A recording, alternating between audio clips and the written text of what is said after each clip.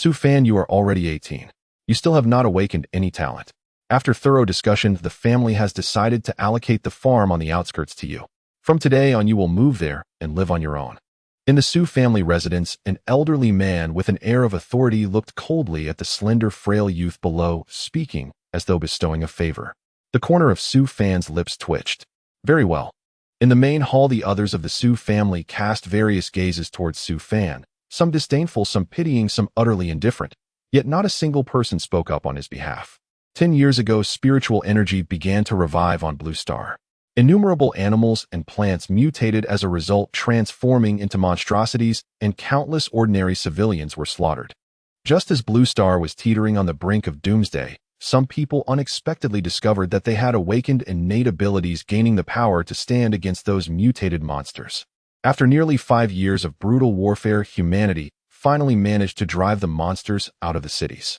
To prevent the monsters from re-entering the cities and preying upon the dwindling human population, the government and the military erected 100-meter-high walls around the urban outskirts, and humanity officially entered a besieged prison-like life within walled cities. Afterwards, more and more people began to awaken their innate abilities. Powerful individuals gradually emerged across the world, and humanity finally possessed the strength to contend with the monsters.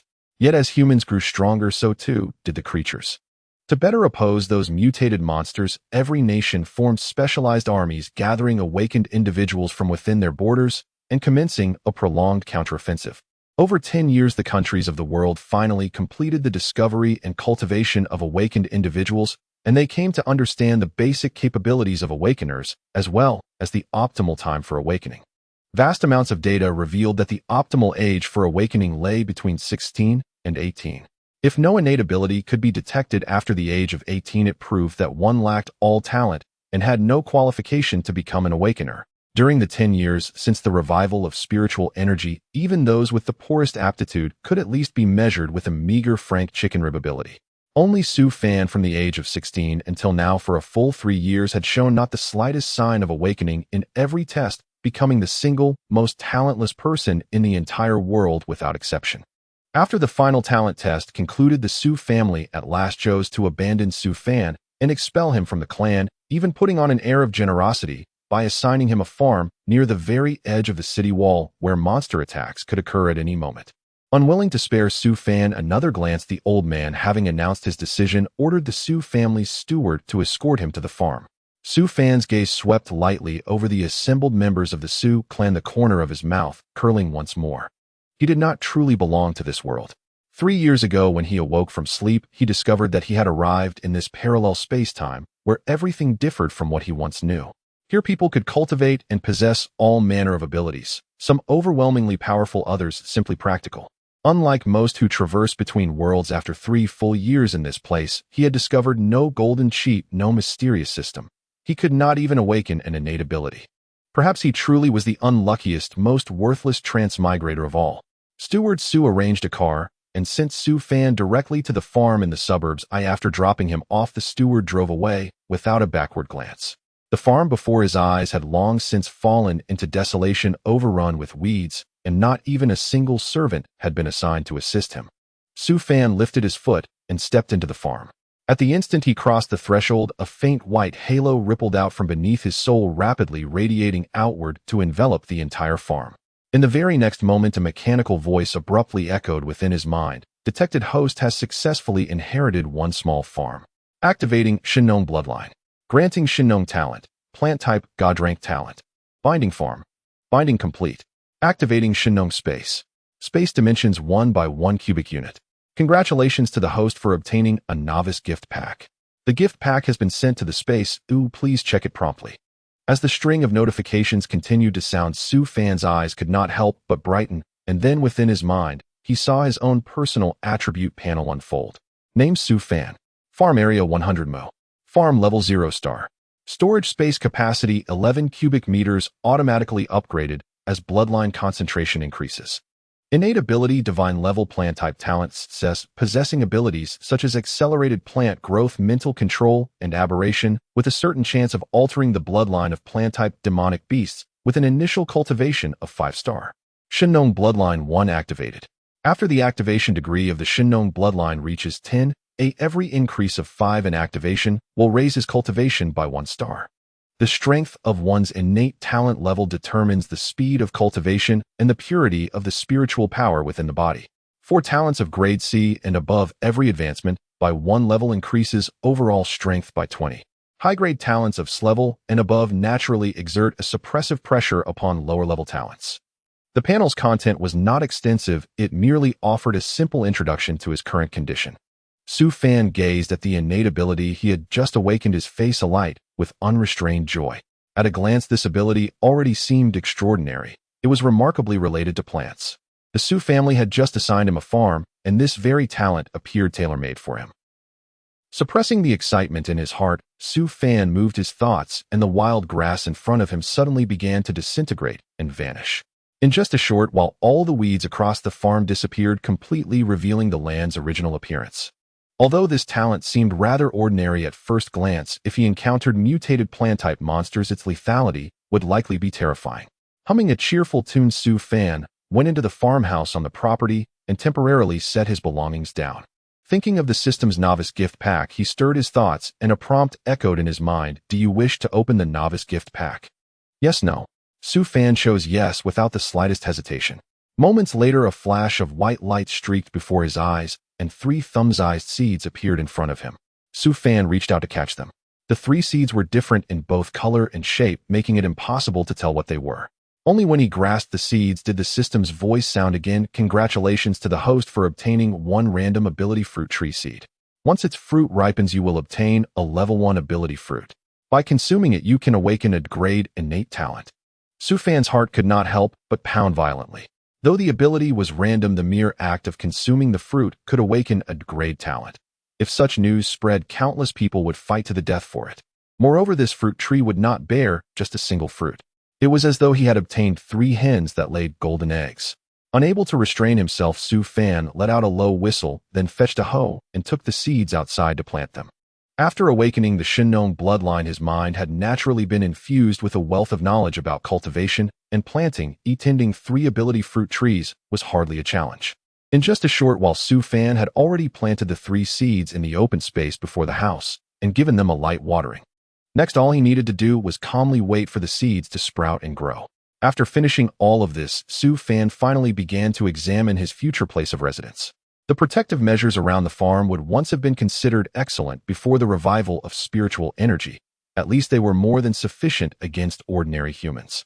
Yet after the revival of spiritual energy, even the weakest newly mutated monster could easily break through such defenses. After the revival of spiritual energy, the accompanying mutation of plants led to a severe shortage of grain. Coupled with the slaughter of vast numbers of ordinary people by monsters, leaving few hands to cultivate the fields, the problem of food scarcity grew ever more dire. The nation had now established specialized research institutes to study how to cultivate grain in order to ensure that those trapped within walled cities would have sufficient food. The Su family had not prepared much grain for Su Fan, probably only enough for a single month.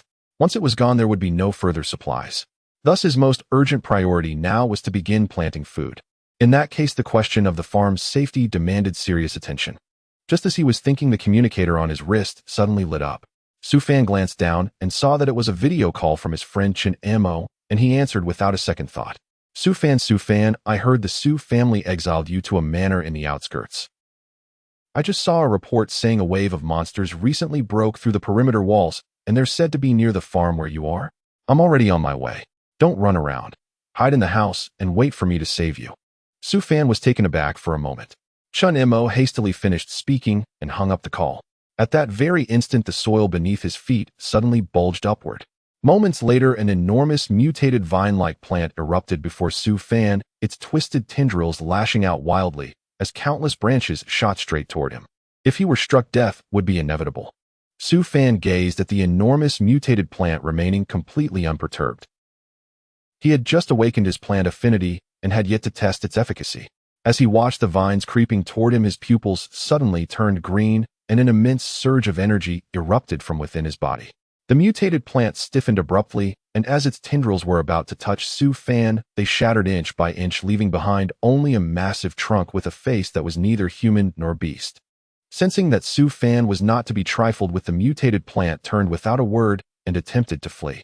Just as Su Fan was about to strike again, a voice from the system echoed in his mind, detected a capturable class mutant plant devil vine. Do you wish to capture it? Yes, no. Su Fan was momentarily stunned, not expecting that this mutated plant could actually be captured. Although the devil vine seemed rather useless, having been defeated by a single blow, he had been worried about the defense around his farm, and this devil vine had come at just the right time. Without hesitation, he chose yes. A soft white light radiated from his body, enveloping the devil vine. After a sudden stiffness, the devil vine quieted down, transforming into a miniature vine that lay peacefully on the ground, gently swaying its leaves towards Su Fan, seemingly in a gesture of goodwill. In Su Fan's mind, he could also hear a childish voice communicating with him, which was the voice of the devil vine. Master. Su Fan's expression suddenly turned strange, not expecting this vine to be a female. However, he quickly brushed these thoughts aside and issued a command for the devil vine to guard around the farm. The devil vine acknowledged with a sound and soon vanished from sight. As Su Fan was about to leave, he accidentally kicked something with his foot. Bending down to pick it up, he discovered it was something that had fallen from the devil vine during their encounter. After picking it up, the system's voice appeared. Congratulations, host, you have obtained a level 3 spirit crystal, which can directly enhance your strength when consumed. The host's strength cannot be enhanced through external objects and does not require consumption. Su Fan knew about spirit crystals. During the years of battling mutated monsters, he had collected many useful items that had dropped from the monsters he had slain. What animals dropped were typically beast cores, which could be used to research various advanced weapons as energy sources. The items dropped by plants were more diverse. Occasionally, some fruits that could awaken useful talents would drop, or items like the spirit crystal Su Fan had picked up. A level 1 spirit crystal could elevate a person's strength from 1 star to 3 stars. Currently, research has shown that once humans awaken, their talent level is fixed, divided into 7 different ranks: S, A, B, C, D, E, and F. Only under certain special circumstances, when potential is stimulated, might a second awakening occur. The cultivation levels are categorized into 1 to 12 stars, and regardless of initial talent, one can upgrade through cultivation methods.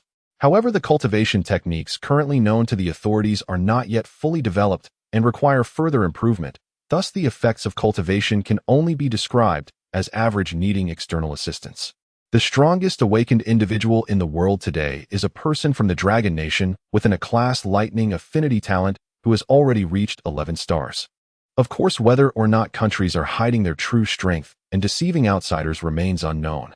Just as Su Fan stored away the level 3 spirit crystal, he heard a loud bang from the direction of the gate as an off-road vehicle charged into his farm with a brutish force. After a pretty drift, the vehicle came to a stop, and a somewhat plump figure hurriedly jumped down. Upon seeing Su Fan unharmed, Chun Mo paused, suddenly glanced around, and upon noticing no signs of a struggle, finally relaxed. Hufango, I'm so glad you're okay. I was terrified, worrying that mutated monster would come here. The farms nearby have long been abandoned, and only the Su family would send you here, treating you like a nobody.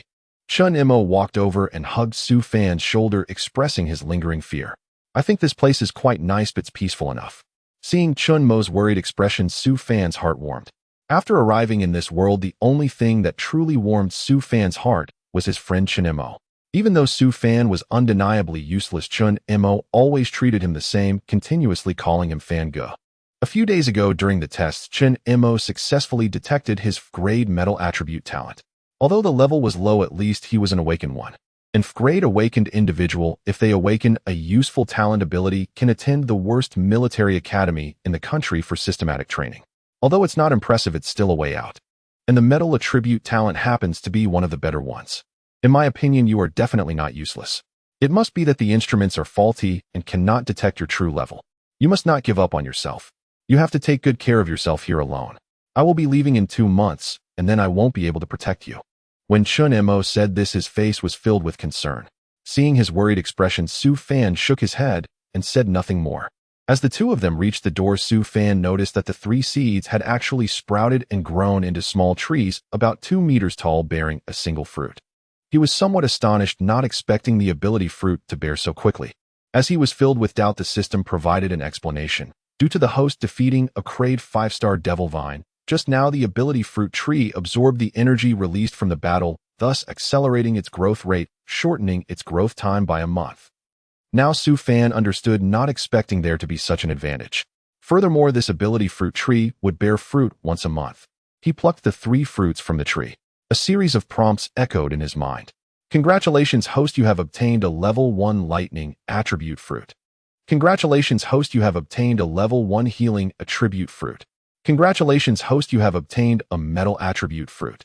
The 3 ability fruits turned out to be excellent attribute talents, especially the healing attribute, which if Su Fan dared to sell, it would likely cause the military across the world to scramble for it. Because awakening a healing talent is truly extremely difficult. Currently, there are known to be fewer than 10 healing-type awakened individuals in the world, while the global population exceeds 1 billion, highlighting just how rare this probability is. System: will my ability fruit tree always produce these 3 attributes? Yes, host. The attributes will be fixed after the ability fruit tree randomly bears fruit. The system explained seriously to Su Fan. Su Fan felt somewhat disappointed. It turns out each fruit tree can only bear fruit for 2 years, meaning he could obtain at most 24 healing attribute ability fruits. However, 24 is already quite impressive. After all, there are fewer than 10 healing awakened individuals in the world, yet he could potentially cultivate 24. Su Fan stored the fruits, carefully thought for a moment, and then handed the metal attribute ability fruit to Chun Imo. These fruits from the tree are quite tasty, give it a try. Chun Imo looked at the golden fruit in his hand, which was about the size of an apricot. Not paying much attention, he took a bite as Su Fan said it was delicious and finished it in no time. It really is quite delicious, what a pity there's only one. After finishing, Chun Imo couldn't help but smacking his lips. Su Fan rolled his eyes at him. After eating the ability fruit, Chun Imo felt a warmth spreading in his stomach, a wave of warmth flowing through his body, filling him with strength. He didn't think much of it. Newly awakened individuals tend to experience this to some extent. After his metal attribute talent was tested, he was taken for 2 days of classes to learn about various situations after awakening. The two entered the house, and Su Fan opened the fridge, took out a bottle of beer, and tossed it to Chun Imo. When do you report to school? In 2 months. Yes. The teacher gave us a basic cultivation mantra, but I haven't grasped it yet. Fangu, you are always clever. Can you help me out? As Chun Imo said this, he pulled out a small notebook from his pocket and handed it to Su Fan. Su Fan stared at him for a while before smiling and taking it. He knew Chun Mo's intention was that he considered himself a hidden genius and wanted to secretly pass on his hard-earned cultivation method to him. Upon detecting that the host has acquired a flawed level introductory cultivation technique, the system offers to repair it for free. Can even a flawed technique be repaired? He decisively clicked yes. Soon a flash of white light appeared on the small notebook in his hand, and at the same time the voice of the system echoed in Su Fan's mind. The technique has been repaired with a bonus from the Shinnong bloodline. The technique has been upgraded to a clevel technique. As the words fell, a brand new cultivation technique materialized in Su Fan's mind. He opened the cultivation technique that Chun Imo had given him, and after comparing he discovered that the one Chun Imo brought over contained numerous issues. While the initial cultivation was manageable, further advancements would be impossible, and practicing it later could potentially lead to a state of demonic deviation. This mantra has problems. You shouldn't use it. I'll give you a new one later. You must practice it on your own and never tell anyone, understood? Su Fan looked seriously at Chun Imo. Chun Imo had always listened to Su Fan. Hearing this, he quickly nodded. Okay, Fangu, I won't use this technique, but the awakened practitioners in Long Country all use this mantra. Is there something wrong with it? Well, just don't use it. Su Fan nodded, not explaining much. Fangu, will you be staying here from now on? This place is too remote, and there are often monster attacks. It's unsafe for you to be alone here. You really don't have to worry about the Su family. I'll come back with me. My home has space. Taking care of you won't be a problem. Chun Imo noted Su Fan's words, but couldn't help but urge him. In the past, Su Fan might have heeded Chun Mo's advice and left this place to live in the city. After all, the city was indeed much safer, but now that he was bound to the Shinnong system, staying in this place was the best option. The abilities he had in his hands needed to be sold for some money to strengthen the defenses of this manor. After all, this place was to develop into his base in the future, and it couldn't be subpar. No need, this place is quite good. Just remember not to mention that you came here. Will you leave right away, or stay here for a few days? Su Fan shook his head, directly refusing Chun Mo's kind offer. Seeing his insistence, Chun Imo had no choice but to give up.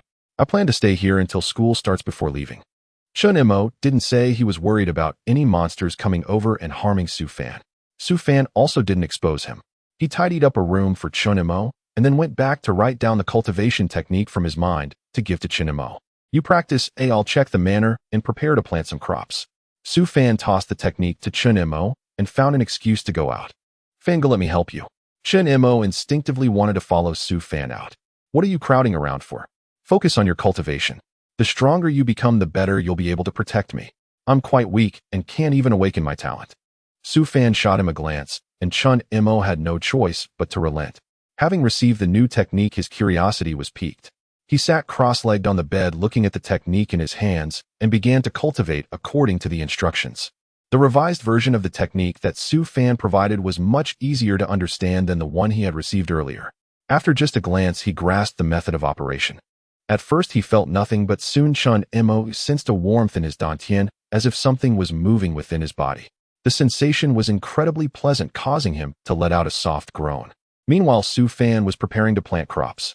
The probability of mutated crops being grown in the wild was quite high, so currently most food was concentrated in the hands of certain awakened practitioners with plant abilities who could accelerate plant growth.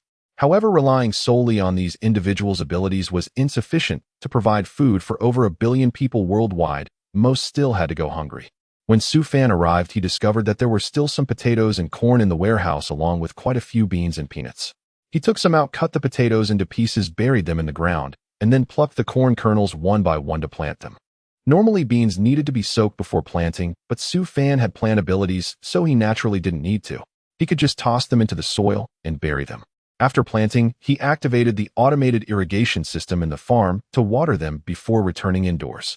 Just as he stepped inside, he felt a powerful wave of spiritual energy emanating from Chen Mo's room. He raised an eyebrow in surprise and walked over. Su Fan could distinctly sense the surging spiritual energy within the room. Its concentration had risen dramatically, all converging toward Chen Mo's chamber and coalescing into a miniature spiritual vortex. This was the unmistakable harbinger of breakthrough. Chen Mo was on the verge of ascending. As Su Fan pushed open the door, Chen Mo froze mid-motion, his expression dazed, staring first at his own hands, then turning slowly towards Su Fan. Brother Fan, I just broke through. Chen Mo stammered, disbelief etched across his face. The cultivation mantra given to him by his instructor had been studied for 2 full days, but he hadn't even grasped its fundamentals, utterly incapable of perceiving spiritual energy. He'd consulted many others, and most agreed those with low innate talent typically required over a month merely to achieve initial resonance. Chen Mo had resigned himself to enduring that full month. Yet in a single visit to Su Fan, receiving only an impromptu cultivation technique, he'd practiced casually for little more than an hour and ascended. This was no mere initiation, it was genuine breakthrough. Su Fan glanced at Chen Mo, formerly in frank awakened with metal affinity. His body had held no trace of spiritual fluctuation, rendering his ability entirely inert. Now he stood as a drank awakened with metal affinity, not only elevated 2 tiers in innate rank, but also advanced from 0 star to 1 star in cultivation level. Do not underestimate that single star among known cases. Even brink awaken require 3 months to reach the 1st star. Yet Chen Mo had accomplished it in under an hour. A feat, if revealed, would reverberate across the entire world. Memorize the cultivation technique I gave you, then burn it. Remember, never speak of it to anyone. Not a soul. Understood? Su Fan grasped the gravity of the matter. Should word leak, even national authorities would take immediate interest. A method capable of accelerating cultivation was tantamount to mass-producing elite warriors, deployable against monstrous incursions on the battlefield. If news spread that Su Fan possessed a complete high-tier cultivation art, it would ignite a catastrophic storm. Foreign powers, too, would vie fiercely to recruit him. And should recruitment fail, elimination would follow without hesitation, to erase all risk. Su Fan understood the stakes perfectly. Exposure was unthinkable. Stealthy advancement remained paramount.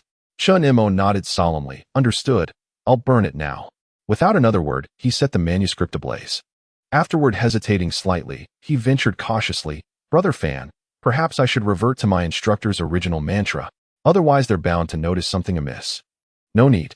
Continue cultivating. If questions, simply say you don't know why or how. Su Fan shook his head.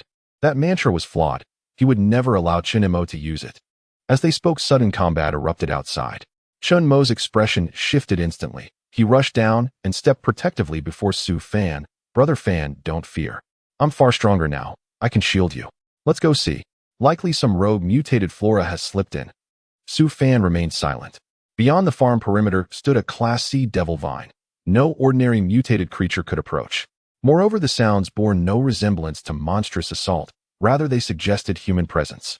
He strode toward the entrance. Chun Mo hurried after him.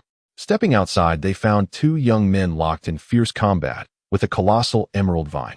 Su Fan recognized them instantly, members of the Su clan. Clearly here to provoke trouble, they'd been halted by the devil vine. At Su Fan's mental command, the devil vine retracted instantly, relieving both men, who drew breath in palpable relief. Noticing Su Fan's emergence, they puffed their chests with arrogant pride before approaching. Well, if it isn't my inept younger brother. You seem quite settled here, already cultivating crops. Perhaps the clan will rely on you for grain supplies someday. Su Fan said nothing. Huh, indeed, this is truly all he's fit for. And grain isn't easily grown. Fortunately, we arrived just in time to drive off that mutated plant, else you might have perished right here. Exactly. Su Fan, kneel now and thank us for saving your life. They traded barbs with theatrical contempt. These were Su Fan's third elder brother Su Ping and fourth elder brother Su Zheng. Their relationship had long been strained. Ever since suspicions arose that Su Fan might never awaken his affinity, they'd relentlessly belittled and oppressed him. Seeing Su Fan's cold, disdainful demeanor, Su Ping's face darkened, his voice dripping with venom. Su Fan, you dare show such ingratitude. Let me make this clear, grovel properly, and I may intercede with the family to assign guards for your protection. Refuse, and you'll rot here alone. Su Ping possessed a drank fire affinity, an aggressive, formidable awakening, and wielded considerable influence within the Su clan. Precisely. Flatter third brother diligently. He's extraordinary now. Not only awakened with drank fire affinity, but recently attained first star cultivation.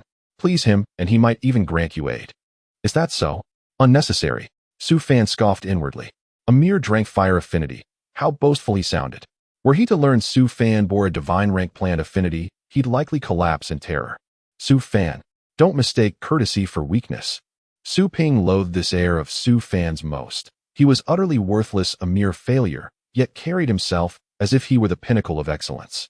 It was profoundly repulsive. Just looking at him stirred disgust. Let me make one thing clear. I've come here today to tell you that you will manage this farm diligently. Since you're incapable of cultivation and have failed to awaken your innate talent, you shall fulfill your duty without complaint. The Su family currently supports countless dependents, and grain is urgently needed. Do you understand? Su Ping snorted disdainfully, lifting his chin with arrogant pride as he gazed down at Su Fan. And what if I refuse? Su Fan met his gaze, genuinely baffled by the source of such unwarranted confidence. How dare this man stride into his presence and issue such commands? Refuse. Humph. He'll show you precisely what a level D fire tribute awaken one can do. With a cold sneer, Su Ping raised his hand, and a blazing fireball hurtled towards Su Fan. Fire attribute awakened ones possess exceptional control over flames. Typically, only after attaining the first star rank do they master even the most rudimentary flame techniques, the fireball art being among the simplest.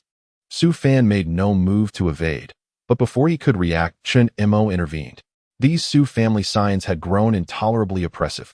In one swift motion, he yanked Su Fan aside and stepped forward, raising his hand.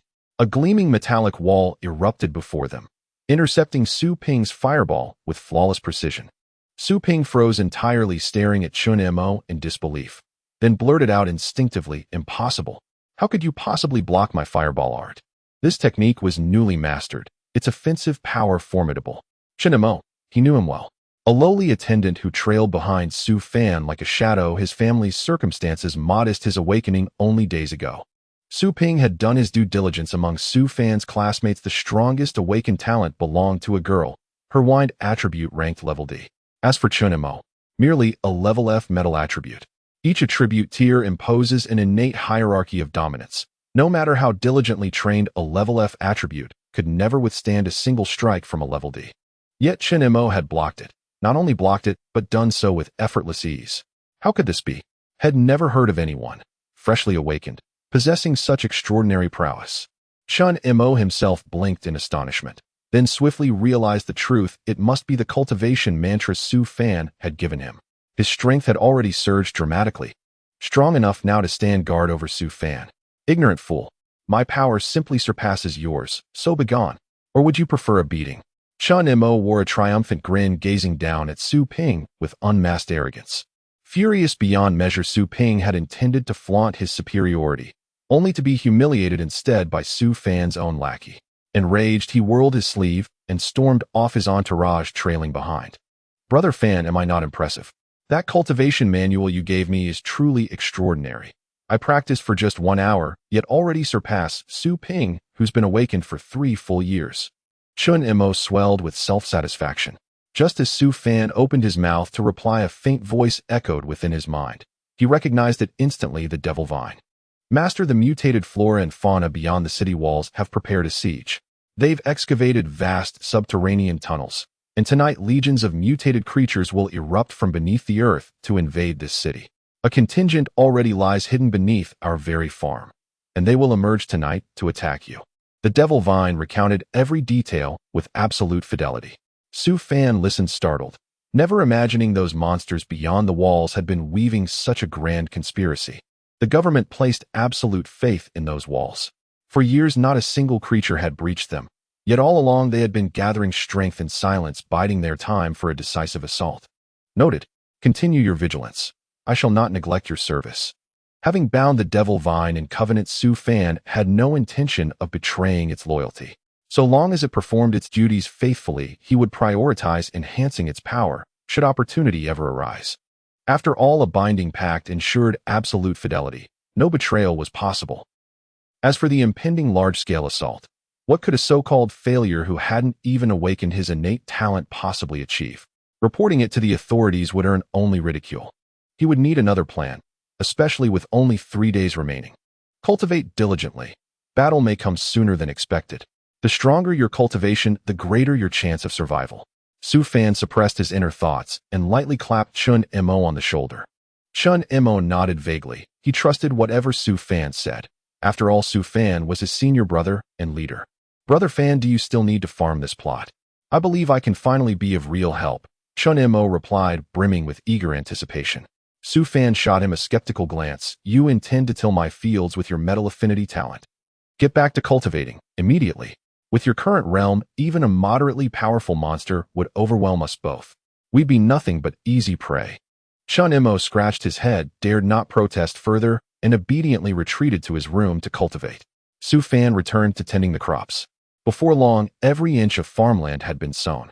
Satisfied, Su Fan prepared to rest, and perhaps cultivate a little himself, when a system's voice resonated in his mind, detected cultivated crops within host's farm. Host may employ innate talent to accelerate plant growth. Su Fan paused, genuinely surprised. He hadn't considered that possibility. Closing his eyes, he cautiously activated his ability. His divine tier botanical talent encompassed numerous functions. Accelerated growth was merely one facet. After applying the growth acceleration ability and opening his eyes, he nearly recoiled in astonishment. Where barren soil had stood moments before, now stretched lush fields teeming with flourishing flora. Every seed he'd just planted had already blossomed, fruited, and matured in the blink of an eye. Corn stalks bore plump golden ears. Soybean vines hung heavy with pods. Cucumber tendrils curled gracefully, bearing emerald green fruits gleaming like polished jade. Watermelons and other fruits likewise swelled abundantly upon their vines, a pace so miraculous it defied natural law. Su Fan realized with quiet exhilaration that he had just uncovered a path to unparalleled prosperity. With this ability alone, he could ascend to become the world's wealthiest man. While Chun Imo remained deep in cultivation, Su Fan hurriedly harvested the entire yield. When at last he finished, exhaustion weighed upon him like lead. He could scarcely lift a finger. The fields lay bare once more. For now, Su Fan had no desire to replant. He staggered back indoors and drank a full glass of water. Chun Imo emerged from meditation at dusk, drawn by the aroma of dinner. His stomach growled fiercely as he stepped out of his room. Su Fan had already prepared the evening meal. A dish of scrambled eggs with tomatoes, cold cucumber salad, sweet corn soup, and winter melon stewed with pork ribs. At the sight, Chun Mo's eyes widened in disbelief. He knew how scarce fresh vegetables had become. A single gene of tomatoes now fetched 3,000 credits on the open market, and even then only the wealthiest elites secured them, often before they left the harvest. Corn and cucumbers were equally rare, winter melon rarer still. Meat, by contrast, had grown comparatively affordable. Mutated beasts yielded edible flesh rich in flavor and trace amounts of spiritual energy. Though faint, that energy conferred tangible health benefits, making such meat highly sought after. After each sanctioned cull, only essential organs were reserved for research, while the rest entered commerce. Brother Fan, is the Su family really that well connected? Did they supply you with all this fresh produce? Chun Mo pulled out a chair, scooped up a piece of tomato, and savored its bright, tangy sweet burst. His eyelids fluttered shut in pure delight. The taste was extraordinary, so vivid, so long forgotten. He couldn't recall the last time he'd tasted vegetables. Not since the spiritual awakening began had he laid lips upon one. What if I told you? I grew these myself. Would you believe me? Su Fan fell silent for a breath, then met Chun Mo's gaze directly. Of course I believe you. Brother Fan must have awakened a botanical affinity, and not just any affinity, but the supreme divine tier talent. Chun Mo grinned, utterly unwavering in his faith. Su Fan stared at him, expression layered with quiet complexity. Speech momentarily failed him. Just as they ate, a furious, earth-shaking roar erupted outside, rattling the very walls. Su Fan's face hardened. He had already received the Devil Vine's urgent warning. Not good. There's a monster. Chun Mo's expression shifted sharply, and he dashed out at once. Su Fan followed him out. The sky had not yet fully darkened, and they could see a gigantic creature outside the farm, its immense bulk nearly blotting out the heavens, momentarily held back by the Tung demonic vine. The beast looked like a fusion of tiger and lion, its mane sprouted like countless sharp arrows driven outward from its hide, catching the sunset in a menacing gleam. The true form of the Tung had manifested, vast vines spreading to shroud the sky, restraining the colossal creature. Since the revival of spiritual energy, classroom lessons were no longer about gravity or relativity, but had become detailed studies of various monsters. Humanity had by now cataloged many monster species. They were all recorded in the textbooks. Su Fan had always been fascinated by these mutated creatures. Beyond the classroom material, he had devoured many extra books in his spare time. Thus, upon seeing the giant beast, he immediately recognized it. This creature appeared to be a mutated fierce tiger. By its proportions, it rose over 30 meters in height and measured more than 50 meters in length. It was likely the Tiger King among mutated tigers. Monsters of this caliber were at least level their strength formidable. Generally, monsters above level have awakened intelligence, many cultivate, and though their progress is far slower than humans, the higher the rank, the greater the intellect. This colossal creature was clearly sentient. As Su Fan stared, information from the system entered his mind. Level, mutated Tiger King, cultivation at the peak of 10 stars. Abilities, rending roar with mental attack, mountain shaking, earth splitting. Weakness, head defenses very strong and difficult to breach. The thing's power was overwhelming. Su Fan's face grew grave. Seeing Chun Mo about to charge headlong, Su Fan was startled and hurriedly pulled him back, glaring fiercely. Are you trying to get yourself killed? You just awakened. Do you intend to fight a monster of this level? Get back. Brother Fan. Even if we don't fight it, it will attack us. Chun Mo grew anxious. He knew full well how strong the creature was, but precisely because of that he wanted to rush forward. Only by drawing it off could he buy Su Fan time to escape. Once they reached the city and found the military, they would be saved. Chun Mo looked at Su Fan with resolute eyes. Brother Fan, go and tie it up now. Trust me. I won't die so easily. I still plan to get married. You run back and fetch reinforcements to save me. You're talking nonsense. Su Fan refused outright. If it were an ordinary creature, Chun Mo could treat it as practice. This was a level 10-star monster. Monsters' attributes already surpass humans in many respects. At this tier, even 3 awakened fighters, each with a level 10-star talent, would not be a match. Su Fan really could not understand how such a terrifying creature had breached the wall. System, is there a way to deal with it? Or can it be tamed? Su Fan asked the system with a stern face. The opponent is too strong. The host is advised to surrender and avoid pointless resistance, came the cold reply. The system's voice was indifferent. Su Fan fell silent. Useless when it mattered most. It was a pity his awakened talent was for plants. Had he awakened a beast-taming talent, he might have had a chance. The Tung was simply too low grade to contend with this mutated Tiger King. In an instant, countless plans flashed through Su Fan's mind, but none were viable. He held Chun Mo tightly, afraid he would impulsively rush forward and lose his life. This was no time for reckless sacrifice, especially meaningless martyrdom. In Shangjing's command center, over 100 people had gathered, their faces grave as they watched the surveillance feed. Since the walls were erected, the military had not relaxed surveillance, encircled the perimeter to detect any monsters attempting to sneak inside. This mutated Tiger King's infiltration was detected immediately because of its sheer power. Chief Commander Xiao Lin watched the screen with a stern gaze fixated on the enormous Tiger King and the Tung before it. Are there any residents nearby who haven't been evacuated? Xiao Lin asked his assistant after a moment of watching. No, The assistant began, then glanced at his records, and his expression changed. He stammered, "There is one. A young master from the Sioux family was found to have no awakened talent and was sent to that farm right where the Tiger King has appeared." Shaolin's face altered. "Dispatch an elite squad at once. No matter what, retrieve that person." "Commander Xiao, isn't that unwise? To risk an elite squad for someone without any awakened ability, a useless body. Training an awakened one is not easy." The objection came immediately after Shaolin's words. To sacrifice an elite squad to save a worthless person seemed a losing bargain, no matter how it was counted. Regardless of whether he has awakened any innate talent, as long as he is a citizen of Longhua, we cannot stand idly by while he is slain by monsters. This is our most fundamental line in the sand. Even if it costs the lives of an entire elite squad, we must rescue him. The man crushed beneath Shaolin's terrifying aura dared not utter another word. Shaolin's gaze swept across the others before he spoke again. "Remember this. Our identity as soldiers exists solely to defend our nation and its people." With those words left hanging, Shaolin strode out of the command center, leaving the assembled officers staring at one another in stunned silence. The elite squad assembled without delay, as Shaolin walked over and personally led them into the rescue operation. After all, this was a Class B monster, a rarity within city limits. Each appearance inevitably inflicted catastrophic casualties. Shaolin's expression darkened. A grave lapse in their defensive protocols had allowed a creature of this caliber to breach the city walls. "Commander Xiao, I've already ordered my team to fight to the death to extract the trapped individual, but against a Class B monster we hold no chance of victory." Meng He, captain of the elite squad, stepped forward to report. Shaolin pressed his lips together in silence, his mood heavy with foreboding. All knew well that encountering so formidable a monster would claim many lives.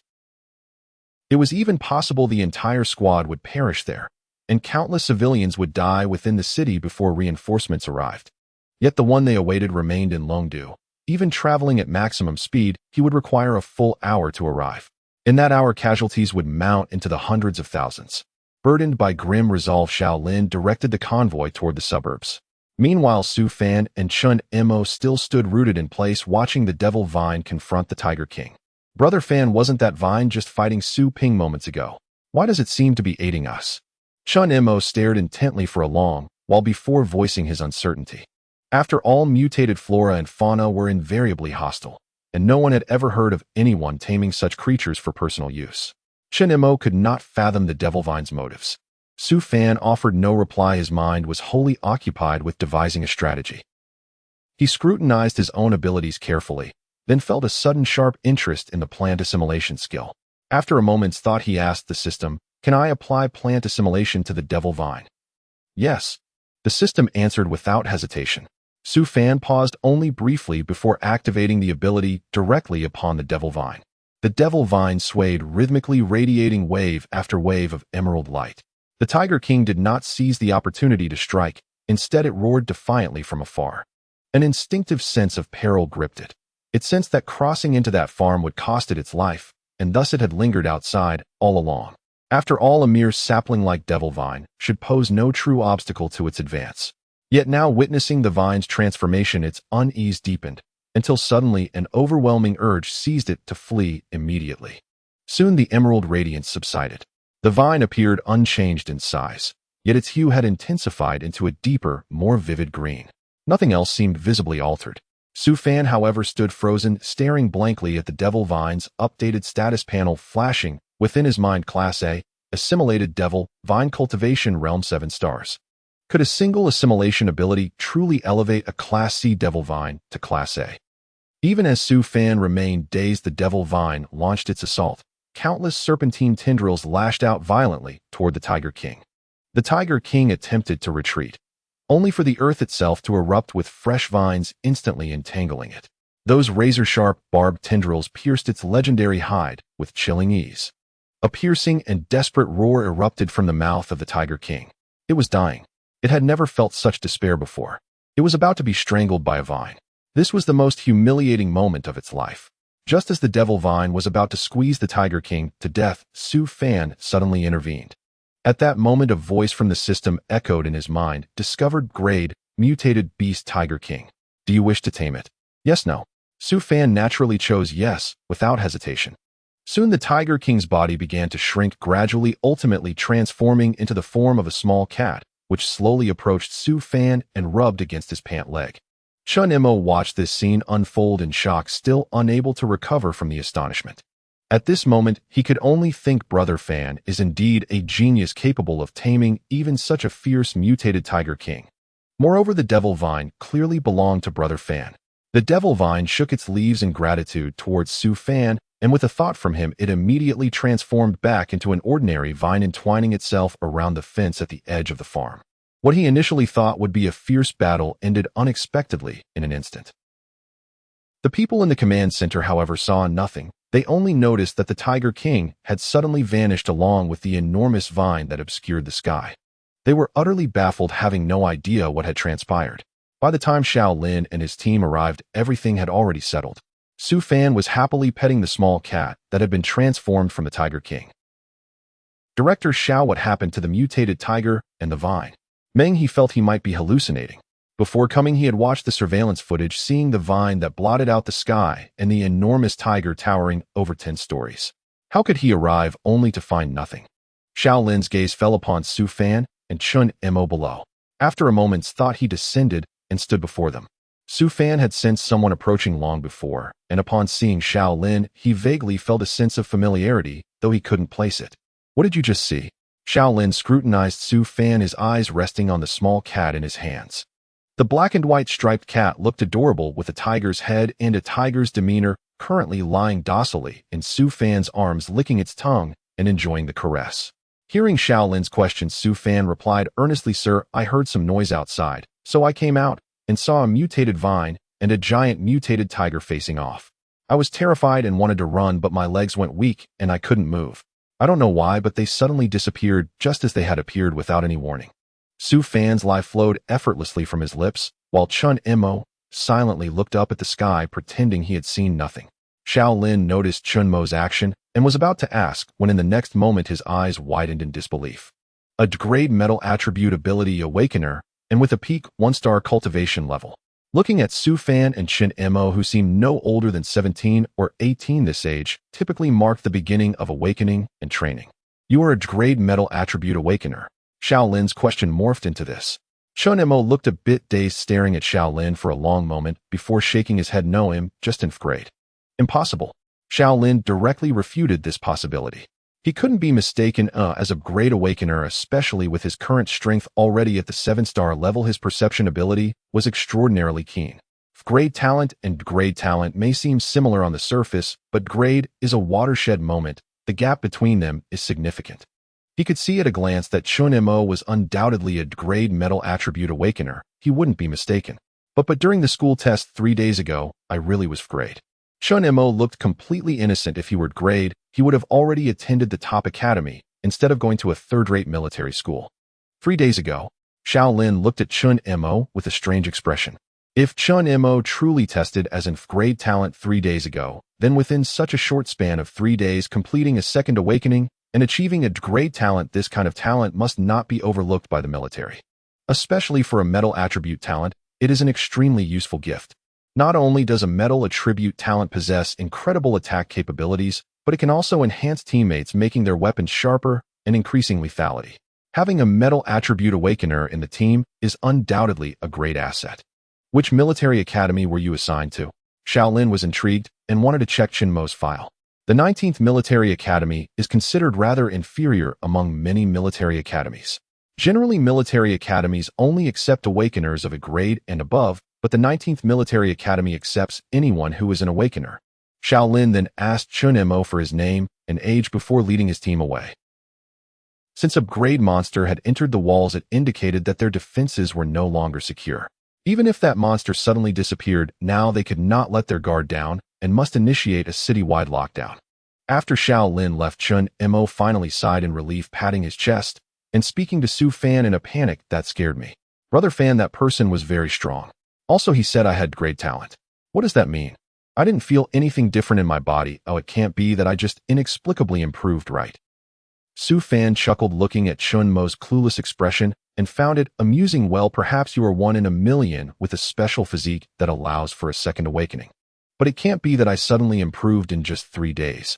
Chun Mo said, suddenly realizing something and looking at Su Fan blankly. Brother Fan, was there something wrong with that fruit you gave me? Was that fruit able to enhance awakening levels? Chun Mo was not a fool. He was quite clever and could figure out the source of the problem with a little thought. Talent levels are generally fixed. After all, that's what the teachers teach in school. Now that he suddenly improved, there must be an issue. Thinking back to when he arrived at Su Fan's farm, Su Fan had given him that fruit. Other than that, he only ate regular meals which he could differentiate. So the problem must lie with that fruit. After realizing this, Chun Mo immediately fell silent. Such matters must not be leaked, otherwise Su Fan could be in danger. After all, he currently appeared to be an incapable person, yet he possessed something that could mass-produce awakeners. If this information got out, those from abroad might secretly send people to infiltrate and target Su Fan. Brother Fan, I will keep this a secret. You must not let it slip. Chun Mo looked at Su Fan with a serious expression. Su Fan was amused by his demeanor, but more so he felt touched. After such a commotion, night had already fallen. Su Fan led Chun Mo back inside, placing the Tiger King he held down. The Tiger King looked back at Su Fan with a glance, then elegantly walked away to find a cozy spot to curl up and sleep. If no one mentioned it, who could tell that this creature was a mutated Tiger King? Meanwhile, at the command center, Shaolin made 2 phone calls, and soon the files of Chun Mo and Su Fan were placed before him. Looking at the documents of the two, he recalled Su Fan's calm demeanor when he encountered that terrifying mutated monster. Most people would have been tongue-tied and weak-kneed in such a situation, but he remained composed, even clearly explaining the circumstances at that time. This kid is not simple. He is definitely not as ordinary as he seems. How could someone like that be an incapable waste who cannot awaken? Shaolin thought of the precise testing equipment in the 1st Military Academy. If Su Fan really had a problem, he might be detected when he got there. Shaolin pondered for a moment, lightly tapping his fingers on the table, and after a short while he made a decision. Fan Go, is it really alright to keep this Tiger King at home? Chun Mo looked at the gentle and obedient little kitten, feeling a bit of a chill. He had witnessed just moments ago how ferocious and aggressive this creature could be. If it were to suddenly go out of control, who knows how many lives would be lost. After all, it was a class big boss.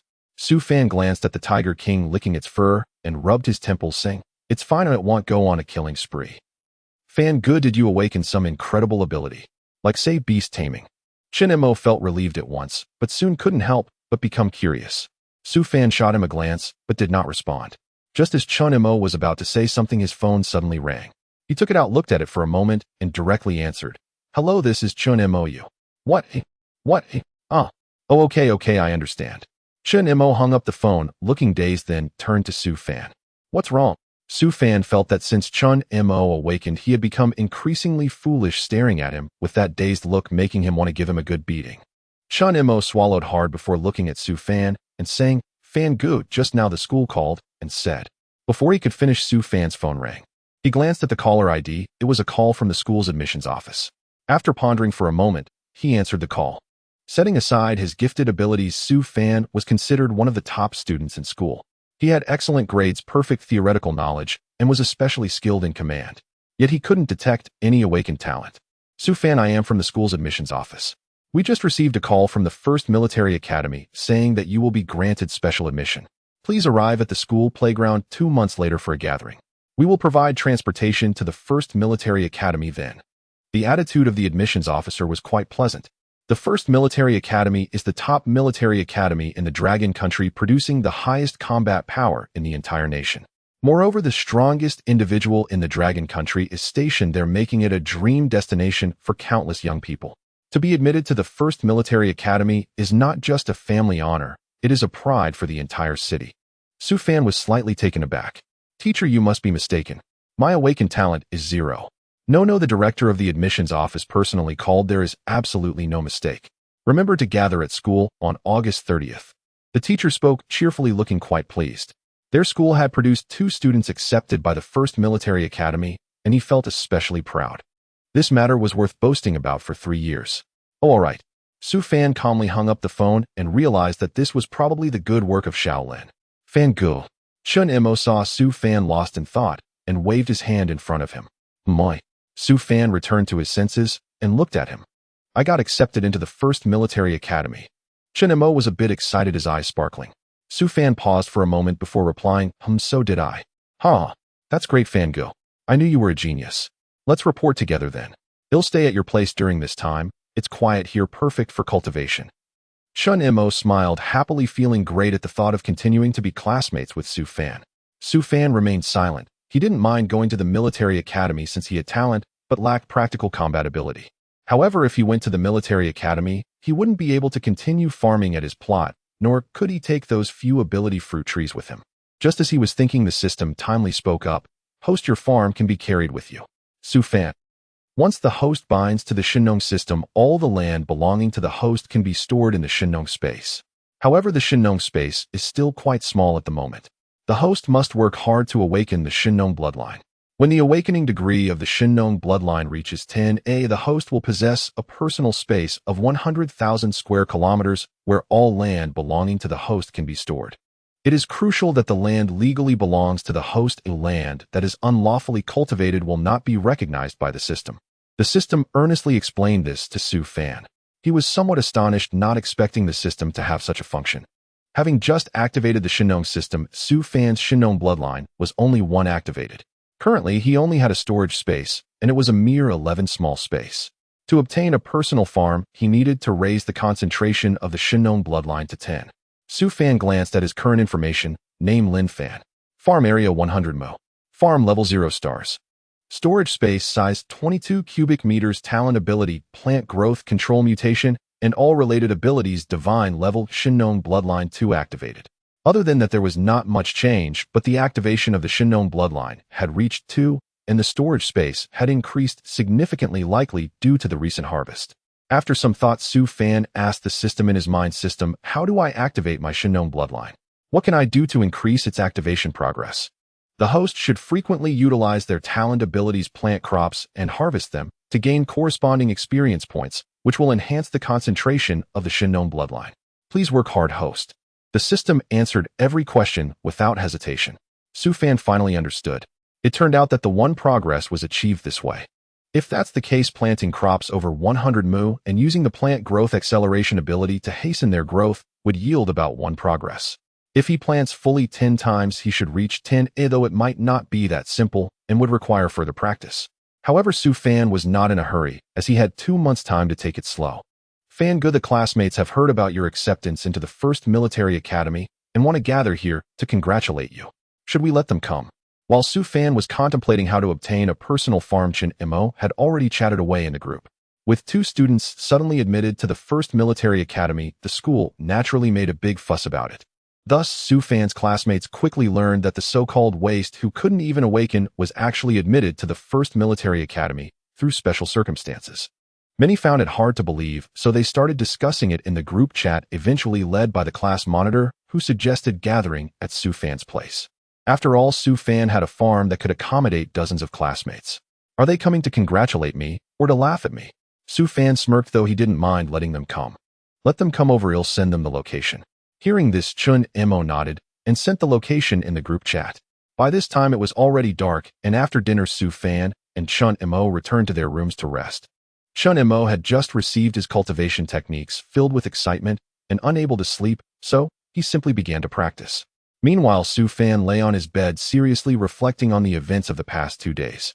From being a waste to suddenly becoming a genius, he felt little impact overall. The only regret was that his mother in this body would never have the chance to witness her son's rise.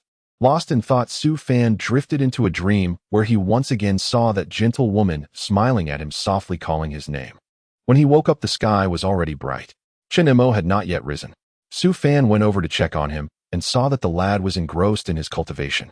Confirming he was fine, Su Fan went out to continue farming. After all, he wanted to carry the farm with him. The farm was incredibly useful. Currently, the space was filled with all sorts of grains, and he was uncertain when the space would expand again. Otherwise, he feared it would soon become overcrowded. After advancing, the devil vine became more useful. Su Fan directly let it plow the land. Its speed and efficiency were astonishing. Once the land was plowed, he began sowing seeds. How can a waste like Su Fan get into the first military academy? Isn't this a joke? Could it be a case of mistaken identity? Is it really the Su Fan from our class? On the road from the city to the suburbs, 4 young boys in a luxury car were having a heated discussion. All 4 of them came from well-off families, and this time they had tested a level talent. At that time, they were quite pleased, originally planning to find an opportunity to mock Su Fan severely. After all, Su Fan had always been very arrogant, and they had been dissatisfied with him for a long time. Behind their cars, several decent sedans were following, all heading to Su Fan's farm, eager to see how he managed to get into the first military academy. At 9 o'clock, the convoy arrived outside Su Fan's farm. The Devil Vine sensed the approach of strangers and immediately reported the situation to Su Fan.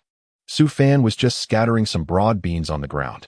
Upon learning that his classmates had arrived, he clapped his hands and instructed the Devil Vine to open the gate and let them in.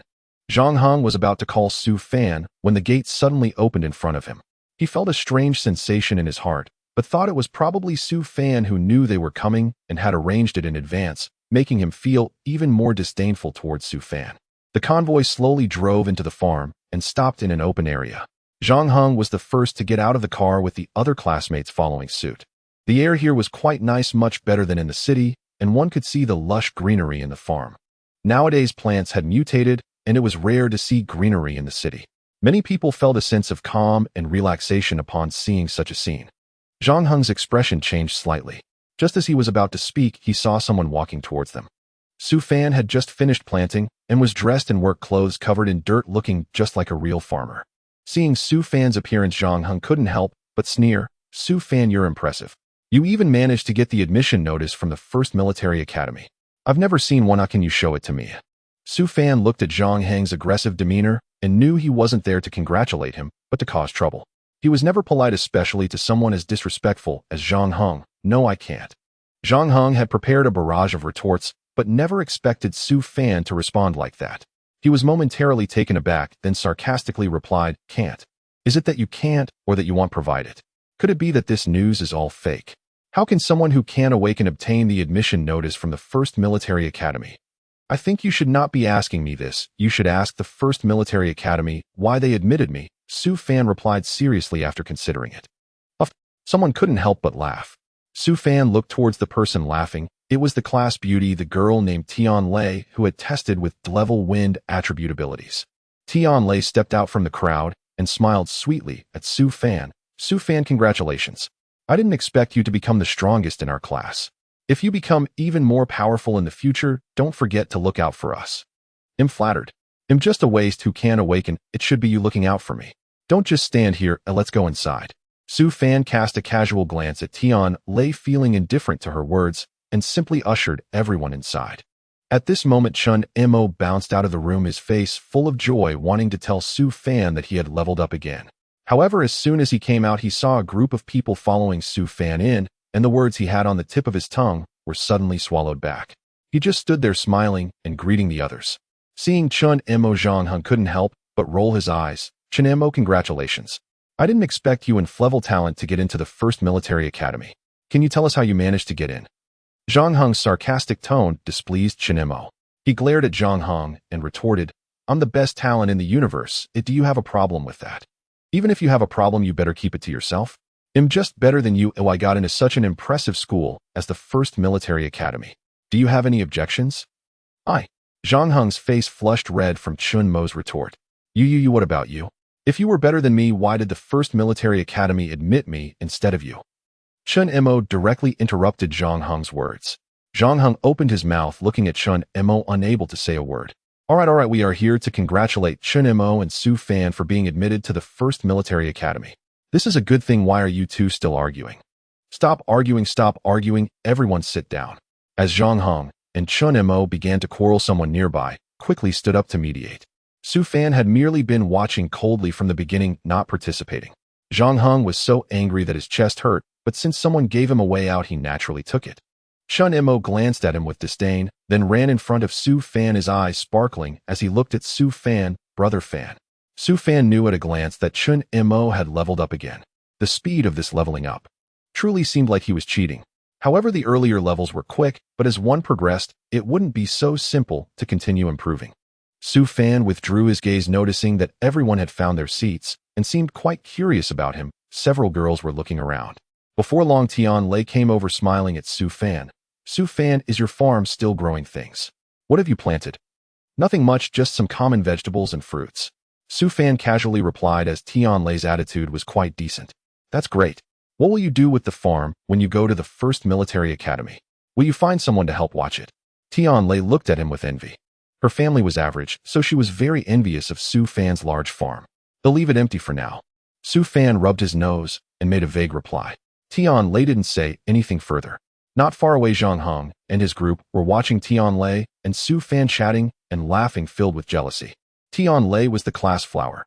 Moreover, she was the most talented in the class. With a bright future ahead, who wouldn't want to pursue Tianlei? Unexpectedly, the useless Su Fan got ahead of them. Su Fan, what kind of talent did you secretly awaken? Can't you show your classmates? Zhang Heng suppressed his anger and flashed a bright smile at Su Fan, seemingly polite. Su Fan glanced at him. No. His response was crisp and direct. Upon hearing this, Tianlei couldn't help but chuckle. Su Fan, you are really interesting. Su Fan, don't be so stingy. After all, we are in the same class and have been classmates for 3 years. Can't you at least show us something? Again with those words. Now, whenever Zhang Heng heard no, he felt his anger boiling. This Su Fan was really too arrogant. So what if he was admitted to the first military academy? What was there to be proud of? Am I a street performer? Just because you ask me to perform, I have to do it. Su Fan shot back. Zhang Heng choked, not knowing how to respond. Su Fan, I am also quite curious, what talent did you awaken? To be admitted to the first military academy, which has very high admission standards, I heard that only those with a clever talent or higher can enter, and it must be a special talent.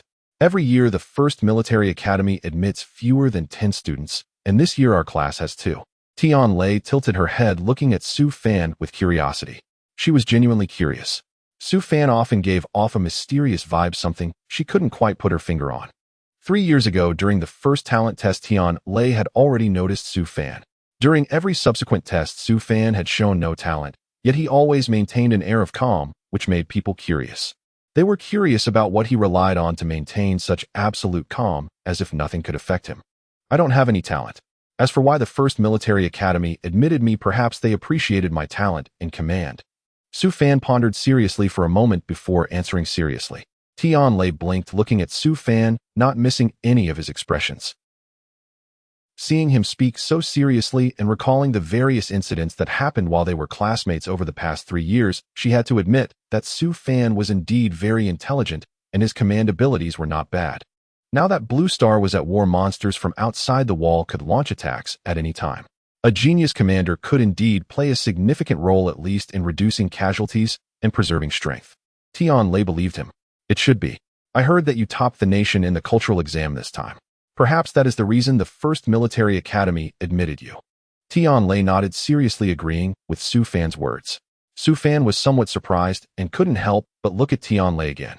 Upon hearing this, Zhang Heng and the others exchanged glances. They were not considering talent, but rather cultural exam scores. If that was the case, they really had to admit it. After all, Su Fan's cultural exam scores had always been among the best. Su Fan, we've been here for quite a while. Why don't you offer us something to drink?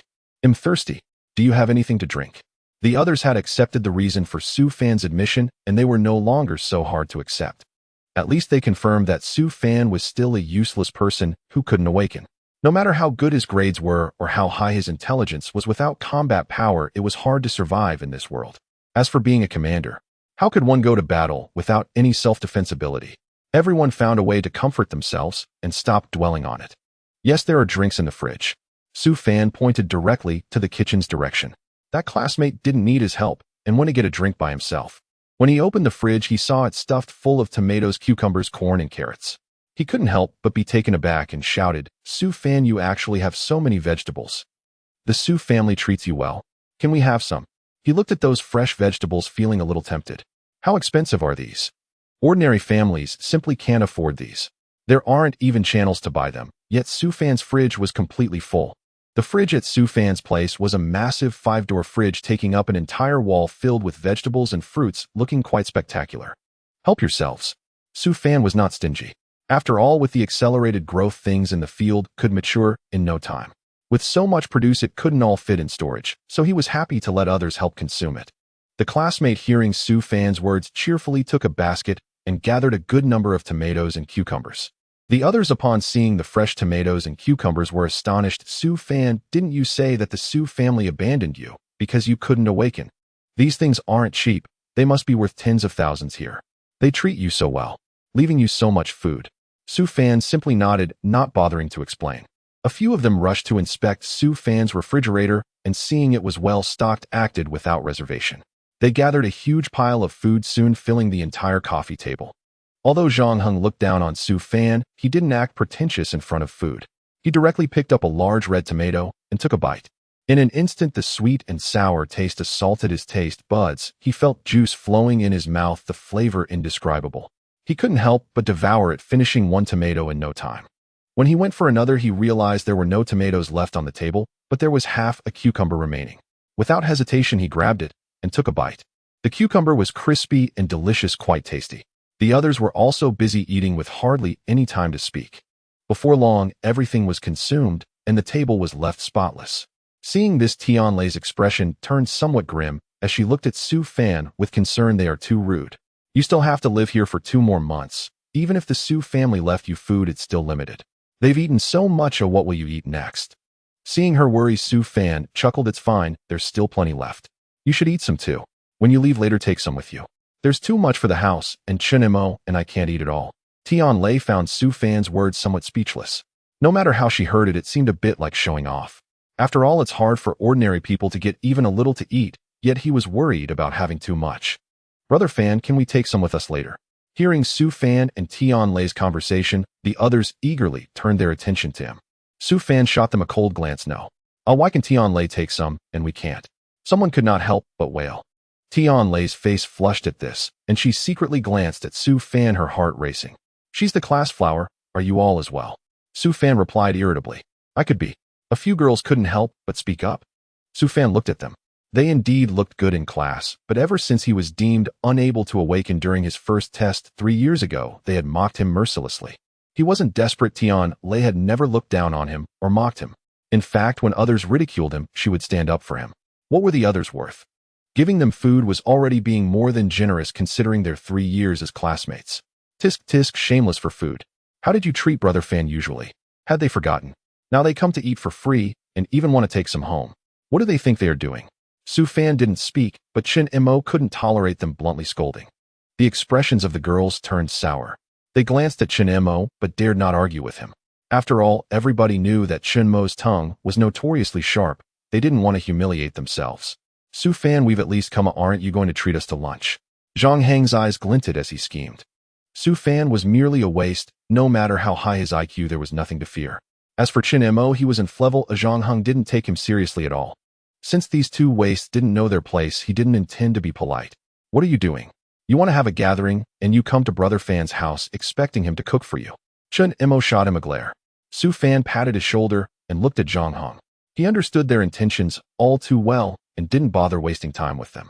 I'm busy and need to farm. You've come eaten and exchanged pleasantries. If there's nothing else, just go home. I want to entertain you.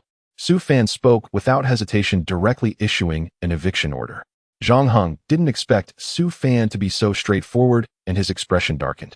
He stood up, and the other boys followed suit, glaring at Su Fan with icy stares. Su Fan, we came here to give you face.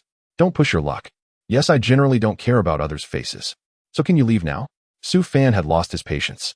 Zhang Heng unleashed his entire aura, and the other few also assumed stances as if ready to fight. Chen Mo, seeing this, was furious. They say a soft mouth is good for eating. He had just eaten Su Fan's food and was now turning against him. The speed of their betrayal was faster than flipping a book. He directly stood in front of Su Fan, fully unleashing his aura, his 2-star cultivation overwhelming the scene, making Zhang Heng and the others feel as if they were facing an ancient beast. Zhang Heng's face turned pale as he stared incredulously at Chen Mo. This aura could not possibly belong to a recently awakened level waste.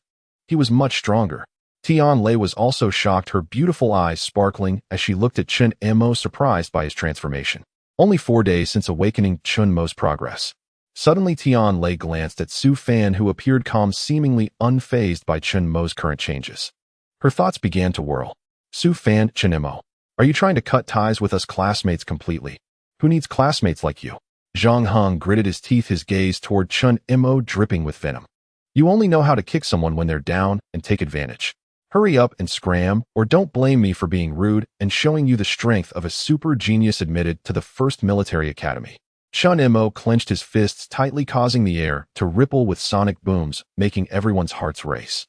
They didn't dare stay any longer. After casting a fearful glance at Chen Mo, they fled in a hurry. Once they left, Tian Lei slapped her forehead. Oh no, they all left. I came with their car. How am I supposed to get back now? Ah, goddess, why not stay and eat with us? After lunch, I'll drive you back. Chen Mo retracted his earlier imposing aura, scratching his head as he looked at Tian Lei, a hint of blush on his face. Tian Lei didn't respond, merely gazing at Su Fan. Su Fan twitched his mouth. What was she looking at him for? He was busy, all right. Su Fan. Noticing Su Fan's silence, Tian Lei pursed her lips and softly called out to him. Whatever, Chen Mo, you go cook. I still need to continue farming. Su Fan waved his hand, indifferent to whether Tian Lei stayed or not. It was clear that Chen Mo liked Tian Lei, so he simply decided to play matchmaker for them. Leaving the two of them staring at each other in the room, Su Fan continued with his farming endeavors. He had only managed to plant a third of the crops before being interrupted by Zhang Heng and the others. Today he had to finish planting, and while Chen Mo was sending Tian Lei off, he would speed up the harvest. By the time Su Fan finished, Chen Mo had already prepared the meal, sitting at the dining table with Tian Lei, chatting and laughing. Watching their harmonious interaction, Su Fan felt hopeful. Chen Mo's culinary skills could only be described as average. The food was edible, but not particularly delicious. Fortunately, Su Fan had good ingredients which mitigated some shortcomings, yet he still found the meal quite unsatisfactory. After finishing the meal, he packed a lot of food for Tian Lei and sent Chen Mo out to walk her home. Tian Lei wanted to stay and talk to Su Fan a bit longer, but Su Fan didn't give her the chance. Frustrated, she cursed him for being oblivious and followed Chen Mo out. Chen Mo threw Su Fan a grateful glance and eagerly left with Tian Lei. Watching Chen Mo's car drive away, Su Fan used growth acceleration and began the harvest. 2 hours later, after finishing his tasks in the field, Su Fan checked his personal information. The storage space had turned into 3 by 3 cubic meters, while the concentration of the Shinnon bloodline was only 2.5. It seemed that not every planting could increase the percentage by 1. After planting the crops again, Su Fan did not use growth acceleration anymore. Although he had awakened a godly talent, his own cultivation was limited, and using growth acceleration once a day was already the maximum. On his way back, passing by the entrance, he inadvertently caught sight of the 3 ability fruit trees, and Su Fan paused, gazing at the fruits hanging from them. Had it only been 2 days, and they had already borne fruit? System, what's going on? There were no fruits when I fought against the Tiger King that day. Su Fan asked the system with some confusion. The host's growth acceleration is also effective on ability fruit trees, but the effect is halved, the system replied seriously. Su Fan's eyes suddenly lit up. If that's the case, didn't it mean that within 2 years the ability fruits he could harvest for healing talents could far exceed 24? This realization filled Su Fan with joy. He reached out to collect the ability fruits from the trees and stored them in his storage space. Then, humming a tune, he went into the house to take out the fruits and vegetables from the space, filling the refrigerator again. After thinking for a moment, he went to the underground storage room to place most of the fruits and vegetables from the storage space into the storage room. Looking at the full storage space of fruits and vegetables, Su Fan felt an unprecedented sense of security. He counted, aside from the 1 gold attribute ability fruit he had given to Chen Mo, he still had 5 left, including 2 for healing and 2 for lightning, all of which were excellent attributes. After some thought, he returned to his room and opened a web page. Since the revival of spiritual energy, the country established a trading website to facilitate the exchange of rare materials or cultivation resources. Here, as long as you have money or sufficient resources, you can trade for anything available on the market. Su Fan had registered an account a long time ago, but had never used it. Now he could try selling the healing fruits and later buy some land to expand the farm. After all, the farm was his foundation for survival. After logging in, Su Fan entered the marketplace. Here you can list the items you want to trade, specify their effects, upload photos, and if someone is interested, they will privately message you to inquire about the price before proceeding with the transaction. Su Fan quickly completed the operation and listed the healing fruit. This item had not appeared on the market yet, so he guessed it wouldn't attract inquiries immediately. After listing it, he didn't pay it any more mind. At that moment on the dark web, a person who specialized in reselling materials was casually browsing through the various items listed in the marketplace. Since the revival of spiritual energy, all sorts of strange items have been put up for sale. Some are food, while others can enhance cultivation. Generally, items that enhance cultivation are quite expensive and unaffordable for ordinary people. Lin Changdong had his own network of channels, which is why he dared to buy items in bulk on the dark web and resell them for a profit. After flipping through a couple of pages, he came across an item called healing fruit. He felt curious and clicked on the link to read the description. When he saw that consuming it could awaken a level healing talent, his eyes immediately lit up. The general public was unaware of the existence of such ability fruits that could help awaken talents, but as a black marketer, Lin Changdong knew. Moreover, he recognized the tremendous value of this item. Currently, the state had discovered only a few ability fruits which could only awaken level general attributes and posed a risk to life. This healing fruit could directly awaken a level talent. If that were true, wouldn't its value be sky high? Lin Changdong was so excited that his hands trembled, but he also worried that someone else would see this news and get ahead of him in contacting the seller. He quickly clicked on the seller's contact information, but no phone number was left. Lin Changdong couldn't help but curse and hurriedly opened a private message. Bro, is this healing fruit for real? How do you plan to sell it? Give me your price, and if it's reasonable, I'll take it. However, I can't be sure if it's real or fake, so don't expect me to give you a sky-high price. I can give you $1 million at most to think about it. Bro, are you there? If you see this, reply to me. If you think $1 million is too low, we can negotiate. Lin Changdong sent a barrage of messages, feeling as if they had all sunk into the ocean. Besides Lin Changdong, other middlemen also saw Su Fan's selling message, and in an instant the entire dark web went wild. The dark web is officially monitored, and any listed goods are reviewed by designated personnel. As soon as Su Fan listed the healing fruit, the responsible regulators on the dark web noticed it and reported the information up. Upon hearing that someone was selling healing fruits, the higher-ups became very concerned. They instructed their contacts in Beijing to find Su Fan and verify the authenticity of the healing fruit. What? What did you say? The fruit of healing talent. Are you sure? Is there no mistake? In the command center of Shanjing City, Xiao Lin received a call from above. After all, an awakener with healing talent is extremely important to the military, as it concerns how many of his soldiers can survive. However, the number of awakeners with healing talent is exceedingly rare. It could be said they are 1 in 10,000. That's right, someone from the dark web is already trying to make contact with the person selling the healing fruit. I'm worried they might resort to underhanded tactics, forcing a sale. You need to go check it out quickly. No matter who he ends up selling the healing fruit to, we must ensure his safety. Such a rare ability cannot be possessed by an ordinary person. I understand, he'll go right away. Xiao Lin hung up the phone, and soon the information about the other party was sent over. Initially, Xiao Lin didn't pay much attention, but upon opening it and seeing the photo and name, he couldn't help but be taken aback. Su Fan. How could it be him? The information on the dark web wasn't too secretive. As long as one had some connections, obtaining Su Fan's details wasn't difficult. Since the resurgence of spiritual energy, some wealthy families aside from the officials have also begun to cultivate their own military forces, as relying on others is not as dependable as relying on oneself in critical times. As soon as the healing fruit appeared, countless people flocked to Shanjing City. Meanwhile, the originator Su Fan was diligently tending to his fields. He could clearly feel that frequently using his talent not only enhanced the concentration of his Shinnon bloodline, but also strengthened his own power. From initially needing a full day of rest after using growth acceleration just once to now being able to use it twice in a day, he felt he could manage one more use. Only 4 days had passed. Fan go. After a night of training, Chun Mo emerged from his room looking refreshed. Seeing Su Fan working outside, he hurried over to help. What is it? Su Fan glanced at Chun Mo, and seeing his smiling face, he guessed whether there had been some significant progress between him and Tian Lei. Tian Lei invited me out to dinner. I'm leaving soon. Do you want to join? She asked me to see if you wanted to go with us. Chun Mo scratched his head awkwardly. You go ahead. I don't have time. I'm busy. No one could hinder his farming efforts. Right now was critical, as the concentration of his Shinnon bloodline had already reached 3, getting closer to 10. He was eager to activate his personal farm and didn't want to waste a moment. After being rejected by Su Fan, Chun Mo was not surprised. He bid farewell and drove away. Just after Chun Mo left, Su Fan's phone rang. He glanced at the caller ID. It was an unfamiliar number from Shanjing City. After a moment's thought, he answered, Hello. Is this Su Fan? I am Xiao Lin, the commander of the military command center in Shanjing City. Where are you right now? Xiao Lin's cold voice resonated faintly over the phone.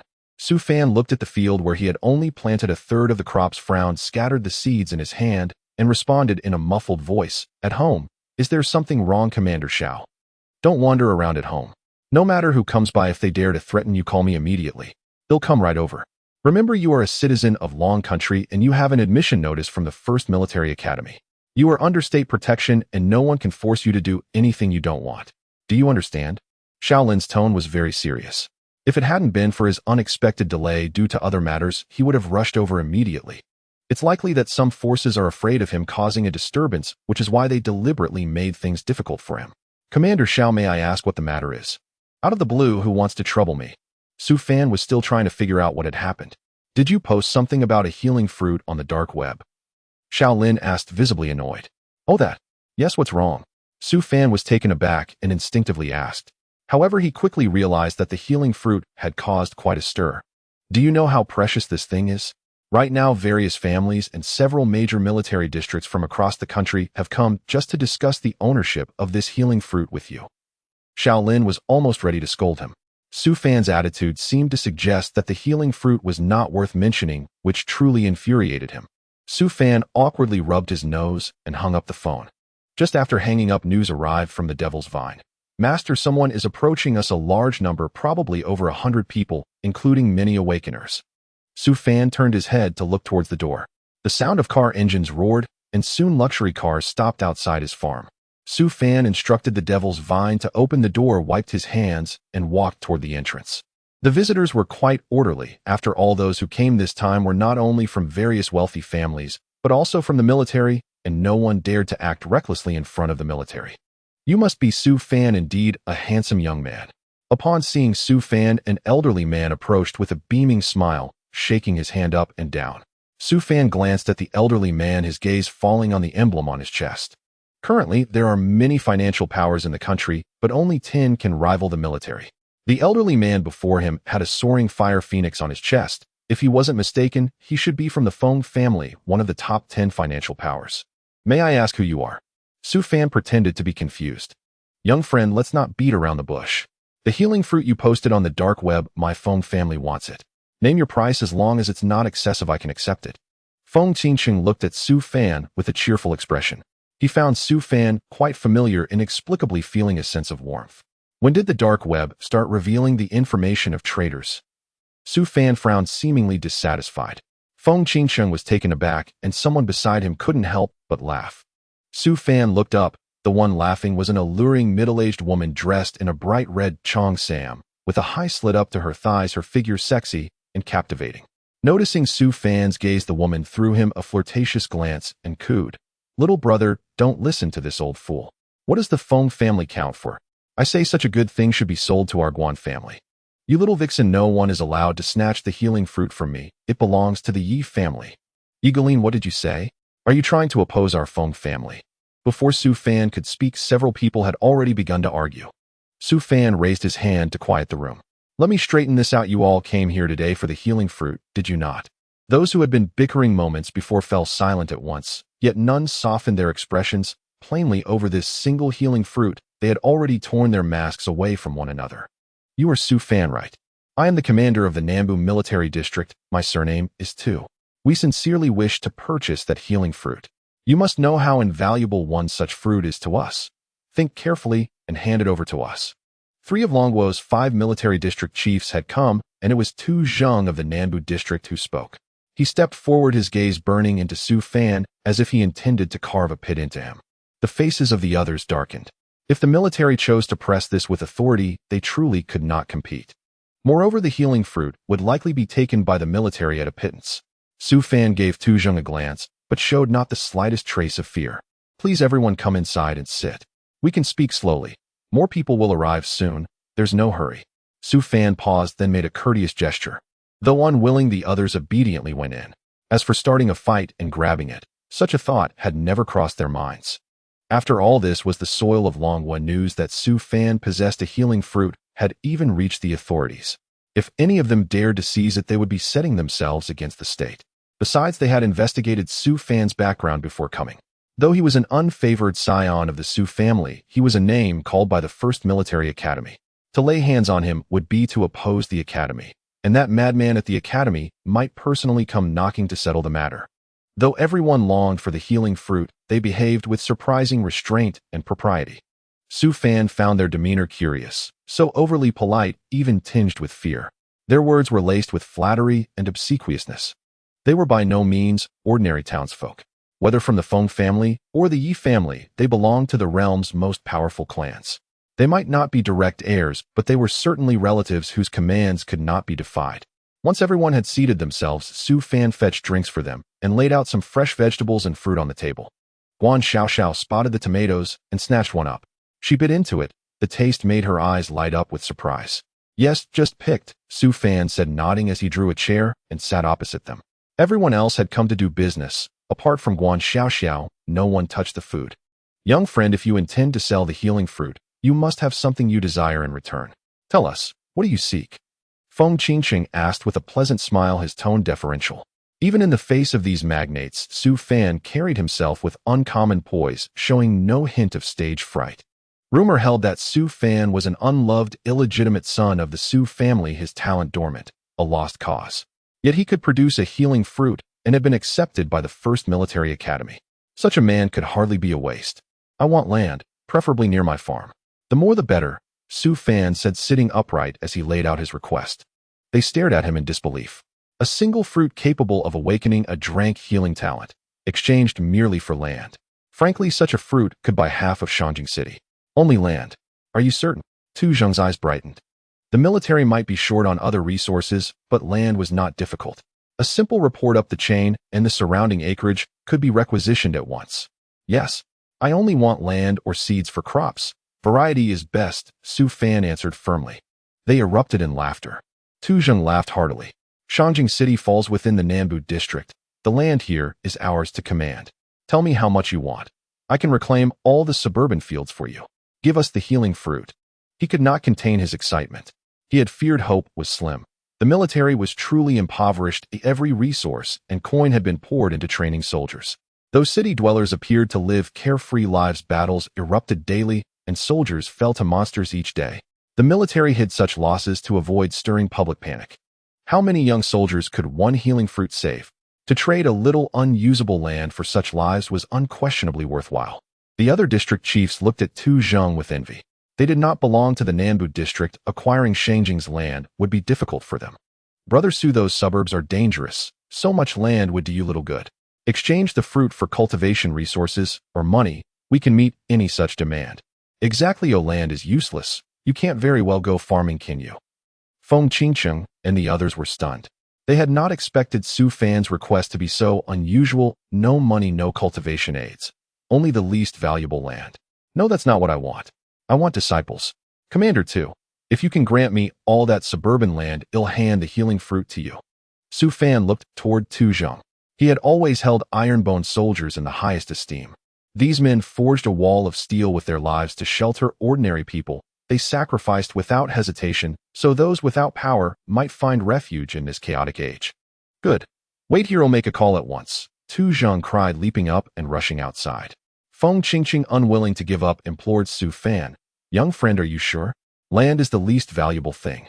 Guan Xiaoxiao munched her tomato as she watched Su Fan and the fruits on the table. She had seen the farm outside when she arrived. No crops were planted there. Yet Su Fan had the freshest produce. Such goods were not cheap, and an exposed, unprotected farm could hardly yield stable crops. Mutations were all too easy. Su Fan was not ordinary. He was far from simple. Xiao finished eating the tomato in her hand, then deliberately leaned forward with a teasing smile, revealing a breathtaking curve. Su Fan didn't even glance at her, only faintly surprised by her perceptiveness. After a moment's thought, he replied, "It's not entirely out of the question. I still have quite a stockpile on hand. Could you possibly take it all?" "Of course. I can swallow as much as you've got." Xiao's smile widened. "Commander Tu hasn't finalized the land acquisition yet. Would any of you be interested in purchasing fresh vegetables and fruits?" Su Fan cast a brief assessing look at the others. Delegations from the northern and western military districts showed no interest. They'd come solely for the healing fruit. Now that Tu Zheng had secured it, they saw no reason to linger and prepared to depart. Feng Qingqing and his group, however, made no move to leave. Their thoughts were clear. If Su Fan possessed one healing fruit, perhaps he held a second, or even a third. Or perhaps he possessed other types of ability fruits altogether. Regardless of whether this transaction succeeded, forging an alliance with Su Fan was unquestionably worthwhile. Thus, when Su Fan extended the proposal, none refused. "Let's go take a look," Feng Qingqing said, though disappointment flickered in his eyes, and he rose to his feet. Su Fan led them directly to the underground storage chamber. The Su family farm was unremarkable in most respects, but its subterranean storage chamber was vast, spanning over 1,000 square meters. Once empty, it now overflowed with a dazzling array of vegetables and fruits. The chamber featured climate-controlled preservation, ensuring all produce remained perfectly fresh for up to a month. This is all I have for now. Su Fan had rotated crops across his 100 mu of farmland 3 times already, hence the chamber's astonishing abundance of vibrant vegetables and ripe fruits. So much. Feng Qingqing exclaimed, astonishment etched across his face. Yes, Su Fan nodded. Would anyone like to purchase some? It's more than I could ever consume alone. Hearing Su Fan's words, Feng Qingqing's lips twitched sharply. In this era of extreme scarcity, fresh produce was rarer than gold. Yet Su Fan's stock likely weighed tens of thousands of jin. His casual remarks sounded almost arrogantly modest. Brother Su Fan, I'll take all of these vegetables and fruits. Before Feng Qingqing could utter a word, Xiao Xiao eagerly seized the offer. She had tasted the tomato and sensed its rich infusion of spiritual energy. Regular consumption would undoubtedly enhance cultivation. Though negligible for seasoned practitioners like herself, for younger clan members still awaiting awakening, such fruit was nothing short of celestial elixir. With disciplined daily intake, it might even nurture several prodigies within her family. The Yi clan claims these too. The Bai clan joins in. And the Feng clan as well. At Xiao Zhao's declaration, the other families instantly grasped the opportunity and voiced their intent in unison. Very well, let's divide this among your clans. You'll need to arrange your own transport. As for pricing, Su Fan nodded, satisfied. These great families were wealthy beyond measure. His future harvests would face no shortage of buyers. Especially once he acquired all the suburban land, he might soon unlock the legendary portable farm. Agreed immediately. Xiao Xiao rushed off to make calls while the others followed suit, dialing urgently. Within moments, the entire underground storehouse was emptied. Xiao Xiao and the others added Su Fan on WeChat and transferred payment. Watching his account balance surge past 10 billion, Su Fan couldn't help but savor the exhilarating speed of his newfound wealth. Money, after all, remained profoundly consequential in this world. Just as Xiao Zhao's group departed with their haul, Tu Zheng returned, accompanied by Xiao Lin, whose face burned with fury. The moment he laid eyes on Su Fan, Xiao Lin scowled and snapped, Su Fan, you needn't fear. Was this wretch threatening you? Tell me straight. If he dared coerce you, I'll shatter his legs. I won't let you sell under duress. Not for a single coin less than fair value. Su Fan blinked, startled, while Tu Zheng flushed crimson with impatience and barked, Xiao Lin, what madness has seized you? Su Fan offered this voluntarily, of his own free will. I've just secured every last parcel of suburban land. Title deeds arrive imminently. Don't sabotage this. Do you grasp how vital a single healing fruit is to us? How many young soldiers perish on each deployment? They're still children. I act not for myself, but for them. Tears glistened in Tu Zheng's eyes. Su Fan felt a quiet pang. Tu Zheng, as commander, rarely stepped onto the battlefield himself, yet witnessing his troops fall again and again must carve deep wounds into his soul. Commander Xiao Lin, no coercion occurred. I chose freely, and I received precisely what I sought. No loss was incurred. Seeing Xiao Lin's own eyes glisten, Su Fan swiftly interjected to defuse rising tension. Tu Zheng wiped his face, then fixed Su Fan with solemn, unwavering gaze. Su Fan, you are the benefactor of the Southern Military District. Should anyone dare harm you, I'll strike first, and without mercy. You have my word. I possess no grand talents, but if I vow to shield you, you will stand protected. Then I thank you sincerely, Commander Tu. Su Fan replied, beaming with genuine gratitude. Xiao Lin sighed deeply, but remained silent. Soon official title deeds arrived. The suburban lands of Jing City were vast, long abandoned due to extreme peril.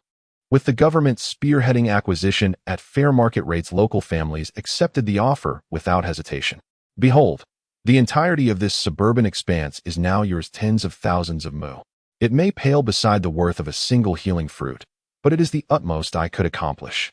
Tu Zheng handed the deed to Su Fan, who examined it closely. This was no mere transfer. It was a sovereign decree. The state permanently granted this territory to Su Fan alone. Wait, I'll retrieve the healing fruit for you. Su Fan secured the deed, then entered his room and withdrew the pink fruit from his spatial storage, presenting it to Tu Zheng. Thank you. Tu Zheng accepted the fruit with both hands, reverent, as if receiving sacred scripture. At that very instant, a cascade of system notifications chimed within Su Fan's mind. Though mindful of Tu Zheng's presence, he withheld inspection until later. Indeed, there is a fluctuation of spiritual energy. Let me check it with the instrument first. Tu Zheng said, seriously taking out the equipment he had brought. The instrument's lights flickered for a moment before stabilizing. Tu Zheng's eyes widened as he stared at the displayed D-level healing talent. It's true, it's really D-level healing talent. That's amazing. Thank you, Su Fan, on behalf of all the soldiers in the Southern Military District. You saved their lives. Tu Zheng excitedly approached and hugged Su Fan, tightly giving him a heavy pat on the back. Su Fan nearly spat blood from the force of the pat, but fortunately Tu Zheng knew when to stop and quickly released him, unable to contain his joy as he held the healing fruit. However, he soon looked at Su Fan somewhat awkwardly and said, Su Fan, to be honest, exchanging this healing fruit for 100,000 acres of land is just too advantageous. I feel guilty about it, but the military is simply too poor to offer anything valuable. 100,000 acres of land is far more useful to me than anything else. Su Fan shook his head. He didn't lack other resources. He didn't need cultivation resources because the system could provide them for him. He just needed to continuously use his talent to improve. Many cultivation resources were of little use to him. What he truly needed now was practical combat experience. It was precisely for this reason that he chose to enter the first military academy. Tu Zheng expressed his gratitude repeatedly, and since he was eager to return to the military, he didn't linger with Su Fan for long before leaving. Shaolin looked at Su Fan with a complicated expression, and after a long moment he solemnly reminded him, Su Fan, I don't know what kind of backing you have to dare sell such a precious ability fruit in a place like the dark web, but I hope there won't be a next time. We put in a lot of effort to keep your information hidden from foreign spies. You should know that once your identity is exposed, you will face enormous trouble. Director Xiao. Su Fan tried to explain, but was coldly interrupted by Shaolin. You don't need to say much to me. What you do is your own choice, and I have no right to interfere. But now you are a student of the First Military Academy, and we have an obligation to ensure your safety. Every awakened individual is a precious asset to the country, so take care of yourself. Shaolin was extremely shocked to learn that a healing fruit had actually leaked out of Shanjing City. Especially when he found out that this healing fruit came from Su Fan, he felt even more astonished. After being scolded repeatedly, Su Fan felt quite helpless. He dared to sell the healing fruit on the dark web because he had his own considerations. Once such things are released, the country will definitely not sit idly by, and ultimately the items will flow into official channels. The most convenient and safest way for him to acquire land was through the government. However, Shaolin's concerns were not without reason. Although the entire world was united against the invasion of mutated monsters, relations between countries were not absolutely harmonious and rivalries still existed. An elite rescue team from Long Country was completely wiped out during a support mission to Japan. Japan claimed that they encountered a powerful mutated beast attack and were unable to provide assistance in time. But in reality, only those from Japan knew the truth. Thank you, Director Xiao. I will be more cautious in the future. Su Fan's expression also became serious as he promised earnestly. Shaolin's eyes widened immediately. You have another one. Honestly, tell me, how many of these do you have? These things are not something you find everywhere. Where did you get them? Su Fan touched his nose, smiling at Shaolin without answering. He and Shaolin weren't very familiar, and he didn't trust him enough to disclose his secrets. Seeing Su Fan's demeanor, Shaolin had an inkling. This little brat really has some good stuff hidden. He was both furious and helpless. During this time, you will stay here honestly. I will arrange an elite team to protect your safety nearby. You are not allowed to sell things on the dark web again. After saying this, Shaolin turned and drove away. Su Fan didn't pay attention to these matters and quickly communicated with the system to check the various messages that had been popping up earlier. Congratulations, host, you have acquired 100,000 acres of land, and the farm has been upgraded to a 1-star farm. Congratulations, host, you have gained a new talent ability, Beast Mastery, SSSSS level. Congratulations, host, you have received an upgrade gift pack. Su Fan felt indescribable excitement. He had leveled up. The farm could actually be upgraded. This was something he had never imagined.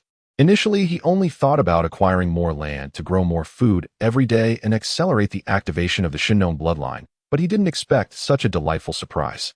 Last time the system had given him 3 level 1 ability fruits as a gift, he wondered what it would bestow this time. Su Fan was somewhat excited and hurriedly opened the small gift pack in his storage space. A golden light flashed, and at the same time, he heard the system's voice in his mind. Congratulations, host, you have received 3 level 2 random ability fruit seeds.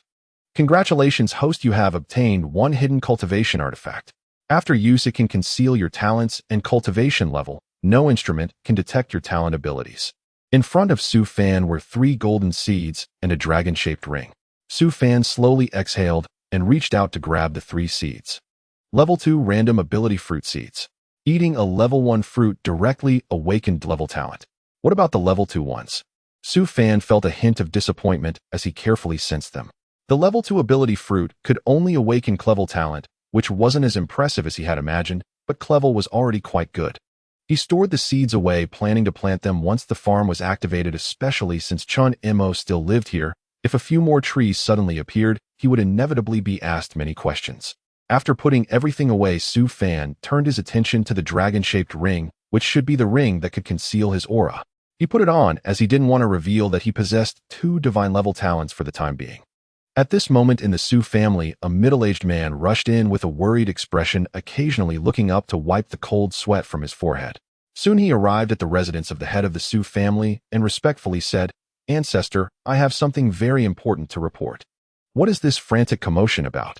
Steward informed the elder patriarch immediately. "This matter is of utmost importance, bearing directly upon the rise or fall of the Su clan." Steward Su furrowed his brow, hesitated deeply, then turned and re-entered the chamber.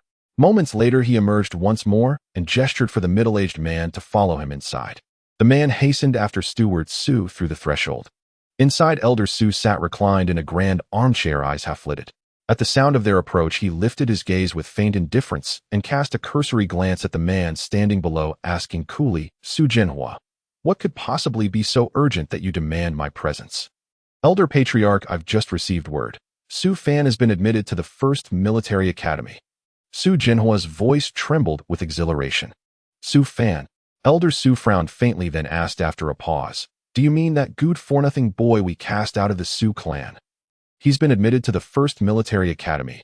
Seeing Elder Su's dismissive demeanor, Su Jinhua grew anxious. "It's absolutely true. It is him. I don't yet know the reason, but the call came directly from the academy itself, naming Su Fan explicitly. So what then? Shall I personally seek him out, beg his forgiveness, and invite the banished wastrel back into our ancestral home?" Elder Su's expression darkened. Su Fan was an utter failure, tested over a dozen times, yet utterly devoid of any awakening talent. To retain such a disgrace would invite ridicule across the entire clan. Moreover, Su Fan's origins were entangled with dangerous secrets. It would be far safer if he perished somewhere in the outskirts and never returned to the Su estate. "Elder Patriarch, this is the 1st Military Academy. That one child of ours has been accepted. Do you grasp what this signifies for us? It means the Su clan shall reign supreme in Shangjing City, the foremost among all noble houses, commanding universal deference." Su Jinhua spoke with mounting urgency, well aware of the elder patriarch's deep-seated aversion, even hatred, towards Su Fan. Orphaned at a young age, Su Fan had been raised under Su Jinhua's care. Though repeated assessments confirmed his complete lack of awakening potential, 18 years of nurturing had forged a quiet, enduring bond. The outskirts of Shangjing City were perilous. Frequent incursions by mutated beasts had rendered the region desolate and abandoned. Since Su Fan's expulsion, Su Jinhua had lived with gnawing unease, yearning to bring him home, yet fearing the elder patriarch's wrath. Upon learning of Su Fan's acceptance into the 1st Military Academy, his heart soared. He rushed back without delay to deliver the joyous news. "Enough. Speak no more of this. Once expelled, a person bears no further relation to the Su clan, regardless of future accomplishments. We shall not bask in his reflected glory. Should you deem my judgment flawed, then leave with him. Cast yourself out of the Su clan this very day." Elder Su snorted coldly, his overwhelming aura pressing down upon Su Jinhua until he could scarcely draw breath. Steward Su observed Su Jinhua's distress impassively and interjected, "Jinhua, withdraw now. The elder patriarch's decisions are irrevocable. Su Fan is no longer of the Su clan. Neither his admission to the 1st Military Academy nor his boundless future holds any bearing upon us." Stunned by the depth of Elder Su's prejudice, Su Jinhua opened his mouth, yet faltered beneath that icy, unyielding gaze and departed in dejection. No sooner had Su Jinhua vanished than Elder Su's eyes turned glacial. "Did you not swear to me, assure me, that this boy would never awaken any latent talent? How then could he possibly gain entry to the 1st Military Academy?" "This..." Steward Su fell silent, lips parted, yet speechless. He had verified it thrice. Su Fan was irredeemably broken, his cultivation foundation utterly ruined. For over a decade, Steward Su had secretly laced his meals with toxins, By all logic, the boy should have died 3 years prior. Yet he had clung to life for 3 additional years, and now astonishingly earned admission to the first military academy. A chilling sense of loss gripped Steward Sue. Elder Patriarch, shall I go myself and resolve this matter? He made a swift, silent gesture across his throat. Go swiftly. His lineage must remain unknown to all. Only the dead keep perfect silence. Elder Sue nodded, his gaze utterly devoid of warmth, as though ordering the disposal of a stray cat or dog. As soon as Steward Sue departed, Su Fan, having received his upgrade reward after Xiao Lin's departure, reviewed his personal profile anew. Name Su Fan. Farm area 10000 Mo. Farm tier 1 star. Storage capacity 1001000 M superscript 3. Innate talents mastery over plant growth control and mutation divinitier, beast taming aptitude divinitier. Shinnong bloodline 6 activated. Not only had his farm tier ascended, but his storage space had expanded dramatically. Most thrilling of all, his Shinnong bloodline had advanced another 2. A most auspicious omen.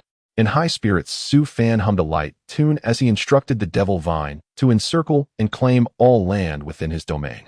He was now a true landowner, master of 10,000 mu, free to cultivate whatever he desired. No sooner had the Devil Vine sealed the perimeter than supplies arrived, grain seeds dispatched by Tu Zheng. Indeed, Tu Zheng proved remarkably earnest, delivering nearly a metric ton of seeds, spanning no fewer than 170 distinct varieties. The remaining healing fruits may yet fetch a fair price from him, though he likely possesses no further arable land to offer me. Musing thus, Su Fan continued working. With the Devil Vine tilling the soil, his planting speed became astonishing. He covered nearly 1,000 mu in mere moments. Pausing at last, he gazed across the endless expanse of fertile earth. 10,000 mu, if cultivated alone, would take a lifetime. Already half a day had passed, and he'd managed barely 500 mu. Clearly, it was time to recruit laborers to assist. Doing so would also accelerate the activation of his Shinnong bloodline, bringing him ever closer to the critical 10 threshold. Su Fan paused mid-motion just as he was about to activate growth acceleration when the roar of a car engine echoed from outside. He turned and saw Chun Mo's vehicle pull up to the gate. At a mere thought, the Devil Vine had already swung the gate open for Chun Mo. He drove and parked neatly, and, spotting Su Fan working the field, hurried over at once. But before he could draw near, a sudden, overwhelming sense of peril surged through him. His entire body locked rigid, not a single muscle would obey his will. In that frozen instant, only one certainty remained: any movement would mean certain death. Chun Mo stood frozen in place, frantically, signaling Su Fan with his eyes. Su Fan too felt an immense, suffocating aura of slaughter locking onto him. Someone meant to kill him. Had word of the healing fruit spread so swiftly that foreign assassins had already arrived. As Su Fan pondered, a shadow detached itself from the ground beneath his feet, rising slowly, coalescing into a humanoid form. Slight and gaunt, barely over 1.6 meters tall, its face shrouded in roiling black mist. Though its features remained obscured, its murderous intent was fixed unerringly upon Su Fan. Su Fan gazed coldly at the figure before him, expression unmoved. Yet the Devil Vine and the mutated Tiger King were already poised, ready to strike.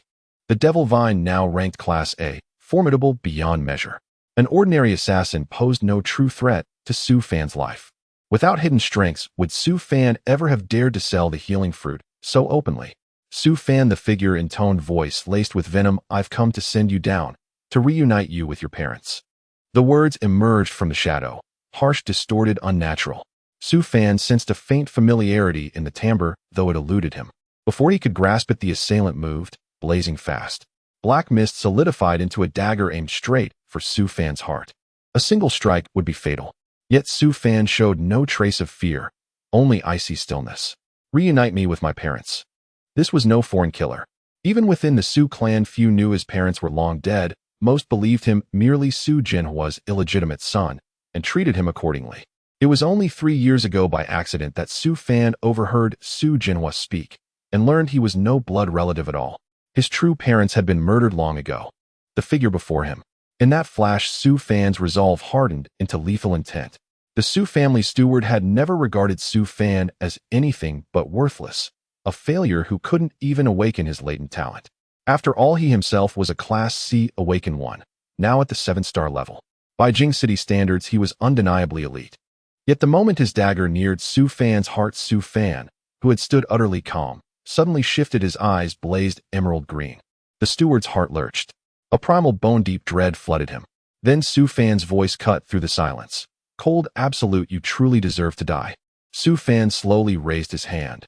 Pale, slender, exquisitely formed, more graceful than any woman's. Its knuckles stood out sharply, fine capillaries traced delicate paths beneath translucent skin. But the steward had no eye for beauty, only horror as he watched that hand close around his throat. In that instant his flesh crawled, his spine froze. Not even facing a Class C mutated beast had ever stirred such paralyzing terror. You. The steward's eyes bulged wide, locked on Su Fan. This was no weakling. Not only did he possess extraordinary talent, he wielded power unfathomable, immeasurable. Too late. Far too late. He'd never reach old Master Su to warn him, never utter a word about how terrifying Su Fan truly was. That hand gripping his throat was ice-cold, utterly devoid of warmth. He knew with chilling certainty he was dying. The moment Su Fan seized his throat, the steward's awakened ability collapsed inward. His form shrank, back into that of a frail, stooped elder, eyes clouded, gaze dull and lifeless, suffused with the gray pallor of imminent death. Of the Su family. Su Fan studied the steward's face, not the least surprised. Only someone from the Su clan could know his parents had perished long ago. The steward served the clan's patriarch. Su Fan's fingers tightened inch by slow inch. I'll grant you one chance to live. Tell me, how exactly did my parents die? Dream on, I'll never speak. The steward was resolute. He knew full well revealing the truth wouldn't cost only his life, but his entire family's, his whole lineage's. He dared not risk it. So the moment Su Fan finished speaking, he bit down hard, rupturing the poison sac concealed beneath his tongue, and died instantly. Su Fan frowned faintly, gazing at the corpse before tossing it aside. The Su family. So the original owner of this body truly met a far more intricate end than anyone imagined. By then Chen Mo had regained his mobility and rushed over panting. Spotting the fallen elder, he kicked the body twice. Dead? Really? Damn it. What the hell just happened? Why did he try to kill you? Chen Mo stammered. Brother Fan, he's from the Su family. Su Fan replied calmly. It's unsafe for you here. Perhaps you should return home first. Su Fan glanced at Chen Mo, voice quiet. Do you think I'm that kind of person? Hell no. I'm just not trying hard enough, Brother Fan. From now on I won't go anywhere. Not even to Tian Lei's invitation. I'll train relentlessly, grow stronger, and protect you. Chen Mo clenched his fists, voice burning with fury. Su Fan watched him, expression complex, deeply skeptical that Chen Mo had actually witnessed him snap the steward's life away. Yet seeing Chen Mo's fierce determination, Su Fan withheld his cynicism. After a pause, he withdrew a grade 3 spirit crystal and offered it to Chen Mo. Here, take it. I have no use for it. Train well. One day I'll rely entirely on you to keep me safe. Chen Mo opened his mouth to reply, then abruptly remembered Su Fan had killed the steward. Instantly he felt mocked, humiliated. Brother Fan, you clearly just a talentless wretch who can't even awaken. So isn't protecting me perfectly natural? Go train. No slacking. You're far too weak. How will you ever shield me? Su Fan thrust the spirit crystal into Chen Mo's palm and gave him a light kick. Clutching the crystal, Chen Mo's emotions churned. But deep inside he swore an unbreakable vow with his life. He would guard Su Fan. His gaze firm, he turned and strode back inside, to train without rest.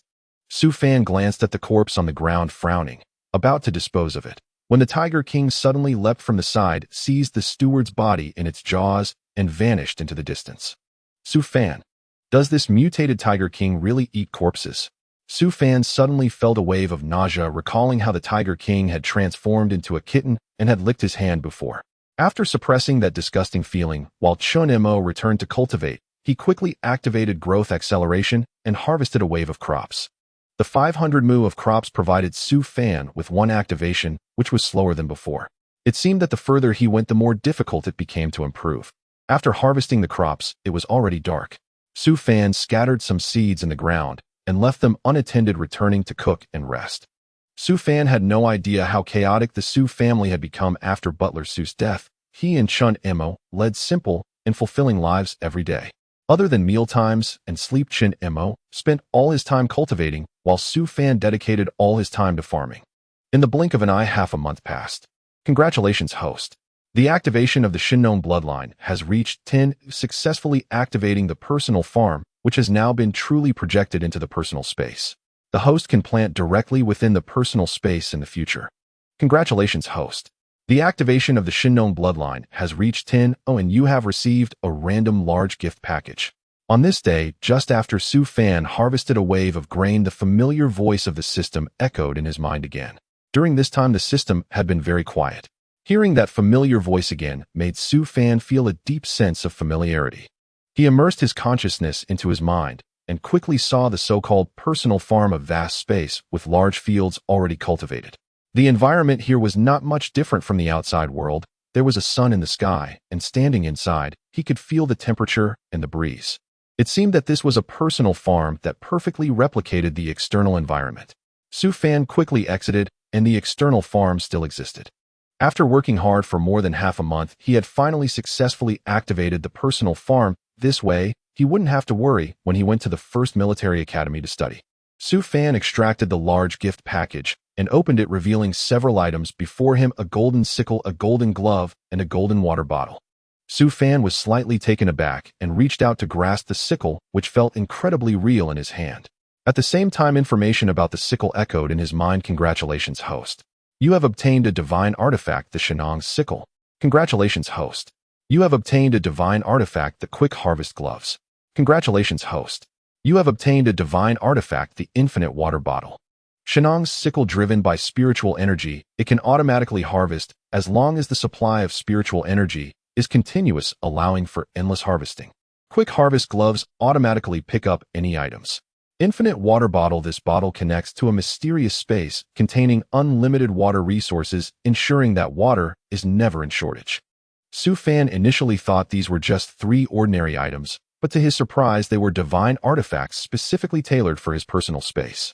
With these 3 items, farming would become significantly easier for Su Fan.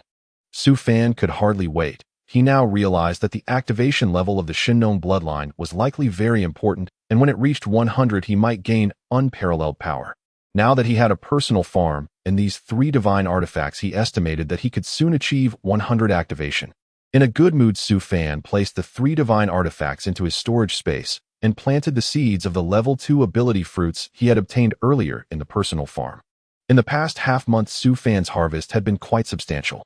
Not only did he successfully activate the Shinnon bloodline to 10, but he also harvested 21 ability fruits, 7 each of healing, lightning, and metal, plus the 4 he already had, bringing his total to 25 ability fruits. Brother Fan, I've reached 3 stars, but I feel like I can't improve any further. There hasn't been much activity these past few days. As soon as he entered, Chun Mo excitedly rushed out from the room. At that moment, Chun Mo's entire aura had changed, exuding a sharpness akin to a sword that had been unsheathed. Su Fan looked at him, sizing him up for a moment before nodding in satisfaction. Let's leave it at that for now. We can ask the teacher when we get to the first military academy. Okay. Chun Mo now had complete faith in Su Fan. Noticing Su Fan in work pants covered in dirt, he pondered for a moment before asking with curiosity, Brother Fan, did you awaken some talent that requires farming to improve? Su Fan looked at Chun Mo. Chun Mo scratched his head. I see you going to farm every day, which I find quite strange. Isn't automated planting technology now widespread? Although after the revival of spiritual energy, the land in the wild cannot be cultivated anymore, machines are still available. Why don't you just buy cedar? Farming by hand is so tiring. Su Fan, Chun Mo truly forgot about this matter. He had entered a blind spot, thinking that only by personally planting using growth acceleration and then harvesting by hand could he succeed. He only needed to use his talent ability. Why did he have to toil over farming? Just experiencing life. Su Fan pursed his lips and remained silent for a long time before softly speaking. Oh right, yesterday the teacher called me. They said that our batch going to the first military academy needs to undergo intensive training, so we have to go to the school early. We'll set off in 3 days, and the teacher asked us to prepare. Okay, let's pack and head to school when the time comes. Su Fan nodded. He hadn't received a call. He took out his phone and glanced at it, realizing he hadn't checked his phone much these days. It had already run out of battery. His mouth twitched as he went to charge his phone. After turning it on, he received several messages from the teacher confirming that they needed to go for training early. It seemed that the situation in the country had become increasingly severe recently, and the freshmen like them had to start training early to prepare for the possibility of going to the battlefield at any moment. Then, just as Su Fan was about to tell Chun Mo to pack up and be ready to set off, the ground suddenly shook violently. At the same time, the warning voice of the Devil Vine echoed frantically in his mind. Master, a massive wave of monsters has launched an attack from beneath our farm. with an estimated number exceeding 100,000. Fangirl, what is happening? Are there monsters coming again? Chen Mo had already assumed a battle stance. Su Fan remained silent, simply stepping outside. The sky had completely darkened, heavy clouds looming overhead, and the ground trembled violently. A massive fissure over a meter wide appeared, revealing countless mutated animals and plants crawling up from below, creating a terrifying sight. As Su Fan stepped outside, 10 individuals materialized around the farm, hovering in midair, their expressions grave as they gazed at the enormous crack in the ground. Damn it, monsters are attacking Shangjing City. Meng He cursed, glancing at the already emerged Su Fan and Chen Mo, and quickly descended to stand beside Su Fan. Su Fan looked at Meng He, recalling that he had been beside Xiao Lin during the last attack by the Tiger King. He must be Xiao Lin's subordinate. During this time, Su Fan knew there were people secretly protecting him. He had initially wondered who had arranged it, but now he believed it was Xiao Lin. You all retreat first, leave here immediately, we will hold the ground here. Meng He cast a glance at Su Fan, his rugged features displaying determination, his voice resolute and unyielding. We will stay. However, Su Fan shook his head. With over 100,000 monsters attacking, even if these 10 were immensely powerful, they could not stand a chance. Even if the mutated Demon Vine and the Tiger King joined forces, they could not fend off so many monsters. Yet now he had acquired the plant-based and beast mastery talents, both at a divine level. In terms of rank, he naturally had an advantage over these monsters. If he stayed, Meng He and the others would have a glimmer of hope. If he left, those 10 would surely perish. Don't be willful. This is not the time for your stubbornness. With so many monsters, we can only temporarily delay them. You all go back and fetch reinforcements, hurry. Do you want all of us to die here? Meng He said, angrily glaring fiercely at Su Fan. Just as Su Fan was about to speak, monsters began to crawl out from the fissure. A massive creature resembling a lizard emerged, opening its gaping maw as it quickly advanced towards Su Fan and the others. Su Fan recognized this monster as a mutated giant lizard known for its incredible speed and immense biting force, capable of crushing even alloy. After mutation, its teeth had become significantly sharper, making it much more lethal. Moreover, mutated giant lizards were typically at least class after mutation, showcasing tremendous strength. This giant lizard must be a vanguard, indicating that it was the weakest in the monster army sent out as cannon fodder. Be careful. Before the giant lizard could approach Su Fan, Meng He charged out directly to engage the creature. Meng He was an awakened individual with fire attribute talent, possessing considerable strength. As the captain of the elite squad, he was also class, and his cultivation had reached the pinnacle of 7 stars. It wouldn't be long before he broke through to 8 stars. Fangirl, Chen Mo shouted anxiously. Su Fan pulled him back a few steps. He had never truly witnessed an awakened person's battle. This was a great opportunity to observe closely and learn how awakened individuals utilize their abilities. Each stage had different skills, and the combat styles varied. As the captain of the elite squad, Meng He had extensive battle experience. After charging towards the giant lizard, he unsheathed his long sword. The weapons used by the elite squad were standardized, crafted by the state from materials sourced from slain mutated flora and fauna, remarkably sturdy. As the long sword was unsheathed, crimson flames erupted on its blade, transforming it into a dazzling fire sword. Meng He gripped the hilt with both hands and swung down fiercely at the giant lizard. The giant lizard momentarily halted, roared in rage, and swiped a claw at Meng He. With a thunderous crash, Meng He was pushed downwards, his palms splitting from the force, crimson blood slowly oozing out. The scent of blood further provoked the giant lizard, causing other monsters in the fissure to become agitated and start to riot. More and more mutated giant lizards and other mutated monsters crawled out from the fissure, closing in on Su Fan and the others. Master, do you need me to take action? The anxious, childish voice of the Demon Vine rang in Su Fan's ear. Don't act yet, Su Fan replied, his gaze fixed intently on the battle between Meng He and the giant lizard. At this moment, the other members of the elite squad arrived, forming a triangle to protect Su Fan and Chen Mo within. The remaining 6 charged into the battlefield, cooperating with Meng He to attack the giant lizard. Su Fan noticed that their standardized long swords were identical, and their combined strikes provided additional enhancement, significantly increasing their power. Moreover, this squad was entirely composed of fire attribute awakened individuals, their joint skills far surpassing the power of an individual casting alone. Originally, the giant lizard had the upper hand, but under the combined efforts of the 7, it gradually faltered and soon collapsed, taken down by Meng He. After the giant lizard fell Meng, he and the others quickly retreated back to Su Fan, shielding him, and Chinemo. You must take them away immediately, or we will stay here to cover your retreat. I have already notified the command center. Reinforcements will arrive soon. Hurry. After returning Meng, he wasted no time catching his breath, immediately arranging for the team members to escort Su Fan and Chun Mo away. Just as Su Fan was about to speak, the ground shook violently again, countless monsters crawling out from the fissure, their sheer numbers sending chills down one's spine. Among these monsters there were not only fierce beasts walking on the ground, but also flying birds in the sky, casting a vast shadow overhead. Su Fan recognized them as mutated mosquitoes, their size enlarged by dozens of times compared to before, swirling in the air, their massive mandibles looking quite terrifying. Meng He's heart sank sharply as he grabbed Su Fan's wrist, hurling him into a room. Stay inside, and do not come out no matter what happens outside. If there is a basement, hide there. Meng He was prepared to sacrifice himself and his team members to protect Su Fan at all costs. Captain Meng. Su Fan was about to refuse, but suddenly a gigantic vulture swooped down from the air, its claws viciously grabbing a massive branch from the healing fruit tree planted at the door, ripping it away. Seeing this, Su Fan was instantly enraged. These damn monsters actually wanted to steal his ability tree. Were they trying to cut off his source of income? He pushed aside Meng He and stepped out the door, his gaze fixed on the vulture that had just taken flight again. His previously pitch-black pupils instantly transformed into a pure resplendent gold, radiating an overwhelming sovereign majesty, as if Su Fan were no longer human, but an ancient exalted beast of primordial lineage. The bald eagle, moments before soaring skyward with outstretched wings, suddenly plummeted, its mind seized by dizziness, its body crashing straight down from midair. Among the beast-taming arts lay the ability to directly dominate beasts through mental command. Though Su Fan had acquired this power, he had never yet employed it. Until now, when this eagle dared assault the very fruits of his cultivation. Incensed, he unleashed a swift psychic strike. The eagle was weak, merely a Class D mutant, utterly incapable of withstanding Su Fan's god-tier innate talent. Its psyche shattered instantly, it dropped like stone and struck the bare ground with a thunderous, bone-jarring crash. Su Fan strode forward, gazing at the broken branch he'd torn off, fuming with rage.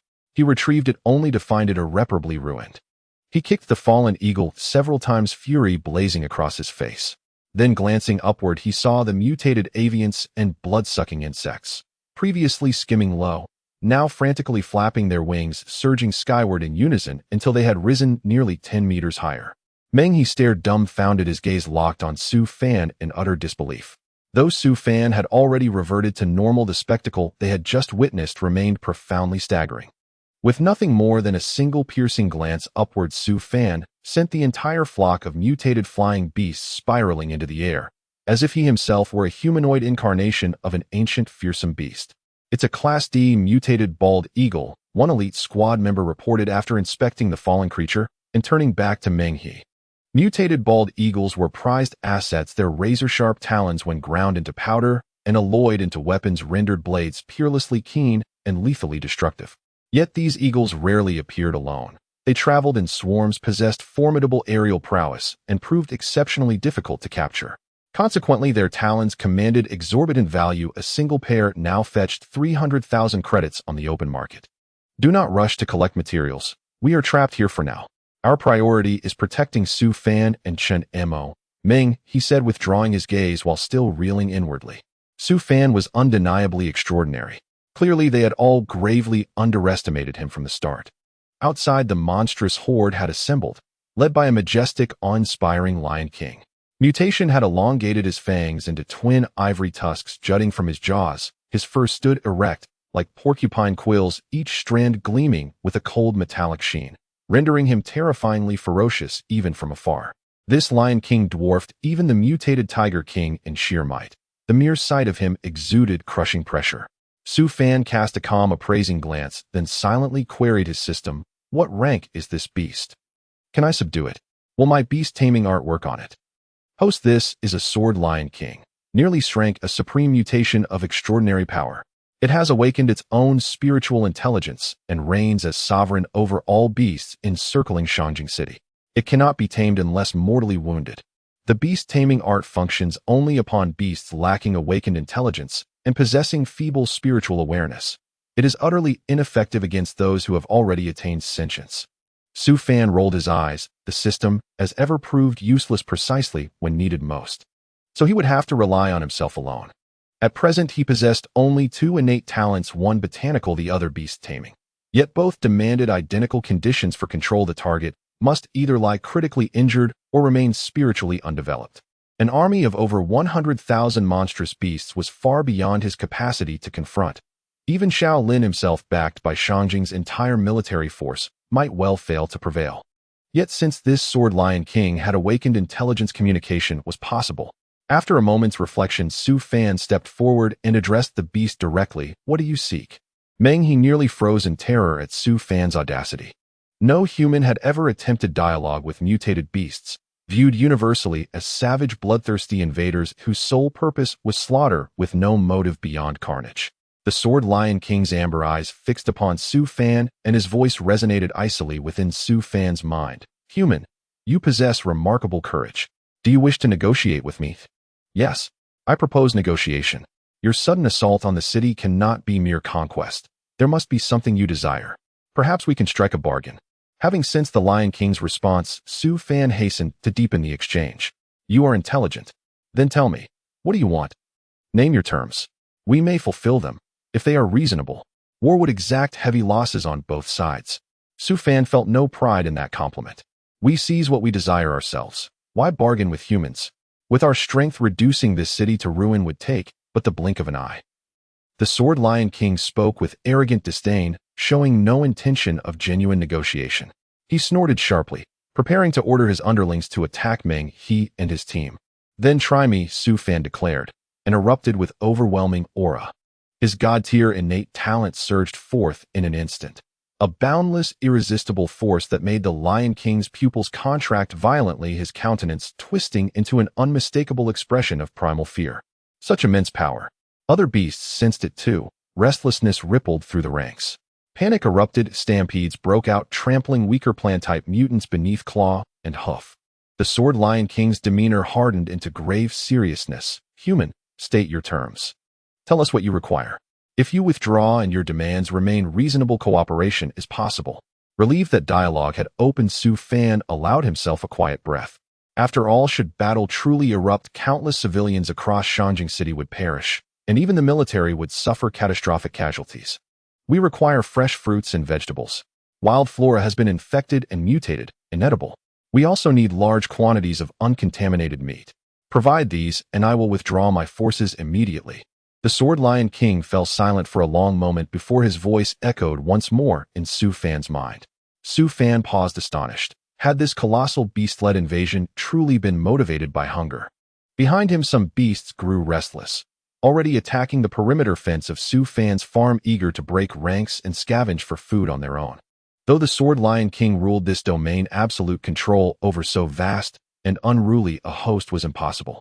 Should large numbers breach the city, unled devastation would follow. Su Fan weighed the stakes, calculating risk, cost, and consequence. With a roar, the Sword Lion King bellowed as it saw Su Fan's silence. Its massive forepaw lifted high before crashing down onto the ground, causing the earth to tremble violently, and a gigantic trench appeared before Su Fan and the others. Su Fan looked at the nearly destroyed ground, his lips twitching. Fortunately, he had activated the portable farm today. Otherwise, the losses would have been catastrophic. These damn beasts. Taking a deep breath, Su Fan turned to Meng He in disgust. These beasts demand a large quantity of food, uncontaminated vegetables and fruits and meat. If we agree, they might cease their attacks. No way. We can't trust the beasts. What if they take the supplies and continue their assault on the city? Wouldn't we be losing both lives and resources? Meng He rejected without a second thought. Su Fan pursed his lips, knowing Meng He's concerns were not unfounded. The Sword Lion King's power was formidable, and it led many other mutated beasts. If its promises were only valid for it and the other beasts did not comply, it would indeed be a disaster. Upon discovering the beasts' attack, Meng He had promptly notified the command center. Even if they rushed here, it would take at least half an hour. Already over 10 minutes had passed, and half of that time was gone. You two leave immediately. Our deaths mean nothing, but you cannot die here. Go back to the city center. Leaving alive is the hope for our dragon nation's future. We can abandon Shangjing City if necessary. Hurry up. Meng He's eyes reddened as he growled, pulling Su Fan back to stand in front of him. He no longer intended to negotiate. It was impossible for humans and beasts to coexist peacefully. After nearly a decade of conflict and countless deaths, they were in a situation of mutual annihilation. The beasts wanted fresh vegetables, fruits, and meat. Regardless of their reasons, Meng He could never agree.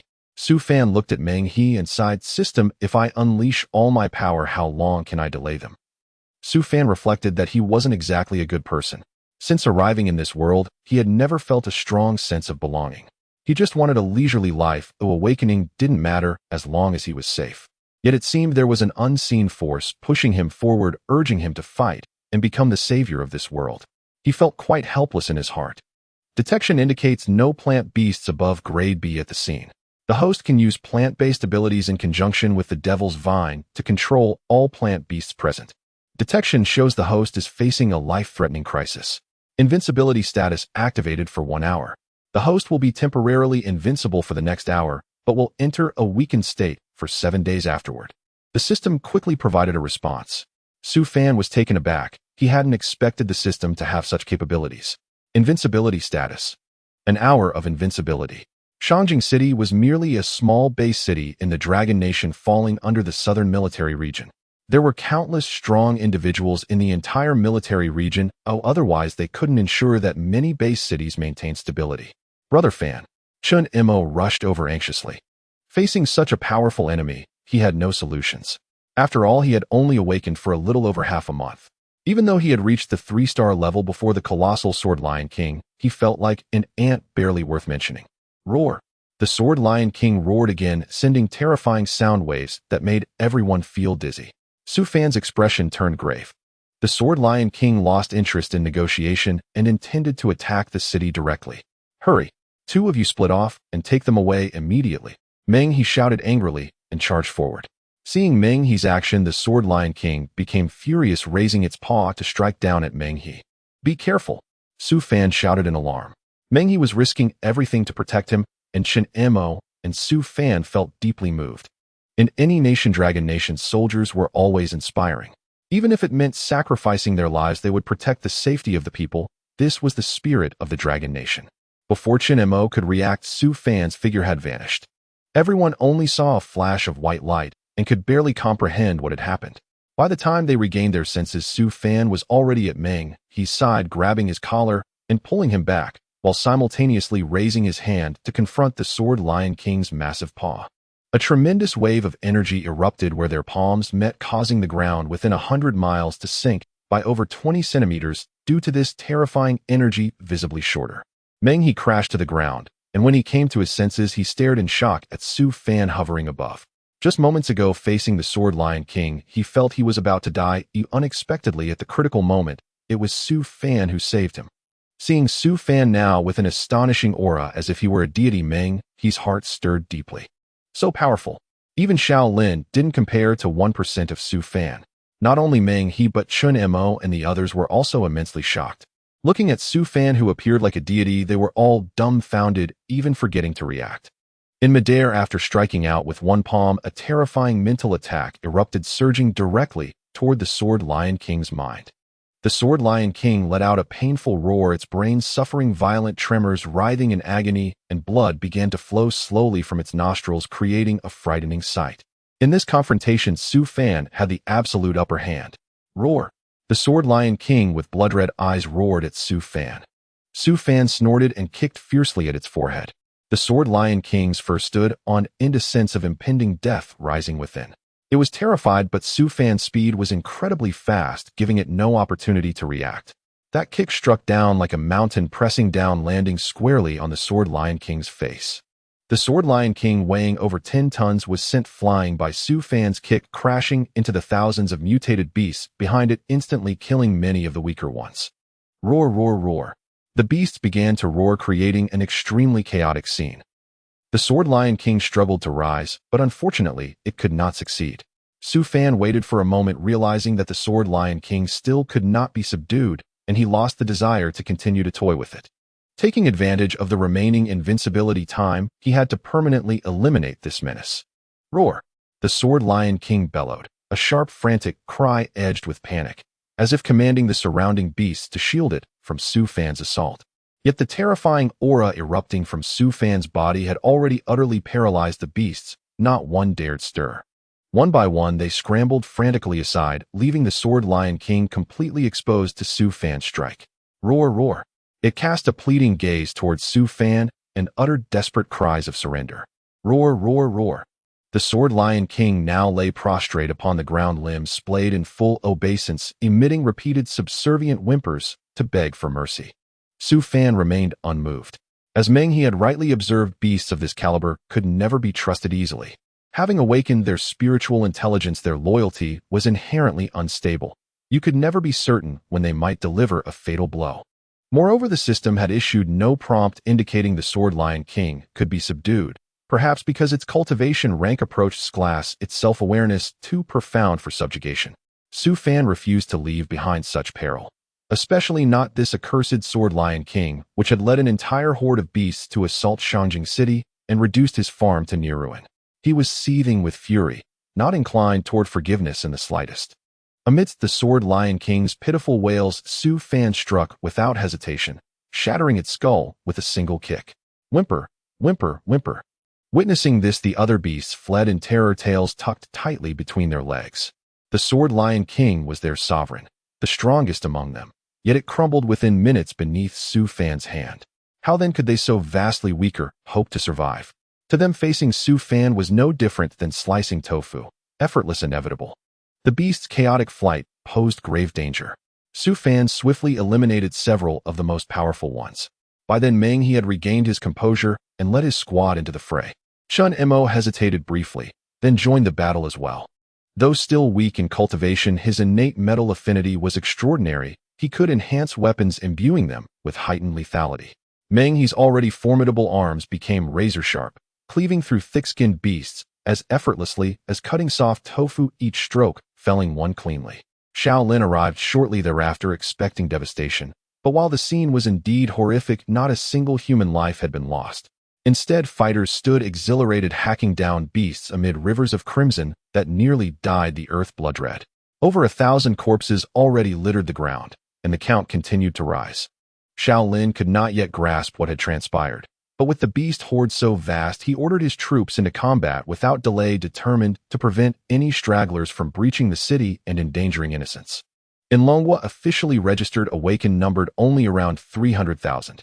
Each command center fielded fewer than 1,000 elite operatives. The rest were ordinary soldiers, or awakened whose abilities rendered them unfit for frontline duty, relegating them to support roles, teaching in schools or performing civilian work. Upon receiving Meng He's alert, learning the attacking Beast Legion numbered a staggering 100,000, Shaolin immediately mobilized every available operative and raced toward the suburban battlefield at top speed. Shangjing City was merely a small base necessity, its garrison, combined with its elite squad, totaling just 5,000. Of those, 4,000 had already deployed here. The remaining 1,000 were indispensable for safeguarding the city itself. The Sword Lion King's death shattered the beast's morale. Terrified, many fled through underground tunnels, causing their numbers to plummet instantly and greatly easing the pressure on the defenders. With his 1-hour invincibility window nearing its end, Su Fan withdrew swiftly, found a quiet spot, and sat to rest.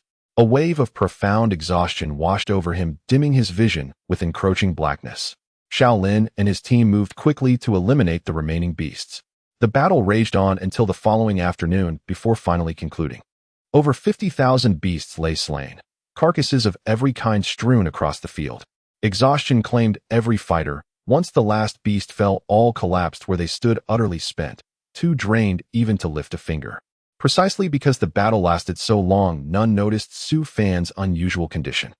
After resting for a full day, Su Fan recovered slightly, still grievously weakened, yet markedly better than he had been immediately after the battle's end. As the great battle drew to a close, collective breaths were released in relief. Only after several hours of rest did Shaolin begin directing efforts to collect the fallen beast's remains. These carcasses were invaluable treasures, especially the Sword Lion King's.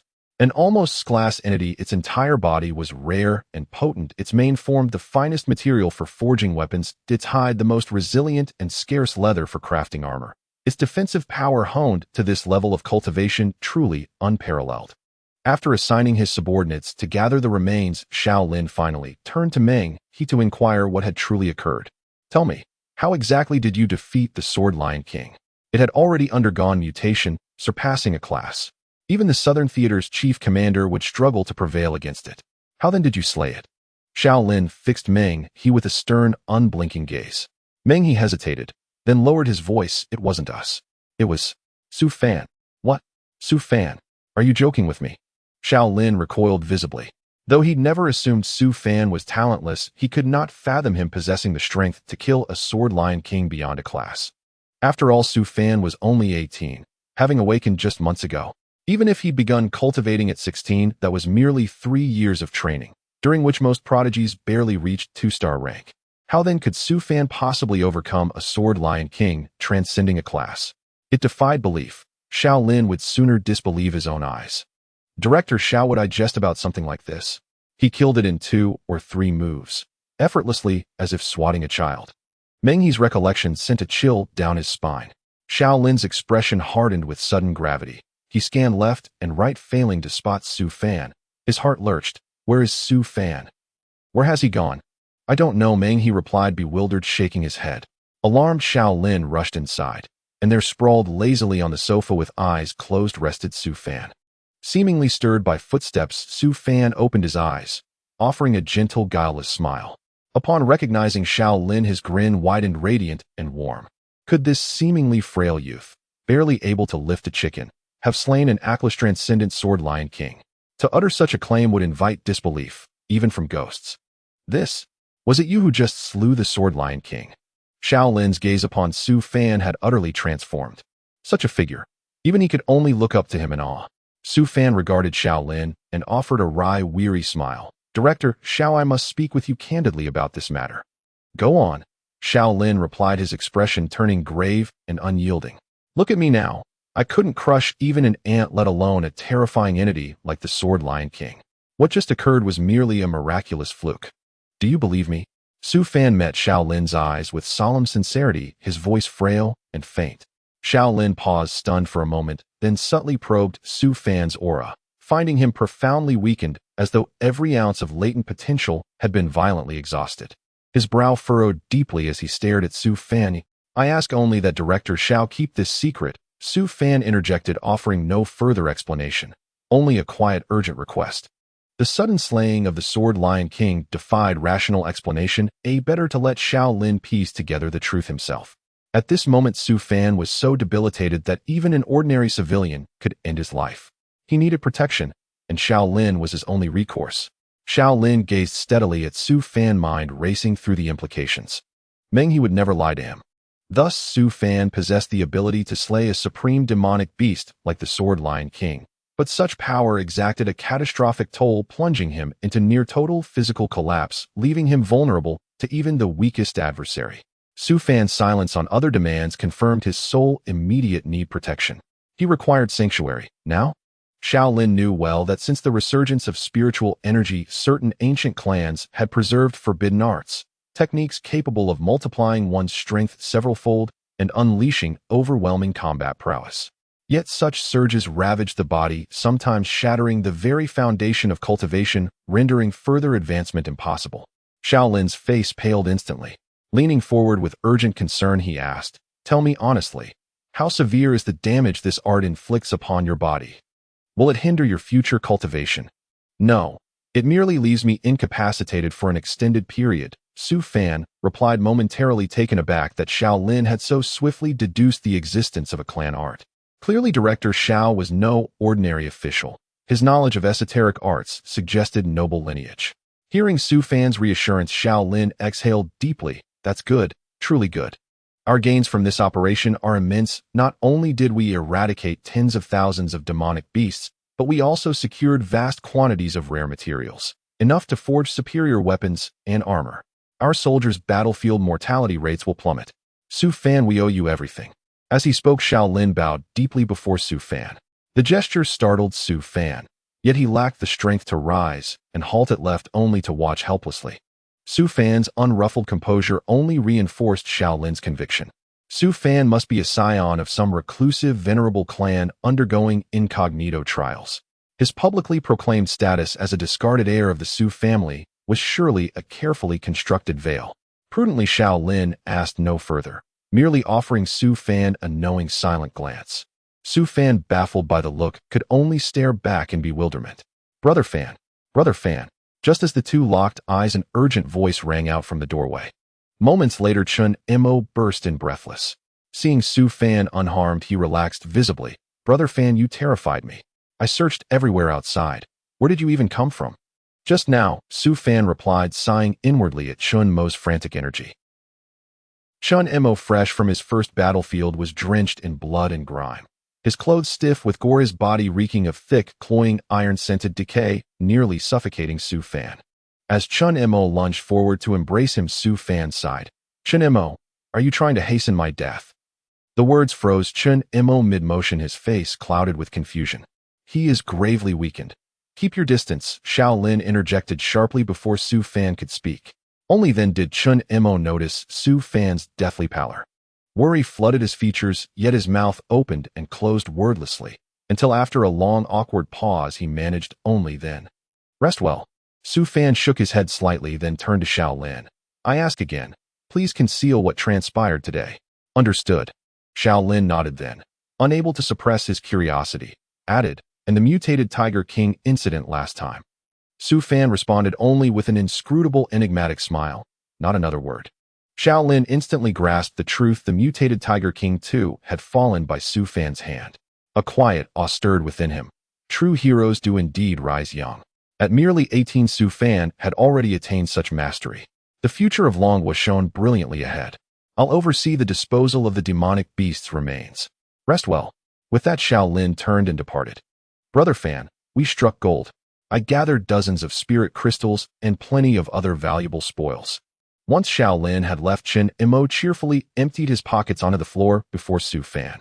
Su Fan's lips twitched faintly. He stared at the scattered heap and pressed a hand to his forehead in resigned exasperation. Most were low-tier spirit crystals and crude demonic cores, items Meng He's team had deemed worthless, allowing Chun Mo to claim them freely. Only this earnest young man treated them as priceless treasures. Keep them for yourself. If you find no use, sell them, Su Fan said after a thoughtful pause. Absolutely. My parents say the first military academy is too far from Shanjing City. They're planning to buy a house there, so visiting me will be easier. I'll sell these and buy an apartment near campus. Then during breaks we can stay there together. Chun Mo beamed, lifting a 2-star spirit crystal with undisguised delight. Su Fan simply smiled faintly at his friend's unjaded joy, saying nothing more. The beast-tide assault upon Shanjing City was buried in silence. Every detail remained classified. Even Meng He and his team were bound under strict gag orders. Disclosure would constitute treason. Su Fan rested at home for 2 days before his enrollment day at the academy arrived. Though the farm had been destroyed, his innate pocket farm had activated seamlessly, unscathed, fully functional, and he could depart without fear. Fan Go, I'm so nervous. What do I do? We're about to enter the first military academy. What will the initiation training be like? Will it be exhausting? Chun Mo drove with clammy palms and a sheen of cold sweat on his brow, speaking incessantly to Su Fan in a desperate bid to ease his own tension. Su Fan, still weak, lifted his eyelids slightly and glanced at Chun Mo. This is my first time too. Oh, right. You're a freshman just like me. Neither of us knows what to expect. Chun Mo finally snapped out of his daze. Upon arriving at the academy, they discovered that all military academies had advanced their enrollment dates. The school's training ground was already crowded, with most students possessing awakened combat-oriented aptitudes having been admitted, while only a handful of those deemed utterly untalented had been rejected. A throng gathered on the field, murmuring among themselves, until Su Fan and Chun Mo appeared. Instantly, the entire courtyard fell silent. Those assembled were not merely students from No. 9 Middle School. They included every eligible student from all senior high schools across Shanjing City. Because No. 9 Middle School had produced 2 first military academy admits, the assembly point had been relocated here. The principal of No. 1 Middle School stood beaming on stage, gazing down at the sea of students, his eyes crinkled into joyful slits. Beside him stood the principals of No. 1 and No. 5 Middle Schools, both grim-faced. Other principals, unwilling to suffer such public embarrassment, had simply refused to attend. Ha ha ha. Our school has produced 2 admits to the first military academy. Truly unforeseen. For decades, no student from Shanjing City has ever gained admission. This is our city's pride. Wang Hui beamed broadly, his plump face swelling until his eyes nearly vanished. This was Nine Middle School's long-awaited moment of vindication, after years of being overshadowed by rival institutions. The first military academy, what did it represent? The pinnacle of national higher education. Gaining entry was as rare and prestigious as acing the National College Entrance Exam and securing admission to Peking University or Tsinghua University. You surely don't know this yet.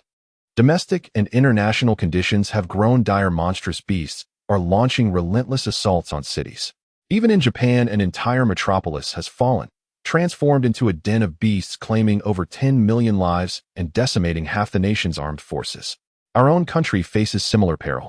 It is precisely because of this escalating crisis that all military academies have moved their opening dates forward by 1 month to begin intensive training immediately. Do you truly believe admission to the first military academy guarantees safety? There's a strong chance these cadets will be deployed to frontline combat before even completing a month of training. A tall, gaunt man standing nearby scoffed dismissively, clearly unimpressed by Wang Hui's exuberance. Wang Hui's expression darkened. He stood frozen, his gaze flickering between anger and uncertainty. He knew the man spoke truth, but whether Su Fan and Chen Mo would become cannon fodder upon arrival mattered less than the fact that his school had produced 2 first military academy admits. You're just jealous. Wang Hui snorted, turning his face away in sullen defiance.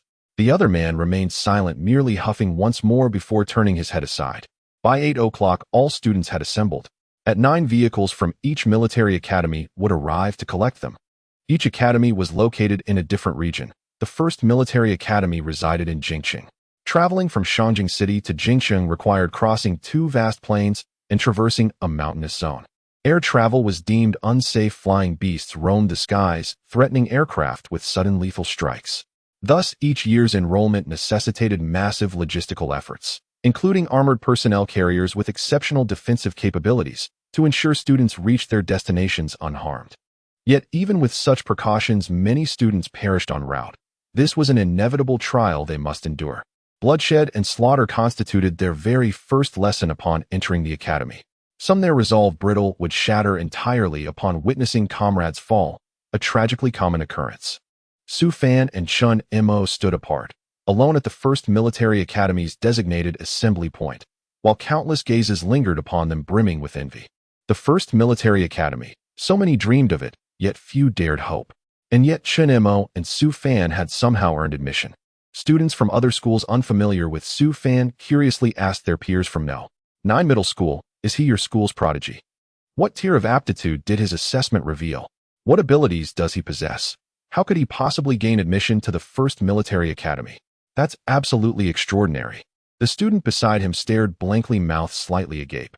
Then, after a long pause, whispered hesitantly, he registered no aptitude whatsoever.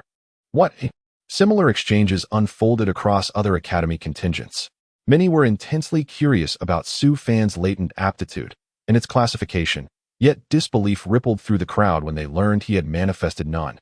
In that moment, every eye turned towards Su Fan, filled with bewilderment and profound confusion. None could fathom how someone utterly devoid of aptitude had been granted entry to the first military academy. Su Fan and Chen Mo remained impassive, expressionless, unmoved by the surrounding scrutiny, as if deaf to the world around them. Soon the academy vehicles arrived. Students departed one by one, until the square emptied, leaving only Su Fan and Chen Mo standing alone, conspicuously isolated. Wang Hui stood bewildered. Had the first military academy simply failed to send a vehicle? Wang Hui, could it be that the first military academy realized its mistake and revoked their admissions? Exactly. One possesses 0 aptitude, the other is merely in frank failure. How could the first military academy possibly admit them? I suspect they've discovered their error and deliberately chose not to come, sparing your school further humiliation. Wang Hui's face flushed with indignation. Glancing at his wristwatch, he noted that 10 o'clock was approaching, and every other academy had already collected its students. Was it possible the admission had been rescinded? Below, Chen Mo glanced left and right, then sighed in frustration. Fan Go, have we been abandoned? Have they discarded us? Unlikely, Su Fan replied, shaking his head. The admission slots had been secured by Xiao Lin, and given the beast-tide incident, Xiao Lin was fully aware of the circumstances. Even if he'd lost his wits, he wouldn't suddenly revoke their placements now. Something else must have delayed him. As he pondered this, Xiao Lin entered the square, his expression grave, flanked by Meng He and others, and strode directly towards Su Fan and Shen Imo. Without preamble, he declared, "You too. Come with us." "Commander Xiao, has something occurred?" Su Fan noticed the gravity on Xiao Lin's face and softly inquired. Xiao Lin glanced at Su Fan, unexpectedly perceptive. He nodded. "This is no place for conversation. Let us depart first. I shall explain once we arrive." Hearing this, Su Fan said nothing further and followed Xiao Lin and the others out. "Have you lost your mind? Do you even know who just arrived? Who are they? They took my student. I must demand an explanation." Wang Hui wore a look of frantic urgency. That was Xiao Lin, the director of the Shangjing Command Center. "You intend to confront him for answers. These two students may have committed some grave offense, enough to summon such a high-ranking official. Best you stay alive and silent." Honestly, did anyone truly believe they were cadets from the 1st Military Academy? Turns out they're criminals. Exactly. Admission to the 1st Military Academy isn't easily won. "Come, we're wasting time here. Let's go back." After exchanging barbed remarks, the two departed. Wang Hui burned with anxiety, but their intervention had cost him his chance. Unable to pursue Xiao Lin and demand why his students had been taken, he hurriedly dialed contacts seeking intelligence on the matter. Why had the command center detained Su Fan and Chen Imo? Xiao Lin escorted Su Fan and Chen Imo back to the command center. Meng He withdrew with his team while Xiao Lin led them into a chamber where a striking young woman lay unconscious, perhaps 24 or 25. She wore a silvery, form-fitting combat suit that radiated disciplined grace. Yet her eyes were shut tight, her complexion pallid, and across her chest gaped a savage wound, deep, ragged, clearly torn by a monstrous beast's claws, exposing glistening bone and viscera beneath. The injury was grave. Su Fan turned to Xiao Lin. "Commander Xiao. She is the instructor assigned by the 1st Military Academy to escort you to campus." 3 instructors set out together, but en route they were ambushed by a demonic beast. The other 2 drew the creature away to protect her. Their chances of survival are grim. She too sustained catastrophic injuries. Xiao Lin's expression darkened. "I see," Su Fan murmured, finally understanding. No wonder they'd been left unclaimed. They'd been abandoned by fate, not oversight. Staring at the woman's grievous wound, Su Fan frowned. Why hasn't she been treated? Conventional medicine is useless here. Only awakened healers, ranked level or higher, can intervene. But Shangjing has no level healer. I've requested reinforcements from Central Command, yet they're besieged by a beast tide and cannot spare personnel. Xiao Lin sighed, his gaze lingering on the woman lying motionless upon the bed. She's only 23, freshly graduated, appointed as a freshman mentor. Who could foresee this? So young. What a tragedy. Chen Imo murmured, sorrow thick in his voice. Commander Xiao, you didn't bring us here merely to recount this. What else do you wish to convey? Su Fan studied Xiao Lin, sensing intention behind the words, and a quiet suspicion bloomed. He knows about the healing fruit. Xiao Lin must have deduced Su Fan still possessed healing fruit, hence this deliberate summons. The severity of the woman's wound, the emphasis on level healers, it was all calculated. Xiao Lin shifted uncomfortably, meeting Su Fan's gaze as if every thought had been laid bare. At nearly 40, he'd never before felt so transparent. He cleared his throat awkwardly. Do you still have any healing fruit, like the one you sold to Tu Zheng? Commander Xiao, do you imagine healing fruit grows like cabbages? As if it sprouts on demand. Mine was a fluke, a singular stroke of fortune. I possess no surplus. Su Fan shot him a sharp glance. Xiao Lin's eyes dimmed. He lowered his gaze to the girl on the bed and remained silent, long and heavy. Su Fan sensed his distress, his gaze flickering between the girl and Xiao Lin, back and forth, until realization struck like lightning. Commander Xiao, is she? Her name is Xiao Yanqing, my elder brother's daughter. Xiao Lin offered no concealment, only a bitter twist of his lips as he met Su Fan's eyes. My brother fell in battle 10 years ago, leaving only her. Our family refused to let her take up arms, so she was assigned to teach upon graduation, the safest possible post. Yet she insisted on joining the welcoming detail for new cadets, and met this fate. Both her parents died on the battlefield. 2 elder brothers, also fallen. And now, Xiao Lin's voice broke. A man of 7 chi stature, his eyes glistened with unshed tears. Su Fan's heart clenched. He hadn't known Xiao Yanqing's lineage, that her entire family had perished in service, leaving her utterly alone. If she too succumbed. Commander Xiao, if I do still possess healing fruit. He began hesitating. To let heroes who bled for the people die without solace, to lose even their last heir, would be a tragedy beyond bearing. We'll purchase it. Name your price. We'll provide anything. Hope blazed in Xiao Lin's eyes as he fixed Su Fan with an intense stare. Su Fan paused, then spoke. Then grant me all the abandoned farmland in Shanjing. He already possessed a personal farm, 1 million square kilometers vast. Even Shanjing's full territory would fit within it effortlessly. What use have you for so much land? You're soon to enter the first military academy, Xiao Lin replied baffled. Shanjing's fallow fields totaled 300,000 mu. 10,000 mu had already been transferred during Su Fan's prior sale of healing fruit. Now he sought more. That's none of your concern. Will you agree, or not? If not, I have no further demands. Su Fan waved dismissively. Xiao Lin fell silent. Other requests would require approvals, but land, that posed no dilemma. Trading barren fields for a level healer was an unparalleled bargain. Agreed, I accept. Wait, I'll make the call immediately. Land transfer will be arranged at once. But she may not endure much longer, the healing fruit. Xiao Lin rubbed his palms together, hope trembling in his voice. Su Fan rolled his eyes, unslung his pack, and rummaged inside, pulling forth a golden fruit which he tossed to Xiao Lin. Xiao Lin caught it with both hands, cradling it as though it might shatter. His face lit with fierce, trembling joy. Shanjing now has a healer. His subordinates, his boys, would bleed less, suffer fewer losses. Unbidden warmth pricked Xiao Lin's eyes. He turned abruptly, wiped his lashes, and strode out, hurrying to finalize the land transfer. Fango, I didn't expect your level of enlightenment to be so high. Chen Mo remarked from the side, giving Su Fan a thumbs up. Su Fan looked at him in confusion. What enlightenment? Hey, why are you pretending with me? I know you too well. You must have wanted to give that healing fruit to them long ago. Oh, asking for land is just an excuse. We're about to go to the first military academy, and we won't be able to come back to Beijing City again. What do you need so much land in Beijing City for? Are you just waiting to be trampled by demon beasts? You just want to contribute to the country. Chen Mo had an expression that said he understood everything without needing further explanation.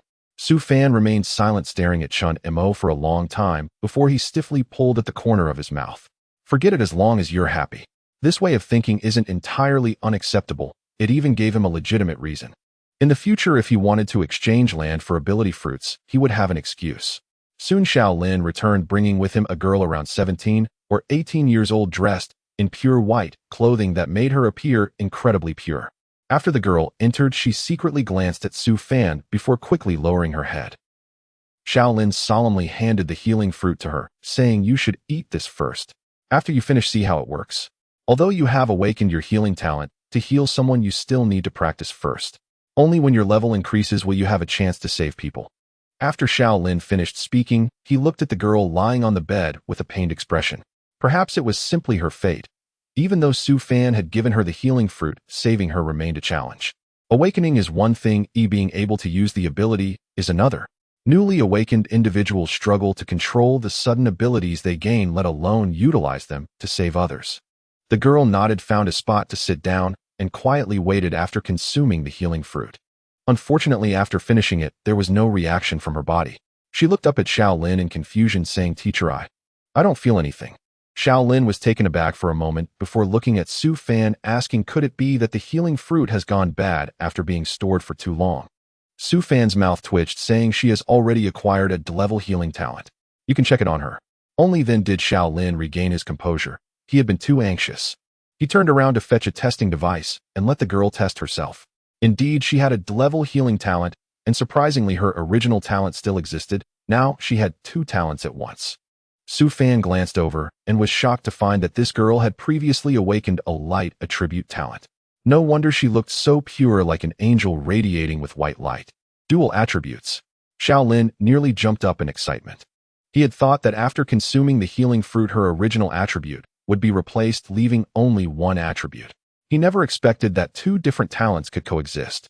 To this day, both domestically and internationally, there has been no record of anyone awakening two abilities at once. Xiao Lin, somewhat agitated, took a deep breath and suddenly thought of something. He excitedly said, "You should try to sense it, see if you can use your healing talent." The girl hesitated for a moment, but nodded, closing her eyes. After a while, a warm white light appeared in her palm, making one feel incredibly comfortable. Xiao Lin, filled with excitement, gazed at her intently. The girl thought for a moment, and gently placed the white light on Xiao Yanqing. Her intuition told her that this would save Xiao Yanqing. The white light enveloped Xiao Yanqing's wounds, and she seemed to feel pain, letting out a muffled groan as a trace of blood escaped from the corner of her mouth. Xiaolin was tense, not daring to interrupt the girl anxiously waiting by the side. Su Fan, however, remained calm, quietly observing. 10 minutes later, the girl coughed, and the white light dissipated. She appeared extremely weak, swaying as if about to fall. Xiaolin went to check on Xiao Yanqing's injuries. Su Fan stood aside watching as the girl stumbled towards him. After a moment's hesitation, he reached out to support her. Before the girl completely fainted, she opened her eyes and glanced at Su Fan, then her consciousness finally sank into darkness. The wounds are healing. Xiaolin looked at Xiao Yanqing's wounds, his face filled with excitement. Although they weren't completely healed, it was evident that healing was taking place. This proved that the girl had indeed been able to use her healing talent. As long as she practiced for a while and her level increased, the healing effects would surely improve. He was overwhelmed with excitement, but when he turned around, he saw that the girl had already fainted. Bai Yuan, what happened to her? Xiaolin looked at Su Fan anxiously. Su Fan's mouth twitched. It was rare to see someone like Xiaolin getting flustered. It seemed he truly cared for his niece Xiao Yanqing. She overexerted herself and is simply exhausted. You shall be fine after a sleep. Also, Officer Xiao, I'm still a student while you seem to be the commander of Beijing City. Su Fan spoke sarcastically, pushing the unconscious Bai Yuan toward Xiaolin. Hearing this, Xiaolin felt embarrassed, scratching his nose before awkwardly smiling. I almost forgot. The main reason was that Su Fan's calm demeanor made him forget Su Fan's age and identity. Other military academy students have already reported to school. Since she is injured and the other 2 teachers who came to pick us up are in trouble, how can we go to the first military academy? Can we still go? Su Fan rolled his eyes at Xiaolin and asked. Yes, I will arrange for Meng He to escort you there. Currently, the situation across the country is severe. This batch of students is the future backbone, extremely important. They must receive specialized training at the academy. As Xiaolin spoke seriously, his entire demeanor changed. Su Fan paused for a moment before nodding. It wouldn't be bad for Meng He to come to escort them, since they had fought together and were familiar with each other. As for Xiao Yanqing, even if her wounds healed, she would need at least 10 days to half a month of rest. It would be impossible for her to accompany them back to the first military academy. You all should rest for a while. The land ownership certificate will be delivered soon, and in the afternoon, Meng He will take you to the first military academy. Su Fan, whether long we can hold on this time depends on you. Xiaolin's expression turned serious as he walked up to Su Fan, patting him on the shoulder. The force was so strong that it almost shattered Su Fan's shoulder, causing him to bend down, nearly kneeling before Xiaolin. Xiaolin immediately felt awkward and silently withdrew his hand. Fan Ge, what did Officer Xiao's words mean just now? He said the future of Longwood depends on you. Chen Imo looked at Su Fan with excitement. Su Fan smiled at him, thinking that Xiaolin really regarded him highly. He was just a farmer now. How could the future of Longwood depend on him? Could he really save the world by farming? Su Fan ignored Chen Imo, found a place to sit down, and began to rest. Before long, someone brought the property certificates. All the idle lands near Shangjing City had been scraped up by Xiaolin and transferred to Su Fan. Now the area of his farm had increased significantly. Su Fan looked at his personal information page, feeling a surge of excitement. Name: Su Fan Farm Area 3330 Mo. Farm Level 1-star storage space. Size 30,003,000 cubic meters. Talent: abilities, plant growth control, all related abilities, divine level. Beast taming talent, divine level. Shinnong bloodline 11 activated. Just like that, it exceeded 300,000 Mo. However, with such a large farm area, planting might be somewhat troublesome in the future. Su Fan also saw 3 level 2 ability fruit trees he had planted, which had now bloomed. The white flowers looked particularly adorable. He counted them briefly. Surprisingly, one tree had 10 flowers, which was completely different from before, when there was only 1 fruit on a tree.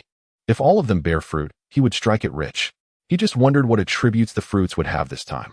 As for the original 3 trees in the farm, he had already dug them out and replanted them. They were growing well, but he hadn't seen any signs of blooming. At 1 o'clock in the afternoon, Meng He arrived with 3 team members, each with a cultivation level of 6 or 7 stars. They were responsible for escorting Su Fan and Chun Mo to the first military academy. The road will be very dangerous. If you encounter any danger, I order you to run immediately. Do you understand? Before setting off, Meng He repeatedly urged Su Fan and Chun Mo. Su Fan looked at him, thought for a moment, and then asked, Captain Meng, what do you think our chances are of surviving in the wilderness if something happens? and we have to run considering we are just two novice awakeners. Menghe was momentarily at a loss for words, feeling somewhat troubled. He glared at Su Fan and snorted, falling silent. The command center had specialized armored vehicles that were extremely sturdy. Generally, low-level monsters could not break through their defenses. However, if they encountered high-level monsters, they would be sitting ducks. Menghe sat in the back with Su Fan and Chen Mo, while the other three squeezed in the front to drive. Chen Mo seemed somewhat excited as he looked out the car window. He hadn't left Shangjing City in 18 years and had no idea what the world outside the walls was like. This was his first time going far, so naturally he was happy. Since the resurgence of spiritual energy and the mutation of flora and fauna, the wilderness had become exceedingly dangerous. Ordinary people wishing to travel to other cities could only rely on specialized transport companies to arrange escorts for them. However, this was also very dangerous. If they encountered a monster attack in the wilderness, they could easily lose their lives, but there was no other choice. The vehicle drove out of the city gate, and looking at those towering trees, Su Fan felt a bit shocked. This world was truly different from the one he originally came from. The wilderness looked like a primeval jungle with grass growing up to 1 or 2 meters in height, exuding a wild aura. In the wilderness, normal animals were almost nowhere to be seen. They had mostly mutated into monsters, just a matter of their level of attack. Fan, go look over there. Isn't that a hamster?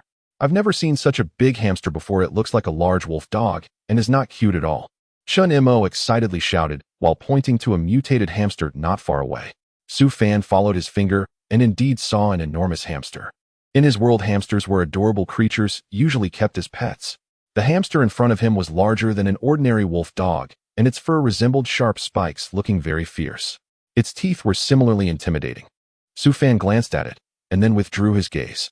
The wilderness is very dangerous. Our vehicle has a simple stealth function. Low-level monsters like hamsters generally cannot detect our presence, but once we encounter clever monsters, they can detect our movements and attack us. This road is the safest route to the capital, but it seems a bit unsettled lately, especially since the 3 teachers from the first military academy have already been attacked. Their strength is significantly greater than ours. Seeing that Chen Mo was quite interested in the wilderness, he thought for a moment and then seriously explained the dangers of the wilderness. Are those teachers really strong? How strong? Chen Mo had no concept of this, considering he had just awakened and had trained for less than a month. The injured female teacher you saw earlier is a clever awakener and has already reached 6 stars in cultivation. Menghe pondered before answering, so why is she so severely injured? Chen Mo recalled the wounds on Xiao Yanqing and shrank his neck. He was beginning to realize how dangerous the wilderness was. After all, it was his first time leaving the city and stepping outside the walls, and he was still filled with curiosity and longing for the outside world. Before the resurgence of spiritual energy, he often ventured outside. It had been 10 years since the resurgence, and Chen Mo was starting to forget what the outside world was like. Every time the first military academy arranges for teachers to pick up and drop off students, they are all clever or higher awakeners, and their combat power is not weak. This time 2 of them were lost in the monster attack. Menghe stopped there and did not continue. Chen Mo felt the atmosphere was off and also remained silent. The vehicle had been traveling for about 2 hours, and the surroundings grew increasingly quiet. Inside the car, they could not hear even the slightest sound, which felt a bit eerie. The Devil Vine and the mutated Tiger King had left with Su Fan and were now following closely behind the vehicle. Su Fan was meditating with his eyes closed when he suddenly received a warning from the Devil Vine and the Tiger King. At the 9 o'clock direction, a monster was approaching, and it seemed to be heading straight for them with quite a number of them. Su Fan suddenly opened his eyes and alerted Menghe. At the 9 o'clock direction, there are monsters attacking, and they are 500 meters away from us. What? Menghe was somewhat skeptical. After all, their vehicle was equipped with a detection system, and if monsters were within 500 meters, the vehicle's radar system should have already detected them. Just as he was about to say it was impossible, he heard the driver in front exclaim in surprise, "Captain Meng, there really are monsters approaching, and there are quite a few of them." Menghe cursed, "Damn it. How could Yao Shou be attacking us?" and instantly shifted into combat mode. The others braced themselves as well. Su Fan was communicating with Hu Wang and Mo Guitung. The Yao Shou assaulting them were of low rank at most, class yet numerous, over 30, drawn here by sensing their aura. Su Fan did not move. He did not wish to reveal the presence of Mo Guitung and Hu Wang, so he sat quietly in his seat. A thunderous roar erupted as a huge wolf-shaped Yao Shou burst from the trees. Its massive claws raked the vehicle, leaving a white gouge along the body that, though deep, failed to tear the chassis open. Meng He swore and flung the door open, charging out. Apart from the driver, the other two also disembarked without hesitation. Chun Mo wore an eager grin, almost vibrating with excitement. "Brother Fan, shall I get down and help?" he asked. "Your practical combat experience is too poor," Su Fan replied. "Sit here and learn while you watch." Su Fan rolled his eyes. Normally Chun Mo had been timid, but since his awakening, he fancied himself invincible, eager to pounce on any Yao Shou that appeared. Chun Mo rubbed his nose. "I could give them a blessing too. My metal affinity is quite useful." Su Fan said nothing and simply watched the fight outside. Meng He's prowess was unquestionable, and the two at his side were hardly weak. All three shared a fire attribute, their auras augmenting one another, making their strikes swift and decisive. The attackers were low-grade beasts, two class wolves accompanied by a scattering of underlings. By the combined effort of Meng He and his companions, the skirmish was concluded in under an hour. Meng He had no time to examine the bodies. He hurried back into the vehicle and urged, "Quick, drive away from here. Leave at once. The scent of blood will attract stronger Yao Shou." Fighting in the wild was perilous, especially once blood was spilled. The tremors of battle would draw a nearby beast's attention, and the blood scent would summon bloodthirsty predators. If they failed to leave in time, they would become prey. Meng He's battlefield experience made him all too aware of such risks. The driver planted his foot on the accelerator, and the vehicle fled the scene at top speed. No sooner had they gone than a large pack of Yao Shou arrived. Surveying the strewn corpses, they howled in fury before turning and charging in the direction Meng He had taken. Some beasts remained behind to feed on the carcasses. Meng He's vehicle raced onward for more than 2 hours, and no one among them dared relax. The driver glanced at the navigation and said gravely, "We are 80 li from the nearest city. At best we can make it in half an hour." "Hurry, they will likely catch up, Meng," he urged with a stern face. The driver wasted no words and pressed on with everything he had.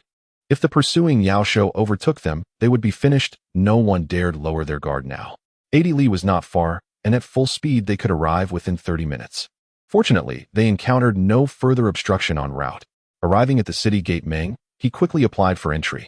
The command post inside the city verified their credentials before opening the gate and admitting them. Within the city, Meng He at last allowed himself a breath. As they parked and stepped down, a squad of soldiers approached and surrounded the vehicle. "Where are you from?" they demanded. Meng He stepped out and tossed his officer's identification forward. "We come from Shangjing City, escorting students to Destined." The soldiers took the ID, inspected it, and after confirming its validity, asked, "We also have a student bound for Destined. Could you escort them as well?" "What, nobody came to fetch the student?" Meng He asked, puzzled. "Don't ask," the soldier replied, shaking his head. "The teacher sent to collect them was killed by Yao Shou en route. We only just received the news, and we simply lack the manpower. A beast tide struck days ago, and many perished. If we divert personnel, now more disaster may follow." Meng He listened, his expression darkening. "Teachers from Destined have all been attacked. Ours were attacked as well. Destined dispatched 45 instructors to retrieve students," the soldier continued. "I have just received word 27 are dead, and the remainder are gravely wounded. They will likely never fully recover. Even if they do, they will be ruined." At Meng He's words, the soldiers' faces fell. "Damn it, those damned Yao Shou!" Meng He spat. Su Fan and Chun Mo exchanged stunned glances. They had not expected such heavy losses. Every instructor at Destined was a vital combat asset. Beyond the classroom, they stood on the battlefield when crises arose. To lose so many at once was a serious blow. Should a large-scale war erupt, the consequences could be catastrophic. Meng He negotiated with the soldiers and agreed to escort their student to Destined. With night falling, however, traveling the wilderness in darkness was tantamount to suicide, so they resolved to rest for the night and depart at first light. This city was not very close to Shangjing City. It still lay some 700 to 800 kilometers away. Su Fan and the others spent the night at the command center. In the evening, they met the student accepted by Destined, a girl and an unmistakable beauty. The girl exuded a chilled aura. Upon seeing Su Fan and the others, she offered only a faint nod, gave no sign of wishing to speak, and returned to her room to rest. Chun Mo gazed at the shut door and could not help but murmur, "Brother Fan, that girl is truly beautiful and has an intriguing presence." Su Fan rolled his eyes. "Aren't you fond of Tian Lei?" Chun Mo scratched his head and laughed sheepishly. "Ahem, only admiring her, that's all." Su Fan paid him no mind and returned to his room to rest. Lying on the bed, he entered his spatial pocket and set about his day's farming plans. With 3 artifacts in his possession, farming was considerably easier, yet the work remained tedious.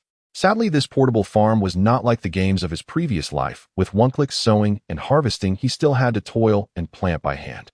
Su Fan labored through the night within the spatial pocket and managed to cultivate only a third of the land, a pace that, given the circumstances, bordered on miraculous. When the harvest was finished, a knock sounded at the door. He paused his work and exited the spatial pocket. Fan Gu, it's time to gather. As the first light of dawn broke, Chen Imo still looked groggy as he stood in front of Su Fan. At that moment, the girl next door also opened her door. Su Fan had learned her name yesterday. It was Ning Shui, and she was as cold as her name suggested. Su Fan nodded at her as a form of greeting, and the three of them headed out together to gather. Meng He and the others were already waiting downstairs. Seeing that both Su Fan and Ning Shui looked good apart from Chen Imo, he nodded and signaled everyone to get in the car. Ning Shui sat alone at the back of the car, not greeting anyone. Su Fan and Chen Imo got in after her. There might be dangers on the way. You must stay inside the car and absolutely cannot get out if anything happens. Meng He reminded them once more. Su Fan said nothing, quietly sitting and waiting for departure. Once the car started, they passed through the south gate and re-entered the wilderness. This time Chen Imo had lost interest in shouting and making noise. After seeing the scenery outside too many times, it became rather boring, filled mostly with towering trees and a few scattered low-level monsters that posed no threat and couldn't even detect their presence. After a night of excitement, Chen Imo had not rested well and leaned back in his seat to rest. Su Fan's consciousness sank into his personal farm to continue farming. Ning Shui quietly practiced behind them, and the three of them were surprisingly harmonious, not disturbing each other. Seeing them like this, Meng He focused on dealing with the potential dangers ahead, remaining silent. The atmosphere during the journey was quite oppressive. After several hours of travel, noon arrived. Chen Imo, feeling hungry, rubbed his stomach and woke up. Fan Gu, I'm hungry. Chen Imo instinctively spoke up. Su Fan threw his backpack to him. Get something to eat yourself. The bag contained various fruits and items like tomatoes and corn that he had brought before leaving. Su Fan's backpack had a preservation function, ensuring these items wouldn't spoil or go bad. Chen Imo opened the bag and took out a corn cob, starting to munch on it. Noticing that Ning Shui had also stopped her practice, he thought for a moment and then took another corn cob, offering it to her. Classmate, would you like some? Ning Shui coldly glanced at him, her amber eyes devoid of any emotion. Chen Imo felt a chill down his spine and quietly retracted the corn, handing it to Meng He instead. Meng He wasn't going to be polite. After all, corn was something they couldn't afford. A single cob would sell for at least 3,000 in the market. It was truly a luxury item only the wealthy could afford. Chen Imo shared another cob with the front team members, and everyone ate with delight. Su Fan took an apple and started to munch on it. Ning Shui initially didn't want to eat anything, but the faint aroma in the air drew her gaze to the food in the other's hands.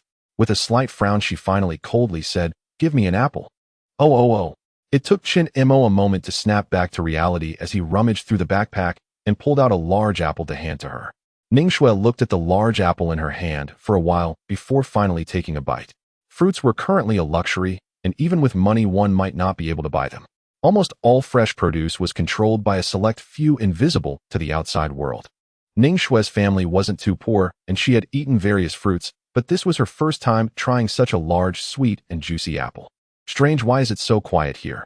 After finishing his meal, Meng He began to feel that something was off. The wilderness rarely had such quiet moments, and they hadn't seen a single low-level monster along the way.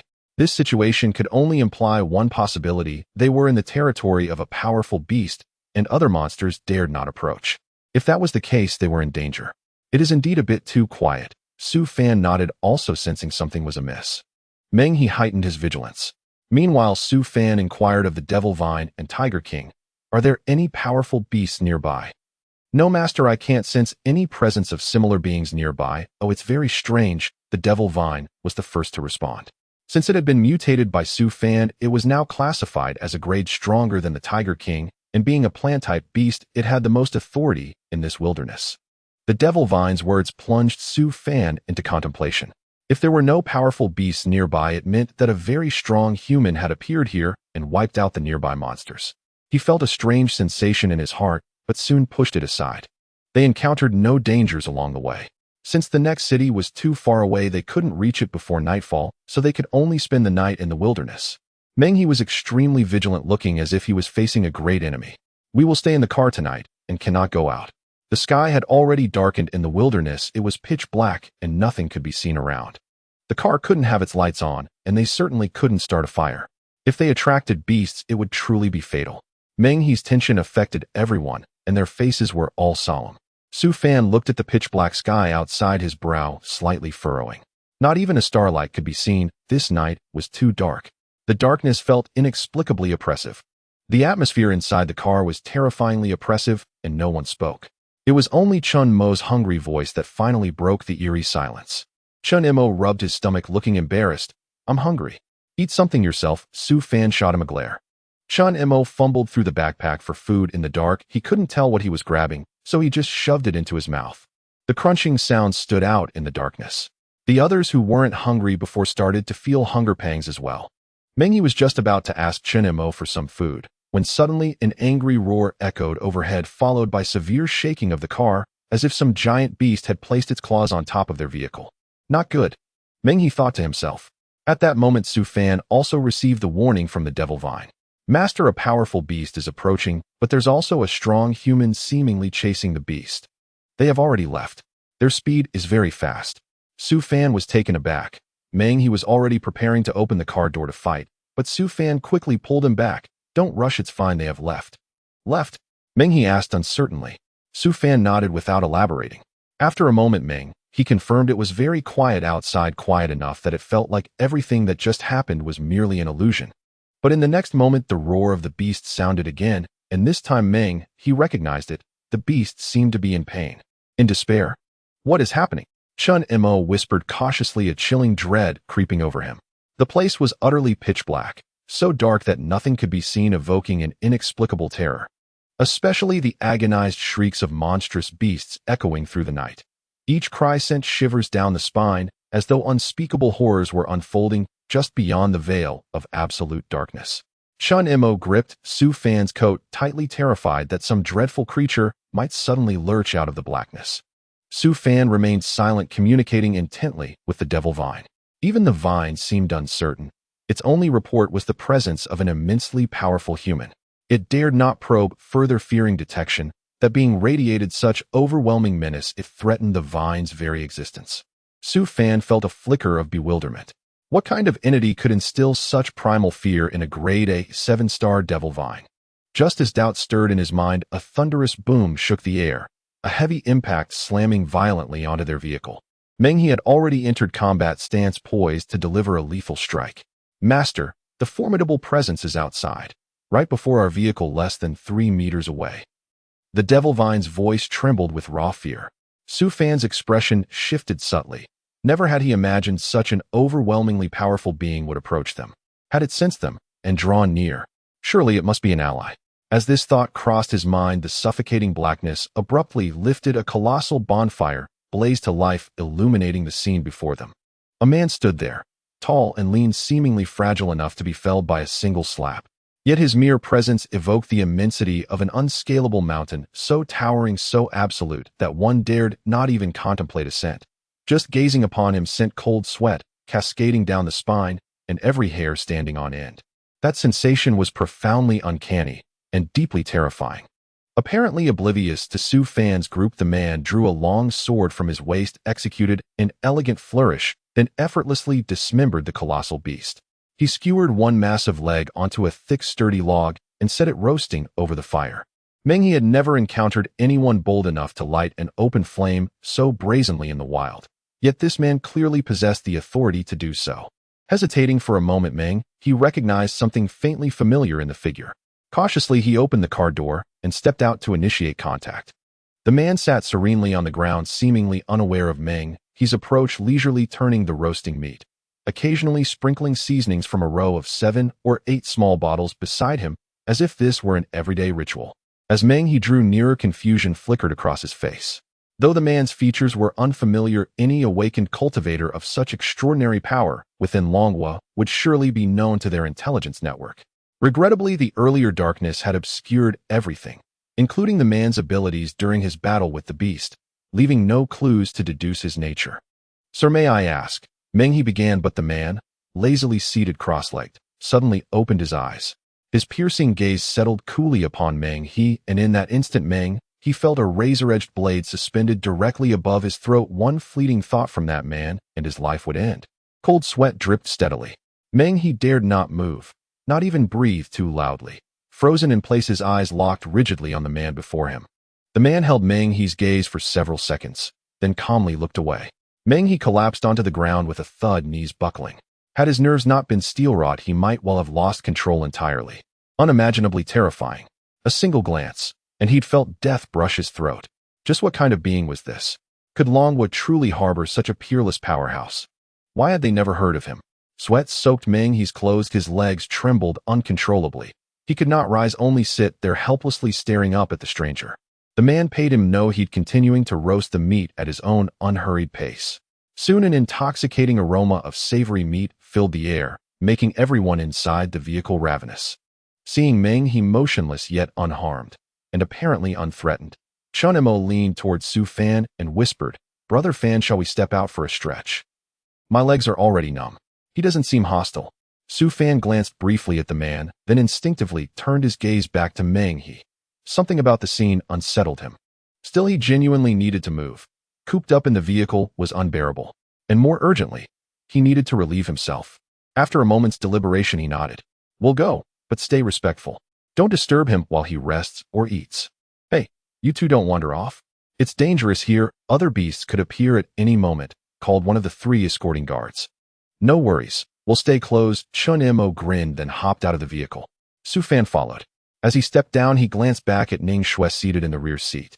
"Would you like to come down?" She cast him a frost-laced glance, gave a curt, dismissive hum, and said nothing.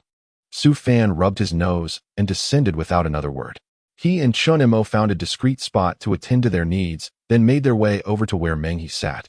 Meng He watched the two youths stride forward with such audacity, and nearly died of fright. "Su Fan, Chun Mo, you."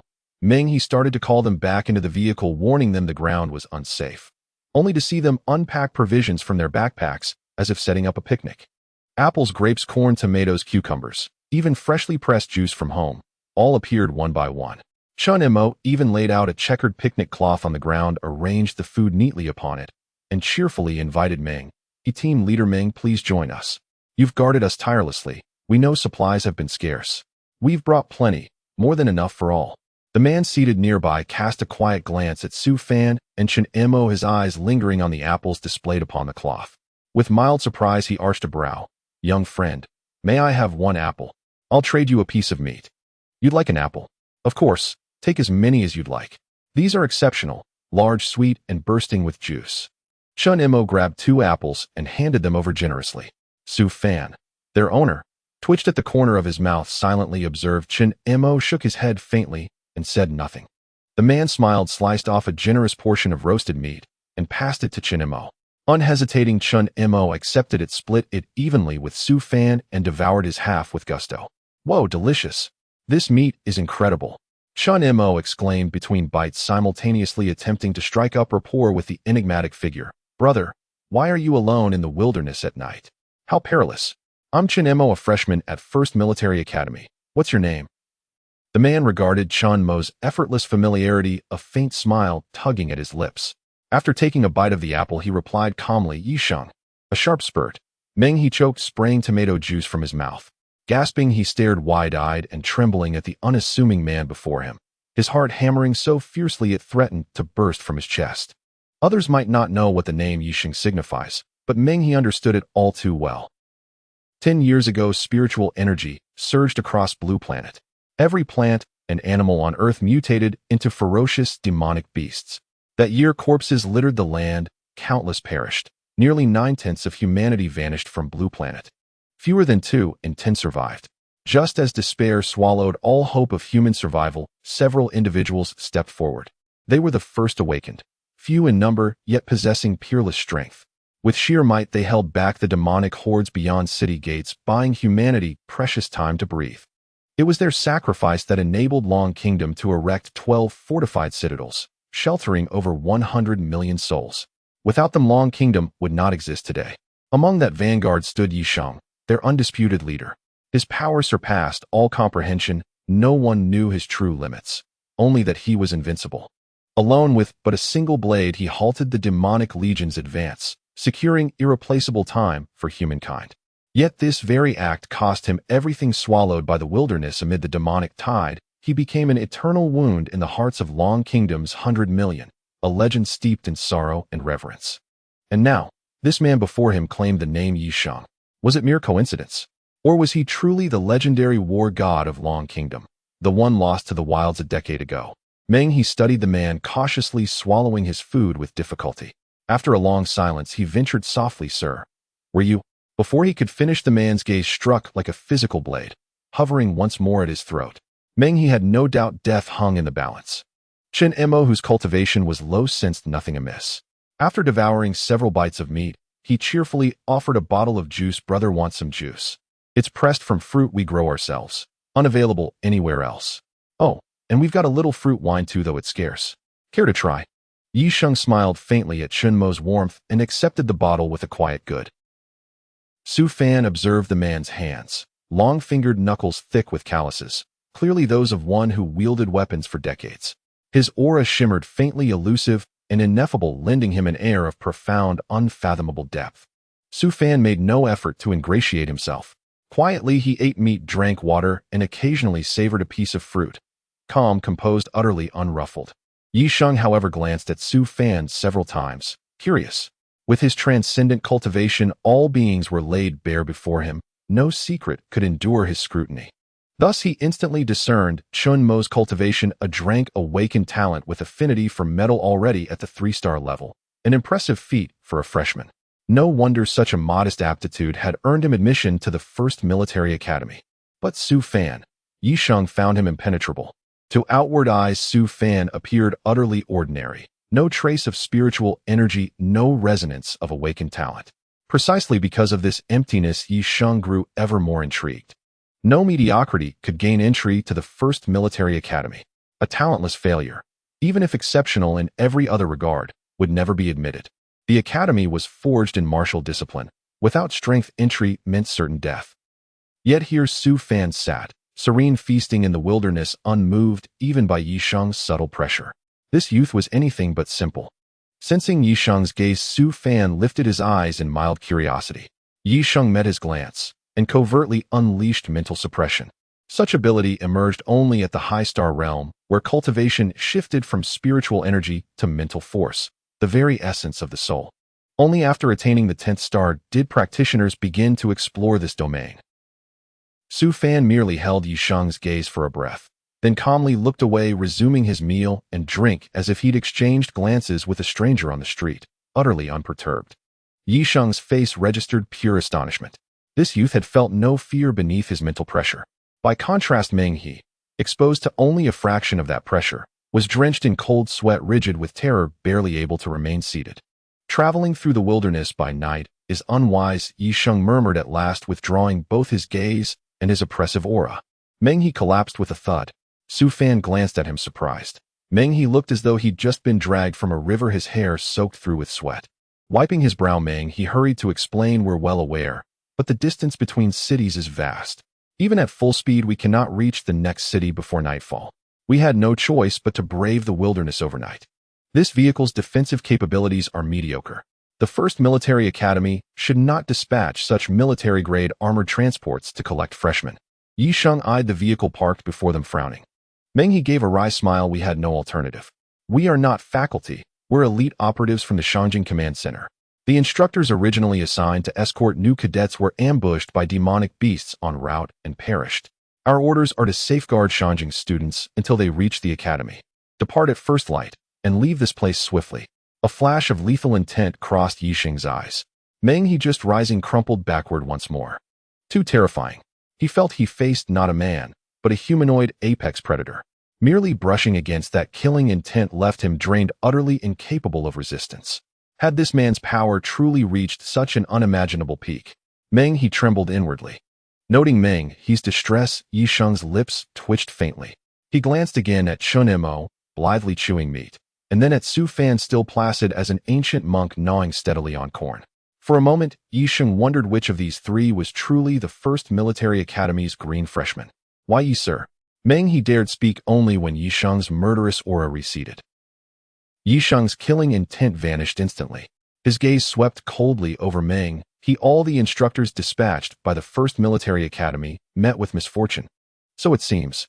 Of the 45 sent, 27 are confirmed dead, the rest suffered grievous wounds, so severe that even survival would leave them crippled beyond recovery. Meng He spoke heavily. Yi Sheng's eyes hardened. He let out a sharp, contemptuous snort, drew the blade at his waist, and severed a massive thigh from the demonic beast pinned atop the armored vehicle, tossing it onto the fire to roast. Meng He swallowed hard, his throat dry. Too terrifying. Brother, we still have people in the car. Can we call them down to eat together? Chen Mo looked at Yi Sheng, who was roasting another leg, and quickly asked with a smile. Of course. Yi Sheng smiled gently at Chen Mo. Chen Mo's temperament was truly rare. Even in such a dangerous place, he could maintain his composure, enjoying food and drink without a trace of fear. This disposition would keep him unbeaten on the battlefield, for he would not easily lose his calm in the face of challenges. Such a person is indeed a trustworthy and reliable teammate. Having received Yi Sheng's permission, Chen Mo hurriedly went to call the people in the car down for food. They initially wanted to refuse, but the aroma of the roasted meat was irresistible. They had no choice but to obediently get out of the car, greet Yi Sheng, and then sit on the ground devouring the meat. Chen Mo intended to bring out some wine, but was stopped by Meng He. Yi Sheng was quite interested in the fruit wine brewed by Su Fan. He asked for a bottle, opened it, and a strong, fruity fragrance wafted out. He brought it to his nose, and then asked Chen Mo, peach wine. Yes, that's right. This is peach wine, made by my brother Fan. My brother Fan is quite impressive. He is not only powerful, but also an exceptional cook. Chen Mo took the opportunity to promote Su Fan. Su Fan felt speechless and silently looked at Chen Mo. Yi Sheng smiled, looking at the two of them with envy. Such brotherly affection is truly rare. At this moment, Ning Shui was sitting on the ground, and upon hearing Chen Mo's words, she glanced at Su Fan indifferently before quickly shifting her gaze away. She felt no trace of spiritual energy fluctuation from Su Fan. He was clearly a talentless waste. She couldn't understand why the first military academy would admit him. She didn't want to say much to Su Fan and Chen Mo. After a light meal, she returned to the car to cultivate. Brother Fan, this cold beauty is really diligent. She hasn't forgotten to cultivate even at this time. Chen Mo looked at Ning Shui and couldn't help but whisper to Su Fan. You should also cultivate well, Su Fan replied, giving Chen Mo a glare. Chen Mo scratched his head and said, then after I finish eating, I'll go cultivate. The spiritual energy in the wilderness is denser than in the city, making it a good cultivation holy land. Plus, this is a 10-star beast. Eating its meat and then cultivating here will yield double the results with half the effort. Yi Sheng looked at Chen Mo and Su Fan with a smile, growing fonder of these two youngsters. Chen Mo nodded repeatedly at his words. After feasting, the bonfire continued to burn. With a powerful presence like Yi Sheng around, no beasts dared to approach. It was very safe here. After eating his fill, Chen Mo sat cross-legged and began to cultivate. Yi Sheng initially didn't pay much attention, but when Chen Mo began to circulate his cultivation technique and absorb the surrounding spiritual energy, his expression changed, and he gazed intently at Chen Mo. This kid's cultivation technique. His heart raced. Oh, was it a complete cultivation method? But that was impossible. Years ago, they had accidentally entered an ancient ruin and only found a few fragments of cultivation methods. They had already reached this level, relying solely on those fragments. If there was a complete cultivation method, what level would he have achieved? His gaze toward Chen Mo grew fervent. Su Fan noticed the change in Yi Sheng's expression and felt a chill run down his spine, thinking it was bad. It seemed Yi Sheng had sensed something was off with Chen Mo's cultivation method. He shouldn't be careless. When Yi Sheng introduced himself, Su Fan had already thought of the hero Yi Sheng from the textbooks, who had once saved the Dragon Kingdom from peril. However, he hadn't dared to confirm it at the time. After all, Yi Sheng had been 40 years old 10 years ago and was recorded in history to have been devoured by a beast tied, perishing in that century-long war. Seeing the look in Yi Sheng's eyes now made Su Fan increasingly certain that this person was indeed the hero recorded in history. Such a figure shouldn't resort to killing them to steal a crank cultivation method, right? Su Fan remained vigilant while secretly issuing commands to the Devil Vine and Tiger King to be ready for battle. As for Chen Mo, the technique required 25 minutes for a full cycle. He wouldn't wake up so soon. Meng He also sensed something was off, but his cultivation level wasn't very high, so his feelings were not very clear. He merely looked at Chen Mo with confusion and did not speak. Before long, an hour had passed. After Chen Mo completed his final cycle, he felt exceptionally clear all over, though he was still short of breaking through to 4 stars, which left him a bit disappointed. He leaned over to Su Fan and murmured, "Brother Fan, am I just too untalented? I've been cultivating for about 20 days now, right? Why haven't I broken through to 4 stars yet?" Su Fan twitched his mouth at his words. "Some might not even break through to 4 stars after 3 years of cultivation, and you are complaining after only 20 days. Menghe didn't catch what the two were saying, but Yisheng heard it clearly. His face twitched, and his expression turned quite strange. 20 days. 20 days to reach the peak of 3 stars. What kind of devilish talent is this? And he was still dissatisfied with his cultivation speed and felt his talent was poor.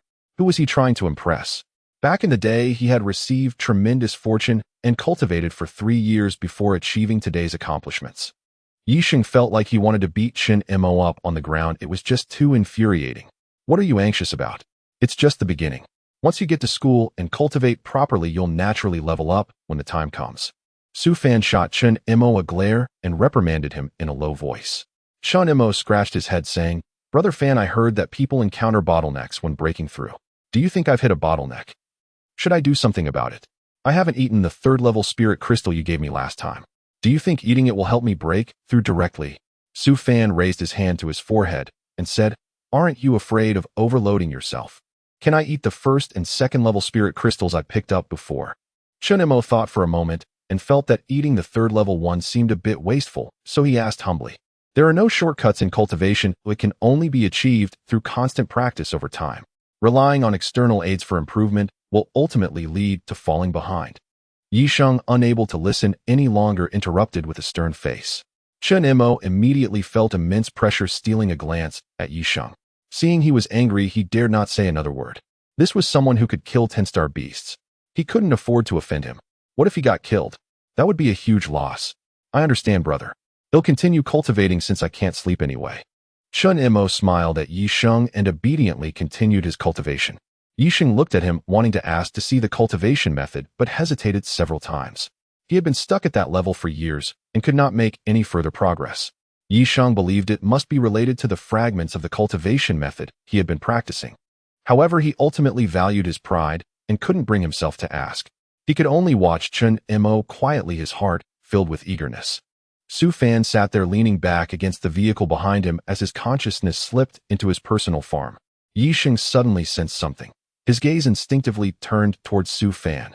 For a fleeting moment, he felt an overwhelming surge of spiritual energy emanating from Su Fan, yet it vanished before he could grasp its nature, leaving no trace behind.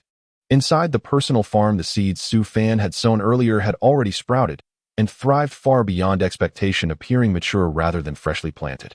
He inspected the watermelon vines. Blossoms had bloomed, and several tiny fruits, no larger than fists, had just begun to form, still far from ripening. Cucumber vines hung heavy with slender finger-length cucumbers. Tomato trees bore clusters of thumb-sized fruits. The astonishing growth rate startled Su Fan. System, is the time flow inside this personal farm different from the outside world? He inwardly voiced his question, unable to suppress his curiosity. The system responded promptly and unambiguously. Each use of growth acceleration alters the soil's natural composition. Once transformed crops planted on such land experience shortened growth cycles. Currently, growth acceleration covers approximately 300,000 mu, encompassing the entire farm. Ah, I see. Su Fan finally understood. System, sowing 300,000 mu manually is exhausting. Is there no faster method? Already clutching a sack of seeds, he began walking toward the fields while casually posing the question. The host may enlist tamed beastkin or plant spirits to assist in cultivation. The system provides no tools or shortcuts for rapid sowing or harvesting. The system replied with detached indifference. Su Fan sighed and relented. After all, his own pace was swift enough and physical labor would only strengthen his body. His physical constitution still lagged far behind those who had cultivated for years. Upon finishing sowing, he gazed across the endless expanse of his farm and released a slow, steady breath. Much remained to be built, most urgently a dwelling.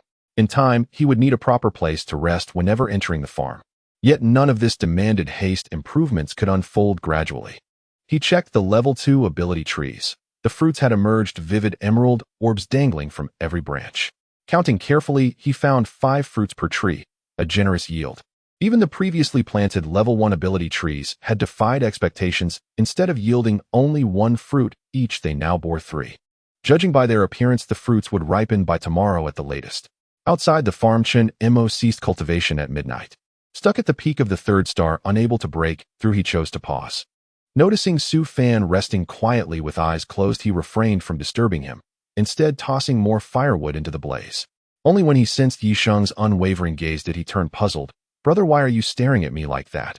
Is your cultivation technique the standardized one issued by the academy?" Yisheng asked directly. "Yes, we underwent talent assessments first, then attended lectures on cultivation progression.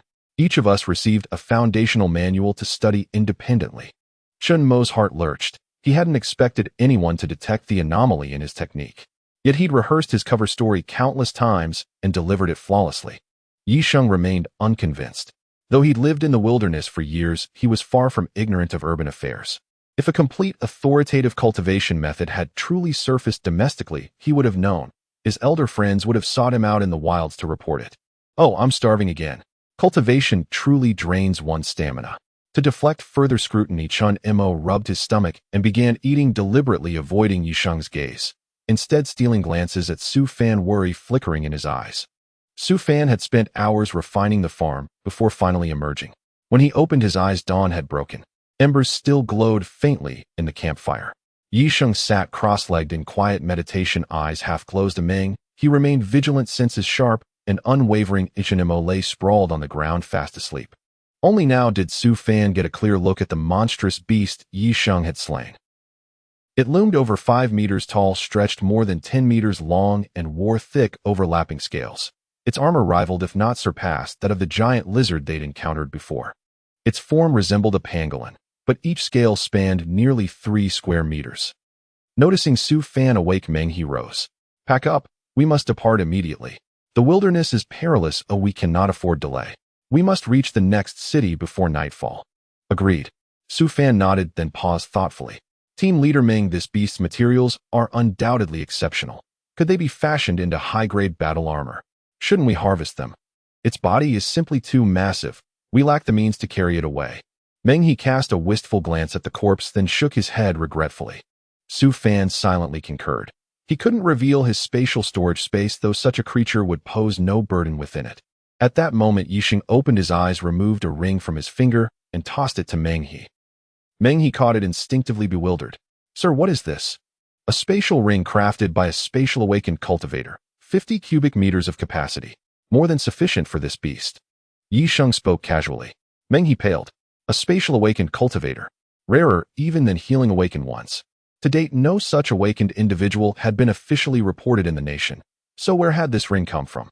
A chilling suspicion took root in Meng He's mind, and his gaze upon Yisheng shifted, sharp, calculating, awestruck. "What are you waiting for? Time is slipping away. Hurry, gather the remains. At the next city, hand them over. Specialized transport channels will deliver them to qualified artisans." Yisheng shot Meng He an impatient glare. Startled Meng He snapped back to action, swiftly sealing the beast's carcass within the ring, his fingers trembling slightly as he held it, disbelief still clinging to his thoughts. Su Fan couldn't help but glance at the ring in Meng He's hand. A spatial ring. Although 50 cubic meters might be a bit small, this item can be displayed openly. His storage space was already quite large, but he couldn't use it recklessly or it would lead to major trouble. Noticing Su Fan's gaze, Yisheng couldn't help but chuckle. "Kid, what's the matter? Are you interested in this spatial ring?" Su Fan turned to look at Yisheng and nodded honestly. "I am quite interested. This is the first time I've seen something like this. You just haven't had access to it. Once your level rises and your status changes, some things will become accessible to you." Yisheng waved his hand. At this moment, Chen Mo awoke and, hearing their conversation, asked in confusion, "What spatial ring? Isn't that something from those novels?" "Of course they exist in reality, but they are extremely rare, only held by a select few." Yisheng laughed heartily, not bothering to explain much to Chen Mo. Meng He cleaned up the traces at the scene and then gestured for Su Fan and Chen Mo to get in the car. After both of them got into the car, he uncertainly looked at Yisheng and asked, "Are you not coming back with us?" "I'm not going back." Yisheng waved his hand, clearly not eager to return to reality. "When we reach the next city, hand over the corpses of the demon beasts inside, and then this ring will be given to Su Fan." After considering, Yisheng glanced at Su Fan in the car before speaking indifferently. "Give it to Su Fan." Meng He nearly bit his own tongue. Such a precious item given to Su Fan. This was a spatial ring. It wasn't just an ordinary item. "Yes, give it to him." Yisheng waved his hand dismissively, as if it were merely a piece of candy for a child. After saying this, he no longer looked at Meng He, and with a strong push against the ground, his entire being shot out hundreds of meters, disappearing in no time. Meng He looked on with envy, but suddenly he heard Yisheng's reminder, "You two should leave quickly. I killed an 11 demon beast here last night, and high-level demon beasts will likely come to investigate soon." Hearing this, Meng He was immediately frightened, his legs feeling weak, and he hurriedly opened the car door and got in, instructing the driver to start the car. The car quickly drove away, and after more than an hour, an enormous gorilla-like demon beast appeared at the site. It glanced at the traces of the fire on the ground and the lingering smell of blood in the air, its gaze icy, then turned toward the direction where Meng He and the others had left, quickly setting off in pursuit. Sitting in the car, Meng He felt a wave of panic. "I wonder if any demon beasts are chasing us. Hurry, go full speed," Su Fan urged, his expression grave. The perception range of the Devil's Vine is exceptionally broad, especially in the wild. It can now control all plant-based demon beasts, turning them into its eyes to relay information. Therefore, right after Meng He asked that question, the Devil's Vine informed Su Fan that at least 10 level or higher demon beasts were chasing them, the nearest being in a level titan less than half an hour away. "You." Meng He looked at Su Fan. "Stop talking nonsense and hurry. Otherwise, well, all die in the wild." Su Fan had no time to explain, only urging them on.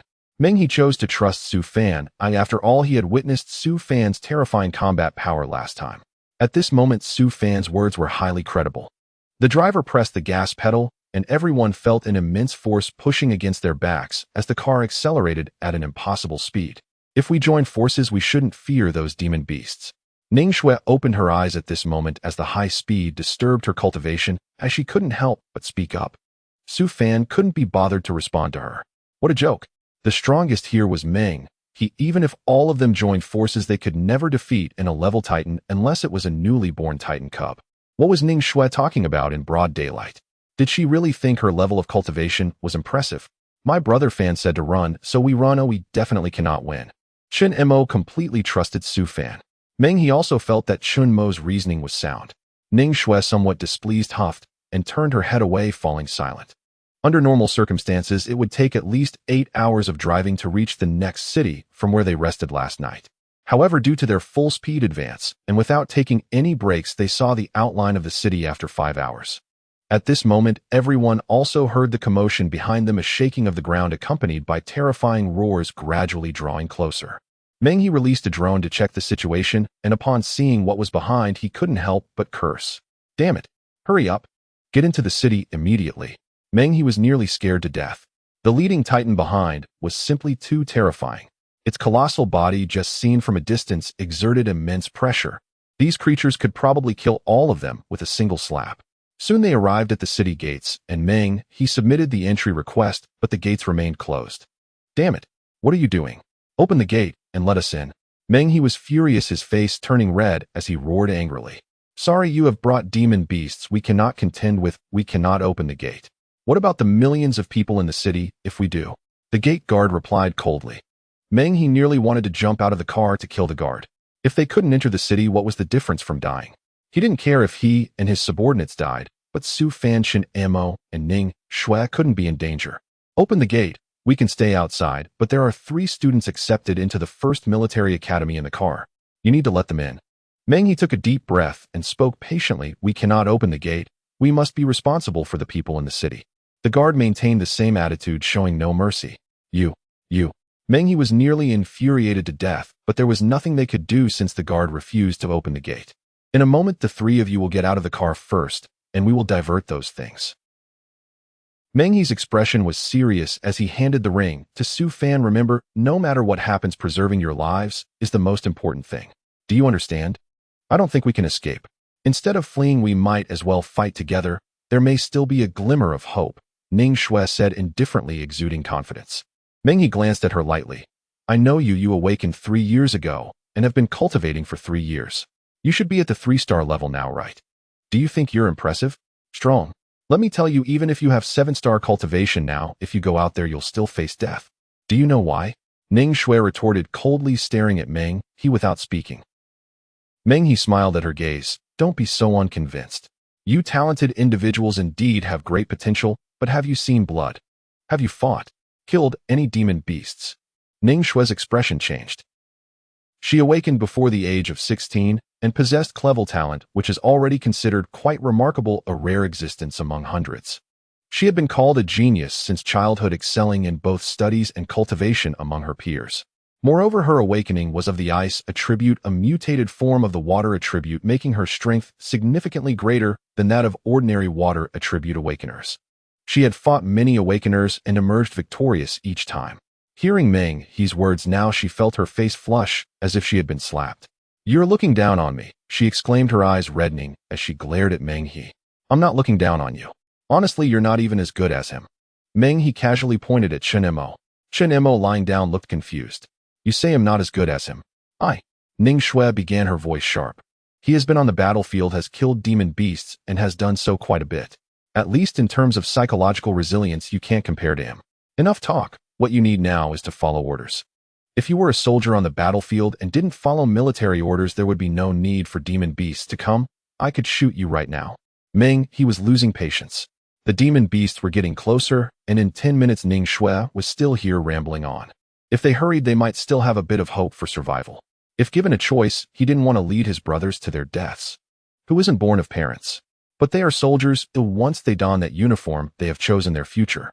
They must protect this country, and it's vulnerable. You are no match. Leading them isn't a level titan. Seeing Meng He's expression of resolve, Su Fan felt helpless. He actually admired these soldiers. Whether in his past life or this one, he respected their unyielding spirit, knowing it was death, yet still charging forward without hesitation. He admired their willingness to sacrifice for their mission, for a belief. Perhaps it was this spirit that made it impossible for him to continue to stand by idly. Although he wanted to hide his strength, if hiding it meant sacrificing lives, what was the point of concealing his power? "You?" Meng He looked gravely at Su Fan. Meng He knew that Su Fan had been severely injured the last time he unleashed his power. These past few days he had noticed Su Fan's pale complexion, estimating he could not exert the same formidable strength again. "I can't fight either." Su Fan shook his head. "I can't go into invincible mode again. The after effects from last time haven't fully subsided." However, he did have two fierce generals under him, the Tiger King and the mutated Devil Vine. Especially the Devil Vine, which hadn't fought with full strength since its mutation. He was curious about its current power. "Then you all should leave. Your survival is the hope for this country." Meng He's eyes suddenly became incredibly determined as he reached out to push Su Fan out of the vehicle. "Captain Meng, don't worry. My brother Fan has a plan to stop thinking about death all the time," Chen Mo said, looking at Meng He with some helplessness. "What plan? It's not just a few demon beasts. Don't you see how these cowardly people won't even open the city gates for us?" Meng He glared at Chen Mo. Chen Mo rubbed his nose and looked at Su Fan. "Yes, I do have a plan." Su Fan nodded, then opened the car door and stepped out. Meng He's heart raced. He quickly followed suit, shielding Su Fan, and the other team members got out of the vehicle as well. Ning Shui frowned, unable to understand why Meng He treated Su Fan with such respect. He was just a useless person without cultivation. Why did Meng He treat him so well? Her face darkened as she followed them out. Just as she was about to speak, Su Fan looked at the distant billowing dust and spoke calmly. "Come out and help me block them." "Pretentious," Ning Shui cursed, drawing her weapon and ready for battle. Meng He frowned at her, but said nothing.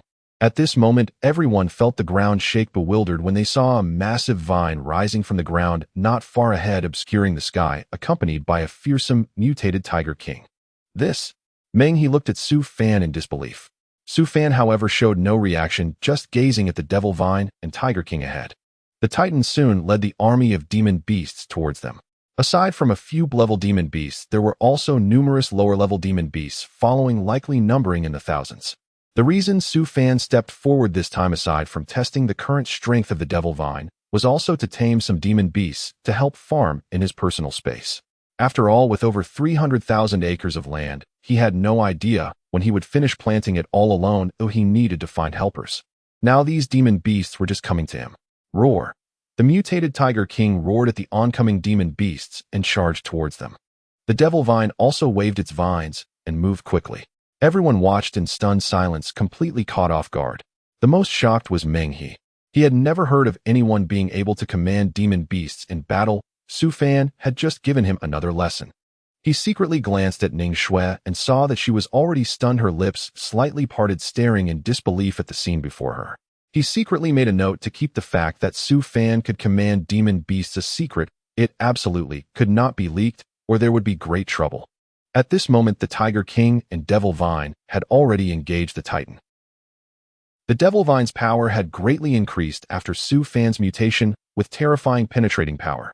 It easily pierced through a clever demon beast as if it were stabbing tofu. The countless vines it extended quickly harvested a large number of low-level demon beasts. Meanwhile, the system's notification sound echoed continuously in Su Fan's mind. Clevel Storm Wolf available for taming. Do you wish to tame? Clevel Earth Wolf available for taming. Do you wish to tame? Clevel Longarm Gibbon available for taming. Do you wish to tame? Su Fan naturally did not let any of them go. He tamed them all. He also discovered that the system was quite picky. Only Clevel and above would trigger the taming prompt. Lower levels were ignored. In no time, Su Fan had already tamed over 100 demon beasts. These tamed demon beasts were directly stored in his personal farm. After taming them, he was not worried about any betrayal. He had set aside a space in the farm for them to stay temporarily. These demonic beasts before him have actively come to deliver their heads, serving as his laborers. Su Fan took a moment to glance at his personal farm, where he had specifically enclosed an area that now housed over 100 demonic beasts. At this moment, these beasts were very quiet and obedient, showing none of the violent demeanor they had earlier. Su Fan only glanced once before returning his focus to the fierce battle ahead. He was increasingly astonished by Su Fan. To be able to tame beasts, moreover to control such fearsome beasts. This ability is simply unheard of among all the talents discovered internationally. None have the ability to tame beasts. This discovery is bound to shock the entire world. No wonder Su Fan appeared so calm along the way. It turns out he possesses such abilities. Are these your demonic beasts? Ning Shui frowned as she watched the battle ahead and turned to look at Su Fan. She found it hard to believe that Su Fan had tamed them himself, or perhaps they were captured by an elder in his family and left to protect him. How could an 18-year-old boy possibly have such power? Who would believe it? A genius like her, after 3 years of cultivation, had only reached the peak of 3 stars. Seeing the doubt and suspicion in Ning Shui's eyes, Su Fan couldn't be bothered to explain much. They were already uncomfortable with each other. It was merely a coincidence that they were traveling together, and after arriving at the first military academy, they might very well part ways. Moreover, Su Fan really didn't like Ning Shui's haughty and superior demeanor. He was disinclined to speak with her, but Ning Shui interpreted his attitude as a provocation. Su Fan, I am talking to you. Haven't your parents taught you the basic manners of being a person? Manners. When you question me so rudely, have you considered that your behavior is in fact impolite? Why should I answer your questions? Who do you think you are? Su Fan was not one to indulge Ning Shui's bad habits. He wasn't her father to tolerate her bad temper. Thinking of herself as a genius, in reality, she was nothing out of the ordinary. Shinmo's talent was not necessarily inferior to Ning Shui's. This wealthy young lady, accustomed to flattery since childhood, had always been pampered and believed herself to be superior. Ning Shui was infuriated by Su Fan's attitude. Meng He frowned at her before stepping in front of Su Fan. I will order them to keep this matter confidential. It will not leak out. You must also be cautious. Being able to command demonic beasts is not necessarily a good thing. Unless absolutely necessary, you must not reveal such abilities in front of others. Do you understand? Meng He's expression was grave. He understood very well that once Su Fan's abilities were discovered, it could lead to severe consequences. Not to mention that foreigners might want to target him. There could also be domestic conflicts that would be detrimental to him. After all, demonic beasts and humans have always been adversaries. Over the past decade, tens of thousands of people have died at the hands of demonic beasts becoming their food. Such deep-seated enmity cannot be washed away. Humanity's hatred for demonic beasts will not be extinguished by anything. The 2 demonic beasts under Su Fan's command might have harmed humans in the past. If this were to be revealed, many would seek to retaliate against Su Fan. Ning Shui's gaze flickered. Incinerate had been observing her closely, and upon seeing her expression, he felt a jolt of murderous intent surge within him. Su Fan exposed himself this time to save them. If Ning Shui truly intended to reveal Su Fan's secret, Incinerate would not hesitate to kill her. Sensing the sharp killing intent, Ning Shui froze momentarily and instinctively turned to look at Incinerate. However, Incinerat's face was expressionless, showing no sign of murderous intent. Ning Shui was puzzled, assuming she had misinterpreted the feeling. Meanwhile, the Devil's Vine and the Tiger King had already dealt with most of the lower-level demonic beasts and were now teaming up to confront the Titan. The Titan was classified as a grade and was stronger than the Devil's Vine, boasting incredibly strong defenses. Even with their combined efforts, the Devil's Vine and the Tiger King could not inflict significant damage. Meng He returned his attention to the battlefield, observing the chaotic scene with a pang of fear. Fortunately, Su Fan had a backup plan, otherwise they might have all perished here. Watching the Devil's Vine and Tiger King gradually fall into a disadvantageous position, Meng He felt anxious and couldn't help but suggest, "Su Fan, why don't you all leave first? We can stay here to cover for you." Su Fan was just about to refuse when the Titan seemed to sense something terrifying, suddenly clutching its head and turning to flee into the forest. In its haste, it knocked down several large trees before finally disappearing into the woods. Everyone was puzzled, unsure of what had happened. Meanwhile, the Devil's Vine and Tiger King seemed to sense something and urgently communicated in Su Fan's mind. "Master, quickly bring us into your personal farm. A very powerful being is approaching." Upon hearing this, Su Fan focused his thoughts and quickly stored the Devil's Vine and Tiger King away. Moments later, everyone saw a small black dot rapidly approaching from the distance, and before long it was right before them. As it drew closer, they could see that the figure was none other than Yisheng. Yisheng was taken aback upon arriving here. He glanced at the corpses strewn across the ground, and then at the unscathed Meng He and the others, unable to suppress his confusion. "I sensed a powerful fluctuation of spiritual energy here. There should have been an grade demonic beast fighting. How come you are all fine?" Meng He blinked, unsure of what to say. He couldn't lie to Yisheng, but he worried that exposing Su Fan would put him at risk. After all, Yisheng was among the first awakened ones, possessing immense strength. Additionally, his hatred for demonic beasts should run deep. A decade prior, the population of Long Kingdom had drastically reduced due to demonic beast attacks, with many losing family and friends, including Yisheng. "Brother, we owe it all to you for coming. Just now we encountered a demonic beast attack, and isn't it strange that 2 demonic beasts appeared to help us? They fought among themselves, and a large portion was killed. The remaining one, a giant gorilla, must have sensed your arrival and fled." Chun Imo pushed past Su Fan and approached Yisheng with a beaming smile, recounting the earlier events without a hint of shame. Yisheng scrutinized him, attempting to discern any signs of deceit from his expression. Unfortunately, Chun Mo's face was calm, showing no signs of anything amiss. "Earlier it was Su Fan. Did you return specifically to save us, sir? Brother, are you planning to join us at the first military academy? Our journey has been nothing short of harrowing. We've already endured multiple waves of monstrous beast assaults. Could this be a targeted strike against the first military academy?" Before Ning Shui could even speak, Chun Imo and Meng He instantly reacted, stepping forward in unison to block Yisheng's line of sight. Meanwhile, 3 of Meng He's men had already moved ahead and seized Ning Shui on the spot. How dare this woman betray her own comrades? Had it not been for Su Fan, they would all be dead. He saved their lives, yet Ning Shui sought to expose his hidden strength. Such moral bankruptcy filled them with profound contempt. "What are you doing? What do you think you're doing? I'm an officially accepted student of the first military academy. You can't lay a hand on me." Ning Shui's voice trembled. She felt the chilling aura of lethal intent radiating from the 3 men before her. "Shut your mouth. All you've done along the way is flaunt your status. What do you think you are? A genius? Only living geniuses count as geniuses. Dead ones? Humph, mere corpses." A young man bearing a jagged scar across his face sneered at Ning Shui, his eyes brimming with undisguised malice. Ning Shui recoiled. She had never faced such brutality nor endured such humiliation. She clenched her fists, but dared not utter another word. Chun Imo and Meng He swiftly steered the conversation elsewhere. Yisheng, however, sensed something deeply amiss. Under normal circumstances, monstrous beasts never attack their own kind, unless the 2 clans are sworn enemies. Moreover, they were now near a human city. Wild monstrous beasts rarely venture so close, unless preparing to launch a full-scale assault. Yet, Yisheng had glimpsed the carcasses no more than 2 or 3,000. That number was suicidal for any siege. It was merely fodder for slaughter. Just now, Ning Shui had cried out, "Su Fan." Yisheng lifted his gaze toward him. Su Fan stood there motionless, as if nothing had transpired. Sensing Yisheng's stare, he even offered a faint, tranquil smile. Yisheng's unease intensified. "Sir, humanity truly disappoints.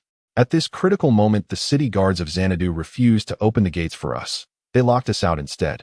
We spotted the monstrous beasts while they were still far off, at least 10 minutes away from the city gate." Recalling their abandonment outside the gate, Meng He's anguish turned to outrage. Upon hearing this, Yisheng's face darkened with fury. "Go back. Demand they open the gates immediately, and gather every usable part from those monstrous beast corpses." Meng He exhaled in relief. The subject had finally shifted. At least Yi Sheng wasn't pressing further into what had just occurred. Meng He dispatched men to collect the carcasses while Chun Mo returned to Su Fan's side, casting him a look heavy with concern. Su Fan shook his head slightly, his expression utterly serene. Yi Sheng approached, gazing down at Su Fan, then glanced sideways at Ning Shui, who stood humiliated and silent, too afraid to speak. Having lived many decades, Yi Sheng could tell these youths harbored secrets, yet he saw no need to expose them. Instead, he placed a firm hand on Su Fan's shoulder. You are exceptional, not only in cultivation, but in temperament. You surpass most by far. My teacher taught us when crisis strikes, do not panic. First calm your mind, then devise a solution. And if no solution remains, stand tall. Even death may be met with dignity. Su Fan met Yi Sheng's gaze, his face unreadable. Yi Sheng's lips twitched, confronted with Su Fan's solemn sincerity. He found himself momentarily speechless. Your teacher spoke wisely. Yi Sheng replied at last, his voice regaining its steady resonance. Su Fan, hurry over. This time we've struck gold. These beasts are rare indeed. Their materials rank among the finest for spirit forging, ideal for crafting weapons and armor. I dare say our entire military's equipment could be upgraded after this return. Meng He called out, elated. After all, the spatial ring remained in Su Fan's possession. At Meng He's call, Su Fan acknowledged and hurried over. They extracted the most valuable components and sealed them within the spatial ring. Inside, Xanadu observers had watched the chaos unfold. The moment the Titan departed the gate, sentries rushed to inform the command center. The chief officer arrived swiftly, and his eyes widened at the sea of monstrous beast corpses strewn across the ground. What did such abundance signify? An inexhaustible reservoir of rare materials, perfect for forging elite arms and armor. Open the gates, send teams to assist in collecting the corpses. Preserve all high-value components. Xanadu's location is perilous. We must equip our forces with superior weaponry. Hua Jingdong stared at the mountainous pile of corpses, heart pounding with exhilaration. If all this belonged to him, how immense the fortune! Beyond wealth, he could arm his private legion to unprecedented strength. Eventually, Xanadu itself would fall entirely under his dominion. Moreover, he maintained covert ties with Maple Leaf Nation. Should he offer these rare materials to their officials, he could defect at will, should Longhua ever face catastrophe. Maple Leaf Nation dwarfed Longhua in power. Hua Jingdong's blood burned with ambition as he ordered the gates opened. Moments later, they groaned wide. Seeing the soldiers emerge, Chun Mo bristled with resentment, refusing even to acknowledge them. The newcomers in turn ignored Chun Mo entirely, dispatching a 100-man detachment straight toward Meng He's group. Chun Mo paused, bewildered, and turned to Yi Sheng. Brother, what are they doing? They intend to seize the spoils. Yi Sheng discerned their intent instantly. Cowards who barred the gates in danger, now coveting the spoils once safety returned. Chun Mo's fury erupted. He charged forward. Yi Sheng frowned, stepping forward. When Ning Shui suddenly called out, "Wait, I must speak with you." Yi Sheng halted, turning his gaze upon her. Ning Shui lifted her chin with haughty defiance and stepped forward. You hold considerable authority. I lodge a formal report. Su Fan travels with 2 high-rank monstrous beasts. During the recent assault, he unleashed them to halt the beast horde. I deem him a grave threat, possibly a monstrous spy infiltrating humanity. This demands your urgent attention. Do you mean to say Su Fan can command monstrous beasts to serve him? Yi Sheng raised an eyebrow in mild surprise, gazing at Ning Shui. Ning Shui nodded, her tone grave and cautionary. I know he just saved us, but that does not rule out the possibility that it was a calculated ploy to lull us into false security. Meng He has already been fully won over and will conceal the truth for him. I cannot. I must remain accountable, to myself and to my position. So in your eyes, Su Fan is the villain, yes? Even though he just risked his life to save you, you would still betray him for the sake of some abstract righteous cause. Is that correct? Yi Sheng's gaze turned icy. Of all treacheries, he loathed most the stab from behind, the betrayal of one's own comrade. Su Fan had just exposed himself to grave peril to rescue Ning Shui, only for her to turn and betray him without hesitation. It was profoundly chilling.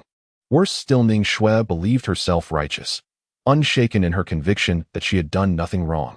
Yi Sheng felt indignant on Su Fan's behalf.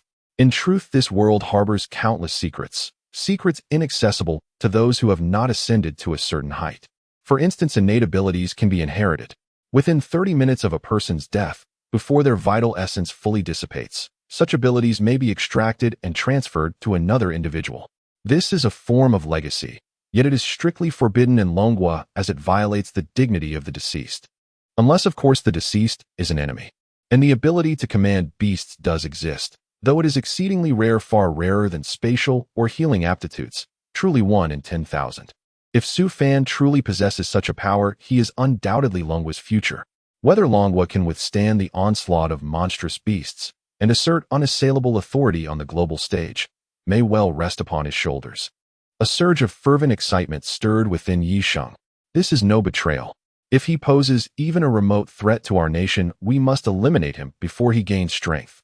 Once he amasses enough loyalists, he could fracture our nation itself. Would Longwa then collapse? I will never permit such a catastrophe. Ning Shue's expression hardened. She was utterly serious. Su Fan was only 18 as she simply could not believe he possessed such formidable power. Unless someone stood behind him. Foreign powers had attempted to destabilize Longwa on multiple occasions. As a third-generation Red, Ning Shue's ancestral patriarch had fought in the Great Invasion War. Thus she bore deep-seated distrust toward foreign nationals and viewed any suspected foreign agent with unyielding suspicion. Seeing her stern countenance, Yisheng instinctively furrowed his brow. Just as murderous intent flared within him. To silence Ning Shue permanently, a violent commotion erupted near Menghe. Hua Jingdong and his men sought to seize all spoils for themselves. Menghe naturally refused to surrender them, prompting an immediate explosive confrontation. Outnumbered and outmatched Menghe and his team were swiftly overpowered. Hua Jingdong, vastly stronger, drove a boot hard into Menghe's face, while the others met similar fates. Know this: anything found within Xanadu City's jurisdiction belongs to Xanadu City. How dare you seize what is ours? Do you have no shame, eh? One of Hua Jingdong's subordinates kicked Menghe squarely in the ribs, sending a metallic tang surging up his throat and drawing crimson threads from the corner of his mouth. The man then turned toward Su Fan, stepping forward to strike, only for Su Fan's gaze to freeze into glacial indifference, his fingers already poised to unleash the devil vine for retribution. Before he could act, a black blur streaked past, followed by shrieks of agony. In an instant, the assailants were hurled hundreds of meters away, crashing violently onto the earth. In Longwa, no one dares display such arrogance before me. Su Fan is under my protection. I challenge anyone to lay a hand upon him. Yisheng stood motionless, hands clasped behind his back, his voice calm, yet edged with lethal frost, as he surveyed Hua Jingdong and his groaning men sprawled upon the ground. Hua Jingdong struggled upright, wiping blood from his lip, his eyes narrowing with wary intensity at Yisheng. May I ask, what venerable master stands before us? To abandon comrades in peril, and then seize their spoils, is treasonous. Longwa's military bears no such vermin. As of today, you are stripped of your rank and authority. Yisheng cast a single indifferent glance at Hua Jingdong before speaking with quiet finality. His authority was vast, enough easily to dismiss Hua Jingdong on the spot. Hua Jingdong's face paled. Either this elder spoke recklessly or wielded influence beyond mortal reckoning. He instantly crumbled, bowing obsequiously. Master, I beg your pardon. I merely wish to assist in securing the spoils, never to claim them. Never. We offer our services freely, absolutely free. Unnecessary. Yisheng gave a cold, dismissive snort. Seeing Su Fan helping Menghe rise, his injuries clearly severe, he frowned faintly and said, "Step aside. I shall handle these monstrous corpses." Menghe nodded weakly. Su Fan guided him aside. Then Yisheng unleashed his innate ability. Torrents of incandescent flame, radiating unbearable heat, erupted and reduced every corpse to ash in moments. Hua Jingdong's heart hammered wildly, not from fear alone, but from anguish. Yet he dared not utter a word. When the inferno subsided, only refined materials remained, ideal for forging weapons and armor. Too injured to move Meng, he could only watch as Su Fan gathered the spoils and stored them within a spatial ring. Hua Jingdong's eyes bulged. A spatial ring? Who was this youth? His mind reeled. How could a mere youth possess such a relic? Once the spoils were secured, Su Fan approached Meng. Team leader Meng, you're gravely wounded. We'll need to halt our journey. Hua Jingdong had struck with lethal intent. Meng now trembled uncontrollably, unable even to stand, let alone endure further travel. Eat this, then enter the city and rest for 2 days. Yisheng studied Meng. He frowned and withdrew a crimson fruit from his robe, tossing it to him. Meng caught it carefully, puzzled. What is this? Eat it, no questions. I'll accompany you into the city. Xanadu needs a new commander. As Yisheng spoke, his gaze flickered coldly toward Hu Jingdong. Bitterness flooded Hu Jingdong's mouth, yet beneath it burned a fierce, covetous fire. A spatial ring. An unparalleled treasure. Rumors of healing fruits had recently drawn a covert contingent from Maple Leaf Nation into Longhua, and Xanadu City housed a cell of their operatives.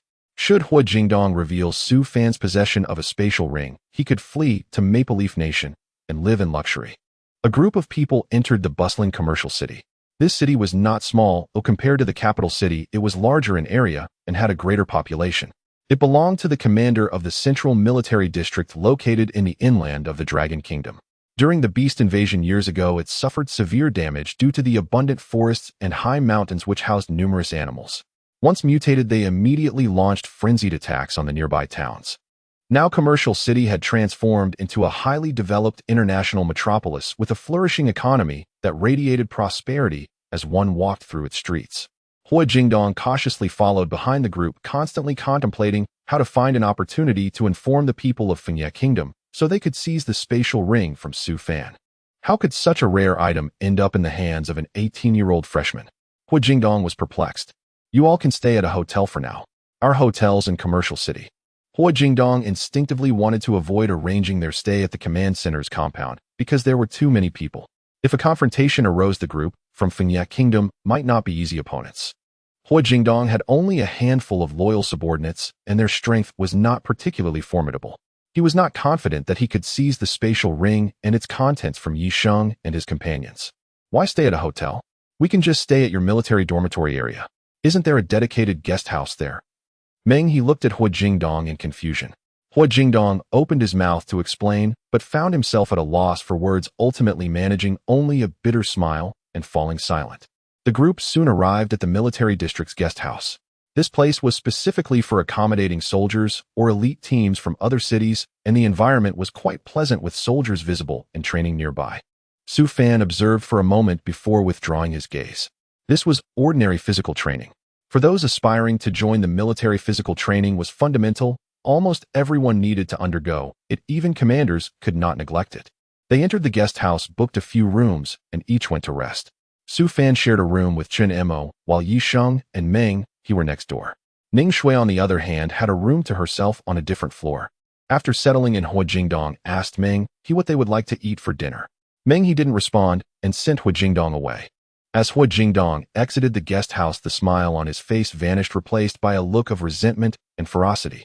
He quickly returned to his residence and made a phone call. Mr. Robert, this is Hu Jingdong. I have some fantastic news to share with you. Hu Jingdong could barely contain his excitement. On the other end, Robert was embracing two young beauties and was not particularly attentive to Hu Jingdong's words, casually asking, "Go ahead, what's the good news?" Today, a small team arrived with 3 students.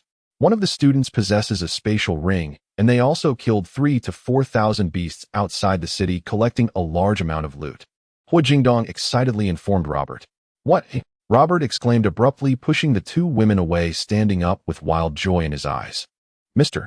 Robert, they are currently staying at our military guest house, but I've arranged it so that the student is only accompanied by another student who has just awakened and possesses average strength. I believe you should have no issues dealing with them. We can act tonight," Hu Jingdong said, seeking credit. "Great. You did well. I will make sure to give you a big merit. You will be our honored guest in Fengye Kingdom. I must go arrange this immediately. My god, a spatial ring, do you know how rare this item is?" Robert shouted excitedly, hanging up the phone and immediately calling for his subordinates. With Hu Jingdong as an insider, it would be simple for him to enter the military compound of Commercial City, and slipping into Su Fan's room unnoticed was not a difficult task. At that moment inside the guest house, Su Fan had just finished a hot shower and lay on the bed staring blankly at the ceiling.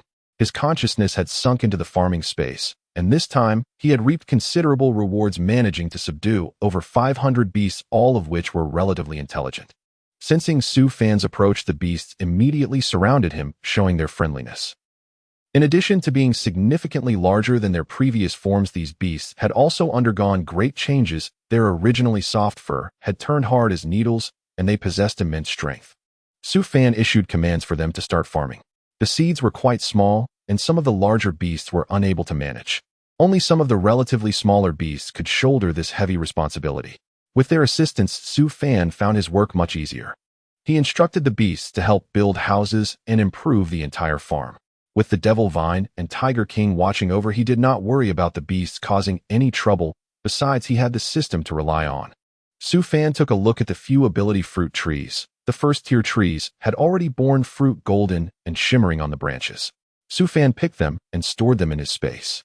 The second-tier trees were still a little short of maturity and could not be picked just yet. They would likely mature completely soon.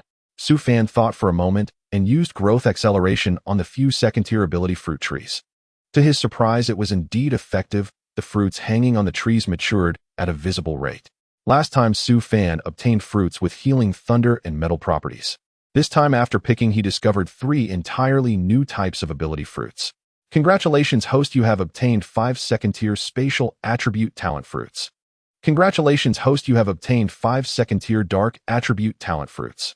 Congratulations, host, you have obtained 5 second-tier wood attribute talent fruits. Each fruit tree produced 5 ability fruits, and these fruits were quite good. Especially the spatial attribute ones. Su Fan himself was tempted to eat one. If it weren't for his god-level talent gifted by the system, he would genuinely desire a talent in spatial abilities. The dark attribute talent was also quite appealing. After storing the ability fruits, Su Fan had no intention of using them right away, directly placing them into the storage space. While he was tinkering in the farm, Chen Imo also came out after his shower. Just as he stepped out, a shadow suddenly rushed in through the window, a dagger aimed straight for Chun Mo's chest. "Damn it, Fan Gu!" Chun Imo cried out instinctively, instantly conjuring a metallic shield before him. A sharp ting rang out as the dagger struck the hastily formed shield, its clear ringing tone slicing through the air. Failing on the first strike, the assailant flipped his wrist. The dagger vanished from one hand and reappeared in the other. He vaulted effortlessly over Chun Mo's metallic barrier and lunged again, driving the blade toward Chun Imo at an impossibly sharp, treacherous angle. Su Fan was about to intervene when several figures streamed in through the window. At their head stood a tall man, his unmistakable golden hair and amber eyes betraying his foreign origin, unmistakably non-Chinese. Foreign spies had infiltrated the premises, and not just any location, a heavily fortified military compound intent on assassination. If this wasn't deeply suspicious, Su Fan would gladly twist off his own head and offer it as a stool. "Hand over the spatial ring, and I'll grant you a swift, painless end," the intruder declared in halting Mandarin, then gestured sharply. 2 more men immediately closed in on Chun Imo. Chun Imo, having awakened to his powers only recently, remained a novice. No matter how formidable his cultivation, he lacked battlefield experience. Within moments, he was pinned to the floor, a boot pressing hard against his face. Su Fan watched the scene unfold, his temple pulsing violently. These men were brazen beyond belief. Logically, the commotion should have alerted Yi Sheng and Meng He, but their absence suggested deliberate observation. They were testing Su Fan's capabilities. At Su Fan's silent command, Hu Wang materialized beside him, emerging seamlessly from the spatial dimension. Robert burst into raucous laughter upon seeing the tiny kitten Su Fan had summoned. "Ha ha ha. So the Chinese truly are still unweaned brats, summoning a cat at a moment like this. Do you intend to demonstrate your cat-petting skills before us?" His voice dripped with undisguised contempt and condescension. He held the Chinese in utter disdain. Men like Hu Jingdong, who sold out their own people for petty promises, were universally reviled in his homeland. Nor did he respect Su Fan. The slight yellow-skinned youth seemed frail enough to be felled by a single punch. Robert assumed he must be a wealthy scion of some elite Chinese clan, otherwise how could he possibly possess a divine artifact like a spatial ring? "Hu Wang," Su Fan murmured, lowering his gaze and gently stroking the beast's head, "they call you a cat and scorn you. Would you care to show them your true strength?" Though shrunk to miniature form, Hu Wang's fur had softened, but still prickled faintly beneath Su Fan's fingertips. "Oh!" Hu Wang roared, the earth-shaking bellow reverberating across the entire military base, triggering immediate emergency mobilization. To the soldiers, the presence of a demonic beast within their compound spelled utter catastrophe. It meant Xanadu City was no longer safe, its collapse imminent, threatening the lives of hundreds of millions of ordinary civilians beneath the fangs of such beasts. "Assemble! Assemble! Emergency assembly! Demonic beast intrusion!" Sirens blared relentlessly from loudspeakers across the city as Xanadu activated Level 1 wartime protocol. Residents filed calmly from their homes into underground shelters. Many glanced upward one last time at the starless ink-black sky before stepping inside, tears glistening in their eyes. They knew with quiet dread that once sealed within they might never emerge again. For 10 years, ever since spiritual energy surged back into the world, they had lived in perpetual anxiety. Even towering walls offered only fleeting reassurance, vigilance never ceased. Walls could shield them for a season, but never for a lifetime. Robert's expression turned ashen. He stared incredulous at the small feline. Could that tiny creature truly have unleashed such a devastating roar, one that had left his eardrums throbbing? Was this some uniquely cultivated spiritual familiar bred by the Chinese? He'd read Chinese novels, knew well how protagonists always kept extraordinary companions, each possessing immense power. He'd never imagined Su Fan possessed one too. Ignoring Robert, Hu Wang took a single step forward. The room was too cramped. If it reverted to its true form, the structure would surely implode. Su Fan still needed this place to rest. Hu Wang dared not damage a single thing. So it remained miniature, padding quietly to stand before Robert. The foreigner eyed the kitten warily. Just as he opened his mouth, the creature flicked a paw. Robert felt a searing pain across his cheek. Before he could even register it, another sharp agony tore at his throat. Clutching his neck, he stared wide-eyed in disbelief, then crumpled lifelessly to the floor. His subordinates fared even worse, each struck down by a single lethal swipe of Hu Wang's claw. Chun Mo, finally freed from his attackers, collapsed onto the floor, gasping desperately for air. The room lay strewn with corpses. Su Fan wrinkled his nose in distaste. Hu Wang padded to one body, paused uncertainly, then glanced up at Su Fan and let out a hesitant, questioning meow. Su Fan's lip twitched. Even Hu Wang, the fearsome, mutated tiger, had learned to feign cuteness, mimicking a cat's cry. Clearly it wanted to feed. No, you may not eat them, Su Fan said firmly, shaking his head. Hu Wang looked disappointed, but obeyed without protest, retreating obediently to Su Fan's side and settling quietly at his feet, its docile posture utterly belying the dozen lives it had just extinguished. A knock sounded at the door. Chun Mo rose and opened it. To find Meng He, three of his team members, and Yi Sheng leaning lazily against the frame. Team leader Meng, you're finally here. We were just attacked. They tried to steal our spatial rings. Chun Mo rushed forward, clinging to Meng He like a long-lost relative, pouring out his grievances. Meng He stiffened, his face darkening as the tale unfolded. Knowledge of the spatial rings was extremely limited. He and his 3 men shared a single room. He was certain none of them had leaked the secret. That left only Hu Jingdong. He hadn't anticipated Hu Jingdong would not only lock the city gates against them, but also commit treason by colluding with foreign enemies. Unforgivable. Damn it. I'll deal with him myself. Meng He whirled to leave, only for Yi Sheng's quiet remark, "You can't defeat him," to freeze him mid-stride, nearly toppling him backward. The truth struck with brutal, unrelenting speed. Meng He shot Yi Sheng a wounded, plaintive look, only to find Yi Sheng had already stepped past him into the room. "We certainly cannot just let him go. This is treason." Meng He lingered at the doorway for a moment, then hurried inside. The room bore unmistakable signs of violent struggle. Over a dozen corpses lay sprawled across the floor, and the air hung thick with an unrelenting coppery stench of blood. Yi Sheng did not inquire how Su Fan and Chun Mo had dealt with the attackers. Instead, he waved dismissively and instructed Meng He, "Remove the bodies. I need to speak privately with these 2. Meng He nodded, summoned 3 of his men, and together they cleared all the corpses from the room. It was clear the chamber would no longer serve as habitable space. Once the bodies were removed, Meng He returned swiftly. He glanced first at Su Fan and Chun Mo, then turned to Yi Sheng. "Master this." "Assassins from the Maple Leaf Kingdom," Yi Sheng replied offhandedly. With a casual wave, he seated himself on a clean patch of floor. Su Fan nodded. "They came with purpose. They knew we were here, understood our strength, and even knew what we carried. There must be a traitor among us. I will handle this matter." "Meng He, is that your name?" Yi Sheng murmured, then finally turned his gaze fully upon him. Meng He snapped upright. "Yes, sir." A faint smile curved Yi Sheng's lips as he observed Meng He's rigid posture. "From now on, you assume command of Xanadu City. You will serve as its interim commander. As for Hu Jingdong, I suspect he has already fled. With the plot exposed, he would never remain. Take your men now. Here is your commission, and eradicate every hidden agent he left behind. Leave no trace." As he spoke, Yi Sheng tossed a black token toward Meng He. Upon catching it, Meng He beheld a coiled black dragon carved into its surface. Its eyes sharp with lethal intent, its presence radiating such overwhelming slaughter and authority that even in static form it evoked visions of mountains of corpses and seas of blood. Meng He nearly lost his senses. Only Yi Sheng's timely intervention pulled him back from the brink of mental collapse. Trembling, he dared not look at the token again, gripped by profound dread. It was merely a token, yet it wielded such terrifying power. Meng he departed immediately to assume control of Xanadu City. As for Su Fan and Chen Mo, once the transition was complete, he would assign personnel to escort them safely to the first military academy. Only after the others had left did Yi Sheng's expression harden.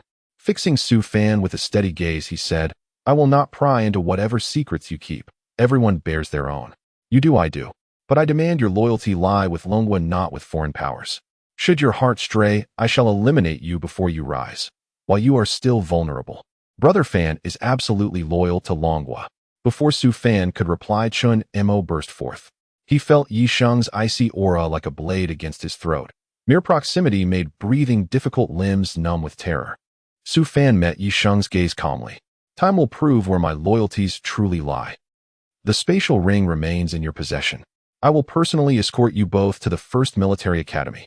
Wild beasts have grown increasingly aggressive lately. Large-scale uprisings are imminent. Whether this bodes fortune or misfortune for you new cadets remains uncertain. En route, I will train you in combat techniques. Enough at least to preserve your lives, should you be conscripted onto the battlefield prematurely." Yi Sheng's expression grew grave. Having spent years traversing the wilderness, he understood its tremors better than anyone. This coordinated large-scale assault by wild beasts, not only upon human cities, but even upon recruitment convoys, was no mere anomaly. It signaled a chilling truth: their invasion of the human world had been meticulously planned and was now set in motion. The walls built 10 years ago from blood and flesh could no longer shield the civilians behind them. Once full-scale war erupted, the death toll would be incalculable. Even the strongest individual's power was finite. Yi Sheng knew well that Longhua's decade of recovery was insufficient to withstand the onslaught of hundreds of billions of wild beasts. An apocalyptic battlefield awaited. Wild beasts are rising. They rarely attack humans without cause. Has something changed? Su Fan sensed an unsettling dissonance beneath the surface. He had long suspected as much given their recent unrest. "You possess beast-taming abilities. Perhaps you could communicate with your bonded beasts to uncover the truth." "Even I am uncertain. I only detected the anomaly recently." Yi Sheng turned to Su Fan with a wry smile. Su Fan rubbed his nose, remaining silent. Taming beasts was not something easily explained. Especially before a master like Yi Sheng, he refused to lie, and so chose silence instead. Seeing Su Fan's quietude, Yi Sheng offered no further comment. "Rest well tonight. We depart once affairs in Xanadu are settled." As Yi Sheng rose to leave, Su Fan suddenly asked, "Is it possible for a person to awaken two innate talents?" After Bai Yuan consumed the healing fruit, she awakened a second ability, and remarkably, her cultivation level applied across both. Thus, she could wield certain techniques normally reserved for healing-type awakeners. Yet because both her abilities, light-based purification and healing-based restoration, shared functional overlaps, Su Fan remained uncertain whether dual-attribute awakeners could be deliberately cultivated. If feasible, and given the perils ahead, he intended to administer another talent fruit to Chen Mo, to grant him a life-saving secondary ability. Dark affinity would suit him well, ideal for stealth assassination and evasion within shadowed terrain. The wilderness held countless dangers, as Su Fan could not afford complacency. Two innate talents. Yi Sheng paused, thoughtful, then nodded slowly. Yes, some individuals do awaken dual talents. Yet the burden of mastering two distinct paths proves immense. Few achieve true mastery in both. Most select the stronger affinity and devote themselves solely to it. Have you awakened too? Ahem. Su Fan coughed lightly and offered only a quiet smile. Yi Sheng rolled his eyes. Stop being cryptic. Then he turned and strode out. There remained urgent matters in Xanadu to resolve. Leaving such a grave security breach unattended was unthinkable. As for Su Fan and Chen Mo, keeping them under his direct watch ensured no further incidents would occur. Brother Fan. Only after Yi Sheng departed did Chen Mo draw near. Su Fan withdrew a dark affinity fruit and handed it to Chen Mo. Eat it tonight. Rest well, we depart tomorrow. If Yi Sheng asks why you've awakened a second talent, tell him frequent wilderness ambushes triggered it spontaneously. Understood? Is this the ability fruit that can help people awaken? Chen Mo's eyes were wide with disbelief. Previously, he couldn't sense it due to his low cultivation, but now as a peak 3-star, he could naturally perceive the mysterious and profound energy enveloping the fruit Su Fan gave him. In the outside world, a fruit with a 30% chance of awakening one's innate ability can sell for over 100 million. However, Su Fan's fruit guarantees 100% awakening, and the awakened innate level is not low. Brother Fan, I can't eat this, Chun Mo said, feeling a bit tempted, yet he still pushed the dark fruit back. If I say you should eat it, then eat it. It's dangerous out here in the wild. I'm a useless waste without talent. How can you protect me if you're not stronger?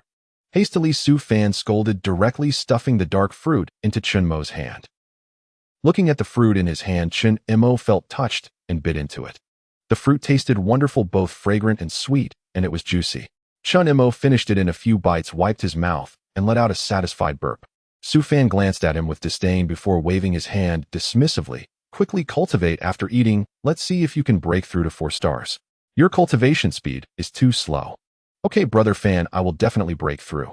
Chun Mo exclaimed with renewed vigor, sitting cross-legged on the bed to begin his cultivation. If outsiders heard their conversation, they would probably be infuriated. A second-level dark fruit directly allowed Chun Mo to awaken a level dark attribute innate ability. This ability had many uses, especially in stealth. After reaching 4 stars, his body could transform into black particles hiding in the shadows, making it difficult for even much stronger experts to detect his presence. Chun Mo sat there diligently cultivating. After just killing over a dozen awakened ones, the space still retained quite a bit of spiritual energy, all of which was absorbed by Chun Mo. Seeing that Chun Mo had entered the cultivation state, Su Fan pulled a chair over and sat down, also focusing on his own efforts. Upon entering the space, he was stunned. The entire space was bustling with activity as the hundreds of newly captured beasts were working hard. Some were building houses, others were farming. The originally quiet space was now lively and full of vitality. To make the farm appear more vibrant, Su Fan planned to plant various fruit trees along the edges. Once the fruit trees bore fruit, they would remain, preventing the farm from turning barren and lifeless again after each harvest. At this moment, the fruit trees had already been planted, and from a distance, one could see a green line forming in the distance. As for the enclosed area, it was filled with various crops, corn, tomatoes, and grapevines, making the portable farm no longer monotonous, now teeming with greenery. Su Fan looked on with joy, especially as he noted the activation status of the divine farmer bloodline, which had now reached 16. As the level of land development increased, the activation progress of the divine farmer bloodline also accelerated. Su Fan utilized the growth acceleration ability and immediately felt drained. With 330,000 acres of plants, the quantity was immense, and accelerating their growth all at once required a terrifying amount of energy. Though the consumption was great, the returns were high. It instantly increased his progress by 1. At this rate, I should reach 20 soon.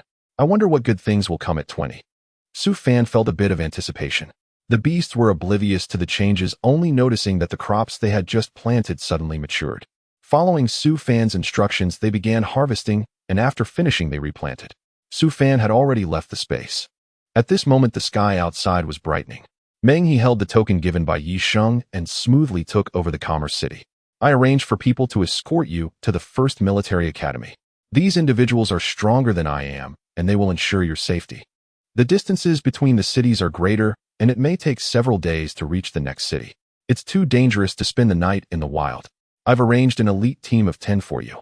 Meng He approached Su Fan and the others with a serious expression. I'll take Su Fan and Chun Mo with me. You can arrange for a few people to escort her. Yi Sheng arrived late, casually tossing out a sentence without caring about anyone else's reactions, and left with Su Fan and Chun Mo. Ning Shui frowned, instinctively feeling excluded. Seeing everyone else had left, Meng He had no choice but to arrange for someone to escort Ning Shui away. Yi Sheng did not drive, instead leading Su Fan and Chun Mo on foot. As they entered the wild, a wave of heat hit them. At the end of August, it was still very hot. With the spatial ring, Su Fan directly stuffed his backpack into the storage space, as Yi Sheng couldn't see where the items were stored. Bro, are we really walking to the first military academy like this? How long will it take? Chun Mo appeared excited. Not having to sit in a vehicle meant they could encounter beasts at any time, allowing him to fight and making his blood boil. Half a month, Yi Sheng replied, looking at Chun Mo with a smile. Suddenly his expression changed as he grabbed Chun Mo's shoulder and asked excitedly, did you break through to 4 stars? Chun Mo grinned proudly. Yes, I broke through to 4 stars last night. Yi Sheng, however, turned to Su Fan. Su Fan felt uneasy under Yi Sheng's gaze, clearing his throat before asking, why are you looking at me? I haven't broken through him, just a waste without any cultivation ability. Yi Sheng's mouth twitched. Su Fan did look like an ordinary person who couldn't awaken, but he wouldn't believe that Su Fan was just an ordinary person. After giving Su Fan a roll of his eyes, Yi Sheng asked Chen Imo, "Your cultivation method is impressive. To reach the 4-star master level in less than a month is something most people can't achieve." Master level. Chen Imo had never heard of this term and curiously looked at Yi Sheng, waiting for an explanation. Yi Sheng pondered for a moment before speaking. The transition from 3 stars to 4 stars is a critical point. The difference in strength between the two is significant. Now that you've broken through, you should also realize that the spiritual energy in your body has become much denser and your endurance has improved. Moreover, the skills you can learn have also increased, though you haven't encountered them yet, and can only use what you've comprehended. Show me the ability you've comprehended yourself. When everyone breaks through to 4 stars, they will comprehend a skill, which is their innate skill. Generally, each person's comprehension is different. Yi Sheng didn't hold high expectations, just watching Chen Imo. Chen Imo thought for a moment, and the circulation route of spiritual energy naturally appeared in his mind. Then he lightly slapped out a palm. Damn! Yi Sheng was initially unconcerned, but when Chen Imo's palm struck out, he jumped up in shock. Chen Imo scratched his head, smiling sheepishly, and complained to Su Fan, "Brother Fan, this skill doesn't seem that impressive. Its power is rather mediocre. Am I really useless? Can I still protect you?" Su Fan glanced at him, too lazy to respond. He hadn't expected this either. Chen Imo had awakened such a skill after his breakthrough. He had seen it clearly just now, when Chen Imo struck out. Countless black metal shards shot forth with unparalleled speed. Furthermore, the metal was extremely sharp and carried a corrosive property unique to darkness. If it struck a person, it would indeed be lethal. This metal should possess tremendous penetrating power, ideal for breaching the defenses of remarkably strong beasts. No wonder Yi Sheng was so stunned. You awakened 2 innate abilities? Even someone as skilled as Yi Sheng felt a sense of disbelief at the sight of Chen Imo. 2 innate abilities? Impossible. The first time he met Chen Imo, he had witnessed Chen Mo's attack. He only had 1 innate ability at most. Moreover, before their departure, he had specifically checked Chen Mo's file. This kid had average talent. Initially, he awakened in grade metal attribute talent, and later, through some stroke of luck, he had a second awakening that turned it into a grade. The first military academy admitted him as an exception thanks to Xiao Lin using his connections to secure 2 slots for him and Su Fan. How did Chen Imo suddenly gain a dark attribute talent overnight? Impossible. When I saw you yesterday, you hadn't awakened yet. What on earth is going on? Yi Sheng truly couldn't understand. He had been in the wilderness and naturally didn't know that Su Fan had a fruit that could awaken grade and crade talents. In his understanding, the most powerful ability fruits found in the wild would only awaken in a grade talent, and there was a significant danger involved, as it was said to be a life-threatening endeavor. I don't know either. I just woke up and... Chen Imo scratched his head, looking blankly at Yi Sheng. Yi Sheng almost wanted to beat him to death. Did he look brainless? Was he that easy to fool? After glaring at Chen Imo, Yi Sheng took a deep breath, suppressing his anger, and said, "Forget it, I can't be bothered with you. If you have dual talents, then so be it. The journey might be perilous. Unless they encountered a life-threatening situation, I won't intervene. You two must handle it yourselves. I will guide you from the side. This journey is your opportunity to train yourselves." "Thanks, brother." Chen Imo grinned, and even shot Su Fan a look. Su Fan rolled his eyes, ignoring him. Exiting the commercial city, they took the west gate. Near the city, there were rarely any high-level beasts, mostly just low-level ones, which made for decent food with tender meat. Lightning rats, this type of mutated rodent beast, usually lives in groups and is abundant in number. They never act alone and always move in groups of over 20. Their characteristics include extreme speed and sharp claws, making them excellent materials for arrowheads. However, they are too low-level and ineffective against high-level beasts. They were eliminated several years ago. After leaving the commercial city for just half an hour, Su Fan and the others encountered a small group of lightning rats consisting of over 50 individuals, the strongest being a grade 6-star lightning rat, while the others were quite low-level. Lightning rats are fast and have sharp claws, but their inherent lethality isn't very strong and their defense is low. Their sheer numbers can make them quite troublesome to deal with. Use your skills. After introducing the lightning rats, Yi Sheng barked the order. Without hesitation, Chen Imo unleashed countless metallic darts. These darts varied in shape, but their only common trait was their extreme sharpness. Having just acquired the skill and not having used it often, Chen Mo's proficiency was low. He was focused on winning through numbers, resulting in insufficient lethality. He only managed to kill 3 or 4 low-level lightning rats. However, this action thoroughly enraged the lightning rat group. The leader of the group let out a shriek, and the remaining 50-plus lightning rats charged at Chinemo. Yisheng frowned, but did not rush to intervene. Instead, he looked at Su Fan. Su Fan's lips twitched as his eyes suddenly turned golden. An immensely powerful aura radiated from him, causing the leading lightning rat to freeze in place, its gaze becoming dazed. After a moment it began to squeak, and all the lightning rats halted their attack, standing respectfully before Su Fan at a distance of less than a meter. Yisheng was momentarily taken aback, then realized something, and looked at Su Fan in disbelief. Looking at the lightning rats, Su Fan thought they would be of no use even if subdued. They might even harm his food supply. He waved his hand impatiently and said, "Scram, scram, don't block the way." Squeak, squeak, squeak. The Rat King called out to Su Fan for a moment before leading its little brothers to retreat. In no time, the previously obstructive lightning rats had all left, leaving behind 4 corpses as proof of their presence. Yisheng's lips twitched fiercely as he looked at Su Fan with a sense of helplessness. With someone so overpowered in the team, how could they train effectively? "Su Fan, you are not allowed to intervene later," Yisheng said angrily, glaring fiercely at Su Fan. Su Fan rubbed his nose. "But you didn't say I couldn't intervene before. Didn't you say you were a useless person who couldn't awaken?" Yisheng glared at him fiercely. Su Fan silently looked up at the sky, choosing not to speak. Yisheng was infuriated by his attitude, taking several deep breaths to calm down. "You are not allowed to intervene later. Let Chun Imo handle it himself. Now let me talk about the shortcomings Chun Imo displayed earlier." Yisheng looked at Chun Imo. Chun Imo scratched his head, thought for a moment, and finally replied, "It should be that my attacks were too scattered, lacking in lethality, and my skill proficiency was too low, which is why I only killed 4 lightning rats." "Yes, exactly.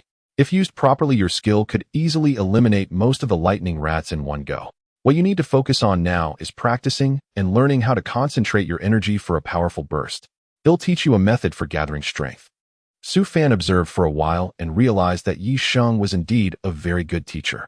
With just a few simple words, he pointed out Chun Mo's shortcomings and explained how to correct them in a clear and straightforward manner. "Don't slack off here. Even though you have a demon beast to help you fight as a warrior, you should not rely solely on uncontrollable entities for your life. You must have the ability to protect yourself. Otherwise, if something unexpected happens and the demon beast turns against you, you won't even have a place to cry." Yisheng had just finished instructing Chun Mo on how to gather strength when he turned to find Su Fan sitting there with a look of amusement instantly filled with irritation. He had never seen anyone with better talent than Su Fan, who was also lazier than him. Su Fan scratched his head, unable to explain the existence of the system. Normally, those not of our kind must have different hearts. It was quite normal for demon beasts to rebel. "Starting today, you'll train your physical abilities with me. A healthy body is extremely important. With your physique, if you encounter a great battle, you won't even be able to run away." Yisheng expressed his disdain for Su Fan, and after complaining, instructed him to run with a weight attached. Su Fan sighed helplessly, knowing that Yisheng meant well. He did not refuse and obediently followed Yisheng while carrying the weight. After running 20 laps, Su Fan was so exhausted that he lay on the ground panting. He truly had no strength to continue. He usually felt less tired after a whole day of farming at the fields. Running with a 20-kilogram sandbag made his legs feel as if they were not his own. Watching Su Fan struggle, Yisheng smiled in satisfaction, standing there, as if pointing out the course of history. "Look, with your physical abilities, if a battle lasts more than 2 hours, you'll be finished." Su Fan slowly exhaled, resigned to his fate. Yisheng's words were indeed reasonable. If the battle lasted 2 hours, he would not only be exhausted, but could also risk depleting his energy. Physical training must keep up. After resting for a while, Chun Mo also made some progress. The group tidied up and continued on their journey. On the road, they occasionally encountered 1 or 2 demon beasts attacking, but Yisheng didn't intervene, leaving it to Chun Mo to handle. As for Su Fan, he continued to carry the 20-kilogram sandbag without requesting to take it off. Seeing him like this, Yisheng couldn't help but express his appreciation. "All right, it's almost dark. We'll spend the night here." The sun was setting, painting half the sky in a crimson hue. Su Fan couldn't remember the last time he had seen such a beautiful sunset. Upon hearing this, Chun Mo plopped down on the ground, panting. He had fought in no less than 20 battles that day and was utterly exhausted. Su Fan was also feeling quite tired, especially in his legs, which felt heavy and difficult to lift. He estimated that he would have sore muscles the next day. He didn't stop immediately, but walked a few laps around the resting area to relieve the muscle pain before finding a spot to sit down. Yisheng had already started a fire. Neither Su Fan nor Chun Mo had experience in outdoor survival, and their ability to start a fire was quite low.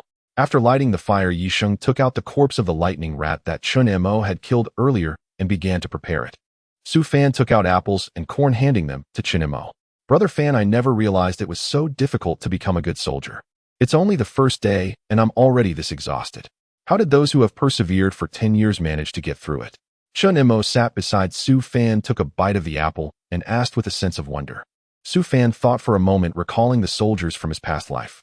Those individuals, for the sake of their country and a belief, could unhesitatingly sacrifice their lives. At that time, Su Fan couldn't understand what sustained them, but later he did. Perhaps it's because they deeply love this country, this land, and the people on this land. Upon hearing this, Chun Mo's expression became serious as he contemplated Su Fan's words. After a long while, he lowered his head to look at the campfire in front of him. Yisheng glanced at Su Fan in surprise, not expecting him to articulate such philosophical thoughts. The roasted lightning rat meat was soon ready, and a delicious aroma wafted through the air, but Su Fan looked at Yisheng with a peculiar expression. Chun Mo, not thinking too much, was already starving after a day of fighting. He grabbed a roasted lightning rat and began to eat heartily. Su Fan kept a vigilant eye on his surroundings, unwilling to relax. Although he lacked much experience in outdoor survival, the teacher had emphasized it repeatedly during class. In the wild, especially at night, it is extremely dangerous. If possible, avoid making a fire, and the food eaten should preferably be tasteless. Otherwise, if the aroma attracts demon beasts, it could be very dangerous. Having lived in the wilderness for so many years, Yisheng could not be unaware of such reasoning, so there was only one possibility: he was doing it intentionally. He wanted to test the results of their training from the day, deliberately attracting demon beasts to attack them. Noticing Su Fan's gaze, Yisheng smiled at him, the smile appearing very sincere, but Su Fan felt a chill run down his spine. This old fellow was scheming against them. He suddenly stood up, looking around warily. In his desire to train himself, Su Fan had not released the Devil Vine and the Tiger King, nor could he sense the situation around them. But that feeling of being watched was persistent, indicating that they had already been targeted and were being seen as prey. Seeing Su Fan get up, Chun Mo looked at him in confusion. Brother Fan, aren't you going to eat? Brother, yes, cooking is really good. This lightning rat is delicious. Want to have a bite? As Chun Mo spoke, he handed over the lightning rat in his hand. In that instant, Su Fan felt a chill run down his spine. Almost instinctively, he kicked to the left. With a loud bang, although there was nothing there, Su Fan felt as if his leg had kicked something, and the force of the kick caused him to stumble backward a few steps before he barely regained his balance. He kept a watchful eye on the spot he had just kicked. Chun Mo also sensed that something was off and jumped up, exclaiming, "What the hell is that?" Yisheng had not anticipated Su Fan's reaction to be so swift. He had almost intervened to save him, but Su Fan's own response had saved him. Chun Mo snapped back to reality and swung his hand towards the spot where Su Fan had just kicked. Su Fan's expression changed as he quickly grabbed Chun Mo's arm, pulling him back a few steps. Suddenly, from the position where Chun Mo had been standing, a massive mouth emerged, snapping at the air before vanishing back into the darkness. There was a demon beast. Moreover, it was a demon beast of the darkness, a tribute skilled in concealing its presence and form. What the hell? Chun Mo let out another startled cry, his heart pounding violently in his chest. He had nearly died. Su Fan had no time to speak with him, his gaze sharp and wary as he scanned the surrounding darkness. Shadow-affiliated demonic beasts were notoriously treacherous at night, elusive, silent, and lethally unpredictable. Likely sensing Yisheng's formidable presence, the beast had deliberately targeted Su Fan and Chun Mo instead. Chun Mo grumbled inwardly, then silently unleashed the skill he'd just mastered. A single strike into empty air. It missed entirely. Seeing this, Su Fan's spine prickled with cold dread. In that split second, his body reacted instinctively. He shoved Chun Mo hard toward Yisheng, while his eyes shimmered vividly green. His botanical affinity proved invaluable in moments of crisis. He could instantly command all nearby flora, and even plant-aligned demonic beasts, transforming them into extensions of his own senses. Though he could not see the shadow beast's exact location, the plants around him trembled faintly, perceiving its presence with uncanny clarity. In an instant, Su Fan's perception expanded dramatically. Every subtle ripple in the air, every infinitesimal disturbance registered with crystalline precision. The wind whispered past his ears, but beneath it, faint yet unmistakable, came another breath, not the wind's, not his own, soft, measured, and utterly alien. Su Fan lunged, delivering a brutal kick toward the source of that breath. With a thunderous crack, the sandbag strapped to his ankle shattered, scattering grit in all directions, and the concealed beast was violently exposed by the blast. "Kill it!" Chun Mo shrieked, voice raw with adrenaline, flicking his wrist as 3 dark golden, throwing daggers whistled through the air toward the beast.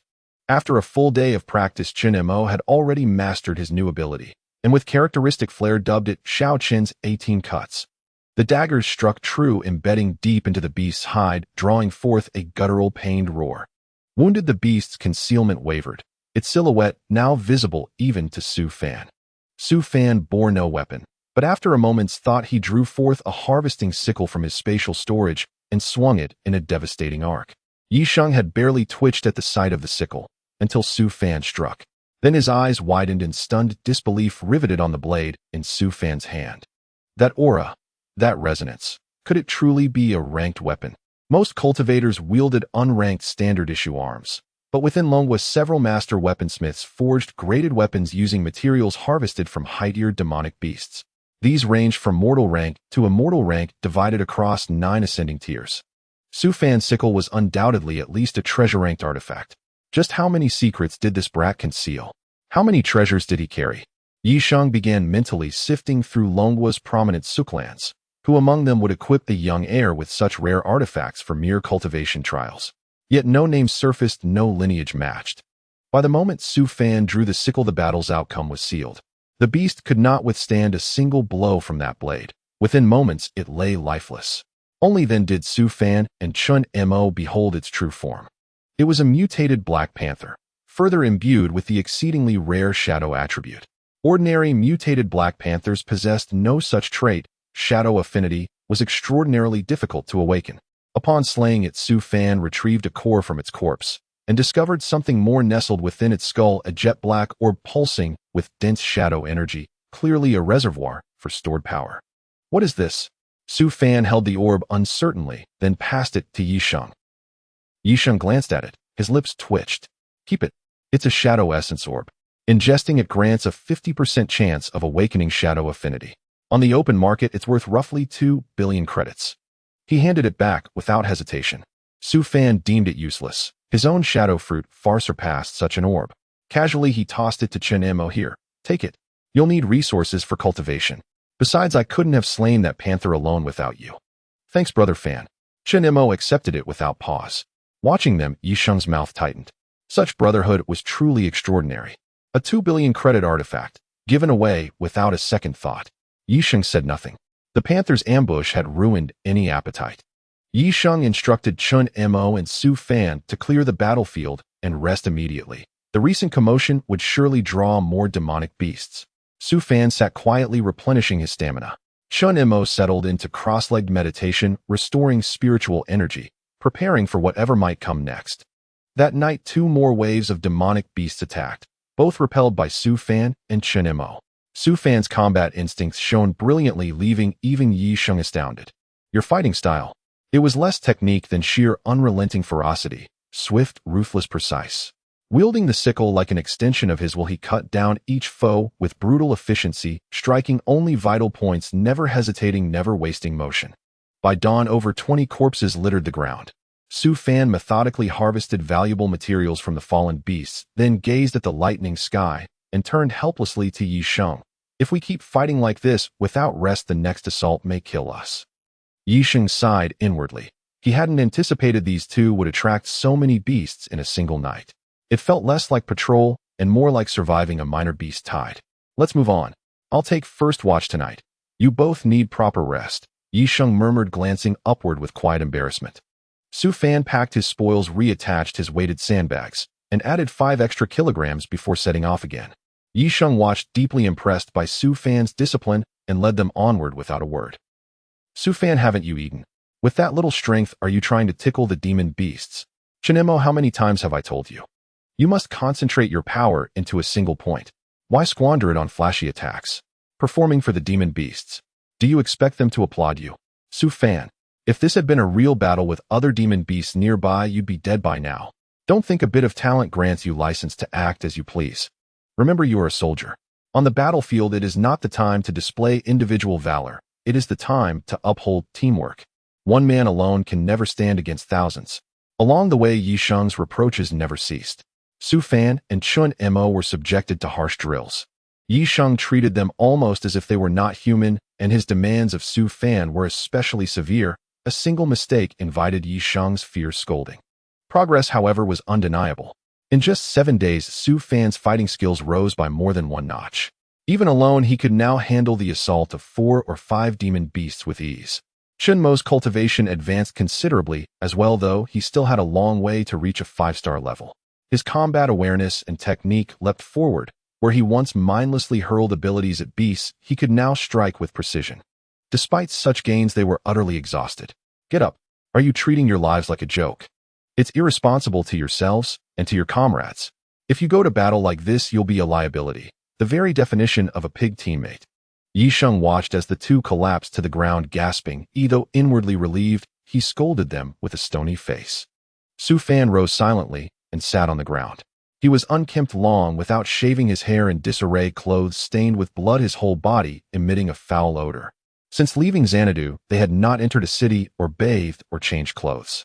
Days of fighting and sweat had turned 2 once clean youths into bedraggled beggars. Old Yi, even if you must train us, you can't rush us like this. Oh, we're about to collapse. I'm telling you, if you keep it up, we might not die on the battlefield, but be worn to death by you. Do us a favor, let us rest a while. Su Fan said this and ignored Yi Sheng, flopping back down. In moments, he was snoring loudly.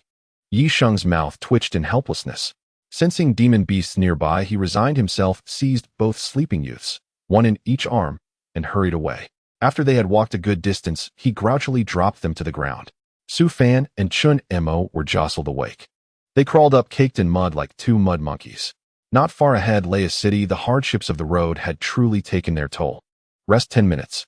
There's a city ahead. Oh, well, reach it in about 2 hours. Well, enter rest and resupply then. Yi Sheng said calmly. Damn, we're finally entering a city. I almost thought the whole world consisted of the 3 of us. Su Fan and Chun Mo exchanged a look, and both sighed in relief. Humans are social creatures. Prolonged isolation had made them unaccustomed to such solitude. After a brief rest, they resumed their march. 2 hours later, they arrived at the next city, Modu. It was a coastal city with iron-built walls, impregnable and formidable. As the Dragon Kingdom's second-largest city, Modu's defenses were impressive. They guarded not only against land demon beasts, but also those that rose from the sea.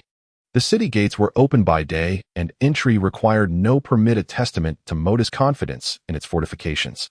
Yi Sheng led them into the city, booked 2 rooms at an inn, and Su Fan and Chun Mo rushed to bathe. Emerging clean and staring at his reflection, Su Fan scarcely recognized himself. If my mother knew I hadn't bathed for a week, she'd probably kill me. The mud I scrubbed off could fill a basin, Chun Mo complained as he towel-dried his hair. Su Fan smiled and collapsed onto the bed. Having lived rough for so long, he hadn't lain in a proper bed in ages. Chun Mo dried his hair and lay down beside him. When I was a child, I never imagined I would become the person I once yearned to be. I used to think war was distant from me. Our country seemed so strong, and I would never face turmoil. I never expected to become a military academy cadet, perhaps to fight in a real war someday. Chun Mo lay staring at the ceiling and let out a quiet laugh at all had been through. Su Fan, head on his arm, smiled and said, Don't say you're the only one. I never imagined it either. In his former world, there had been none of this. He had been an ordinary man with a 9-to-5 job and a decent salary, a life many envied. Parents, family, a girlfriend. Yet when he opened his eyes, he found himself in this bizarre realm and had no idea how his loved ones fared back there. Fanji, do you think if the Su family knew of your abilities, they'd regret how they treated you? They even cast you out to a farm to fend for yourself.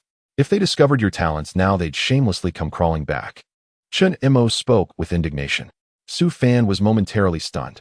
Truthfully, after leaving the Su household, he rarely thought of them. There had been little affection and few memories. Since his cross into this world 3 years ago, those so-called family members had mocked and belittled him, ostracizing him. He had no chance to experience real kinship before being cast out. His bond with Chun Mo had grown deeper than any tie to the Su family. Perhaps, Su Fan murmured and fell silent. Chun Mo, utterly exhausted, soon sank into a deep sleep. The night passed without incident. The next morning, they sprang from their beds as if on reflex. Accustomed to life outdoors, they had become habitually vigilant.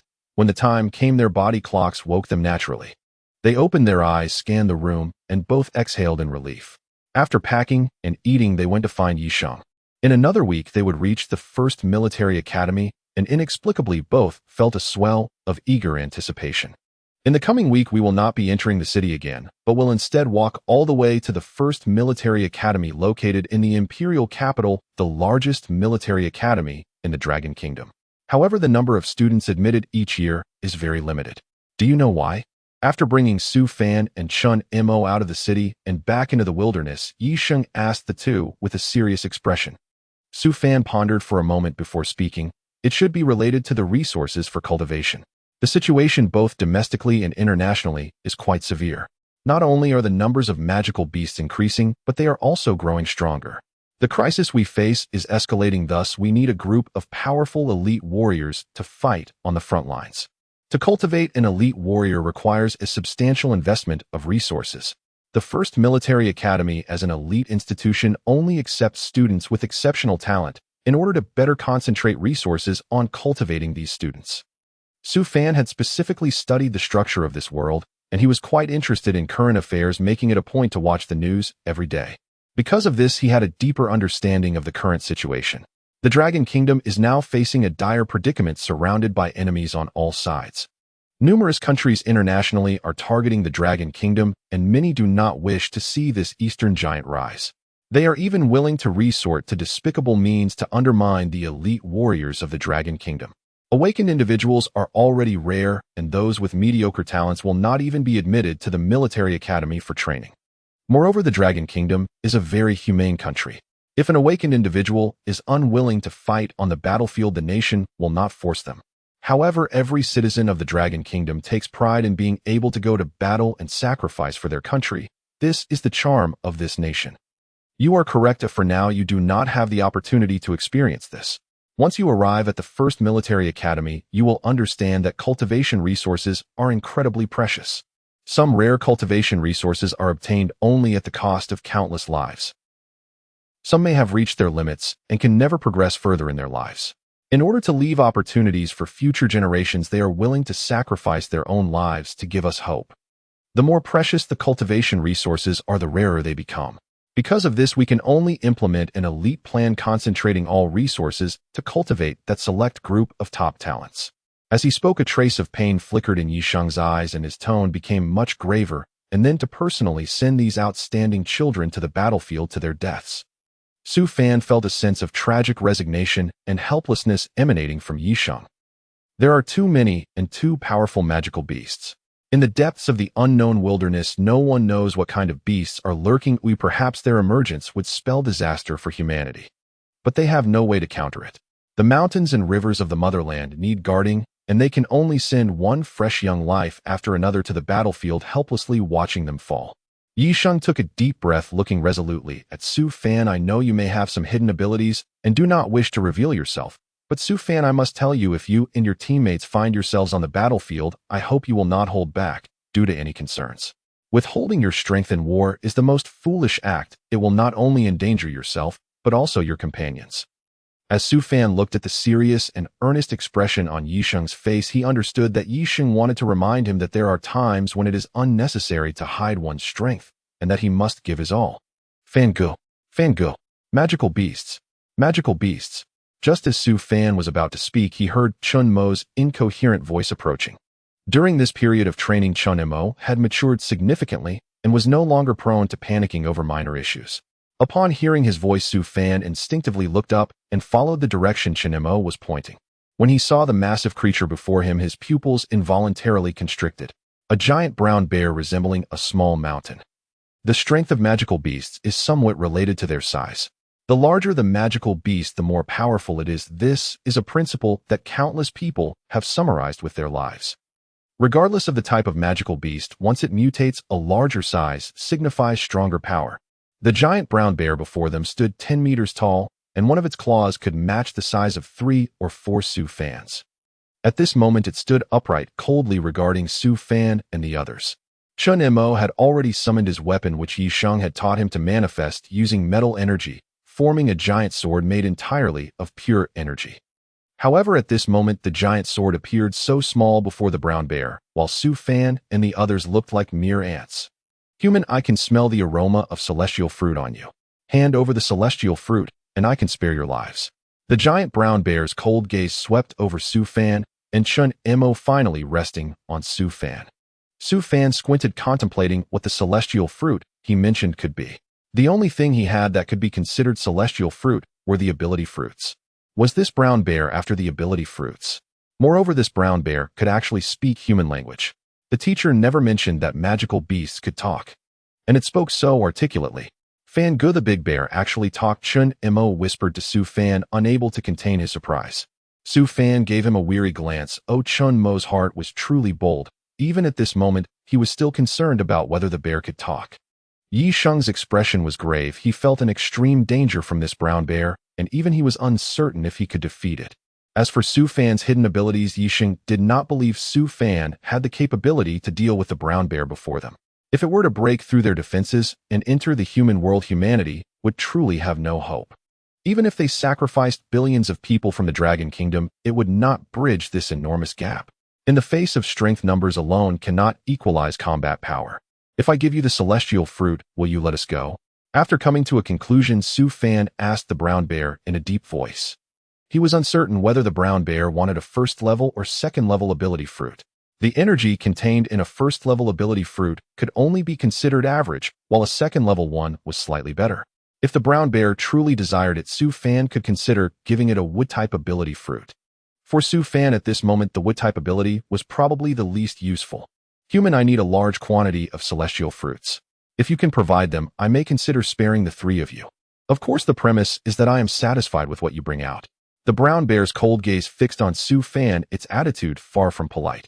Su Fan's expression darkened slightly upon hearing this. The negotiating attitude of this brown bear seemed quite difficult to handle. Moreover, it was asking for a large quantity of celestial fruits. All the ability fruits he had combined were barely a few dozen. Where would he find a large quantity? Su Fan had already begun to call for the system in his mind. Having rested for so long, the invincible state should be usable again. Yi Sheng was right. At critical moments, there is no need to hide strength. Otherwise, not only would one die, but the brothers beside them would also perish. Detected life or death crisis. Activating invincibility mode. This state will persist for 1 hour, followed by a 7-day period of extreme debilitation. Su Fan had just finished communicating with the system when a torrent of terrifying energy surged through his body. In that instant, he felt certain he could crush the massive grizzly bear before him with a single punch. Such a formidable beast would make an excellent ally, if only it could be tamed. Alas, during invincibility mode, hostile beasts could only be slain, not subdued. Su Fan reluctantly abandoned the idea. Yi Sheng, who had already resolved to sacrifice himself so Su Fan and Chun Mo could escape, suddenly sensed something extraordinary, and turned disbelief etched across his face as he stared at Su Fan beside him. In that fleeting moment, Su Fan seemed godlike, immense, radiant with destructive power, so overwhelming that even standing near him sent chills racing down Yi Sheng's spine. Su Fan. Yi Sheng called out, voice tight with concern. He feared Su Fan had recklessly exhausted his latent potential to save them. Please take Chun Mo and fall back a short distance. Su Fan glanced at Yi Sheng and spoke calmly. After a brief hesitation, Yi Sheng seized Chun Mo and retreated over 100 meters in swift silence. Once Yi Sheng and Chun Mo reached a safe distance, Su Fan fixed his icy gaze upon the colossal grizzly bear. Damn it! You dare try to rob me of my ability fruit. And you dare threaten me. I'll shatter your skull. And, human, what is this nonsense? Are you provoking me? The grizzly, having understood every word, erupted in fury. No further words were exchanged. With a thunderous roar, it swung its massive fist straight towards Su Fan. At this tier of cultivation, every part of such a beast was a lethal weapon. Its defenses nigh impenetrable, its offensive might utterly devastating. Su Fan raised his arm, a slender, seemingly fragile limb beside the bear's titanic limb, yet he bore the blow head-on without yielding. Only a faint tremor ran up his forearm. He shook it lightly, his expression hardening. From that single impact, his mind instantly received comprehensive data on the beast before him. SS rank, rampaging grizzly bear, level 12 star apex, sovereign of the forest. Acquired skills, sky-shattering roar, a sonic assault, inflicting severe mental damage, rending claws, gravitic, field, mountain-crushing impact. Innate skill, heaven-shaking strike. The grizzly's ultimate technique, capable of leveling everything within 100 li. Rage mode. An unpredictable state triggered when gravely wounded, doubling all attributes and combat prowess. Warning. While enraged, the heaven-shaking strike multiplies tenfold in devastation, reducing 1,000 li to utter desolation, erasing all life. Host must prevent this technique from ever being unleashed. Caution. Caution. In the system's unusually detailed report underscored the sheer staggering might of this rampaging grizzly bear. A level 12-star apex beast, an S rank at that. In no textbook had ever mentioned such a creature. None existed in recorded lore. It was then Su Fan realized untold perils must lurk deep within the wilderness, and this colossal grizzly was certainly not the only one. After reading the system's urgent crimson highlighted warning, Su Fan's expression grew grave. He had originally intended to merely discipline the beast, but if its destructive capacity was truly this catastrophic, speed was paramount. Prolonged combat risked irreversible devastation. The city lay dangerously close behind them.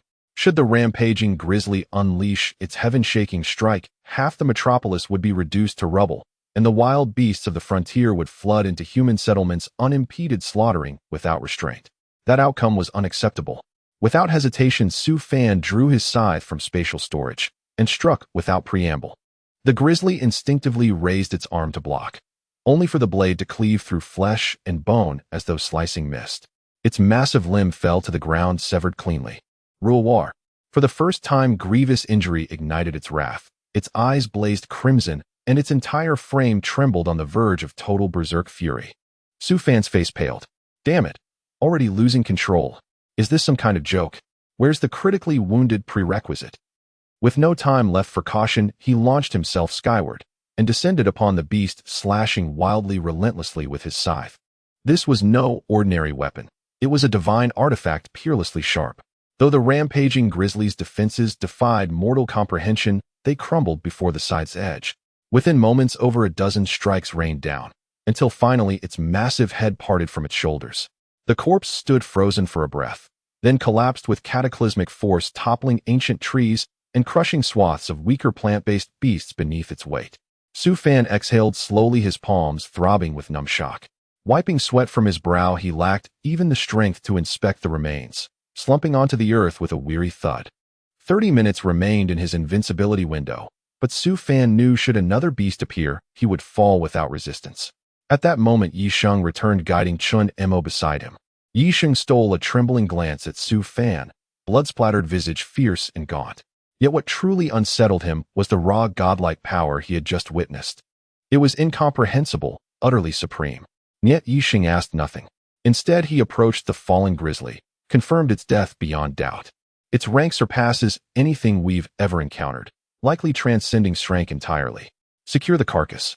Once in Jingqing, deliver it to the Biological Research Institute for thorough analysis. They'll reward you handsomely.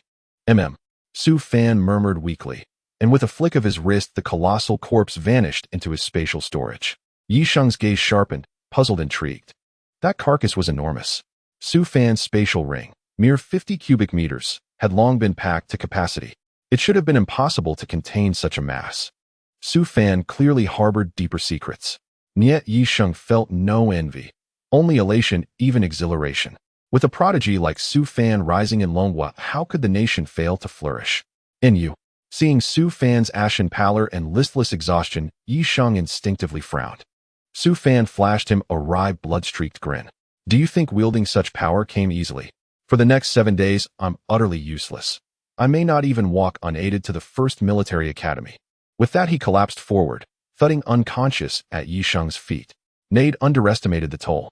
The system hadn't just borrowed his strength, it had drained him to the marrow. Physical cultivation, it seemed, could no longer wait. Fan Ge. Su Fan. Yi Sheng and Chun Mo's faces paled instantly. Yi Sheng reacted swiftly, catching Su Fan just before he collapsed. Chun Mo rushed over anxiously. Brother, is Fan Ge all right? Is he injured? Yi Sheng knelt down to examine him, then shook his head. He's fine, just utterly exhausted. Let's keep moving. Without another word, he hoisted Su Fan onto his shoulder and hurried away with Chun Mo. No sooner had they vanished than a squad of mercenaries clad in rugged field gear arrived at the site, scanning the wreckage with grim expressions. A fierce battle erupted here moments ago, likely waged by an rank expert. Yet this level of devastation exceeds even rank standards. It may well be the work of a prodigy whose innate talent is rank, yet whose cultivation has soared beyond mortal limits.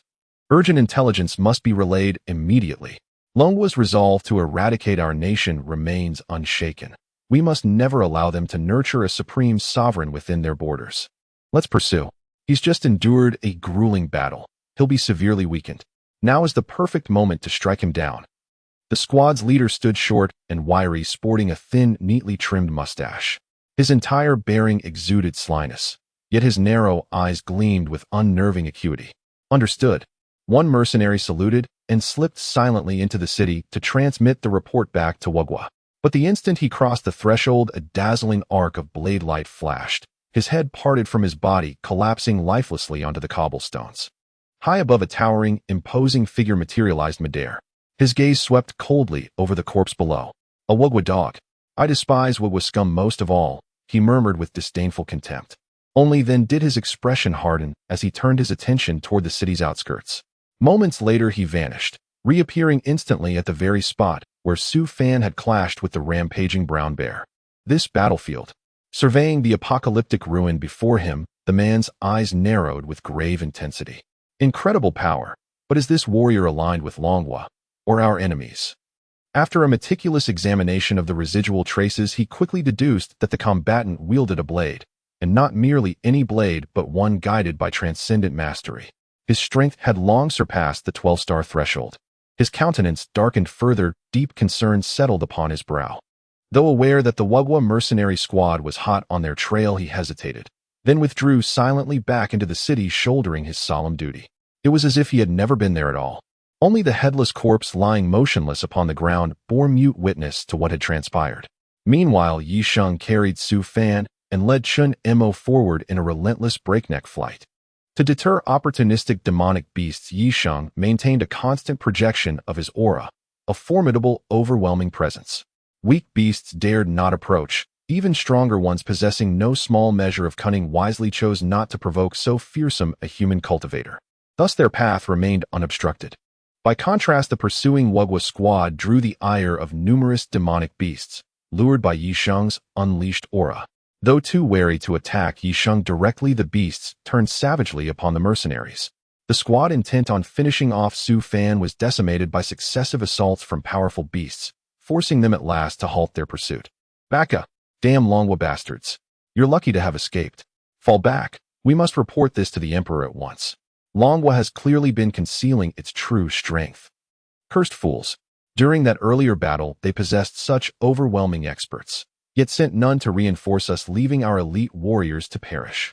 Our homeland now stands on the precipice, and these despicable Longwa dogs deliberately withheld aid.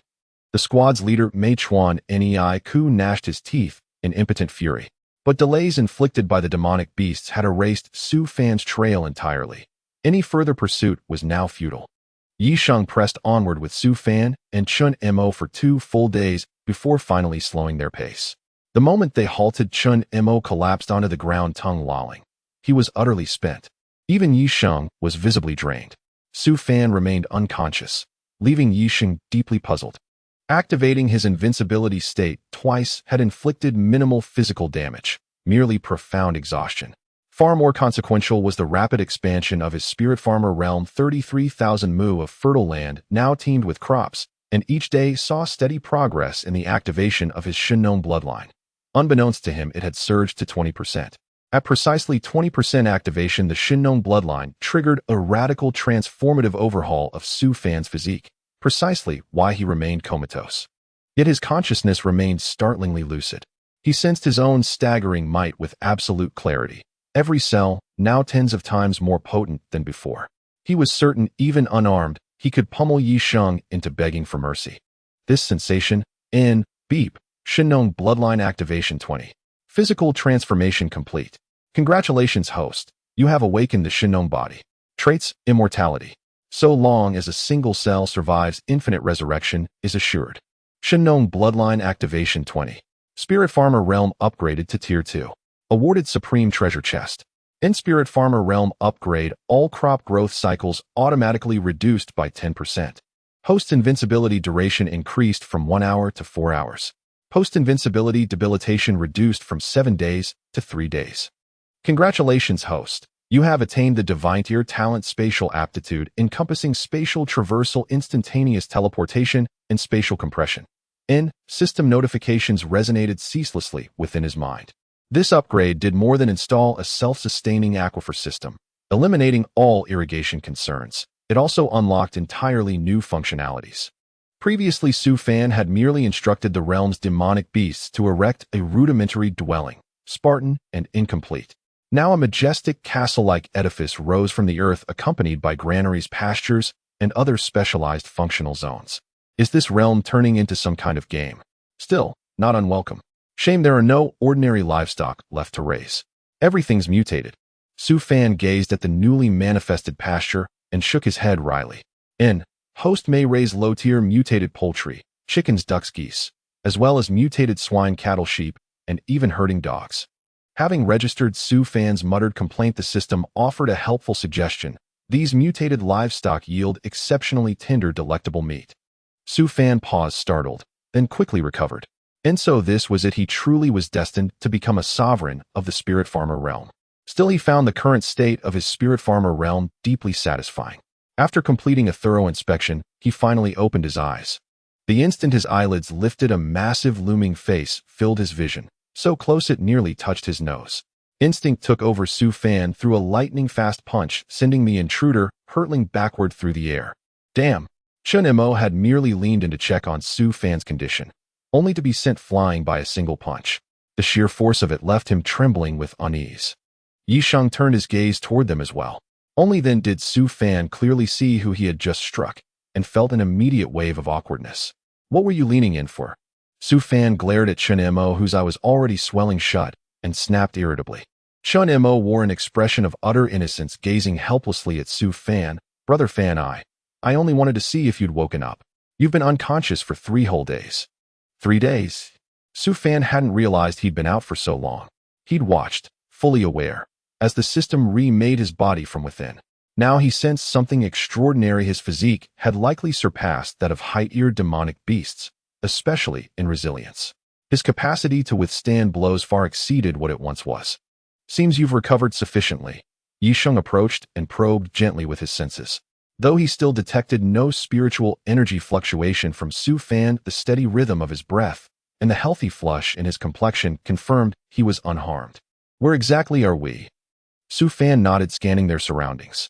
They remained in the wilderness, but this landscape bore little resemblance to the south. A desolate expanse stretched before them, barren earth, severely eroded, littered with weathered stones, resembling nothing so much as a vast windswept Gobi desert. We'll reach First Military Academy no later than tomorrow, Yisheng replied coolly. Su Fan froze, startled. So soon? He recalled Yisheng stating earlier it would take nearly 7 days. Yet he'd only been unconscious for 3, and they were already nearing their destination. Brother Fan, it's Yigu who carried you the entire way after you collapsed. He feared for your safety. We didn't hunt demonic beasts en route. Chun Mo, noticing Su Fan's astonishment, quickly explained. Su Fan looked toward Yisheng with quiet gratitude. All right, rest a moment, eat something, replenish your strength. Then we continue. Yisheng glanced impassively at Su Fan, rotated the demonic beast's thigh roasting over the fire, and spoke calmly. Su Fan, however, wasn't hungry. He'd already eaten inside his spatial realm. Still, his mouth watered instinctively at the sight of the golden brown leg sizzling over the flames. Yisheng tested the meat with his dagger, confirmed it was fully cooked, then carved generous portions for Su Fan and Chun Mo. After resting and eating their fill, the 3 resumed their journey. Yisheng no longer pressed them to train. He marched ahead in silence, and by dawn the next day, a colossal steel metropolis rose before them, its towering silhouette piercing the morning sky. Bathed in the first light of dawn, the city's immense walls radiated overwhelming power, striking Su Fan and Chun Mo like a physical blow. The visual impact was staggering. This was Su Fan's first time entering the capital, and compared to the Beijing of his past life, this city stood even more majestically, more imposingly grand. He could scarcely fathom the sheer manpower and resources required to construct such a super city. 10 years ago, the first generation of awakened ones had sacrificed everything, so much, just to protect this nation. This city was forged in 15 days by 12 metal awakened ones, each wielding their unique talents. Countless others, awakened ones of diverse abilities, lent their strength as well. Yi Sheng gazed silently at the city for a long while before speaking softly. He had been gone too long. In the final battle, he had given his all, his very life, to defend it. When the beast tide swept him away, he believed death was certain. Yet when he opened his eyes again, he found himself lying in a mountain cave. Though wounded, he bore no mortal injury. After recovering, he retreated into the wilds, and had lived there alone for 8 long years. The capital's gates stood open, guarded by sentries who inspected all who entered or departed. Mercenary bands streamed in and out in groups. Many bore freshly slain demonic beasts, their livelihoods literally carried on their backs. Demonic beast meat was remarkably flavorful. Gourmands had devised countless innovative preparations, though raw consumption remained strictly forbidden. Every cooking method, however, yielded exquisite results. Of course, only low-tier demonic beasts were safely consumable by ordinary people. Preparing high-tier ones demanded an awakened chef. Otherwise, the task proved nearly impossible. The capital outshone every other city in prosperity and bustle. Once the heart of Long Kingdom, the political, economic, and cultural center, it had not only endured the cataclysmic demonic beast invasion, but emerged even more vibrant than before. Here people of every ethnicity mingled freely, not just citizens of Long Kingdom. Su Fan paid them little mind. His thoughts were fixed solely on First Military Academy. After waiting so long, the moment had finally arrived, and an unexpected thrill surged through him. Chun Mo meanwhile bounced with unrestrained excitement, craning his neck in every direction. Beyond the gate lay a broad avenue, teeming with vehicles and pedestrians. A cacophony of voices, laughter, and commerce pulsing with raw, irrepressible vitality. Such scenes existed nowhere else but in Long Kingdom. Elsewhere, ordinary people lived perpetually in dread. How could they ever relax, let alone thrive? Long Kingdom's armed forces bore the solemn duty of defending the nation, granting its people the rare luxury of peace and the freedom to truly live. Watching the genuine joy and quiet contentment on passers-by's faces, Su Fan gained a deeper, more profound understanding of this land and of what it meant to call it home. First Military Academy is just ahead. I'll go no further with you. Yi Sheng halted and turned to the 2 young men beside him. Su Fan and Chun Mo stopped instantly. Brother Yi, where are you going? You're not coming with us. Having traveled together for so long, Chun Mo and Yi Sheng had grown close, and now facing parting sorrow welled up in his chest. Yi Sheng placed a firm hand on his shoulder, then looked steadily at Su Fan. Remember what I told you. Perhaps you alone can reshape the world as it stands today. Never forget your original intent. Understood. Su Fan nodded, grave and resolute. Yi Sheng raised a hand in farewell and vanished into the flowing crowd. Brother Fan, he never even told us where First Military Academy is. Chun Mo stared after Yi Sheng's fading figure, melancholy settling over him, until with a sigh he grumbled aloud. Su Fan regarded him quietly, then shook his head. This boy truly had the heart of a carefree wanderer. They'd already reached the capital. Surely asking for directions to First Military Academy would take no more than opening one's mouth. Su Fan approached a passerby and inquired about the location of the First Military Academy. In the capital, almost no one was unaware of the First Military Academy. Noticing that Su Fan and Chun Mo were young and clearly new students who had just been admitted to the First Military Academy, the passerby was very enthusiastic and directly led them there. Su Fan initially thought the First Military Academy would be located in the suburbs considering its vast campus area, but to his surprise it was right in the bustling city center. The surroundings were lively, forming a small town where one could hear various shouts and see various magical beasts and materials being sold. Here it is, you can go in now. The passerby pointed to the large gate in front of them and left without another word. It was the beginning of the school season, but unlike the bustling atmosphere of universities in the past, the First Military Academy was quite quiet, with no welcoming committee at the entrance. After registering their information with the gatekeeper, he pointed them in a direction, and Su Fan and Chun Mo went directly to report in. Are you 2 new students from Shanjing? Seeing Su Fan and Chun Mo, the staff at the guidance office was taken aback. How did you manage to come all the way from such a distance? The teachers who went out to welcome the new students had encountered trouble, and after receiving the news they were worried, but had no way to intervene, only waiting for updates. The new students for the freshman class were supposed to have arrived a few days earlier, yet only 3 had shown up, and they were from Harbin, which was relatively close to the capital. Shanjing was far from the capital, normally taking about 7 days to arrive. Although Su Fan and Chun Mo took more than half a month to reach the academy, the fact that they made it here alive was already impressive. Moreover, the welcoming teachers sensed a trace of killing intent from the two, indicating they had fought their way here. Freshmen were generally just awakening their abilities with the strongest, having only awakened for 3 years. It was impressive enough to have just entered the training phase, fighting magical beasts along the way, crossing the wilderness alone. It was hard to believe. We made our way here. Su Fan noticed the skepticism in the teacher's eyes, but did not elaborate, simply replying casually. Please wait a moment while we verify your identities and enter your information into the school's new student system, the welcoming teacher said before turning and leaving. Before long, a middle-aged man in his 40s entered the room. With a square face and sharp features, he exuded an intimidating presence even without speaking. After he arrived, his gaze swept over Su Fan and Chun Mo, lingering on Su Fan for a moment longer before he spoke blandly. Name, age, and what talent you have awakened, let's verify. Chun Mo, 18 years old, awakened a grade metal attribute talent. By the way, Fan Go, what was my other attribute? Chun Mo instinctively responded, but halfway through he stopped and turned to look at Su Fan. Su Fan twitched his mouth and replied sullenly, Crade Dark Attribute Talent. Oh right, and a Crade Dark Attribute Talent, Chun Mo quickly added. Yang Ji raised an eyebrow in surprise and couldn't help but glance at Chun Mo a few more times, but that was all. Students with dual attribute talents were common here. Chun Mo was not the first, and the level of his awakened talent could only be considered average. What about you? Yang Ji asked when he saw Su Fan remain silent. Su Fan scratched his head, recalling Yisheng's words, and said, I have a plant-type talent and a beast-taming talent. You also have dual attribute talents. What level are they? Yang Ji was even more astonished. 2 students with dual attribute talents coming from Shangjing. Shangjing was the southernmost city of the Dragon Kingdom, and during the resurgence of spiritual energy, it was heavily attacked by magical beasts from both the sea and land, resulting in severe damage. Even now, it had not fully recovered, so having 2 students with dual attribute talents suddenly appear was quite remarkable. After all, in previous years, no students from Shangjing had been admitted to the first military academy. A grade, I suppose. Su Fan did not directly tell Yang Ji that his awakened talents were all SSSS grade, considering that the highest recognized level internationally was only a grade. If he claimed his talent level was 5SS, it would surely cause a stir. Both are a grade. Yang Ji was even more surprised. However, after a while, he suddenly came to his senses and stared wide-eyed at Su Fan. What did you just say you awakened? Plant type and beast taming, Su Fan repeated patiently. Damn, Yang Ji exclaimed, his expression changing. He had only just noticed that Su Fan claimed to have awakened 2 talents, but had not caught the specifics until now.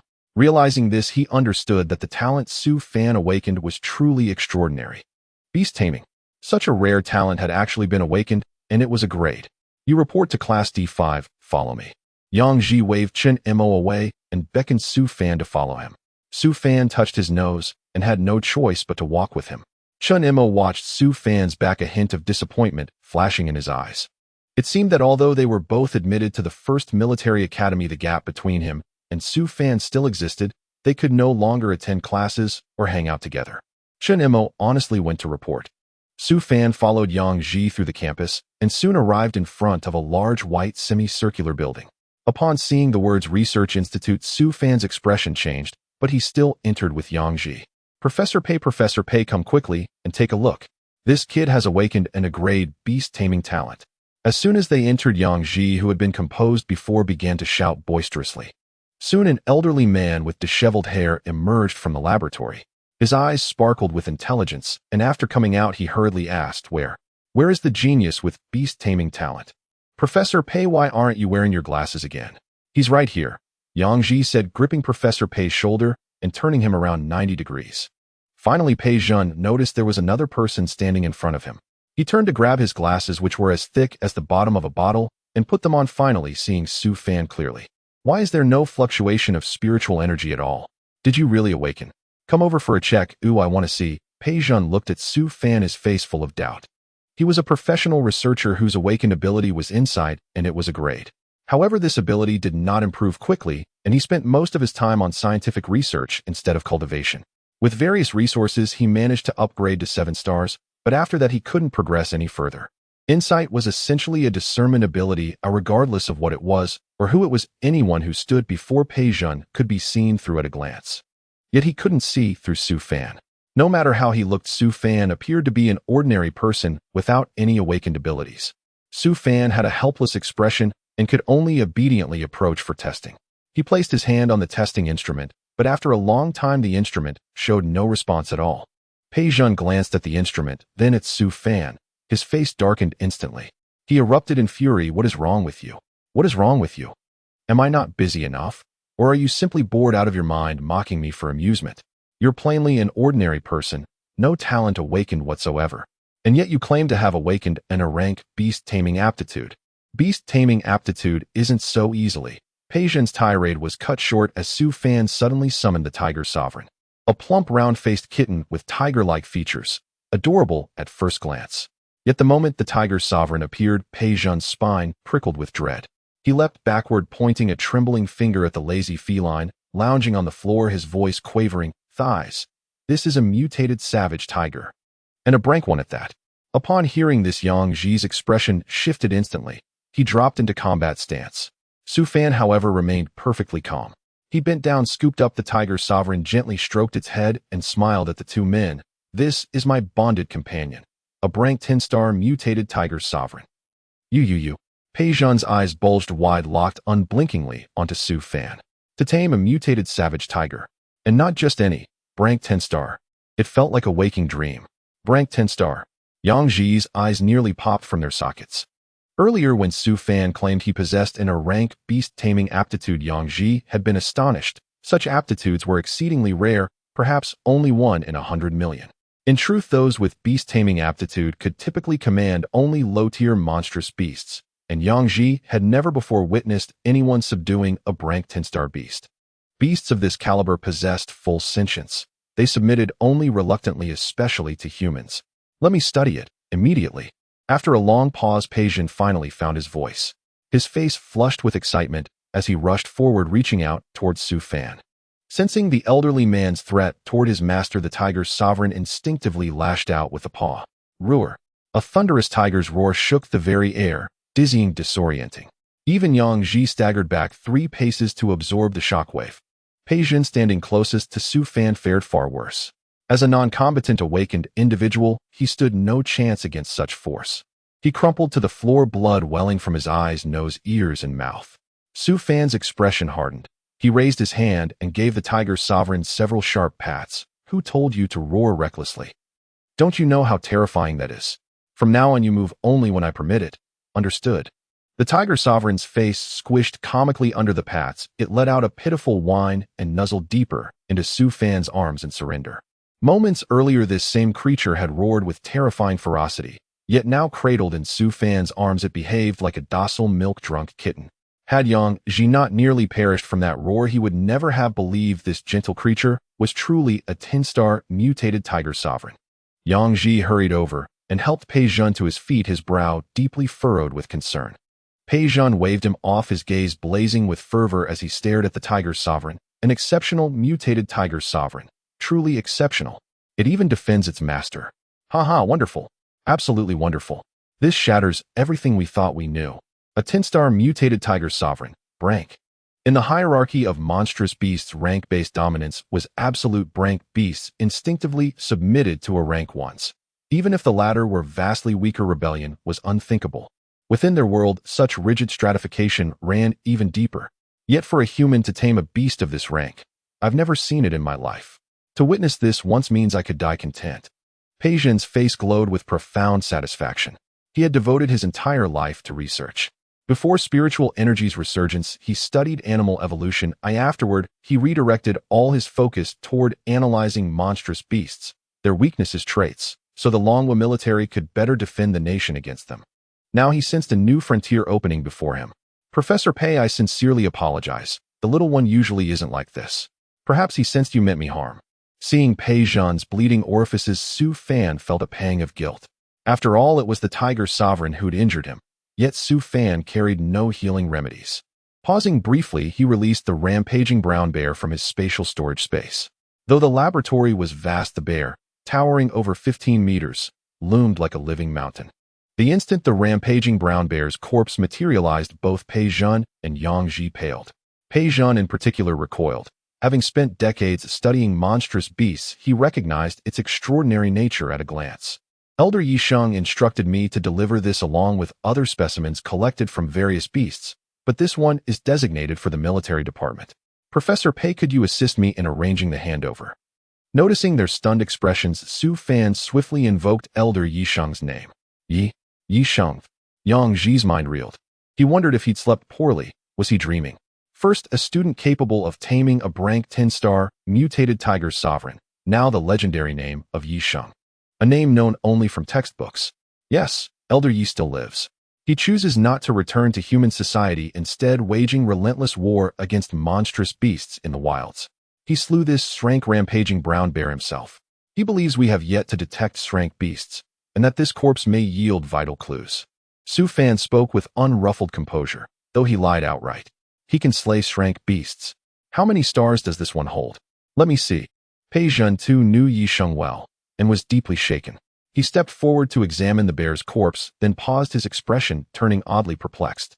The wounds on the bear's body were unervingly clean, sliced with surgical precision by an exceptionally sharp weapon. Judging by the curvature of the cuts, it appeared to be a curved blade.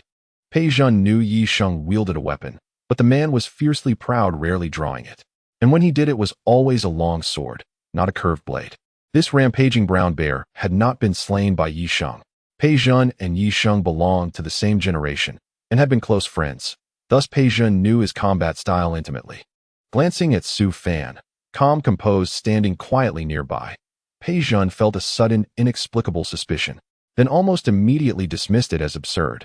How could an 18-year-old boy possibly kill such a formidable beast? This rampaging brown bear has clearly transcended the 12-star threshold, reaching the transcendent realm. Pei Zhen's tone grew grave as he turned to Yang Ji. Yang Ji's face paled further. Gazing upon the colossal corpse, he felt a primal chill creep up his spine. Shrank.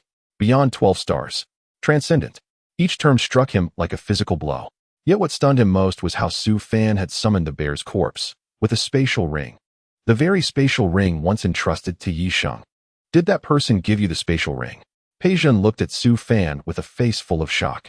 While he was astonished by Su Fan's remarkable talent, in reality, there were hidden powers within the Dragon Nation that had dual A-level talents. It was simply that the beast-taming talent was exceedingly rare, and no one had awakened an A-level beast-taming talent yet. However, upon seeing Su Fan suddenly throw out the corpse of the rampaging brown bear, he was immediately filled with shock. The Dragon Nation possesses a few spatial rings that were obtained by the first batch of awakeners who unintentionally entered an ancient relic left behind by a powerful being when the revival of spiritual energy first began. In addition to the spatial rings, there were also a set of incomplete cultivation techniques. This was also a key reason why the Dragon Nation could rise rapidly, keeping the demonic beasts at bay and subtly becoming a world power. The spatial ring in Yisheng's hand represented Yisheng's legacy, meaning that Yisheng had chosen Su Fan to be his successor. If you were talking about Yisheng, he indeed gave me the spatial ring. If you all want to take it back, I can hand it over. Su Fan spoke indifferently. A 50-cubic spatial ring was truly insignificant in his eyes. After all, his current storage space was exponentially larger than this spatial ring, and this ring was merely a tool to disguise the existence of his storage space. No, since it was given to you by that person, it naturally belongs to you. None of us have the right to take it back or just keep it. Pei Zhen quickly waved his hand. Yang Ji had also regained his composure and looked at Su Fan with lingering fear. This kid is likely not just a dual talent awakener, he must be hiding some secrets. Otherwise, how could someone like Yisheng have taken a liking to him and chosen him as his heir? However, Yang Ji did not show any of this. Since he was chosen by Yisheng, Su Fan's identity was supremely exalted. Even if he concealed some secrets, they would not dare to say a word, and would even help cover up those secrets for Su Fan's safety. An A-level beast taming talent capable of taming a level 10-star mutant tiger king, no matter which news leaked out, it would be enough to bring Su Fan grave peril. Yes, there are some materials in the spatial ring. You can find someone to handle the exchange later. Su Fan truly looked down on those things. Anything the system casually produced could far surpass them. Yang Ji nodded, and his attitude towards Su Fan had become much more respectful than before. Initially, he viewed Su Fan as just a talented student, but now he represented someone of a higher status. This rampaging brown bear is of great importance to our research. Don't worry, Su Fan, you will be awarded points according to the school's regulations for contributing the corpse of the rampaging brown bear. Pei Zhen also snapped back to attention and spoke to Su Fan with utmost respect. Su Fan was not particularly concerned about this. He had always known that there was a military merit system in military academies where killing demonic beasts and handing in rare materials from their bodies to the school or providing the corpses of rare demonic beasts for research would earn a certain amount of military merits. And these military merits were very important for every military academy student. All cultivation resources are allocated based on military merits. The higher the military merit, the greater the privileges, naturally allowing access to more secrets. Su Fan did not lack cultivation resources, but Chen Mo was lacking. After some thought, he finally spoke up. Can Chen Mo, who came with me, be in the same class as me? His talent level is too low. According to regulations, he can only be placed in a class. Yang Ji seemed somewhat troubled. The reason the first military academy was able to become the top military academy in the Dragon Nation was naturally due to their strict discipline. Everyone must abide by it, and no exceptions could be made for anyone. Although Chen Mo was also a dual talent awakener, both of his talents were low level. Someone of Su Fan's caliber was to be arranged in a large class, and in a class there were no talents below a level. All were geniuses among geniuses. It could be said to be the elite class of the first military academy. What if he has just awakened for a month and has already reached the level of a 4-star awakener? Would that qualify him for the class? Su Fan asked, casually observing Yang Ji's troubled expression. Yang Ji looked confused for a moment, staring at Su Fan for quite some time before realizing he was not joking, but he instinctively replied, how is that possible?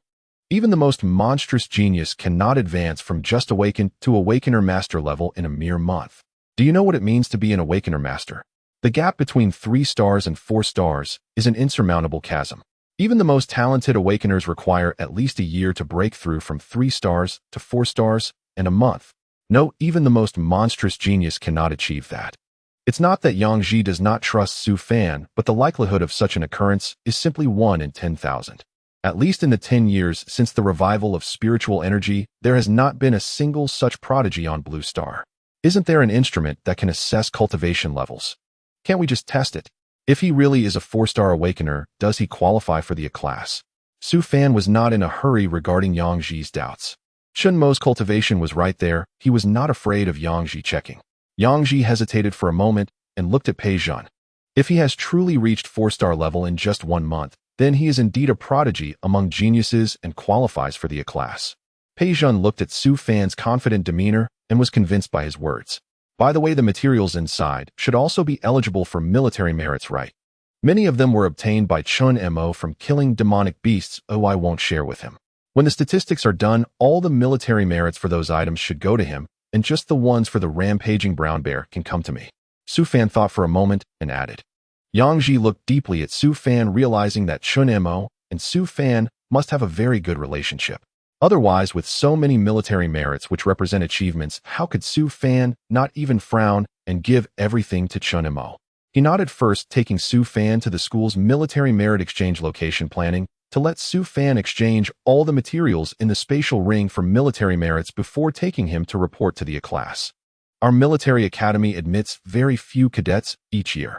In previous years, only those with brink or higher innate talent, or dual attribute aptitude, were eligible for enrollment.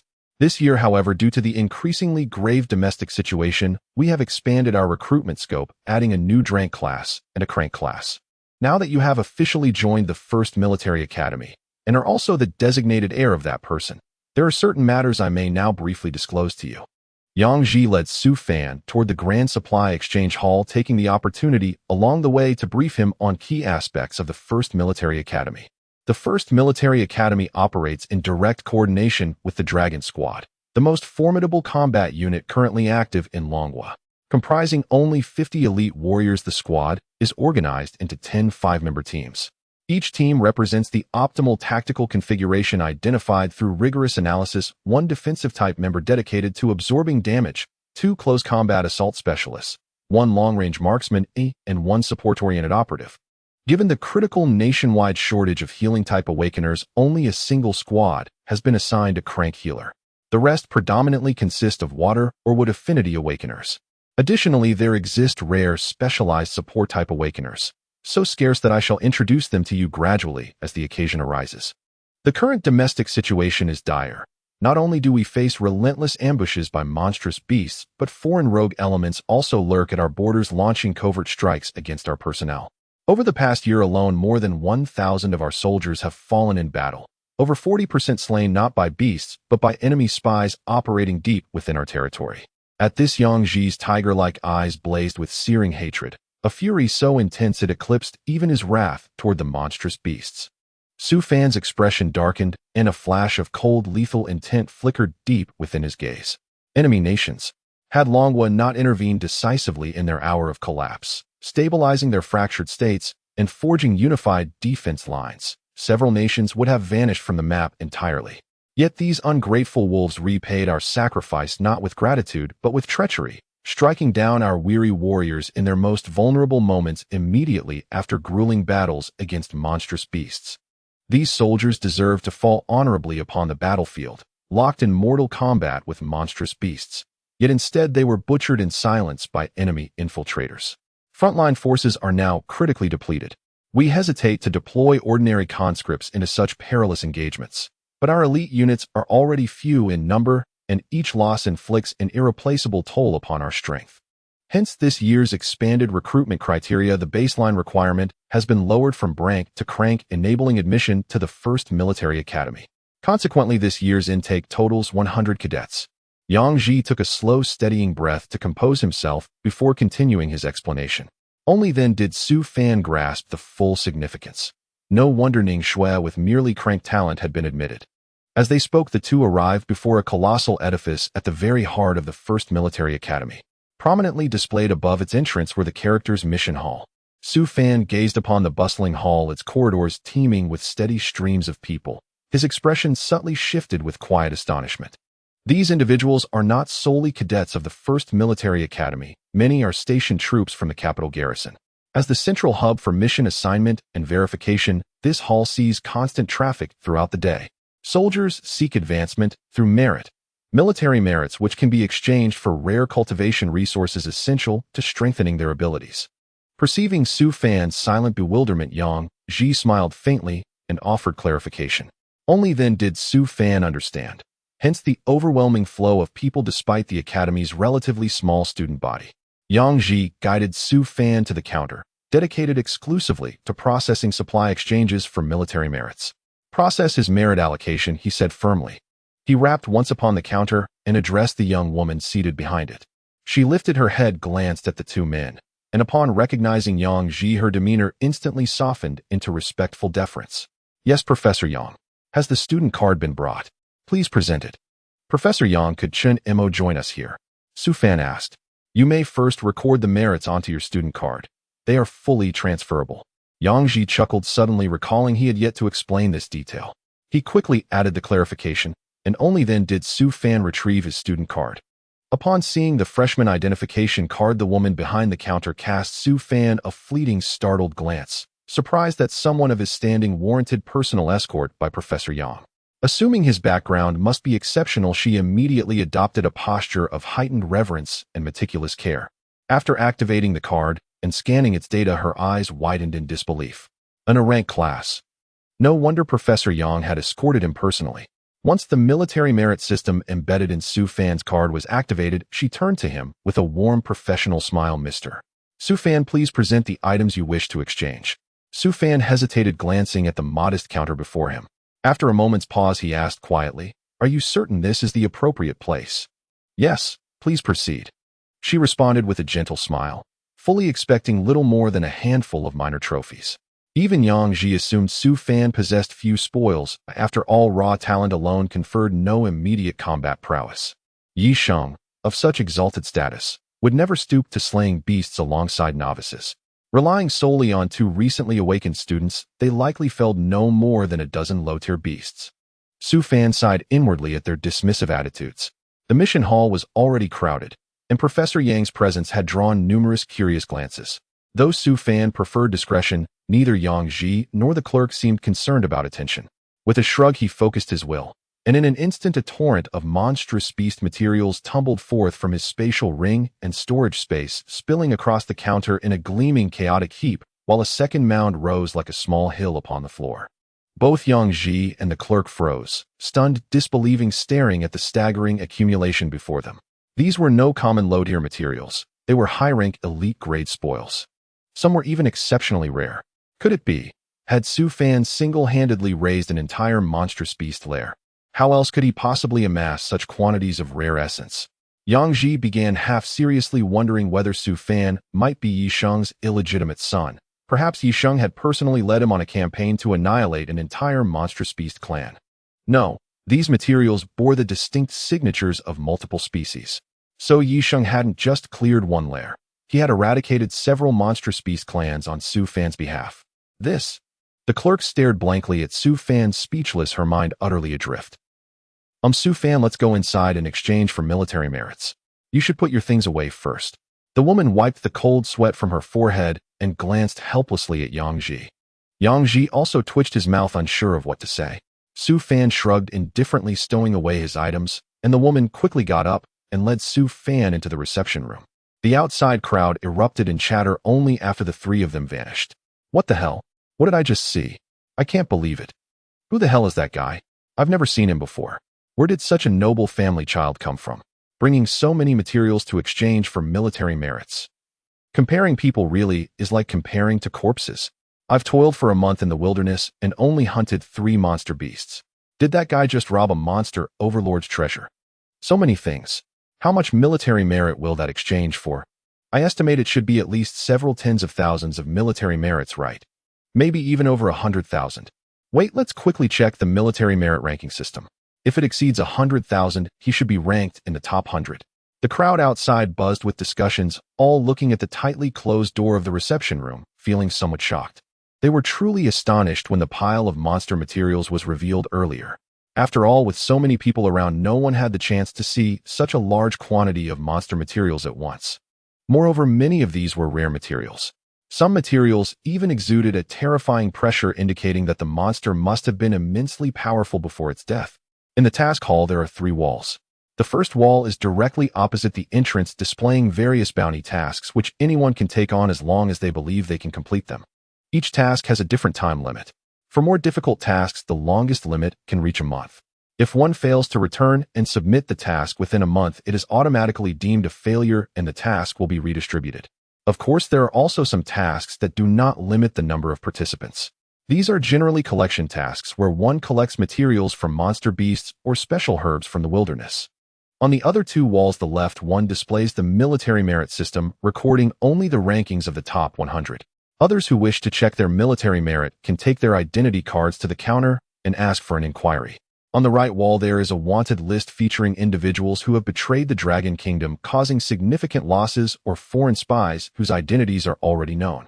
Each kill rewards a substantial amount of military merits and rewards. Many people were stunned by the monster materials Su Fan just revealed, so they all focused on the military merit rankings. The names on the list are renowned figures. Even the person ranked 100 holds a significant position in the military. It can be said that those who make it onto the military merit list are not nameless characters. The person ranked 100 currently has exactly 100,372 military merits. Accumulating military merits is not easy. Regular monster materials may only yield a few points. High-grade monster materials yield slightly more, but only about 20 to 30 points. Rare materials are currently the most valuable. Depending on the grade of the monster, the number of military merits exchanged varies.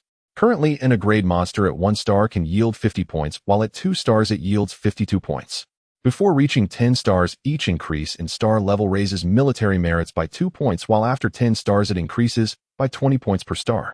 As for Scrade monsters, no one has ever killed one, and it can be said that human armies have yet to encounter Scrade monsters. In the reception room, Su Fan once again revealed the monster materials. Some of these items were collected after he slayed monsters with Chen Mo, while others were rare materials Su Fan left behind during previous attacks on farms. He took them all out this time.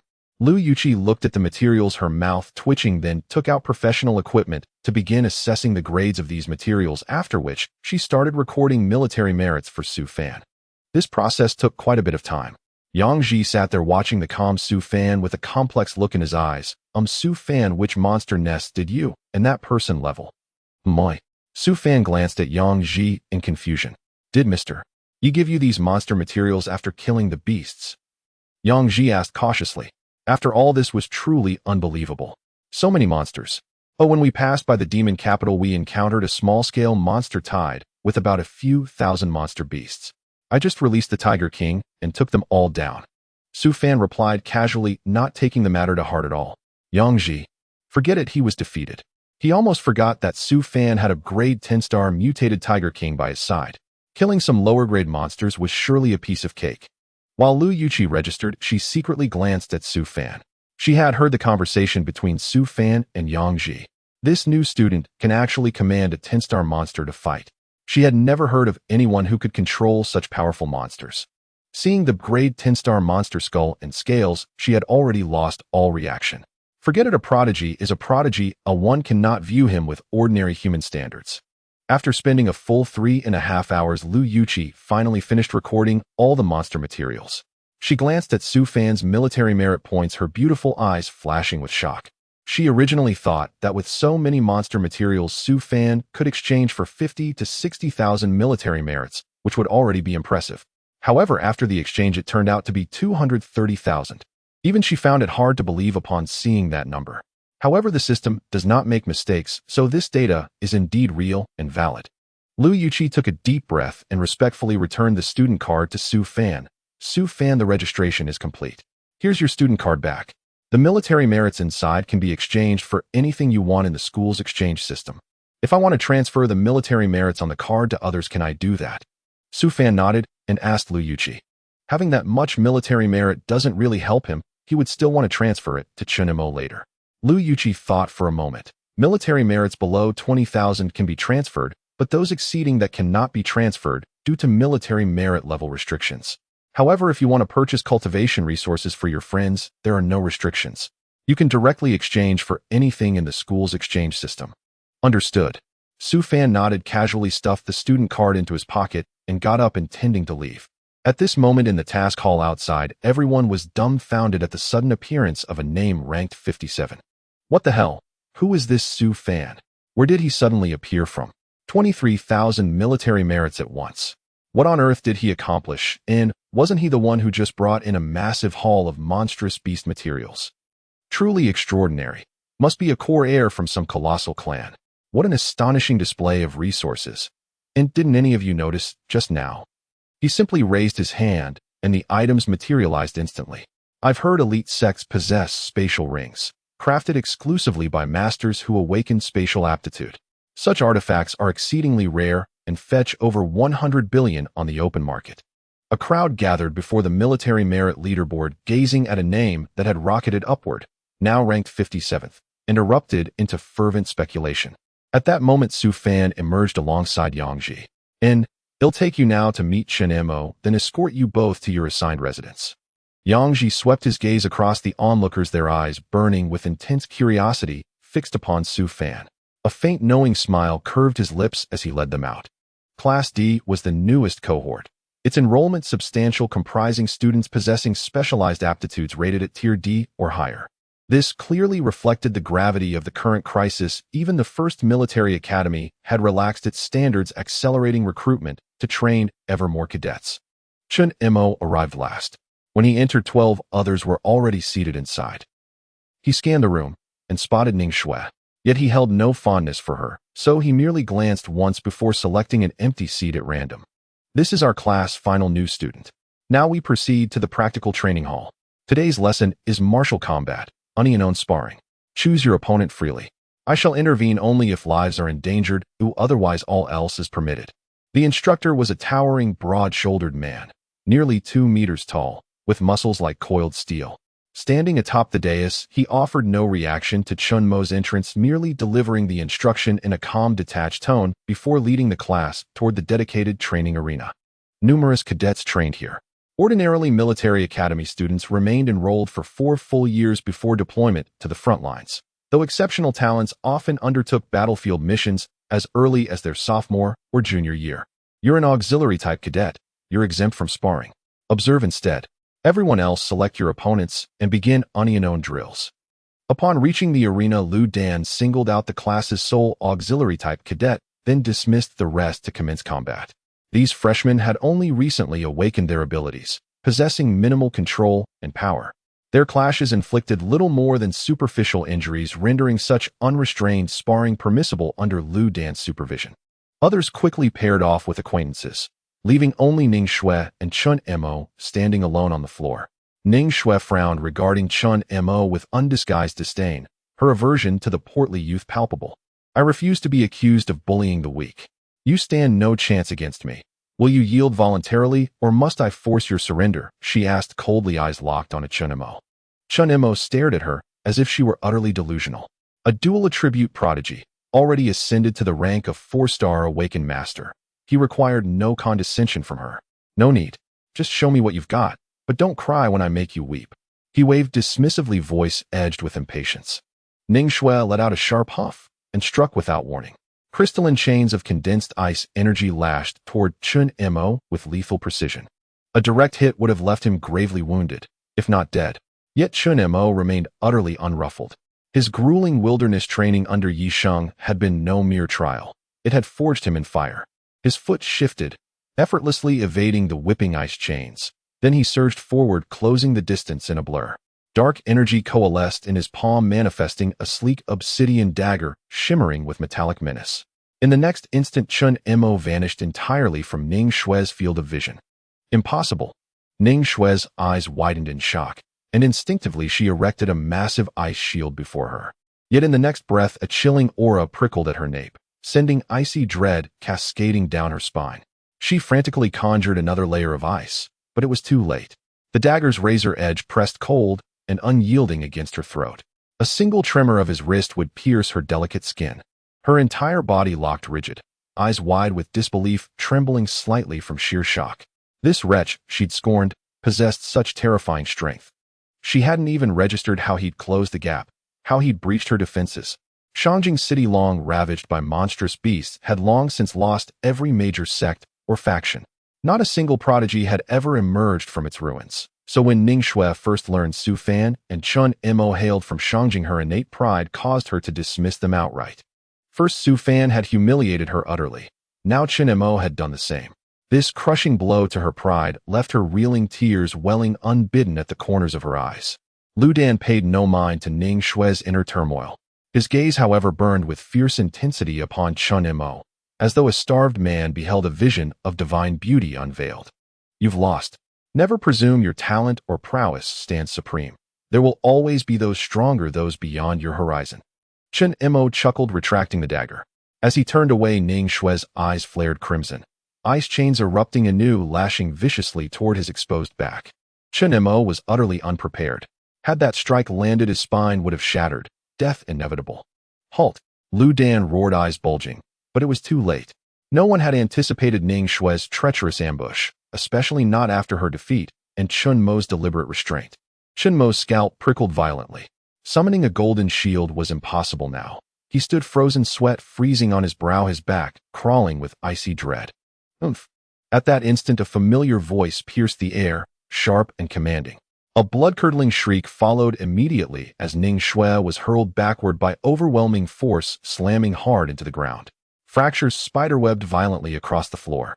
Ning Shui spat a torrent of crimson, then collapsed into darkness unconscious. Chun Mo whirled around, face alight with elation, and rushed headlong towards Su Fan, who stood calmly beside him. Su Fan lifted a foot in mild rebuke, prompting Chun Mo to halt instantly, grinning foolishly up at him.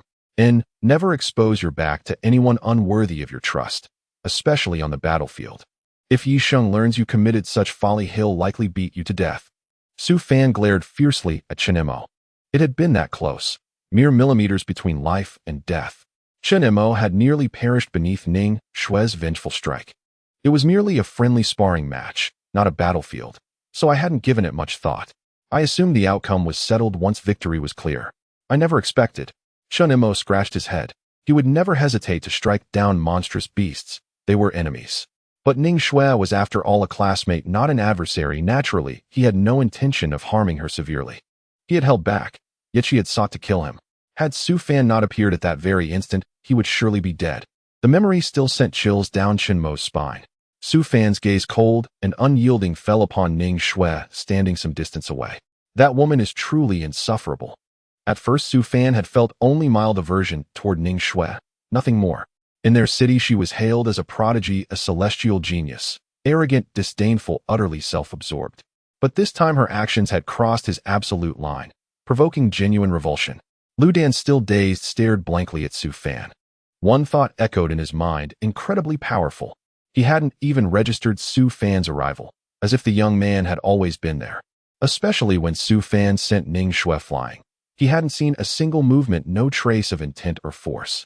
Had this occurred earlier, Su Fan truly could not have saved Chen Mo. Fortunately, he now possessed a spatial talent, enabling instantaneous teleportation. In a blink, he traversed from the training hall's entrance to stand directly behind Chen Mo, intercepting the lethal ambush. Then with a spatial pressure blast, he hurled Ning Shui backward.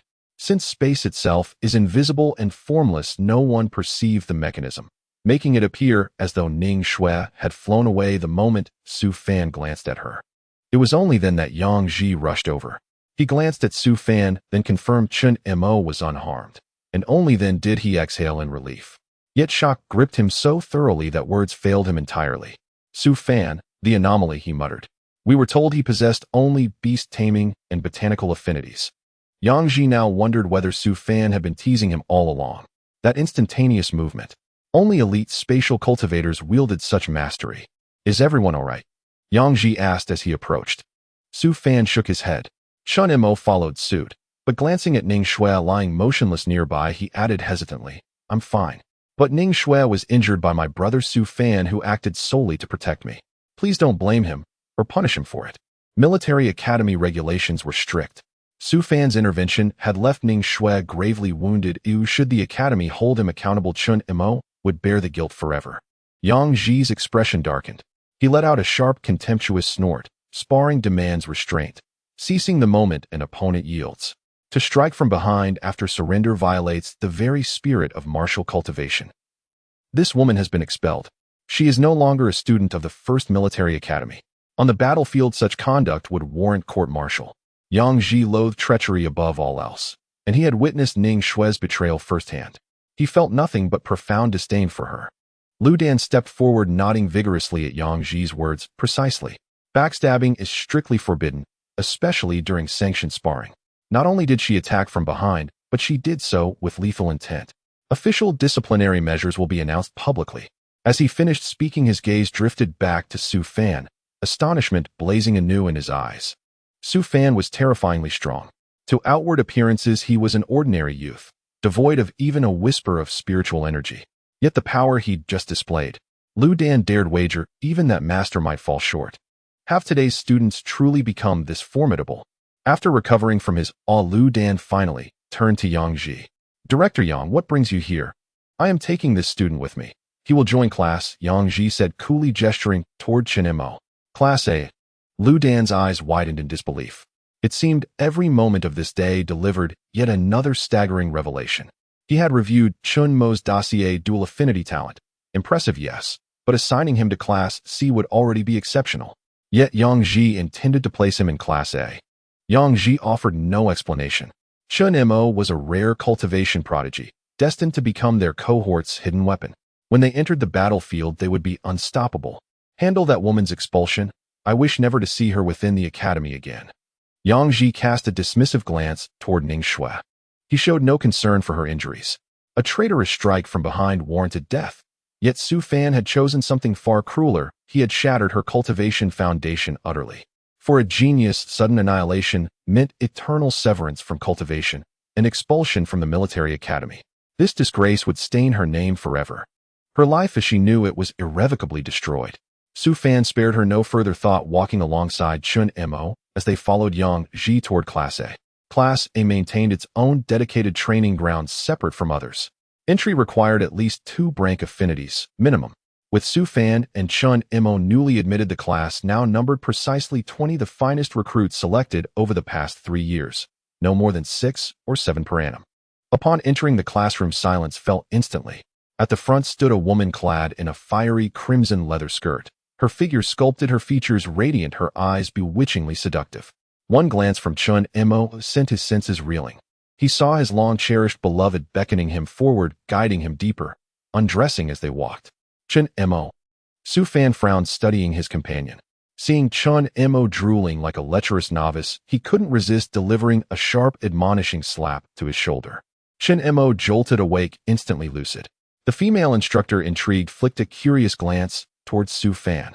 She possessed an rank enchantment affinity, its potency legendary. Most could not withstand it, especially fledgling cultivators fresh from awakening. From the moment they entered, she had woven her enchantment around both Su Fan and Chen Mo. Chen Mo succumbed instantly, yet Su Fan remained utterly unaffected, even dispelling her influence. This boy possessed genuine talent. No wonder he earned Class A's admission. New students, please introduce yourselves. Mei Hongyan stood before the blackboard like liquid flame, graceful, supple, smiling with beguiling charm. Su Fan studied her for a beat, then replied tersely, Su Fan. Chen Mo, he murmured, snapping upright and offering his name with quiet composure. Capability, let's address that as well. We now have exactly 20 trainees, so you will be divided into 4 teams of 5. From this point forward, your teammates will be your closest allies. Unless tragedy strikes and one falls in battle, your bond will endure for a long time to come. Mei Hongyan cast Su Fan a coquettish, reproachful glance.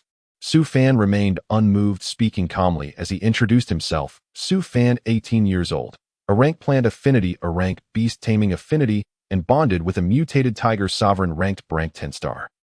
Mei Hongyan wondered if she'd slept poorly that morning, or perhaps hallucinated. Was this boy truly claiming to possess a mutated tiger sovereign rank 10-star as his beast companion, beast taming affinity, and a rank? She stared at Su Fan wide-eyed. Su Fan wore an expression of mild exasperation. He hadn't even revealed his rank mutated devil vine yet. Was this instructor truly unwell? Chen Mo, seeing that Su Fan had finished his introduction, hastily stepped forward. Chen Mo, 18 years old, drank metal affinity, crank darkness affinity, currently a 4-star awaken master. Mei Hongyan had barely registered Chen Mo at first. A boy who couldn't even resist her charm held little interest for her. At first, hearing his affinities, she wore a look of disdain, suspecting Yang Ji was mocking her. Such feeble affinities, such low-tier rankings. Had he really sent him to her elite Class A? Was he insulting her? Then came the revelation: Chen Mo was a 4-star awaken master. She began to wonder whether she'd truly slept poorly the night before. What on earth were these 2 students? Were they deliberately teasing her? You've been awakened for 3 years? Mei Hongyan recovered swiftly from her brief astonishment, scrutinized Chen Mo carefully, and seeing nothing extraordinary about him, posed the question. No, I've only been awakened for a month. My affinities aren't particularly strong. It took me a full month just to reach 4-star. But my brother Su is extraordinary. He far surpasses me. Chen Mo scratched his head, bashfully, speaking with genuine humility. This time, it wasn't only Mei Hongyan. The entire class wore expressions of bewildered disbelief. To attain 4-star in 1 month was deemed mediocre. Worthless. Then what did that make them? Worthless beyond measure. They'd barely grasped the fundamentals in that same span. A wave of dejection swept across the room, faces darkened. Su Fan glanced sidelong at Chen Mo, only to find the fool gazing raptly at Mei Hongyan, and sighed, inwardly pressing a hand to his forehead. The boy had fallen under Mei Hongyan's allure once again. Humph. Very well. You may take your seats, she said after studying Chen Mo for a long moment, her lips twitching faintly. This impudent youth genuinely believed his talents were inferior, not feigning modesty, but utterly sincere. For once she found herself speechless. Su Fan and Chen Mo chose seats at random, when suddenly a fluffy head swiveled around from the front row, curious eyes scanning them both. Are you really that powerful? Then, could I join your team when it's time to form groups? The girl was strikingly beautiful, like a living Barbie doll, with enormous amber-hued eyes brimming with innocence and pure, unguarded admiration. Little sister, what's your affinity? Let's see if we're compatible. If so, we'll gladly include you. Su Fan stayed silent, while Chen Mo leaned in with a cheerful grin, fixing his gaze warmly upon her. I'm Tu Su, an auxiliary awakened one. My ability is brink precognition. I can discern fortune and misfortune. She smiled sweetly at Chen Mo, offering her power without reservation. Precognition. Such an ability actually exists. Chen Mo gasped in awe. Su Fan shot him a look of mild disdain. Clearly this boy hadn't paid attention in class. Precognition ranked among the most formidable abilities within the auxiliary awakened cohort. A single precognitive seer could transform any expedition. Before each mission or venture into the unknown, a simple divination would reveal auspiciousness or peril. A favorable omen meant not only safety, but often extraordinary rewards. Yet precognitive talent was rarer than phoenix feathers, scarcer even than spatial affinities. That first military academy harbored a brink precognitive seer was nothing short of astonishing. Yes, and there are others like luck affinity, but those are even more elusive. No one has yet manifested such a gift. Tu Su replied with a playful smile. Chun Mo eagerly engaged her in conversation. Mei Hongyan made no intervention. This was precisely the time intended for mutual acquaintance and informal exchange before formal team assignments. Tu Su's vivacious open nature soon drew out stories Chun Mo had never heard. Fragments of hidden history, forgotten lore, and quiet truths long buried beneath routine instruction. All right, we'll protect you. Stick with us. My brother Su is peerless. He'll never let harm come near you. Chun Mo thumped his chest with earnest conviction. Tu Su turned her gaze towards Su Fan. Yes, we can form a team provided our instructor raises no objection. Su Fan felt no particular preference regarding teammates, and Tu Su's temperament struck him as agreeable enough. He voiced no objection.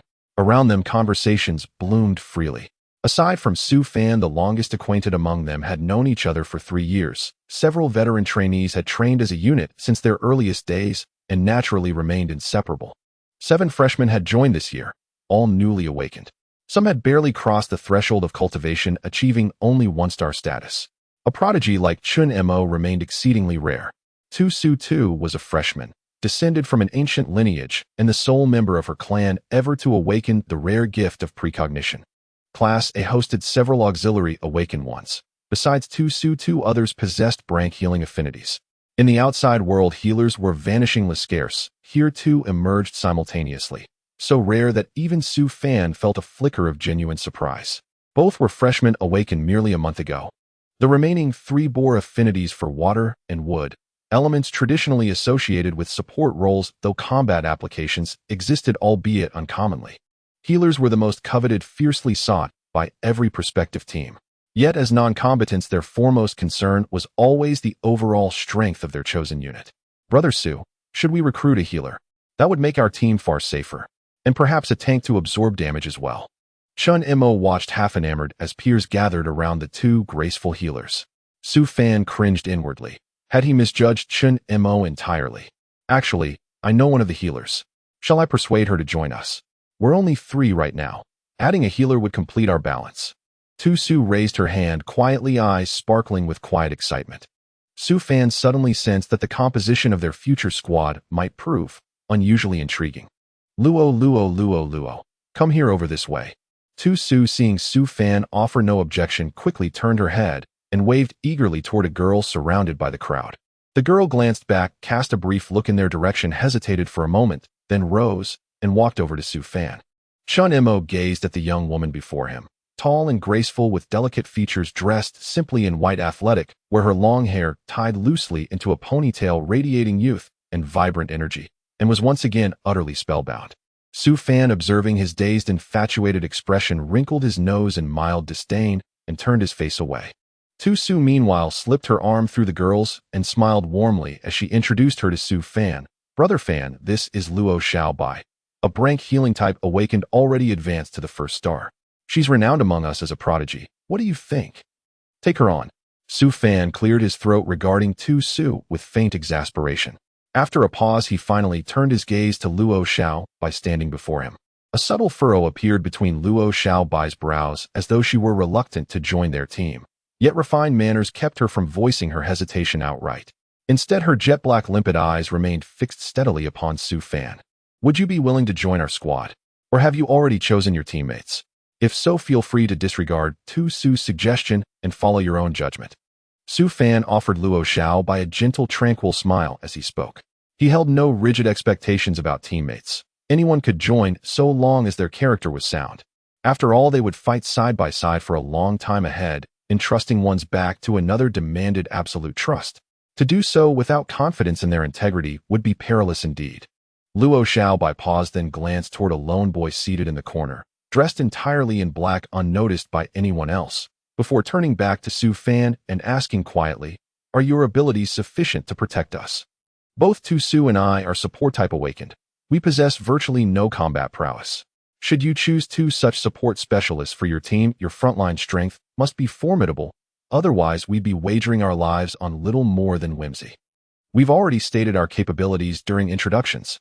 Su Fan, having observed Luo Xiaobai's glance, followed her line of sight, and the moment his eyes fell upon that solitary figure, a quiet understanding stirred within him. Could we add one more person? Luo Xiaobai asked, her voice tinged with uncertainty. Who? Tu Su replied, curiosity brightening her face. Luo Xiaobai looked toward the boy once more, saying nothing. Tu Su followed her gaze, and upon recognizing him, her expression shifted strangely. Neither Su Fan nor Chun Mo knew the boy. Seeing Tu Su's reaction, the two exchanged a silent, knowing glance. Luo, we've no objection to you joining us. We trust both your strength and your character. But him? Absolutely not. Even if Brother Fan agrees, I won't allow it. What's wrong with him? Chun Mo asked, glancing from the black-clad youth to Tu Su's unmistakable resistance. He's deeply eccentric, and he isn't fully ethnically Longwa. Half his heritage is from Wugwa. He was admitted last year. Others say he's profoundly reclusive, never speaks to anyone. Tu Su lowered her voice, careful not to be overheard, offering Su Fan and Chun Mo a succinct account of the boy's background. Su Fan's expression darkened subtly. Wugwa. Su Fan harbored no goodwill toward people from that nation. Even half-blood lineage stirred unease within him. Perhaps it stemmed from memories of his past life, where Wugwa had left indelible scars upon his psyche, leaving him utterly devoid of sympathy for that people. Reading Su Fan's expression, Luo Xiaobai understood his refusal. Then I'll seek another team, she said softly, disappointment flickering across her gaze. She cast one last wistful look at Su Fan before turning and returning to her seat. No sooner had she departed than a girl in a pink hooded sweatshirt dashed over, pulled out a chair, and plopped down beside Su Fan with cheerful spontaneity. Do you still need members? Take me along.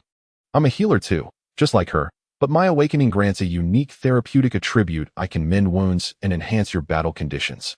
Su Fan studied the girl before him.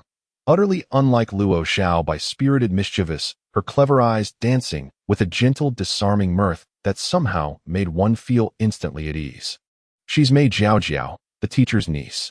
Tu Su voiced no reservations about Mei Jiao and introduced her warmly to Su Fan and the others. Brother Fan, take her. Chun Mo tugged urgently at Su Fan's sleeve, brimming with excitement. Su Fan shot him a sidelong glance, then nodded. Very well. You may join us. Then let's get acquainted properly. I'm a healer, so I bring no offensive strength. You'll need to guard us well. Mei Jiao extended her hand towards Su Fan. Su Fan regarded her slender, elegant fingers for a heartbeat, then reached out and lightly clasped her hand in greeting. A core squad had already formed within the class, the rest assembled freely. Once Mei Jiao chose Su Fan's team, another girl arrived shortly thereafter. I'm Duan Yun Chu, a Runka lightning attribute, awaken 2nd star cultivation. Do you still require members? She approached without preamble, speaking with crisp directness. Welcome. Su Fan rose and shook her hand. Duan Yun Chu stood tall and lithe, clad in black, emanating an aura of quiet mystery. Her features were ethereally refined, delicate, otherworldly, untouched by mundane concerns. Regardless of appearance, her strength was undeniably impressive. Soon all squads were finalized. Ultimately, Luo Xiaobai joined another team, with the Wogo-descended youth Tiangui. Mei Hongyan watched the teams coalesce, pausing deliberately on Su Fan's group, and couldn't help but register quiet astonishment at their composition. With Su Fan and Chun Mo truly as powerful as claimed, and now bolstered by Duan Yun Chu, their squad's combat potential was exceptionally formidable. Now that teams are set, training begins. Let's proceed to the training chamber. Mei Hongyan clapped her hands, gathered the students, and led them purposefully toward their dedicated facility. A wave of youthful exhilaration swept through the group. 5 to a squad, they chatted animatedly as they followed Mei Hongyan toward the chamber destined to forge their futures. Class A's training facility occupied an entire 7-story building. Mei Hongyan led them directly to the first floor, a vast training hall equipped with numerous weapons and several partitioned sparring arenas. Mei Hongyan did not pause on the first floor. Instead, she swiped her access card and guided the group up to the 3rd floor. The 3rd floor housed several supercomputers, each linked to a nutrient pod, specialized apparatuses designed for full sensory immersion into the virtual combat network. Su Fan was surprised to find such professional-grade nutrient pods here.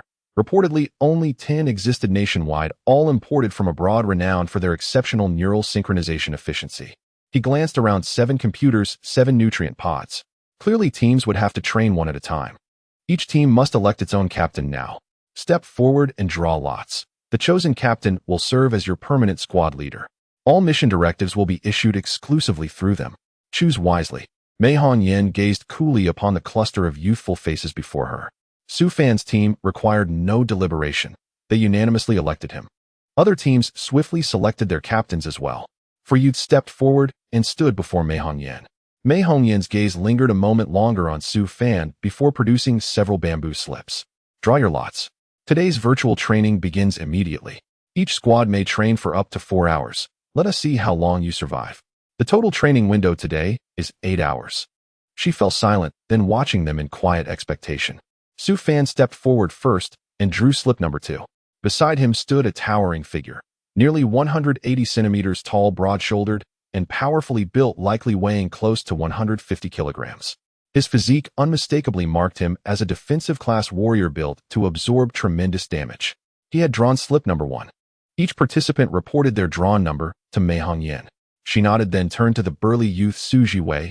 You and your team step forward. There are no additional instructions. Only this: all 5 of you must coordinate flawlessly. Once immersed in the virtual environment, every sensation will synchronize perfectly with your physical bodies. Should you perish within the simulation, your body will register the exact same pain. Do not mistake this for mere play. Every death leaves a physiological imprint. Repeated fatalities risk severe psychological destabilization or even mental collapse. Understood. Understood. The group responded in unison, their expressions grave and resolute. Mei Hongyan gestured for them to begin. Su Jiwei and his teammates quickly reclined into their nutrient pods.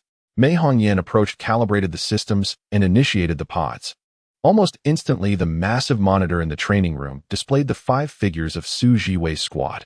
They materialized in a primeval forest. Towering ancient trees soared overhead, and even the undergrowth rose unnervingly high, radiating palpable menace. Su Fan studied the scene, brow furrowed, then shook his head slightly. Su Jiwei's team clearly lacked wilderness survival experience, and thus failed to grasp just how perilous this environment truly was. Without protective measures, they marched straight into the colossal dense foliage. Ah! A shriek pierced the air. From the grass erupted a monstrous serpent, coiling instantly around the support type awakened at the edge of the group. Her nutrient pod flared crimson. Moments later, its hatch opened. The girl sat up, face ashen, trembling violently, eyes unfocused, visibly traumatized. Mei Hongyan merely glanced over, offering no comfort. Without such fundamental psychological resilience, even extraordinary talent would prove fatal on the battlefield. Better to uncover such frailty early and let them withdraw voluntarily. Training was merciless. After the support type awakened, fell mutated flora beasts overwhelmed Su Jiwei's squad in under 10 minutes. 5 deaths, absolute annihilation. A shadow crossed Mei Hongyan's expression, but she said nothing. Instead, she instructed the survivors to vacate the pods and ushered in the next squad. Once inside, stay close to me and obey my commands without hesitation. Understood. Su Fan's voice was low, his features taut with gravity.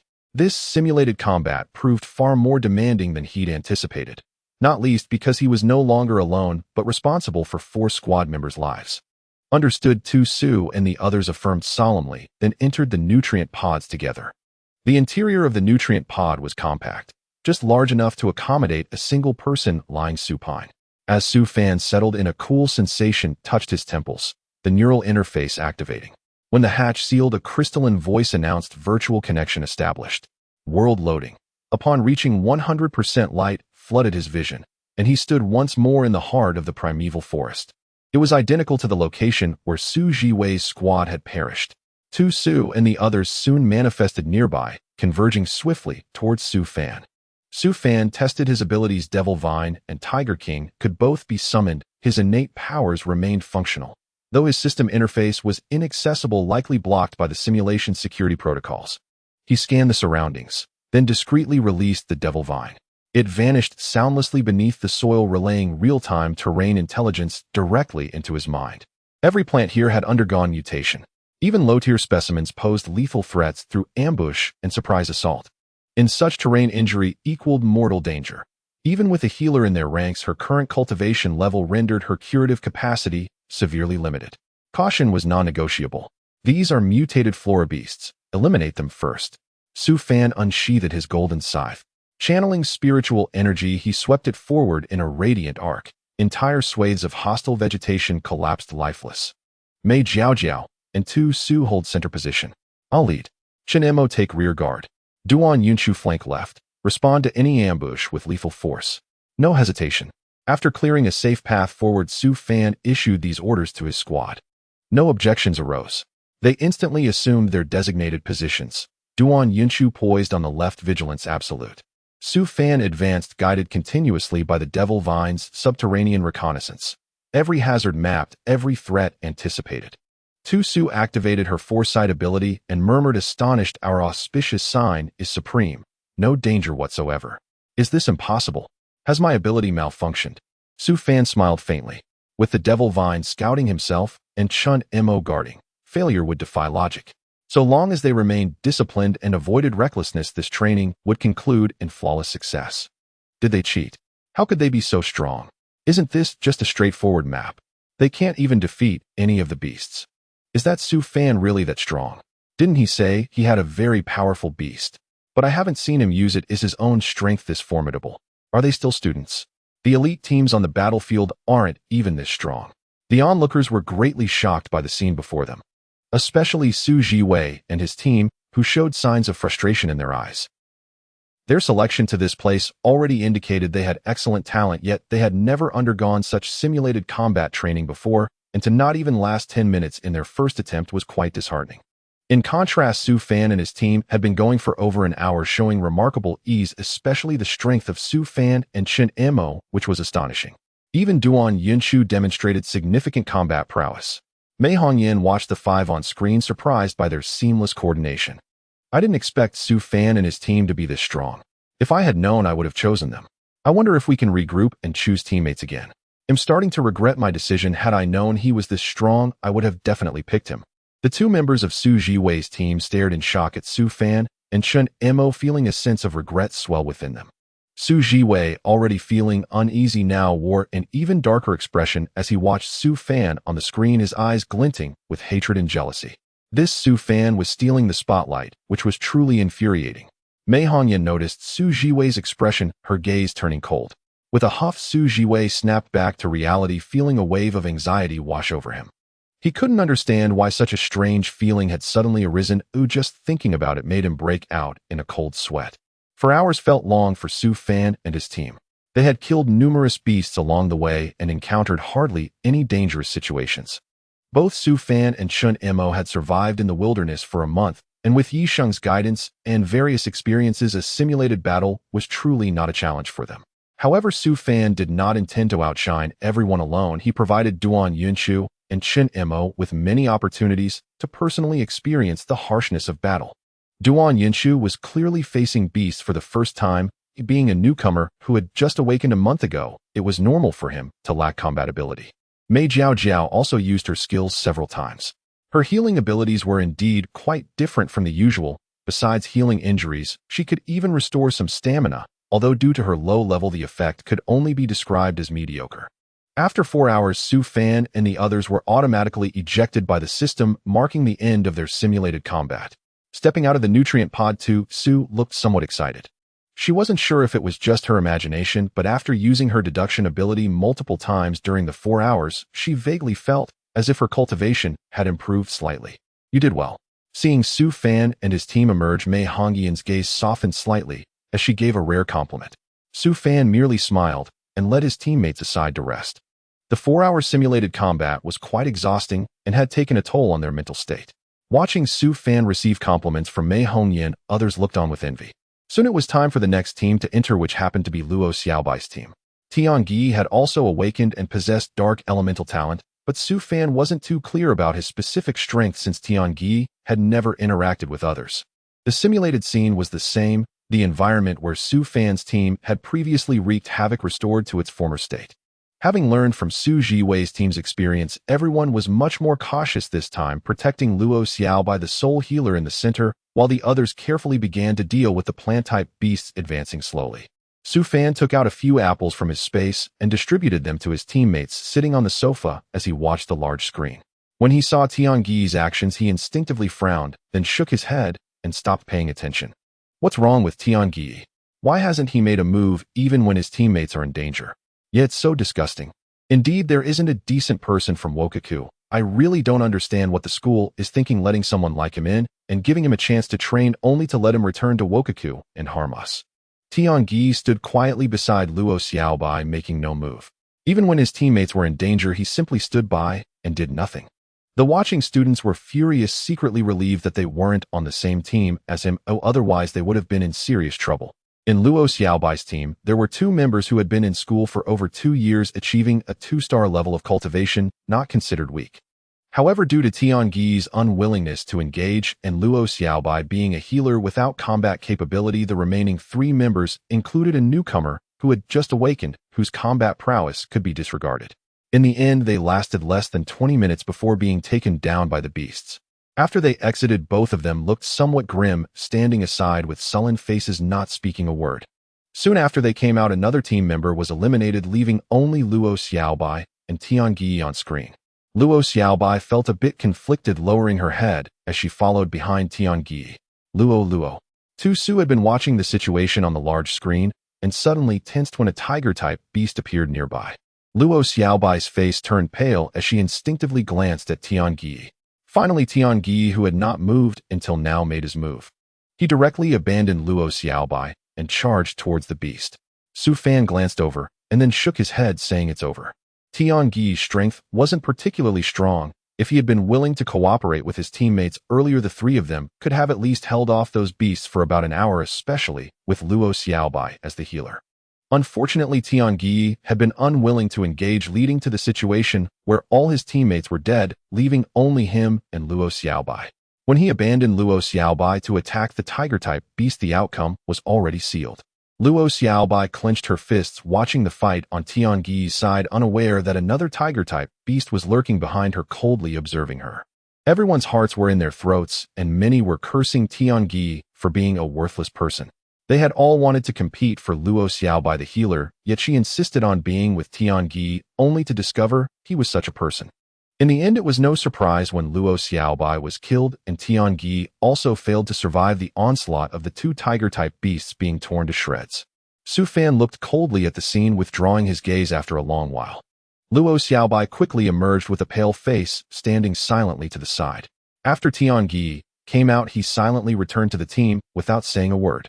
Mei Hongyan glanced at the group and directed the last small team to go up. The last small team consisted of a batch of students recruited 3 years ago who had been cooperating perfectly for 3 years. Their strength was also not too weak, and under the condition of both coordination and strength, they managed to hold out for nearly 2 hours before being surrounded and killed by a group of monstrous beasts. After coming out, everyone's faces were somewhat pale, clearly exhausted. At this moment, Mei Hongyan clapped her hands and said, "All right, let's head back to the classroom now." Fangu, that kid from the Woku, was he doing it on purpose? I feel like he has a bit of an evil aura. Chun Imo leaned closer to Su Fan, lowering his voice to ask. Su Fan shook his head, feeling somewhat puzzled himself. Especially when they entered the simulation training earlier, the system had surprisingly not responded. After thinking for a moment, Su Fan communicated with the system in his mind. "System, why did you lose contact after entering that virtual space?" The system took a long time to reply. "Host, this is your own training. In this kind of training, I will not provide you with any assistance, so why should I keep in touch with you?" Su Fan's mouth twitched as he realized it was the system that actively cut off contact with him. He had thought the virtual space was superior to the system. The group returned to the classroom, and after sitting down, Mei Hongyan spoke with a cold expression. "Now you all summarize why you failed and why you were killed by the monstrous beasts. Su Jiwei, you go first." Su Jiwei's face looked somewhat grim, feeling that everyone was mocking him. He stood up, clenched his fists, took a few deep breaths, and suppressed his emotions. "It was our lack of coordination. When we entered the unfamiliar environment, we did not observe whether there were dangers around, and we acted separately, failing to protect the support-type member in our team at the first moment. It's not completely hopeless. Recognizing your shortcomings is the first step. For the next month, we will conduct simulation training. You have 1 month to adjust and improve yourselves. Of course, the training time each day will still be 8 hours. Each small team can train for 2 hours if nothing unexpected occurs. For those with strong capabilities, it can be 4 hours. Mei Hongyan waved her hand, signaling Su Jiwei to sit down, and she deliberately glanced at Su Fan and the others while speaking. After leading students for so many years, she had never seen such a talented group. Su Fan rubbed his nose and smiled at Mei Hongyan. Mei Hongyan shot him a glare in frustration before continuing with the next team to summarize. This time it was Luo Xiaobai's team's turn. The captain's surname was Wei Mingqing. He stood up, his face somewhat grim, coldly glancing at Tiangi. Before speaking, our coordination was poor. Some team members did not follow commands and betrayed teammates. Teacher, I request to be reassigned. It's impossible to continue cooperating with such people. Yes, teacher, we request to change teammates. It's too outrageous to just watch us die without helping. What kind of people are these? As expected, outsiders are heartless. None of the Woka people are good. What a disgrace. The two members of the team also expressed their protests. Luo Xiaobai's face turned somewhat white. He opened his mouth to help Tiangi explain, but in the end he remained silent. Tiangi continued to sit there expressionless, seemingly unaffected by his teammates' accusations. After Mei Hongyan glanced at him, she turned to the others and said, teammates are chosen by yourselves. Since you have made your choice, you cannot change them at will. The issues are yours to resolve. After class, you should negotiate well. You have a month to work on your cooperation. After finishing, she looked at Su Fan and the others. Su Fan scratched his head and stood up. Teacher, our coordination is still lacking. Chen Mo and I should not take too much spotlight. We should give our other classmates a chance to shine. After saying that, he directly sat back down. Mei Hongyan immediately felt a headache coming on and was too lazy to say anything. Su Fan's team had the best coordination. Su Fan and Chen Mo effectively protected the two support-type awakeners, and they did not completely deny Duan Yinshu the chance, as Duan Yinshu managed to kill some low-level monstrous beasts. The last team, all 5 of whom were male students, had their captain Wu Chun stand up to summarize some flaws and confirmations from the recent battle, as well as areas needing improvement. Mei Hongyan was quite satisfied and let him sit down. Now everyone knows each other's shortcomings. Today's class time is over. After class, you can choose to rest or continue training. This is your free time. I allocate it as you wish. Class dismissed now. With a wave of her hand, Mei Hongyan dismissed everyone. Tiangi was the first to stand up and turned to walk out. Luo Xiaobai glanced at his other teammates and quickly got up to follow. The other 3 team members looked very grim, leaving with dark expressions trailing behind. Su Fan, your team's strength is impressive. If there's a chance later, let's spar a bit. Wu Chun came over, greeted Su Fan, and then left with his teammates. What should we do next? After everyone else had left, only Su Fan and his 4 companions remained in the classroom. Mei Jiao turned around, leaned on the table, looked at Su Fan, blinked, and asked, shall we go eat? Su Fan thought for a moment before standing up. How's the food in the school cafeteria? Is it good? Mentioning food made Chun Mo feel hungry, and he instinctively rubbed his round belly. Su Fan glanced at him, looking quite disdainful. You'll know after trying it, right? Mei Jiao and the others had arrived early, so they were more familiar with the situation in the school. The first military academy has only 2 cafeterias, which serve meals to students, and teachers and outsiders can also eat here for a fee. The food in the cafeteria is not great, but it's passable. The students in Class A all stay in a small villa, each with a kitchen, so they usually cook for themselves at home and seldom eat in the cafeteria. Mei Jiao led Su Fan and the others into the cafeteria. It was quite crowded. A few of them went to line up for food, and Su Fan glanced at the dishes, realizing the taste wouldn't be good. Fresh vegetables and fruits were extremely rare, so most of the food in the cafeteria consisted of artificially synthesized vegetables made from a small amount of grown vegetables juiced and mixed with other ingredients, resulting in a rather peculiar taste. Su Fan took a bite and silently put down his chopsticks. Chun Mo spat it out immediately, then looked at Su Fan with a mournful expression. Fan, go, I miss the food from your farm. Go prepare it yourselves. Su Fan had grown unaccustomed to such fare. Having long savored fresh vegetables and fruits, he found these dark culinary experiments nearly unbearable. Chun Mo nodded eagerly, then turned with warm hospitality toward the 3 stunning women before him. Ladies, would you care to join us? My brother Fan is an exceptional cook, and his place is stocked with abundant fresh vegetables and fruits. And really, Mei Jiao's eyes instantly lit up. Though the Mei family was wealthy and occasionally afforded small portions of fresh produce, such luxuries remained exceedingly rare. Even as a prodigy within her clan, she considered herself fortunate to taste them once a year. After all, such items were extraordinarily scarce. Let's go. Su Fan rose and led them out of the cafeteria without hesitation. His spatial realm overflowed with fruits and vegetables, several tons worth, and thanks to its innate preservation enchantment, none would ever spoil, no matter how long stored.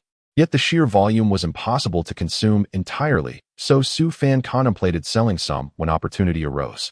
His villa and Chun Mo's stood side by side, 2 cozy 2-story cottages thoughtfully arranged. Upon arriving home, Chen Mo escorted the three women to the living room to watch television and chat. Su Fan entered the kitchen, retrieving fresh fruits and vegetables from his spatial realm to fill the refrigerator, then washed apples and pears to offer them before beginning to cook. He also stored meat from slain spirit beasts, many of which possessed remarkably tender, flavorful flesh, gathered along their journey. Before long, fragrant aromas wafted from the kitchen. Mei Jiaojiao and Duan Yinshu instinctively salivated while Tu Su dashed over to help, and sneak bites on the sly. Su Fan, just what terrifying ancient clan did you descend from? How do you possess such staggering quantities of fresh produce?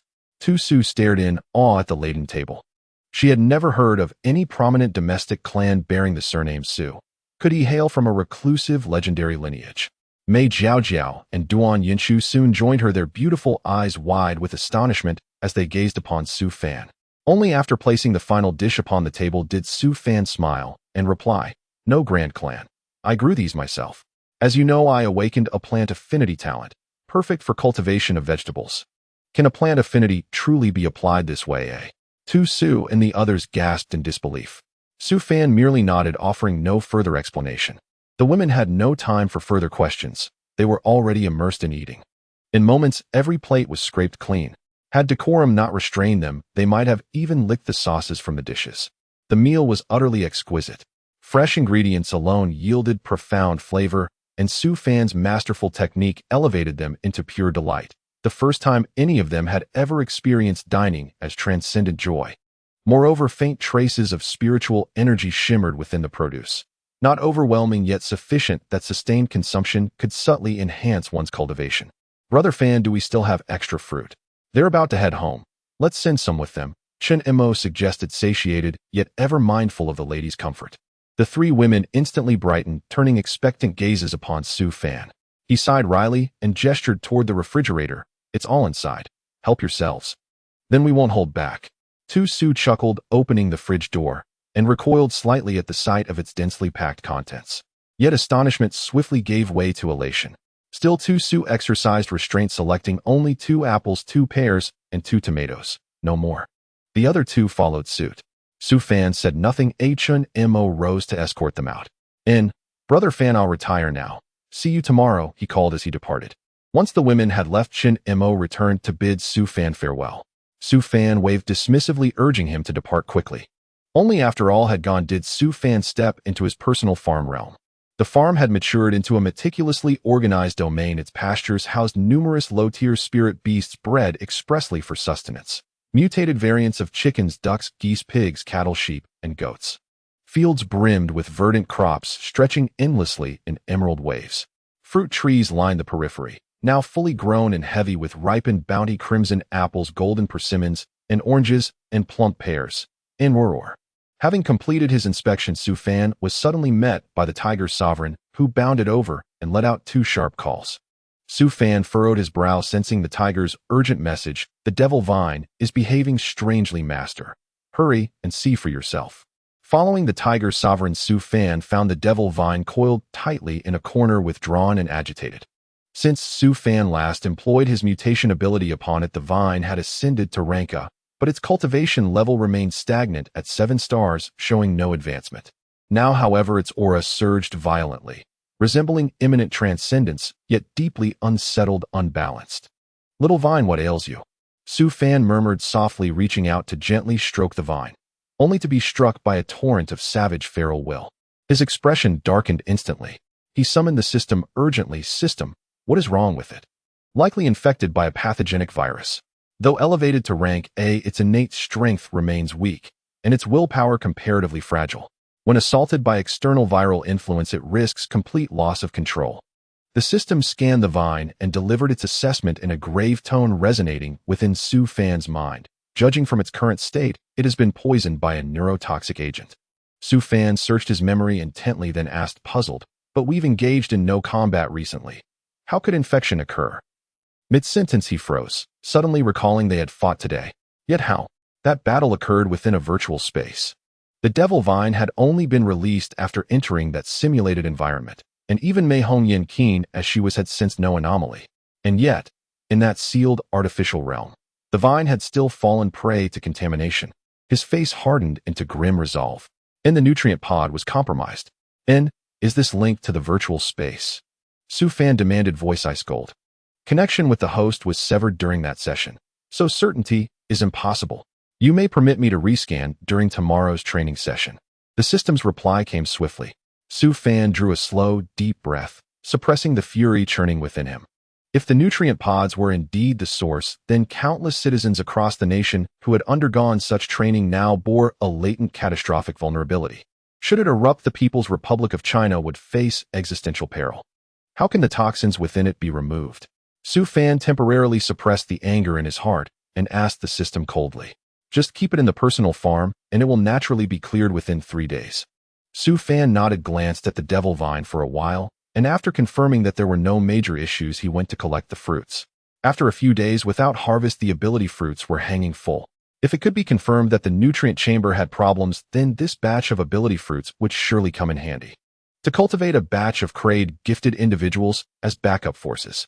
However, it couldn't be determined at the moment. Su Fan simply counted the number of ability fruits, stored them properly, and left the space. A night passed without incident. Early the next morning, Su Fan got up, and after meeting with Chun Mo and others, the 5 of them went to the classroom together. There were already people in the classroom. Wu Chun and his team were the earliest to arrive. They greeted Su Fan's group, and the 5 of them closed their eyes to rest in silence. Then Wei Qingming and their team arrived. The expressions on their faces still looked poor, and no one spoke to anyone. It was clear that they had not reached a reconciliation yesterday, making the atmosphere somewhat strange. The last to arrive were Su Jiwei and the others. Su Jiwei appeared very low-spirited, his mental state not well, with dark circles under his eyes. The others seemed okay, but with their heads down they looked dispirited. Su Fan observed everyone's condition, which was completely different from what he had seen when he first arrived yesterday. This was certainly due to the poor training results from yesterday and the discord among team members. However, it was likely also significantly related to the nutrient chamber. Mei Hongyan quickly arrived, glanced at the state of the crowd below, and furrowed her brows tightly. What's the matter with you all? In this state, if you went to the battlefield, you wouldn't need an enemy. You could just kill yourselves. Su Jiwei, you speak first. What exactly is going on with your team? Why does everyone look so listless? Teacher, I'm sorry. After I returned last night, I felt that I'm not suited to be the team leader. My strength is low and I lack leadership ability, I am unable to contribute anything when it matters. I'm too weak and useless. Su Jiwei stood up, and as he spoke lowered his head. Waste. Encountering a minor setback and easily giving up. If you are like this, you will never make significant progress in this lifetime. Su Jiwei, let me tell you, every student who first interacts with the nutrient chamber goes through this stage. If you cannot adjust yourself, you will have to leave the school. Mei Hongyan scolded, her pretty face slightly cold, her words blunt. No comfort, no persuasion, only reprimand. Su Jiwei trembled all over his body, shivering slightly, but his head was lowered even more. Mei Hongyan felt a wave of disappointment. Su Jiwei's talent is quite good and a great talent and academically excellent. He could be considered the model child. Mei Hongyan truly did not expect him to become so dejected because of such a minor setback. What about you? Do you also feel you are not capable? Feel like you are too useless? Now I give you an opportunity. If anyone feels they are not suited to stand here, you still have the chance to leave. I will give you half an hour to decide. If you remain after half an hour, I will assume you have firmed your conviction. Anyone who dares to express the desire to leave again will be treated as a deserter. Mei Hongyan's voice was loud and commanding. Su Jiwei's body swayed, and finally, with a thud, he spat out a mouthful of blood, his body shaking as he fainted. Su Jiwei. The others hurriedly surrounded him. Mei Hongyan's expression also turned somewhat ugly. Su Fan and Chun Mo exchanged glances. Luo Xiaobai had already rushed over, ready to use his healing ability, but was stopped by Mei Hongyan. She sensed that something was amiss. Su Jiwei's condition was very concerning. It seemed that after yesterday's simulated training ended, he had entered a phase of self-loathing. She couldn't help but furrow her brows, but couldn't figure out the reason. Teacher, it seems Su Jiwei is in trouble. A male classmate who was supporting Su Jiwei anxiously called out. Mei Hongyan reached out to check Su Jiwei's pulse, her expression changing once again. Su Fan and the others also gathered around. Su Jiwei's face was pale, his body twitching and trembling, blood continuously oozing from his mouth, and his breathing and heartbeat gradually becoming weaker. Su Fan thought for a moment and asked Mei Jiaojiao, "Is there any ability that can remove negative states?" "He can." Mei Jiaojiao pointed to a tall man in Wu Chen's team and said. The man nodded, stepped forward, closed his eyes, and used his purification ability. A layer of pale blue light enveloped Su Jiwei, and he gradually calmed down, no longer twitching, with his breathing and heartbeat slowly returning to normal. After a while, Su Jiwei slowly opened his eyes, a hint of confusion in his gaze as he looked at the people surrounding him. What happened to me? Mei Hongyan breathed a sigh of relief. It's okay. How do you feel now? A bit weak. My head hurts a lot, like it's about to explode. Su Jiwei frowned slightly and replied softly. Mei Hongyan instinctively turned to look at Su Fan, realizing that he was able to mention using purification abilities to remove negative states indicated he knew something. However, Su Fan maintained an expressionless gaze as he met Mei Hongyan's eyes. Mei Hongyan pouted and shot him a glare, casting an enchantment skill his way. Su Fan remained expressionless. Let's first send him to the school infirmary for a full checkup. No simulated training today. You all go to the training ground for practice. Wuch and you are responsible for keeping an eye on them. Su Fan, come with me. Mei Hongyan waved her hand, indicating for someone to take Su Jiwei for treatment, and after arranging a few things, she took Su Fan away. Su Fan followed Mei Hongyan out of the classroom and into her office. Mei Hongyan sat down. A wave of emotion surged in her chest, and Su Fan glanced at her and then withdrew his gaze calmly. Teacher, is there something you need from me? Do you know what is going on with Su Jiwei? Mei Hongyan narrowed her eyes, looking at the mature Su Fan. Very few could resist her enchanting ability. Even those stronger than her found it difficult. Yet this Su Fan was able to resist every time, which was somewhat frightening considering his mental fortitude and strength. Su Fan had an innocent expression. Teacher, I was just casually mentioning it. I didn't actually know it would work. You're boasting. Keep boasting. Do you know how serious the situation is right now? If you know something, you must tell the teacher immediately, so I can arrange a response right away. Mei Hongyan nearly couldn't help but slap him. Su Fan stepped back, thought for a moment, and then spoke. Teacher, I'm not sure if I can use the nutrient chamber. Nutritional pod? Are you implying there is an issue with the nutritional pod? Upon hearing Su Fan's words, Mei Hongyan immediately connected the dots. I don't know, teacher, let's go take a look first. Su Fan didn't give a definitive answer as he himself was uncertain about where the problem lay. If it turned out that the issue had nothing to do with the nutritional pod, it would only reflect poorly on him. After all, this nutritional pod was an incredibly rare training device vital for the Dragon Kingdom. Mei Hongyan hesitated for a moment, but eventually nodded. For some unknown reason, despite Su Fan's young age, she inexplicably trusted this young man. Su Fan greeted his teammates and followed Mei Hongyan out. Those training in the training ground exchanged glances, watching as Su Fan followed Mei Hongyan upstairs, feeling somewhat puzzled. You go ahead. Upon reaching the training room, Mei Hongyan opened a nutritional pod for Su Fan, allowing him to lie down inside. Su Fan lay down, directly connecting his consciousness to the system. System, is there an issue with this nutritional pod? The system quickly scanned the nutritional pod Su Fan was using and soon provided a result. Host, the nutritional pod is functioning properly. Then let's enter the virtual space and take a look. Su Fan felt increasingly confused. Could it be that he was mistaken? After activating the nutritional pod, Su Fan quickly entered the virtual space. The system promptly accessed the data from the virtual space, and after some analysis, it reported back to Su Fan. Host, the virtual space is also functioning properly. Perhaps you should check the nutritional pod used by that team member. It may be that only some of the nutritional pods have issues, not all of them. Su Fan nodded and quickly exited the virtual space. Seeing Su Fan come out, Mei Hongyan hurriedly approached him, but her sudden movement caused a tumultuous rush in her chest. How is it, Su Fan?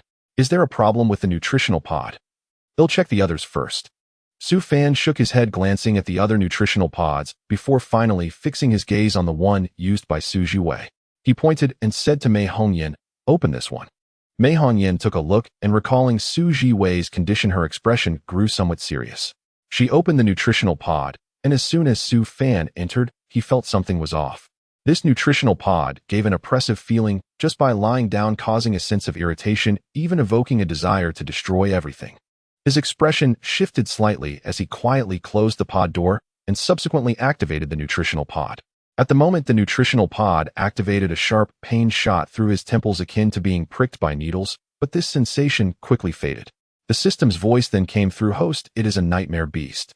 Nightmare beast. Su Fan furrowed his brows, recalling that he had never learned about such a creature in high school. It was likely a new type of beast, or one that had never been discovered before. Please provide an introduction to this beast. Su Fan's expression turned cold as he spoke faintly. The nightmare beast is a very special and mysterious creature in the universe. They possess the ability to destroy a person's spirit, excelling at creating illusions that resonate with human emotions, amplifying negative feelings until they lead to emotional breakdowns, causing individuals to harm themselves or others. Nightmare beasts are tiny, only the size of a hair, almost invisible to the naked eye. These creatures are incredibly mysterious, and every time they appear, significant losses ensue. There is actually a nest of nightmare beasts here. The system's typically cold voice carried a hint of excitement. Can we tame these nightmare beasts? If not, then destroy them. A flash of determination sparked in Su Fan's eyes. Nightmare beasts. Although the Dragon Kingdom had not discovered such creatures, it did not mean that other countries had not. The ability to hide within a nutritional pod and be sent to the Dragon Kingdom likely indicated premeditation. Yes, the host can use beast taming techniques to capture them. Although the nightmare beast possesses mysterious abilities, it is merely a low-tier beast with the highest level not exceeding B rank. Given the host's current strength, it's sufficient to tame them. Only then did Su Fan breathe a sigh of relief, directly employing the beast taming technique. Soon he felt a connection forming with something. He closed his eyes and sensed it indeed, seeing thousands of nightmare beasts in the nutritional pod, each one so small it resembled dust. As Su Fan emerged from the nutritional pod, he couldn't help but feel shaken. So many nightmare beasts, if they hadn't been discovered in time, it would have led to irreparable losses. Su Fan did not mention the nightmare beasts to Mei Hongyan, but cautiously checked all the nutritional pods, confirming that no additional nightmare beasts were present before he finally relaxed. Su Fan, what exactly happened? Is there a problem with these nutritional pods? Do they need to be destroyed? Seeing Su Fan's serious expression, Mei Hongyan became anxious. However, since Su Fan remained silent, she watched as he used each nutritional pod before finally unable to restrain herself from asking. It's fine for now. Teacher, can the school trace the usage records for each nutritional pod? Su Fan shook his head. It was difficult to explain the matter of the nightmare beasts, and since he had already collected these small creatures, if he encountered spies from enemy nations in the future, he could directly let them experience it. Yes, the school keeps records of every student's usage. Follow me. Although Mei Hongyan wanted to ask Su Fan what he had discovered, she chose to trust him instead, as he remained reticent. Her authority was significant enough to directly access the usage data of all students since the nutritional pods returned. Su Fan followed her to the 5th floor, entering an office. Mei Hongyan opened a computer and retrieved a document for Su Fan to review. Su Fan glanced at it and noted down each person's name before asking Mei Hongyan, "Are all these people who used the 4th nutritional pod still alive?" Mei Hongyan was taken aback by his question, then her expression turned to shock as she leaned in to look at the names on the list. The more she looked, the more alarmed she became. The nutritional pods hadn't been in the Dragon Kingdom for long, only a little over 3 years. Due to their immense value after being received and found to be functioning properly, they were put into use. Many people used them daily, and there was no fixed assignment of which pod to which student. This led to a staggering number of students, over 100 having used the 4th nutritional pod in just over 3 years. And without exception, all these students who had used the nutritional pod were dead. All of them are dead. Mei Hongyan's crimson lips parted slightly, her eyes wide with disbelief. Yet more than disbelief, there was terror. Everyone was dead. Had Su Fan not raised the issue, no one would have noticed it at all. On the battlefield, death was ordinary. Every year, countless lives were lost. People had long grown accustomed to it. Though grief and regret lingered, no one paused to consider whether these deaths might stem from causes beyond mere combat. Only now did Mei Hongyan realize these deaths were not simple. Is there anyone at all, who survived? Su Fan furrowed his brow. The nightmare beasts could not have been placed inside the nutrient pods upon initial delivery. They must have been smuggled in, secretly concealed within the pods by someone. If everyone truly perished, the investigation would become nearly impossible. Su Fan had no better means to identify who had inserted those creatures. Perhaps they had even been planted after the pods were fully assembled. Survivors. None among the cadets deployed to the battlefield. But Mei Hongyan suddenly recalled a single individual, yet dismissed the thought as implausible. What is it? Is there someone else who used Pod 4? And walked away unscathed. Teacher Mei, this is critically important. I strongly suspect that person is a spy planted by a hostile nation, whose sole purpose is to exploit these nutrient pods to eliminate our elite operatives. Su Fan's expression darkened, his gaze burned with intensity as he fixed it upon Mei Hongyan. She opened her mouth, hesitant, uncertain. Teacher, please reflect carefully. Is this merely the tragic loss of over 100 cadets? When they fall, do their entire squads collapse alongside them? We are speaking of over 500 lives, and possibly far more. These are our nation's finest. Who then is so indispensable that you would conceal the truth and sacrifice so many for their sake? Su Fan's voice grew heavy, his eyes smoldering with fury. The devastation wrought by nightmare beasts extends far beyond shattering an individual's spiritual sea, driving them into irreversible mental collapse and death. They function like dormant time bombs, capable of detonating without warning. And when they do, an entire squad is wiped out. In joint operations, where multiple squads coordinate, the toll becomes catastrophic. Beyond mission failure, countless lives would be forfeit. Every awakened being is rare, especially graduates of the first military academy who rank among the highest tier awakened. Their potential is boundless. Each life lost represents an incalculable blow to our nation. Mei Hongyan closed her eyes briefly before speaking slowly. It's Long Wei, the training facilities administrator. He was once commander of the Long Squad. After sustaining irreversible injuries in an accident, he was reassigned to the 1st Military Academy to oversee this training hall. He has personally calibrated and operated every piece of equipment here, including Pod 4. If there is one person who used it and emerged unharmed, it is him alone. The Long Squad had been the Dragon Nation's premier elite unit. Its very name struck dread into enemies. It had not only slaughtered monstrous beasts into retreat, forbidding them from approaching within a kilometer of the capital, but had also deterred foreign powers from planting even a single spy within the Dragon Nation for years, its reputation alone a shield of legend. Yet 4 years ago, the squad's location was betrayed, ambushed by a coalition of nations, and simultaneously overwhelmed by a terrifying beast tide. The entire unit perished in battle. Only Commander Long Wei survived, gravely wounded, left crippled, reduced to ruin. Thereafter, Long Wei was assigned to manage this training hall at the 1st Military Academy, a facility of immense strategic importance where all members of the Academy's Class A cohort trained. Mei Hongyan could scarcely believe Long Wei would betray innocent cadets. Su Fan, could there be some misunderstanding? I trust him. He would never commit such a crime. Mei Hongyan spoke up instinctively in Long Wei's defense. Take me to see him. Su Fan remained silent for a moment before replying coolly. Mei Hongyan nodded, sighed deeply, and led him to Long Wei's residence. Long Wei lived on site. In a modest dormitory behind the training hall's ground floor, a single bed, a small desk, and nothing more. When Su Fan and Mei Hongyan arrived, Long Wei sat with eyes closed in a rocking chair. The national anthem of the Dragon Nation played softly in the room. Sensing their presence, he opened his eyes, glanced at them both, and offered a faint wry smile. What is it? Did something go missing from the training field?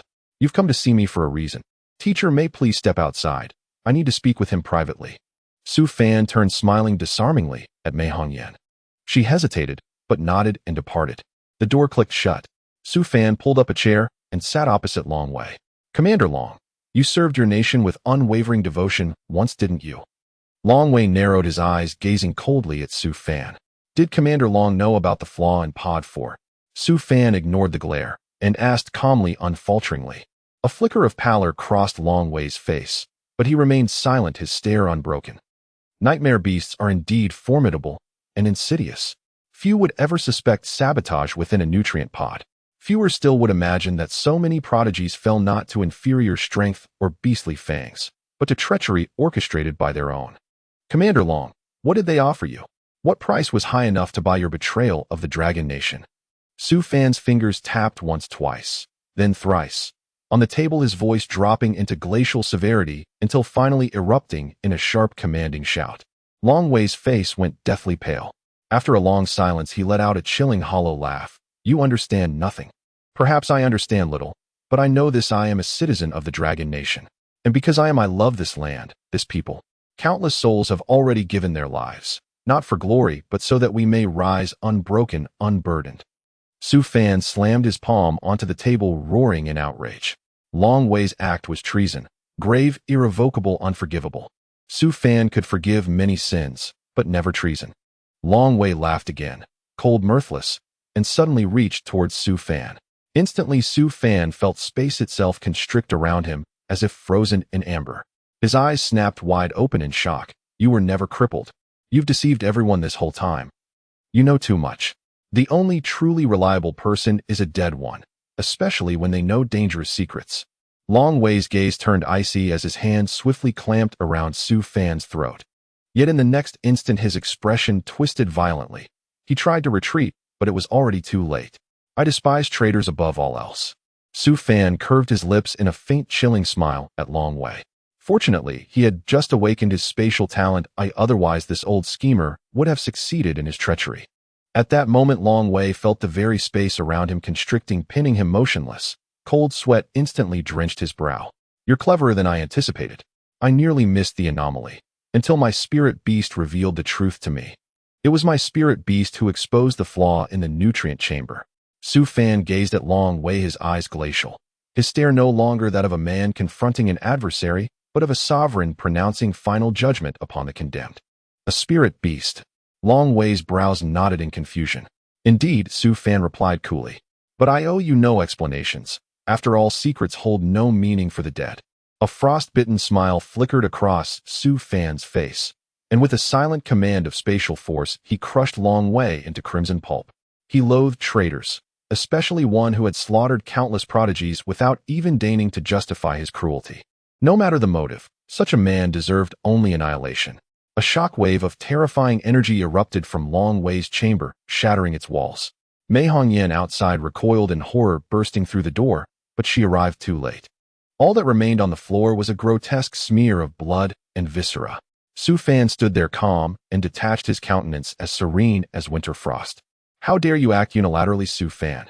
Even if you possess irrefutable evidence of his guilt, judgment belongs solely to the military tribunal, not to you. You hold no authority to execute justice. He served our nation with legendary valor. His contributions to Longhua are indelible and irreplaceable. Mei Hongyan's eyes burned crimson with fury as she glared at Su Fan. Su Fan met her gaze and smiled faintly. Is that so? Then tell me, does national service grant immunity to treason? Does it entitle one to slaughter generations of gifted youths without consequence? If that is your belief, then by all means deliver me to the tribunal now. Mei Hongyan choked on her rage, staring at Long Wei's lifeless remains, tears of fury streaking her cheeks. He was guilty, but not yours to condemn. He sacrificed everything for our country. He was reduced to a broken shell, and yet you. Perhaps not, Su Fan cut in voice like shattered ice. Do you truly believe their mission failure was mere misfortune? He is far from broken. His strength remains formidable. Had I been any less capable, I would already be dead by his hand.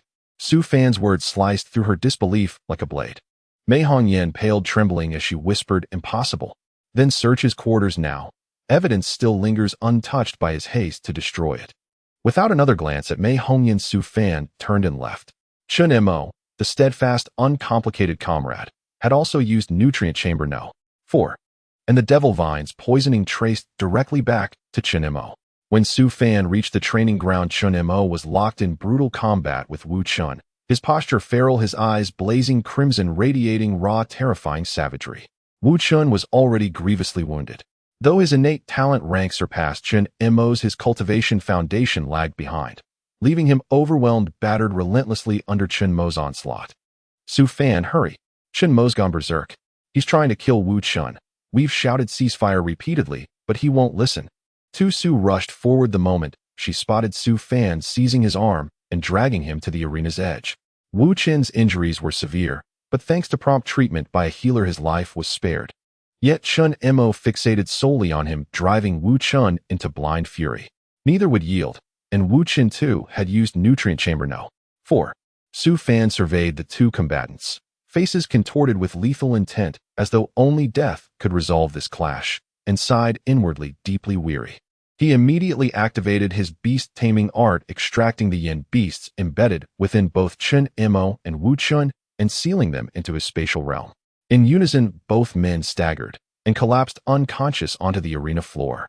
Chun Mo, Wu Chun, their teammates surged forward, lifting them from the platform with urgent care. Su Fan scanned the crowd and located the last host infected by a yin beast. With precise spiritual control, he extracted the parasitic entity from the youth's mind, finally exhaling in quiet relief. These yin beasts were insidious beyond measure.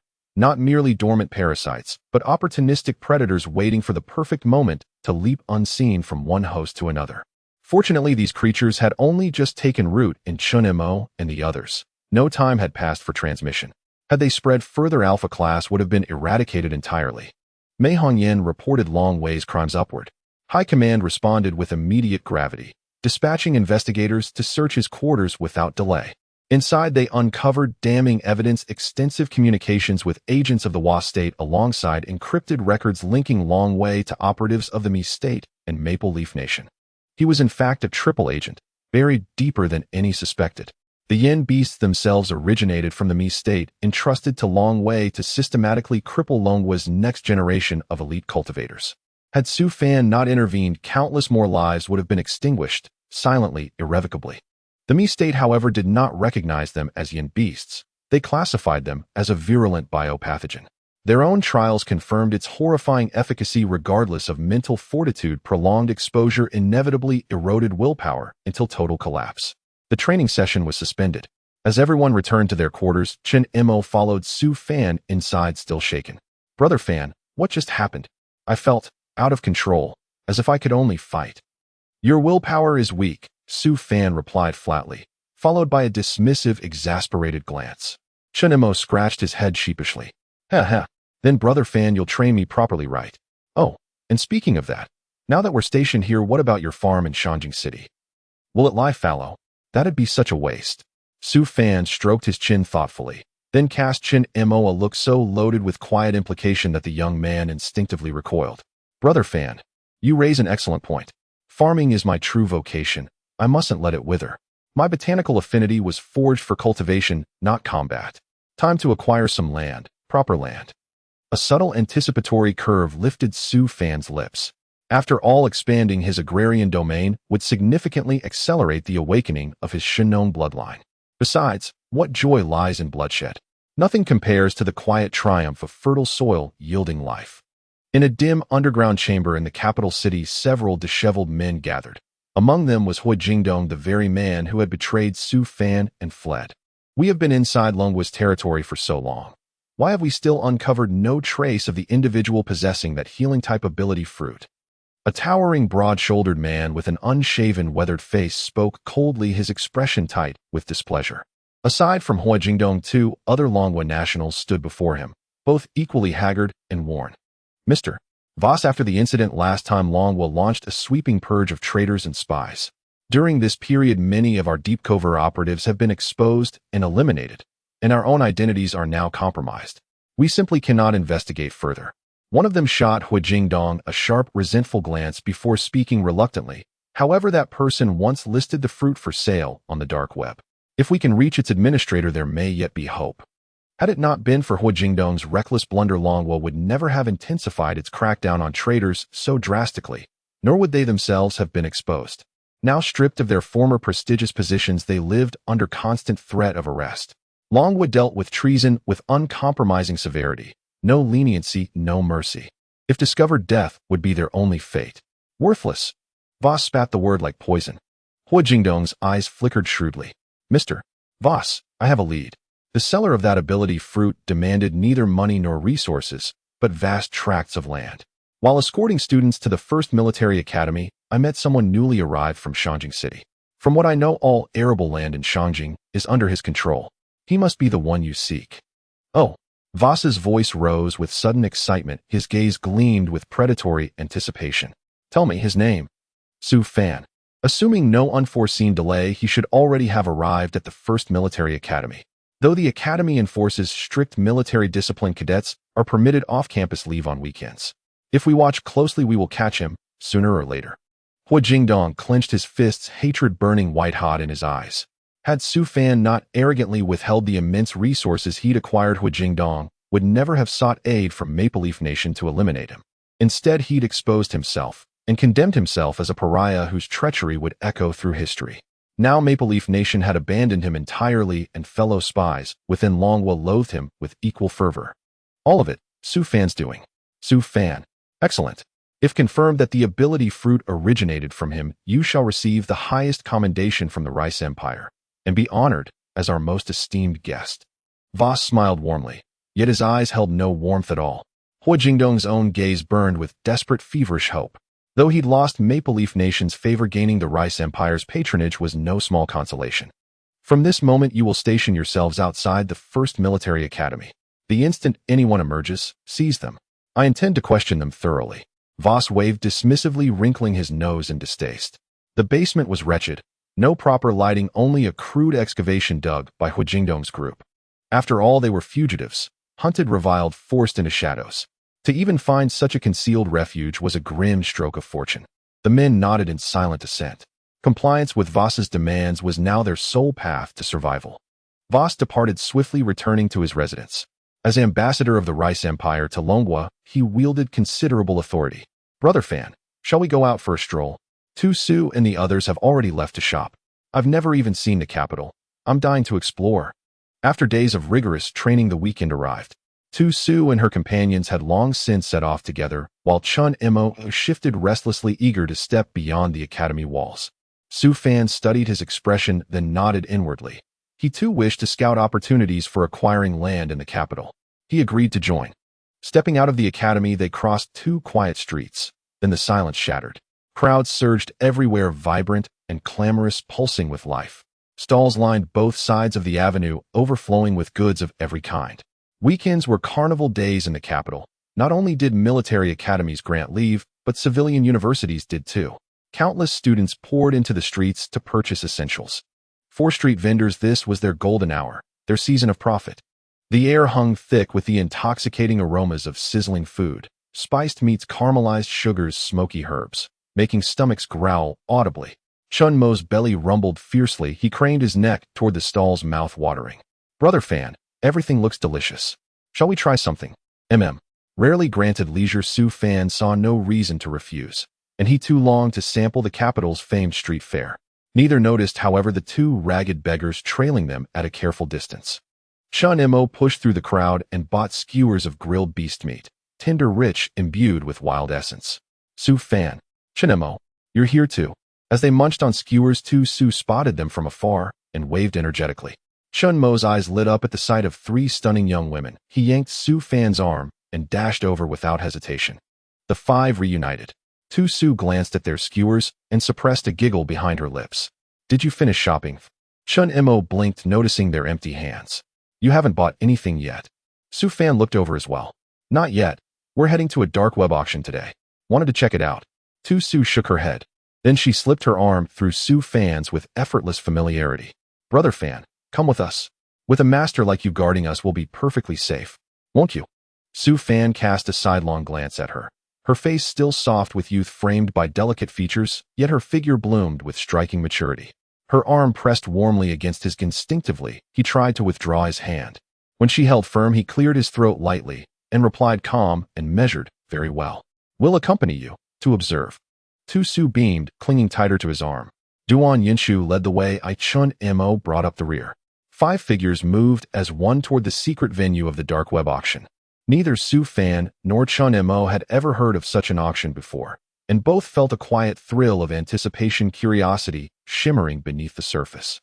As they left the bustling thoroughfare behind, Su Fan suddenly frowned and whirled around. Not far behind, the 2 tattered figures froze mid-stride upon meeting his gaze, hastily feigning interest in some unrelated object. Tu Su and the others followed his glance, but saw nothing amiss. Puzzled, they turned back. "Brother Fan, what is it?" Su Fan shook his head, his gaze sharpening as it swept over the 2 beggars, cold assessing.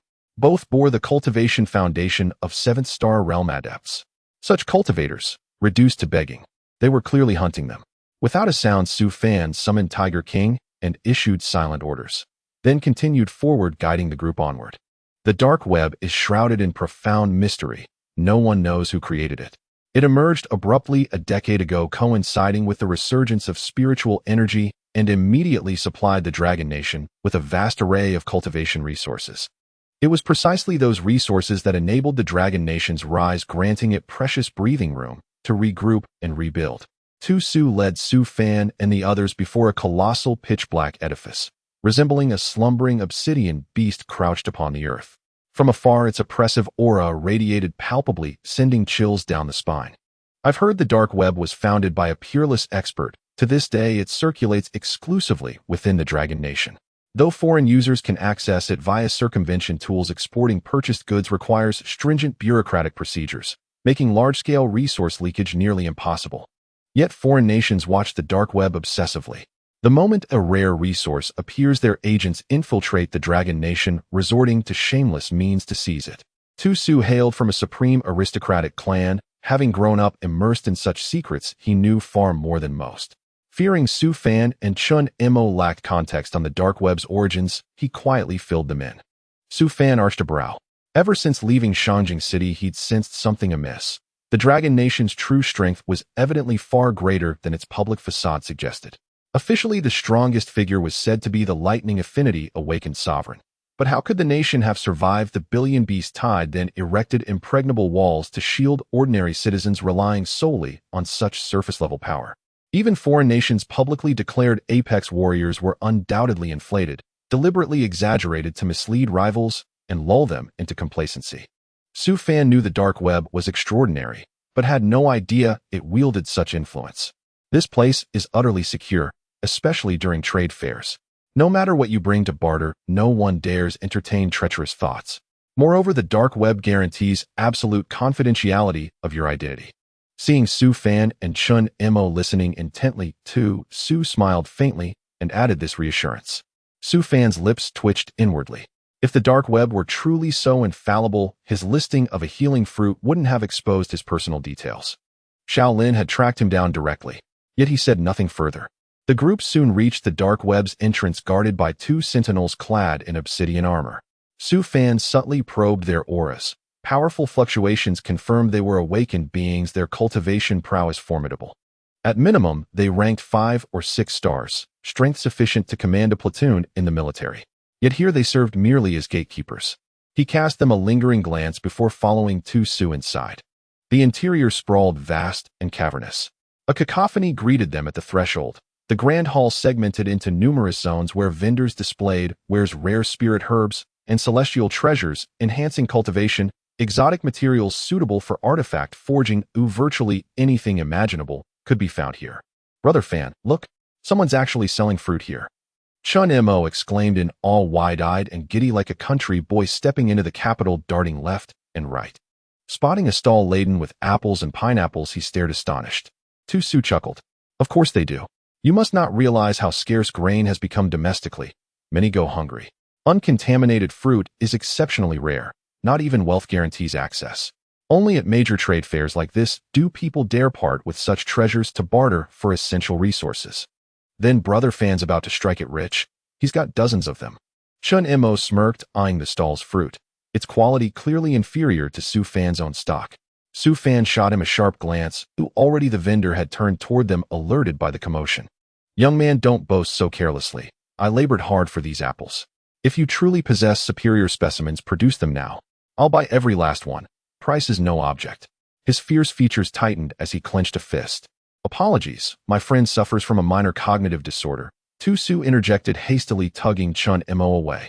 Su Fan lingered a moment longer on the fruit before departing with the others. Have you lost your mind? Provoking trouble here. The dark web teams with experts, more even than the military command.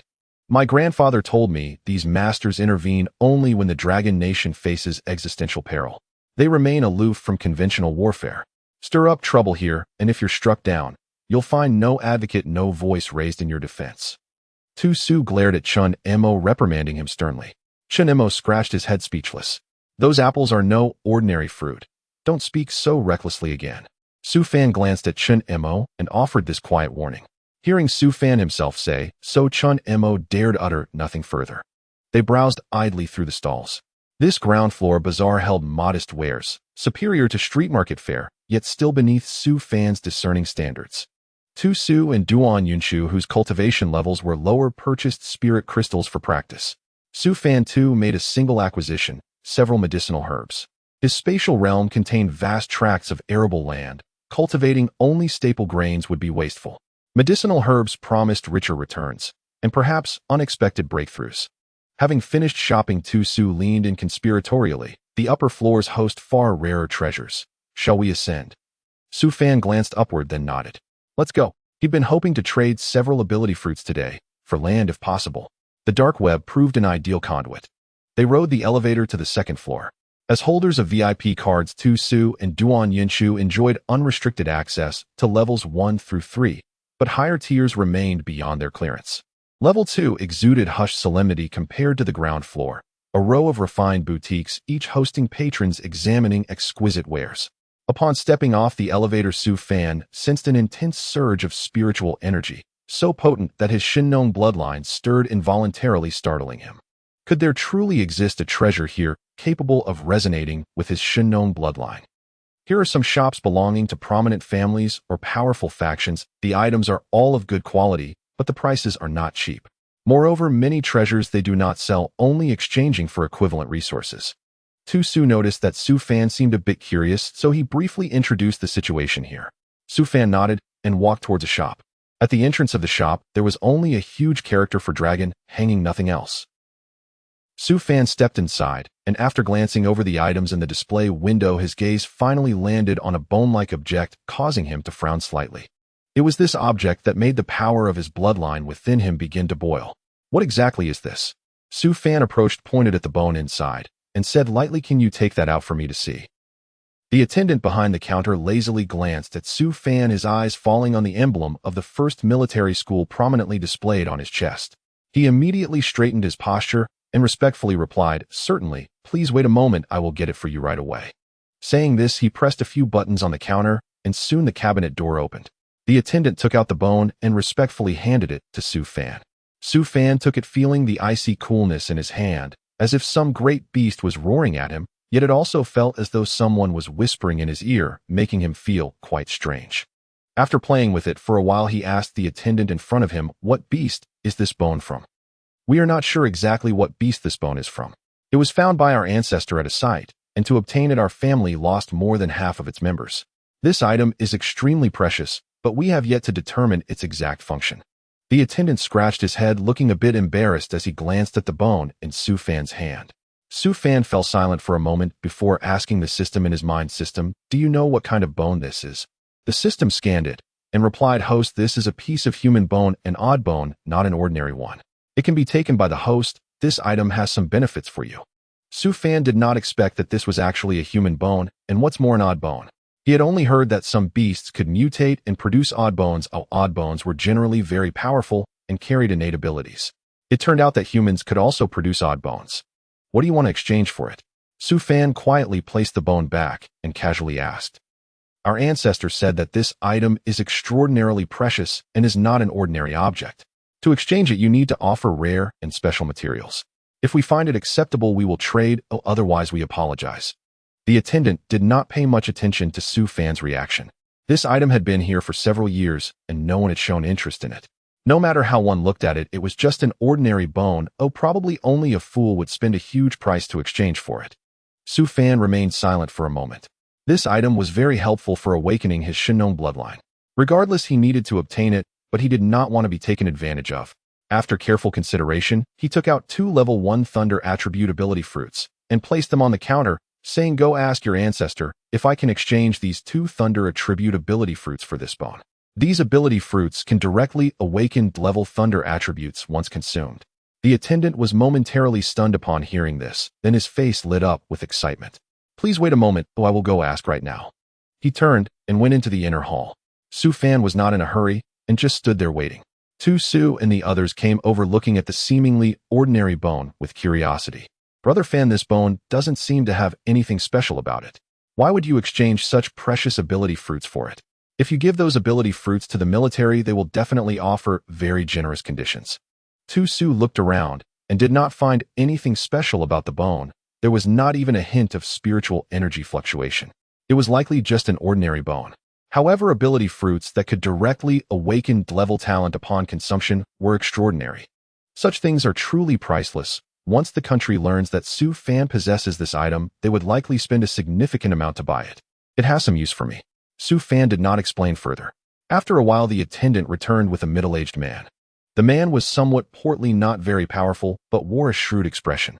After coming out, he greeted Su Fan with a smile. Before speaking, "Young brother, it's not impossible for you to buy this bone, but our long family sacrificed quite a few people to obtain it.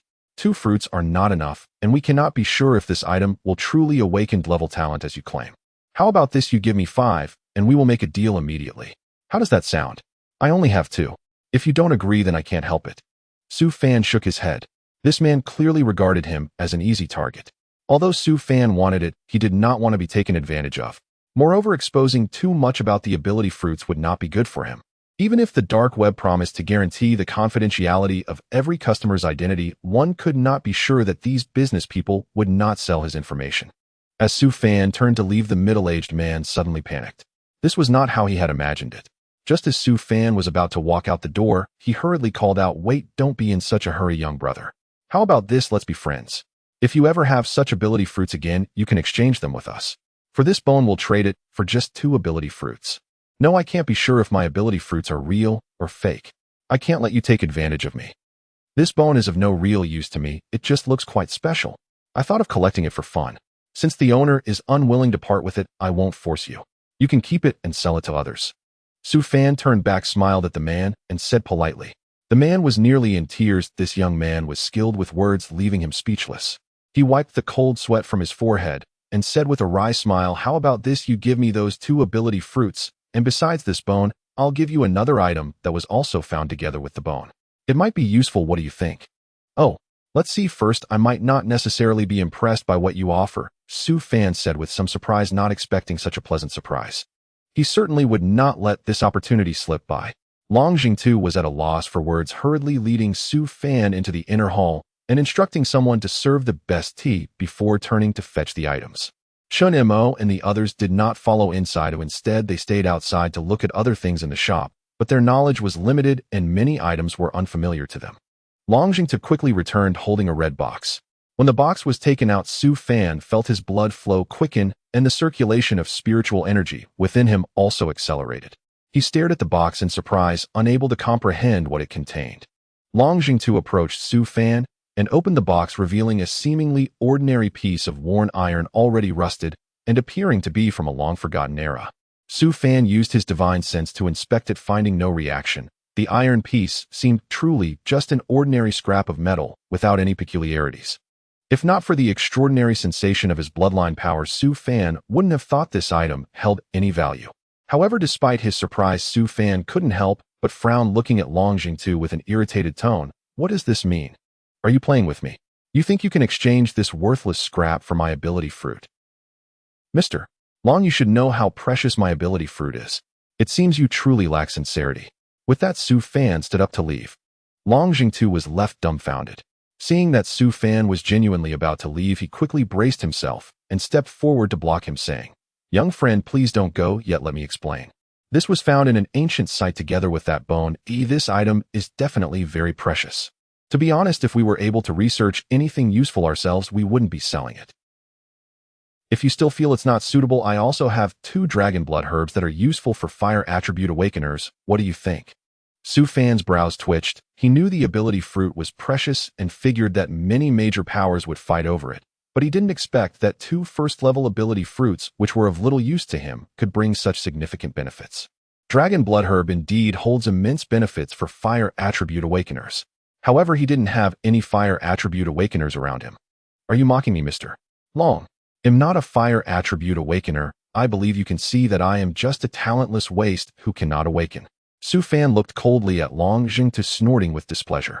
Long Jingtu broke out in a cold sweat, opening his mouth and silently raising his hand to wipe away the sweat. The Long family's current position was somewhat awkward. They needed to cultivate a large number of awakeners to enhance their strength. Among the major families in the country, deceit and strife were severe, akin to a battlefield. If their strength weakened, what awaited them would be the division and occupation of their territory by other families. 2-level awakeners would represent a significant increase in their strength. Now Long Jingtu truly regretted it. When Su Fan suggested trading 2 ability fruits for the bone, he should have agreed without hesitation instead of making wild plans and attempting to gain more benefits.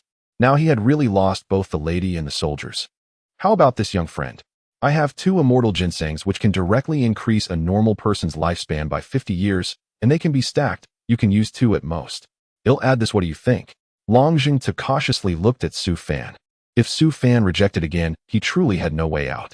The ability fruits were indeed precious, but if he exchanged them for other valuable resources, the family wouldn't be pleased. Since the bone and the iron piece were of little use, although the Long family members knew they were treasures, 2 items that didn't enhance their power at all versus 2 items that could directly enhance their strength, they naturally knew which to choose. As for the immortal ginseng, it was quite valuable to ordinary people, but it held no significance for awakeners. After all, once their cultivation level increased, their lifespan would naturally extend, thus such treasures that increase lifespan were the least useful. Su Fan remained silent for a moment. He understood the principle of knowing when to stop. Although he had no use for lifespan-increasing items, there were those who did. Seeing that you still have some sincerity, I suppose I can reluctantly agree. Su Fan responded with a somewhat unwilling expression. Long Jingtu practically wished to curse Su Fan's ancestors. However, on the surface, he smiled pleasantly, leading Su Fan to have the items packaged and handed over to him. Su Fan directly stored them in his space ring, then took out 2 first-level ability fruits and handed them to Long Jingtu. Long Jingtu took them, sensing their abundant spiritual energy, and immediately proceeded to authenticate them. Only after confirming there were no issues did he breathe a sigh of relief. Su Fan obtained his items and calmly beckoned Chen Mo and the others before leaving the Long family shop. "Brother Fan, what did you buy? It doesn't seem particularly special," Chen Mo asked in a lowered voice as they exited the door. "I don't know what it is, let's discuss it when we get back." Su Fan shook his head, glancing back at the shop behind him before casually replying, "Brother Fan, shall we continue looking? There are more items upstairs, but I can't access them. The things upstairs are more precious, yet we might not afford them. The threshold to go up requires a 6-star cultivation level." At this time, Tu Su also joined in, grinning and asking Su Fan, "Are we not looking anymore?" "No, let's head back first." Su Fan was eager to return and study what the bone and iron piece actually were, naturally not wanting to waste more time here. Tu Su nodded in response, leading the group downstairs to leave. They had just walked out the door when someone stealthily followed them. Su Fan took a few steps before suddenly turning around to look behind him. The person trailing them quickly dodged and concealed themselves in the crowd, disappearing from sight. Su Fan's brow furrowed slightly, realizing he was being followed. He didn't expect Long Jingtu would arrange for someone to track him. His expression turned somewhat unpleasant, but he said nothing along the way, just guiding the group toward the first military academy. Gradually distancing themselves from the crowd, the road closer to the military academy became increasingly quiet, with hardly any pedestrians, occasionally encountering other students from the military academy. After taking a few steps, Su Fan's expression suddenly changed slightly as he turned sharply to look behind him. The person following him had no time to hide and was exposed in front of everyone. Almost immediately, Chen Mo and Duan Yinshu reacted, positioning Tu Su and Mei Jiao Jiao between them, while Su Fan charged ahead at the forefront. "Who are you? Why are you following us? Speak." Chen Mo stood ready for battle, a long blade forged from pure dark attribute and metal attribute energy clenched in his hand, his body subtly shielding Su Fan as he coldly interrogated the intruder. "I mean no harm. I merely wish to strike a deal. I am of the Pan family of the capital city, and we have great interest in the ability fruits in your possession. We propose an exchange. Supply us with a batch, and terms can be negotiated freely." The man, startled to have been discovered, abandoned all pretense and smiled amiably at Su Fan, his tone laced with arrogant confidence. Su Fan narrowed his eyes. Unexpectedly, this was not the Long family. The shop adjacent to the Longs bore a sign inscribed with the character Pan. Most likely he had been overheard negotiating terms with Long Jingtu inside that very store, and thus trailed here. "No interest," Su Fan replied icily. "Boy, do you even grasp what the Pan family represents? Even as a student of the first military academy, you cannot shield yourself from our reach. Cooperate wisely, and we shall guarantee your safety. Refuse, and remember the ancient adage, possessing a priceless treasure invites calamity." Seeing Su Fan's unyielding stance, the man grew irritated, his voice dripping with sarcasm. Su Fan's gaze sharpened. Lethal intent flickered within. "And if I refuse to cooperate, what then do you intend to do?" Su Fan let out a low, contemptuous snort before asking coldly, "What? Kill me, so that everything I possess becomes yours upon my death." As he spoke, the man roared, a torrent of blazing aura erupting around him, revealing his cultivation at the peak of 6 star. His searing heat betrayed a fire attribute awakening. Reaching such a level marked him as a core figure within the Pan family. After all, even Long Jingtu himself had attained only 6 star. "Take them back to school first." Su Fan stepped forward, intercepting the man's oppressive aura, and instructed Chen Mo. "Brother Fan." Chen Mo began hesitantly, but recalling Su Fan's hidden strengths, he realized their presence would only hinder him. Without another word, he swiftly turned and led Duan Yunshu and the others away. Duan Yunshu glanced back, one last time, worry flashing across her eyes. So boy, you've chosen defiance. Then die. Pan Yungue bellowed, unleashing a devastating inferno storm that surged towards Su Fan like a collapsing star. Just as Su Fan prepared to counter, a voice, both alluring and crystalline, rang beside his ear. Humph. How bold of the Pan family, to dare lay hands on my student. Who goes there? Pan Yungue's face paled instantly. He recoiled sharply. The inferno storm halted inches before Su Fan, then dissolved silently into the void. The sharp rhythmic click of high heels echoed, the sound drawing nearer. Su Fan turned to see Mei Hongyan approaching, lithe as willow silk, clad in a crimson dress, her 3-inch stilettos clicking with hypnotic precision. She paused beside him, scanned him once, satisfied he was unharmed, then fixed a glacial stare upon Pan Yungue. It seems the Pan family no longer deigns to acknowledge the first military academy. Why you? At the sight of Mei Hongyan, Pan Yungue froze, then attempted to flee. In the capital, one might offend the first military academy, but never her. This woman was infamous. Those who crossed her met fates far worse than death. To anger the academy might cost you your life. Oh, to anger her meant losing even the right to die. He barely turned before sensing space itself constrict around him. With a single step, Mei Hongyan closed the distance, now standing directly before him. Her normally obsidian pupils shimmered with a bewitching violet hue as she gazed into his eyes. Slowly the light in Pan Yungue's own gaze dimmed, until, head bowed, he knelt before her. Mei Hongyan tilted her head, a faint, dangerous smile playing upon her lips. Return to your patriarch and tell him within the capital no one dares touch my people. He is my student. Harm him, and you invite me as your adversary. Understood? Yes. Pan Yungue answered blankly. With a swift, brutal kick, Mei Hongyan sent him flying, shattering his cultivation in a single contemptuous motion. She lowered her foot, turned, and strode to Su Fan, then smacked his forehead with an open palm. Foolish boy, do you truly believe yourself invincible, unstoppable? You're nearly at campus, yet instead of fleeing for aid, you stand here ready to brawl. Su Fan rubbed his forehead innocently. Teacher, I hadn't even released Huang yet, and my strength isn't trivial either. Enough excuses. Strength or not, you're still a child. Now get back to school. Her glare was fierce, yet undeniably intoxicatingly seductive. Su Fan shivered involuntarily, dared not provoke her further, and obediently turned, dashing toward campus without looking back. Mei Hongyan watched his retreating figure, a soft, knowing smile gracing her lips, then turned her gaze toward where Pan Yungue had vanished. The Republic has known too much peace, so much that these parasites have forgotten the crises looming beyond our borders. Perhaps the state has sheltered them too well. With that, she vanished, leaving only silence behind. By then, Su Fan had reached the school gate. Hu Wang emerged lazily from the shadows, his fur still damp with the metallic tang of fresh blood. Su Fan's eyes flickered. Then he scooped the beast into his arms and strode through the gate. Brother Fan, are you all right? Chun Mo and the others rushed forward the moment he entered. I'm fine. Su Fan shook his head. Mei Jiaojiao, still uneasy, cast a healing technique upon him. Only exhaling fully once, she confirmed he bore no injury.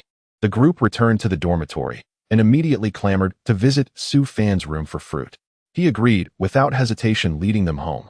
Our strength remains too feeble. I heard that once each squad member reaches 3rd star, we'll be deployed to frontline trials. Duan Yunshu sat beside Su Fan, fists tightening, as she recalled the paralyzing helplessness she'd felt confronting the enemy moments earlier.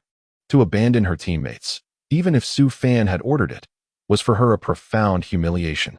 Su Fan glanced at the stunning woman seated beside him and smiled gently. Too weak in the battlefield spells certain death. What we need now is relentless cultivation and flawless coordination. Only then do we earn a chance to survive. You're right. We are too weak. I'm training now.